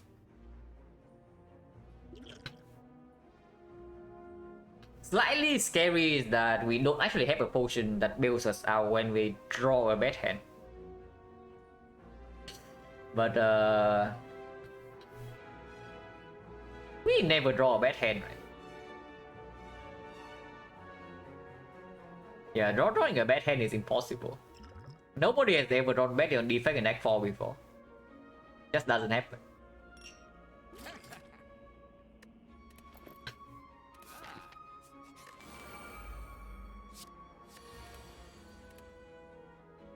Purity Chrysalis Transmutation. Transmutation is the only thing that might do something here. Chrysalis block us from operation next turn, yeah, so not too interested. Okay, double energy into transmutation, the combo. Not taking Ritual Dagger is fine. And double operation also means that we never die next turn. Instead we Glacier Compound Draw 2.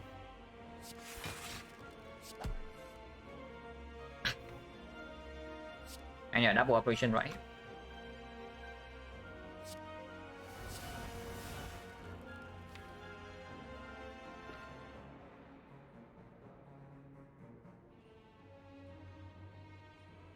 So do I put 70 damage here or not? We don't stack both daggers, but it does mean that we kill this guy much faster. And I'm probably down to do that. Don't need that much energy after this turn. Actually, it's wrong because there's still like Equi into Echo form or playing the Thunder. But I kind of want to play Transmutation for like 5. But I'm very down to just Ritual Dagger here. Actually, I should Ritual Dagger here because I am intangible. Yeah, I'm intangible next turn. So turn 3 is when we actually have some problems.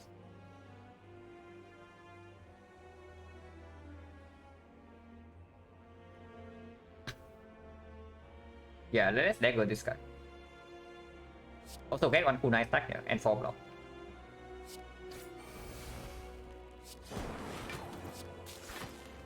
But transmute for 5. Anasia panic button. The combo instantly. Double secret weapon for our dagger redraw is potentially good, but we just kill this fairly soon. I just think fun ultimate play try hunting. Why do you want to stack 5 energy here? Like for what? Is the thing. Because next time we draw 3 cards. So if next time we draw into something like Scheme or 6, we are already fine. Yeah? If we don't draw into this, we are stacking energy for like no reason. And afterwards, can we ever spend energy?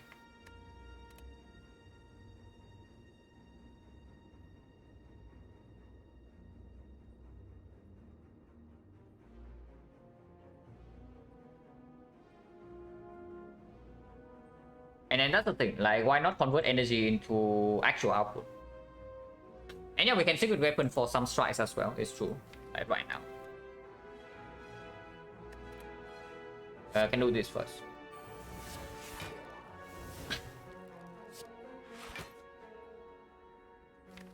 Secret weapon for strike is actually not even that bad, and it does give kunai stack. But it probably is the card we don't really want to draw. Thunder is fairly bad before Echo Form is down. I think I just get maybe Beam Cell Thunder here. These cards are actually quite good with the Strike Dummy, this cycle itself. Beam Cell before the Echo Form is not going to strip artifact. And I don't want to actually draw this.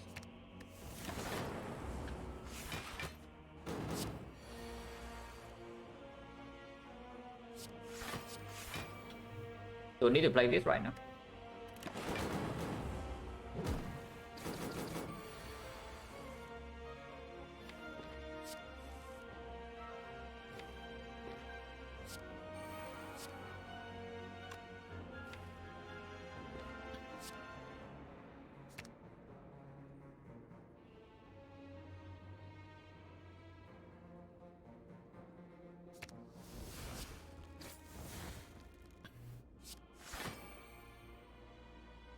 a wrong order, but probably doesn't matter. Now we just need to set out the two, yeah? We already used the other one.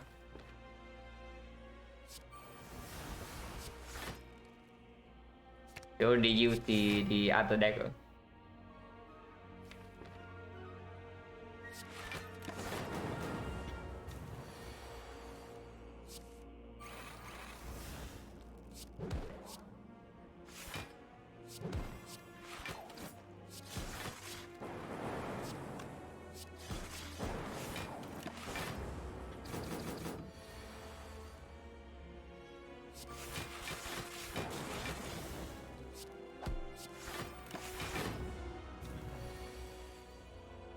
And yeah, killing this guy is good. And Thunder right here, just Sundial. We can wait for 3 turns. Yeah, this is zero risk here. So let's wait. The Sundial with the Ice Cream can play for sure. So there's like 0 risk. Still retaining.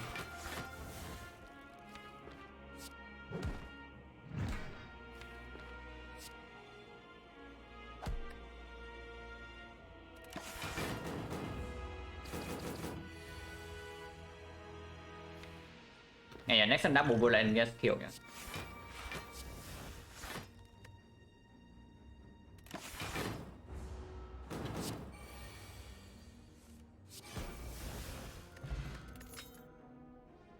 Unnecessary, but whatever.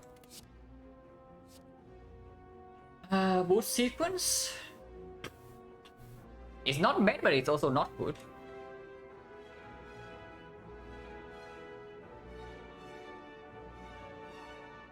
Not really, yeah. And if not boost sequence, then nothing. I mean, maybe bullseye to shoot artifact, but we don't need it. With the shuriken right now, damage is also no problem. Because if we play double daggers or with the echo form for both daggers, that's already 400. And this just slows down the echo form drop. If we draw up turn 1, we can always upgrade. Weak pot is... weak pot. Probably not, right? Not over slots. Maybe it is over slots. We don't actually deal that much block if we don't have the off slots in the hard fight. But weak pot just decrease the chance we actually instantly die first cycle by quite a lot. And if we don't instantly die first cycle, then maybe we are okay.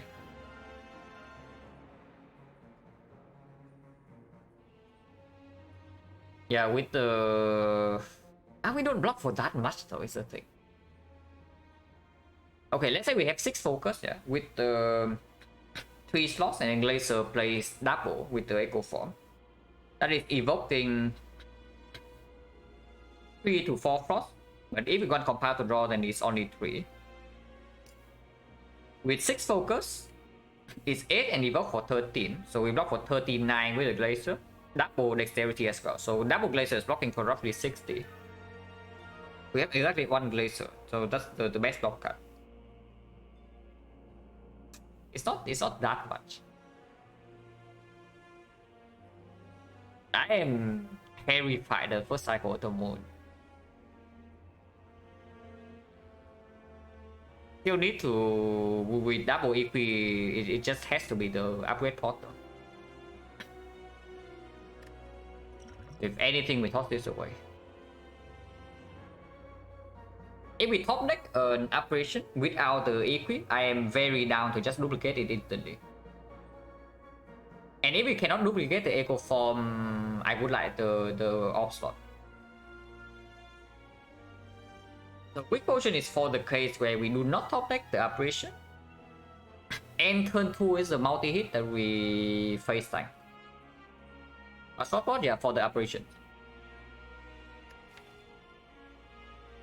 With only 1 hologram, it is spooky. I think I keep the potion bell as is though.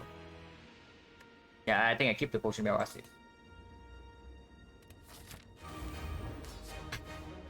Panic button, Dark Shackles. Poison Eye would be good here. But Panic Button with the Calipers immediately give us a little bit of a health buffer for next turn. Cannot be Echo Form, but it's still good. And if we draw the Equilibrium, then this is equally as good as this. Yeah, guess what, guys? We update this hand, and now we have EP plus and the Apparition plus in our hand next turn. We'll do for the first cycle. And yeah, we bought the upgrade potion in the actual shop exactly for this case, and it happens. So that's cool. So start with upgrade energy, and then we upgrade the entire hand, and then we play the EP. No reason to use the off slot yet. Take 2 damage, doesn't matter.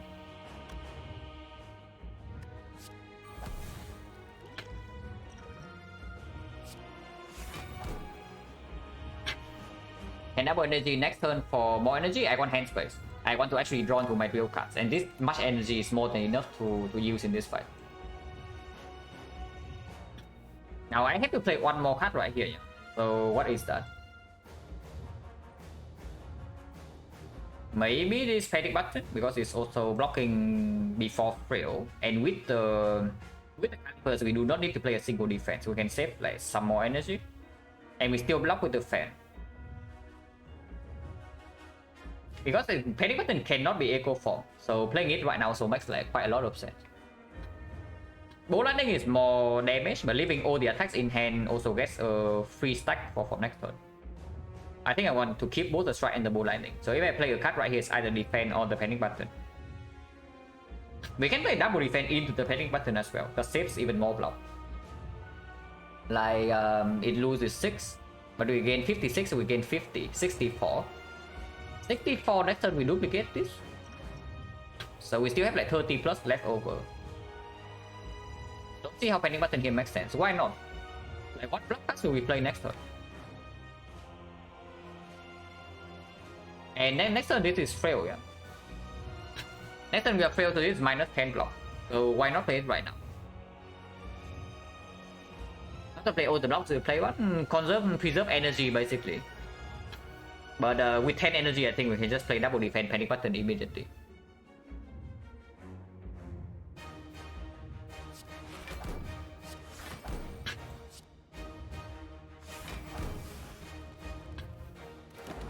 We might not even need to operation this hit.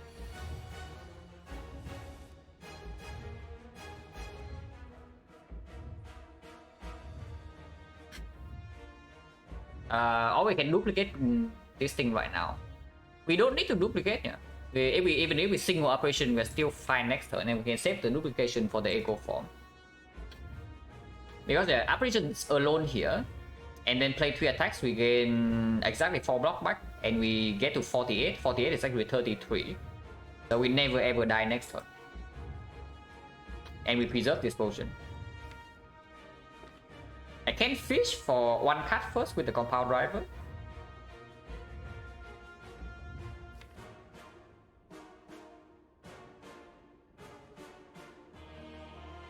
Now with that line we might lose a little bit of HP next turn.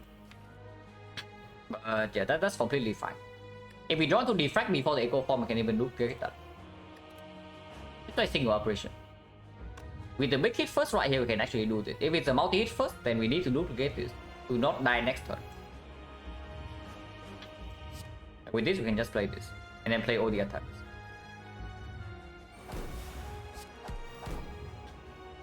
Okay, I guess we can play this one. And still no reason to duplicate. Yeah. If we draw into it right now, then we play it.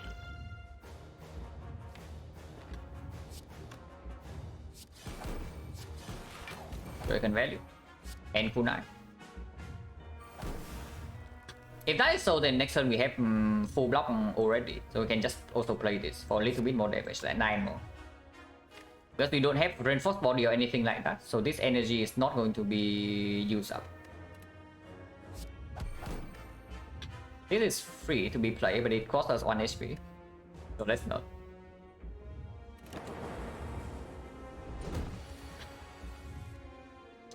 Oh, not a huge fan of this apparition draw right now. Before Echo Form, before Defrag.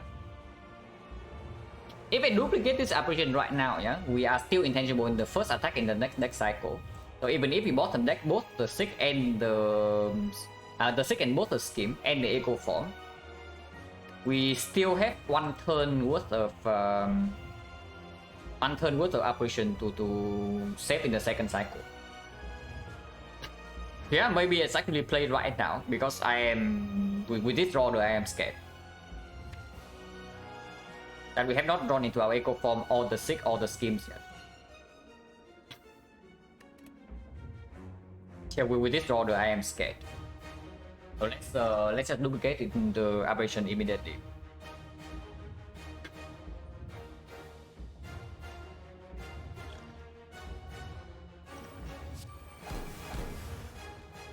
We lose O block for next turn.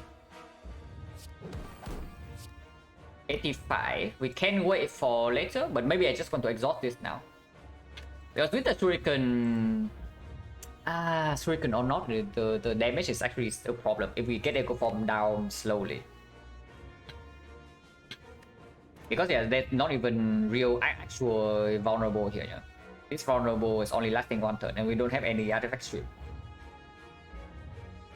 Waiting for the dagger to redraw is slightly dangerous, but it's fine. With the Calipers, hopefully we are safe.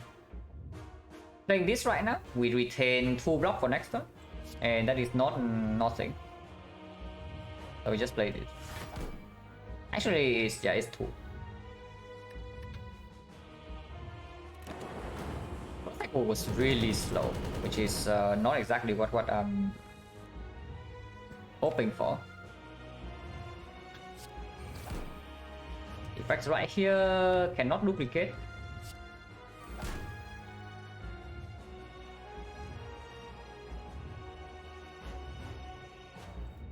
Waiting is way too slow, and yeah, we bottom deck the woodcuts basically, which is pretty bad now. But next turn we are still intangible. This fight, yeah, absolutely. The draw in this fight is fairly atrocious so far. But I think we just use a single defrag. Like waiting for this makes no sense. Because then I also need to hologram the equilibrium again. 4 focus should be enough.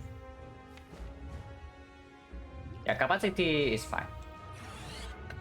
Because damage is so behind, so I don't even mind keeping these things. And we are playing 2 more attacks. With Calipers, losing HP to beat the death right now, no problem. So I gain 1 more block by playing the Equid.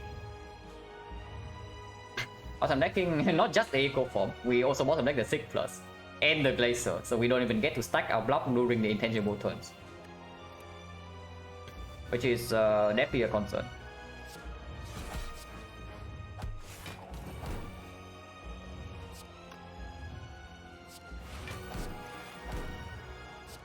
Like this right now to get out of deck, and we are still intangible, so it's free to be played.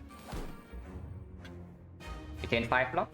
Next turn, no matter what, we don't take damage, but the turn afterwards is very scary.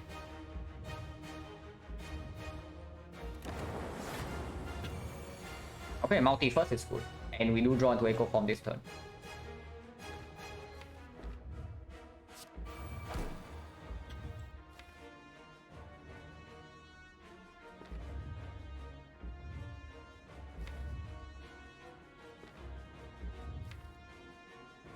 For the Scheme hologram, and we can go very far this turn. Doing something like this.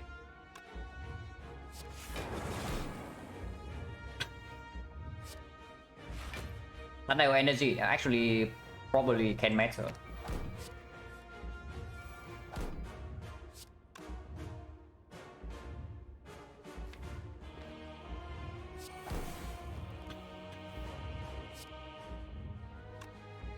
We are not retaining at the moment. It's overdraws.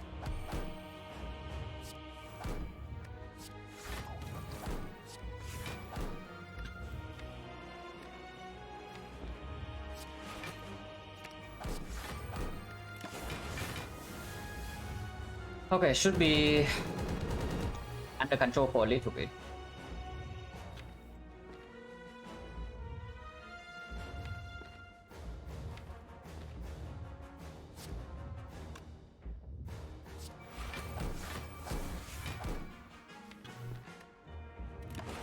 Damage is fairly slow, but we can block for quite a while.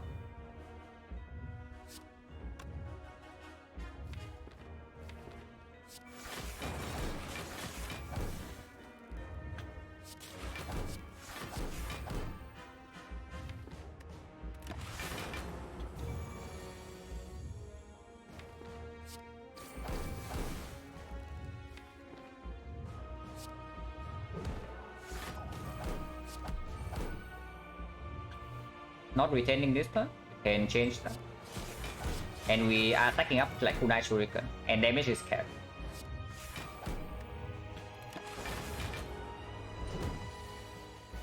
F19, no problem. We can still even block 120 after this.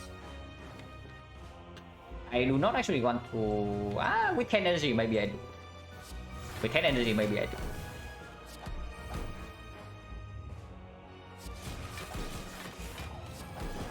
We can just freely attack here.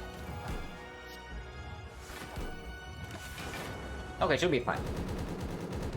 That 110T doesn't kill us. And if that happens, we are completely fine. We're still retaining it.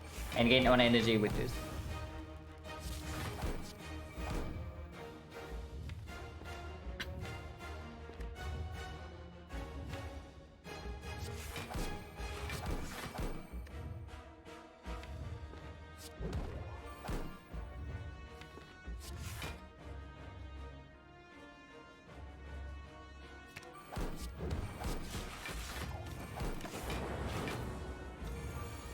Eight and 15, no problem.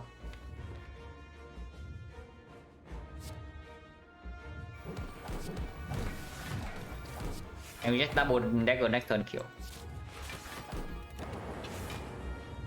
And yeah, got a little bit spooky for like a few turns, but it's fine. Two daggers, we had a dupe event. Yeah, duplication shrine. This one was like very shaky in early game. Like start of Act 1 was weird, end of Act 1 was slightly weird, and start of Act 2, middle of Act 2 was like, extremely rough. But yeah, get an echo form, win. But funny how like, everything changed after we got the echo form. Before that, we were kind of struggling. Of course, the dagger was fairly small as well. So the dagger was big in Act 3. But after this thing, like, the fight just got like, so much easier. Because we also have echo form operations. Insane relics? Yeah. It's not missing 2 chests, it's missing 3 chests. Because Act 2, we did not even open the chest. Effect win loss right now is 21-10. Yeah, after this one is 21 win 10 loss. So pretty good.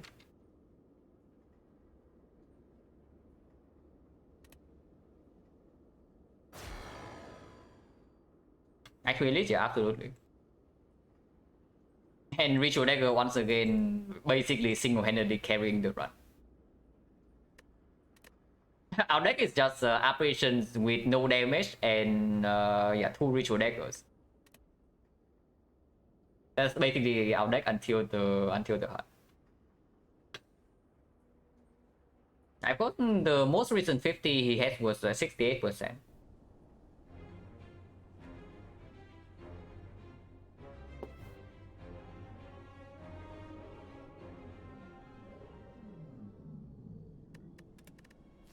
The effect is on quite a big trick, yeah. This was sad, but at least the effect is winning.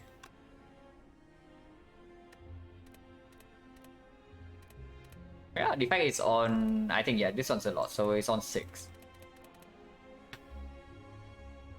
6 is, I think 6 is my, yeah, 6 is my PB. Like the new PB. Like before this, the best trick I had on defect was 5.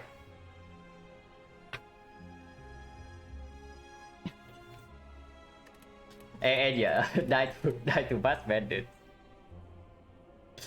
So this was so funny, I cannot even like get upset whenever I remember it. But yeah, it's like once in the...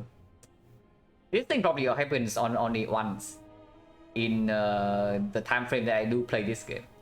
Hopefully. What record is by Terrence 11 at the moment.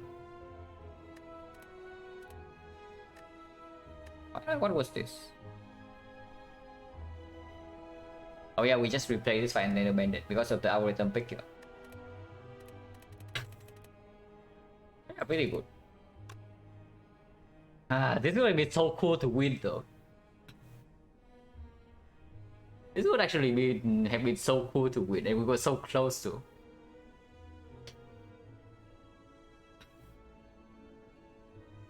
Yeah, I'm not really sad because it actually loses, but I'm sad because it was like actually a chance to win, and we just barely missed it.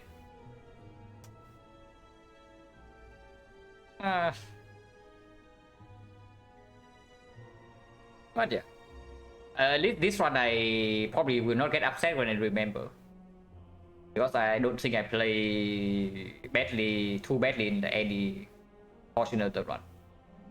Did a 96, yeah, actually did a 96. So you know what?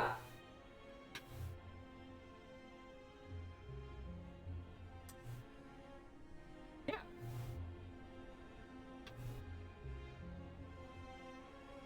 Yeah, this is it, guys. Like, this is it.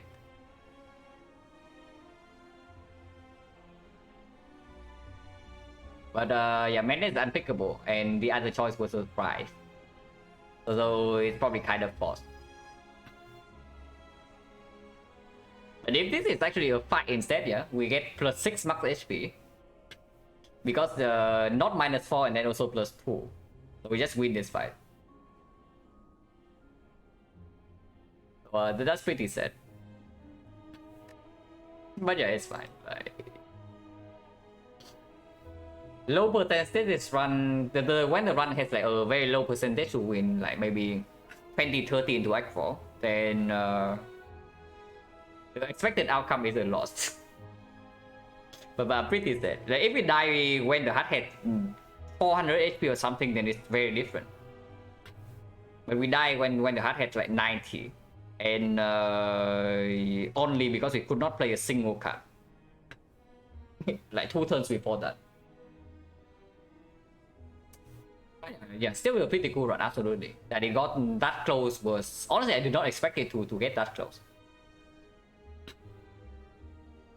I was thinking that we either fail to ship artifact second cycle and die instantly, or the damage would not have been even close, but it was way closer than I thought.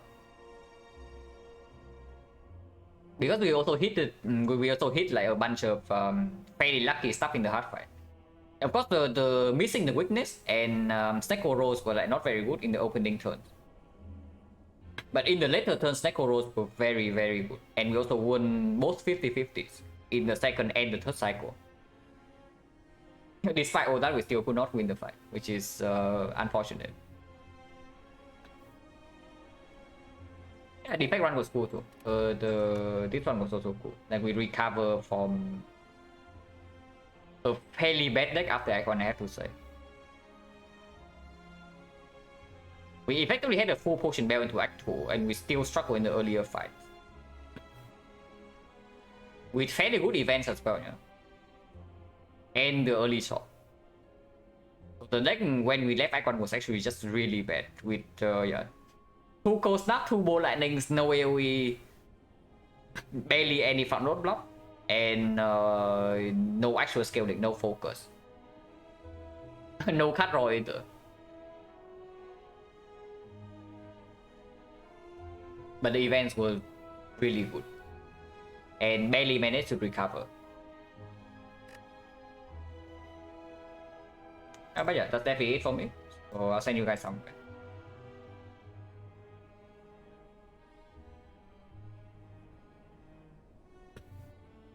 Okay, somewhere found.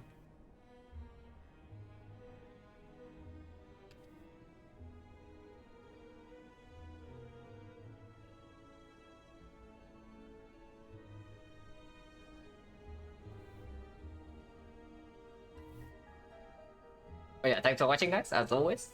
And see you later.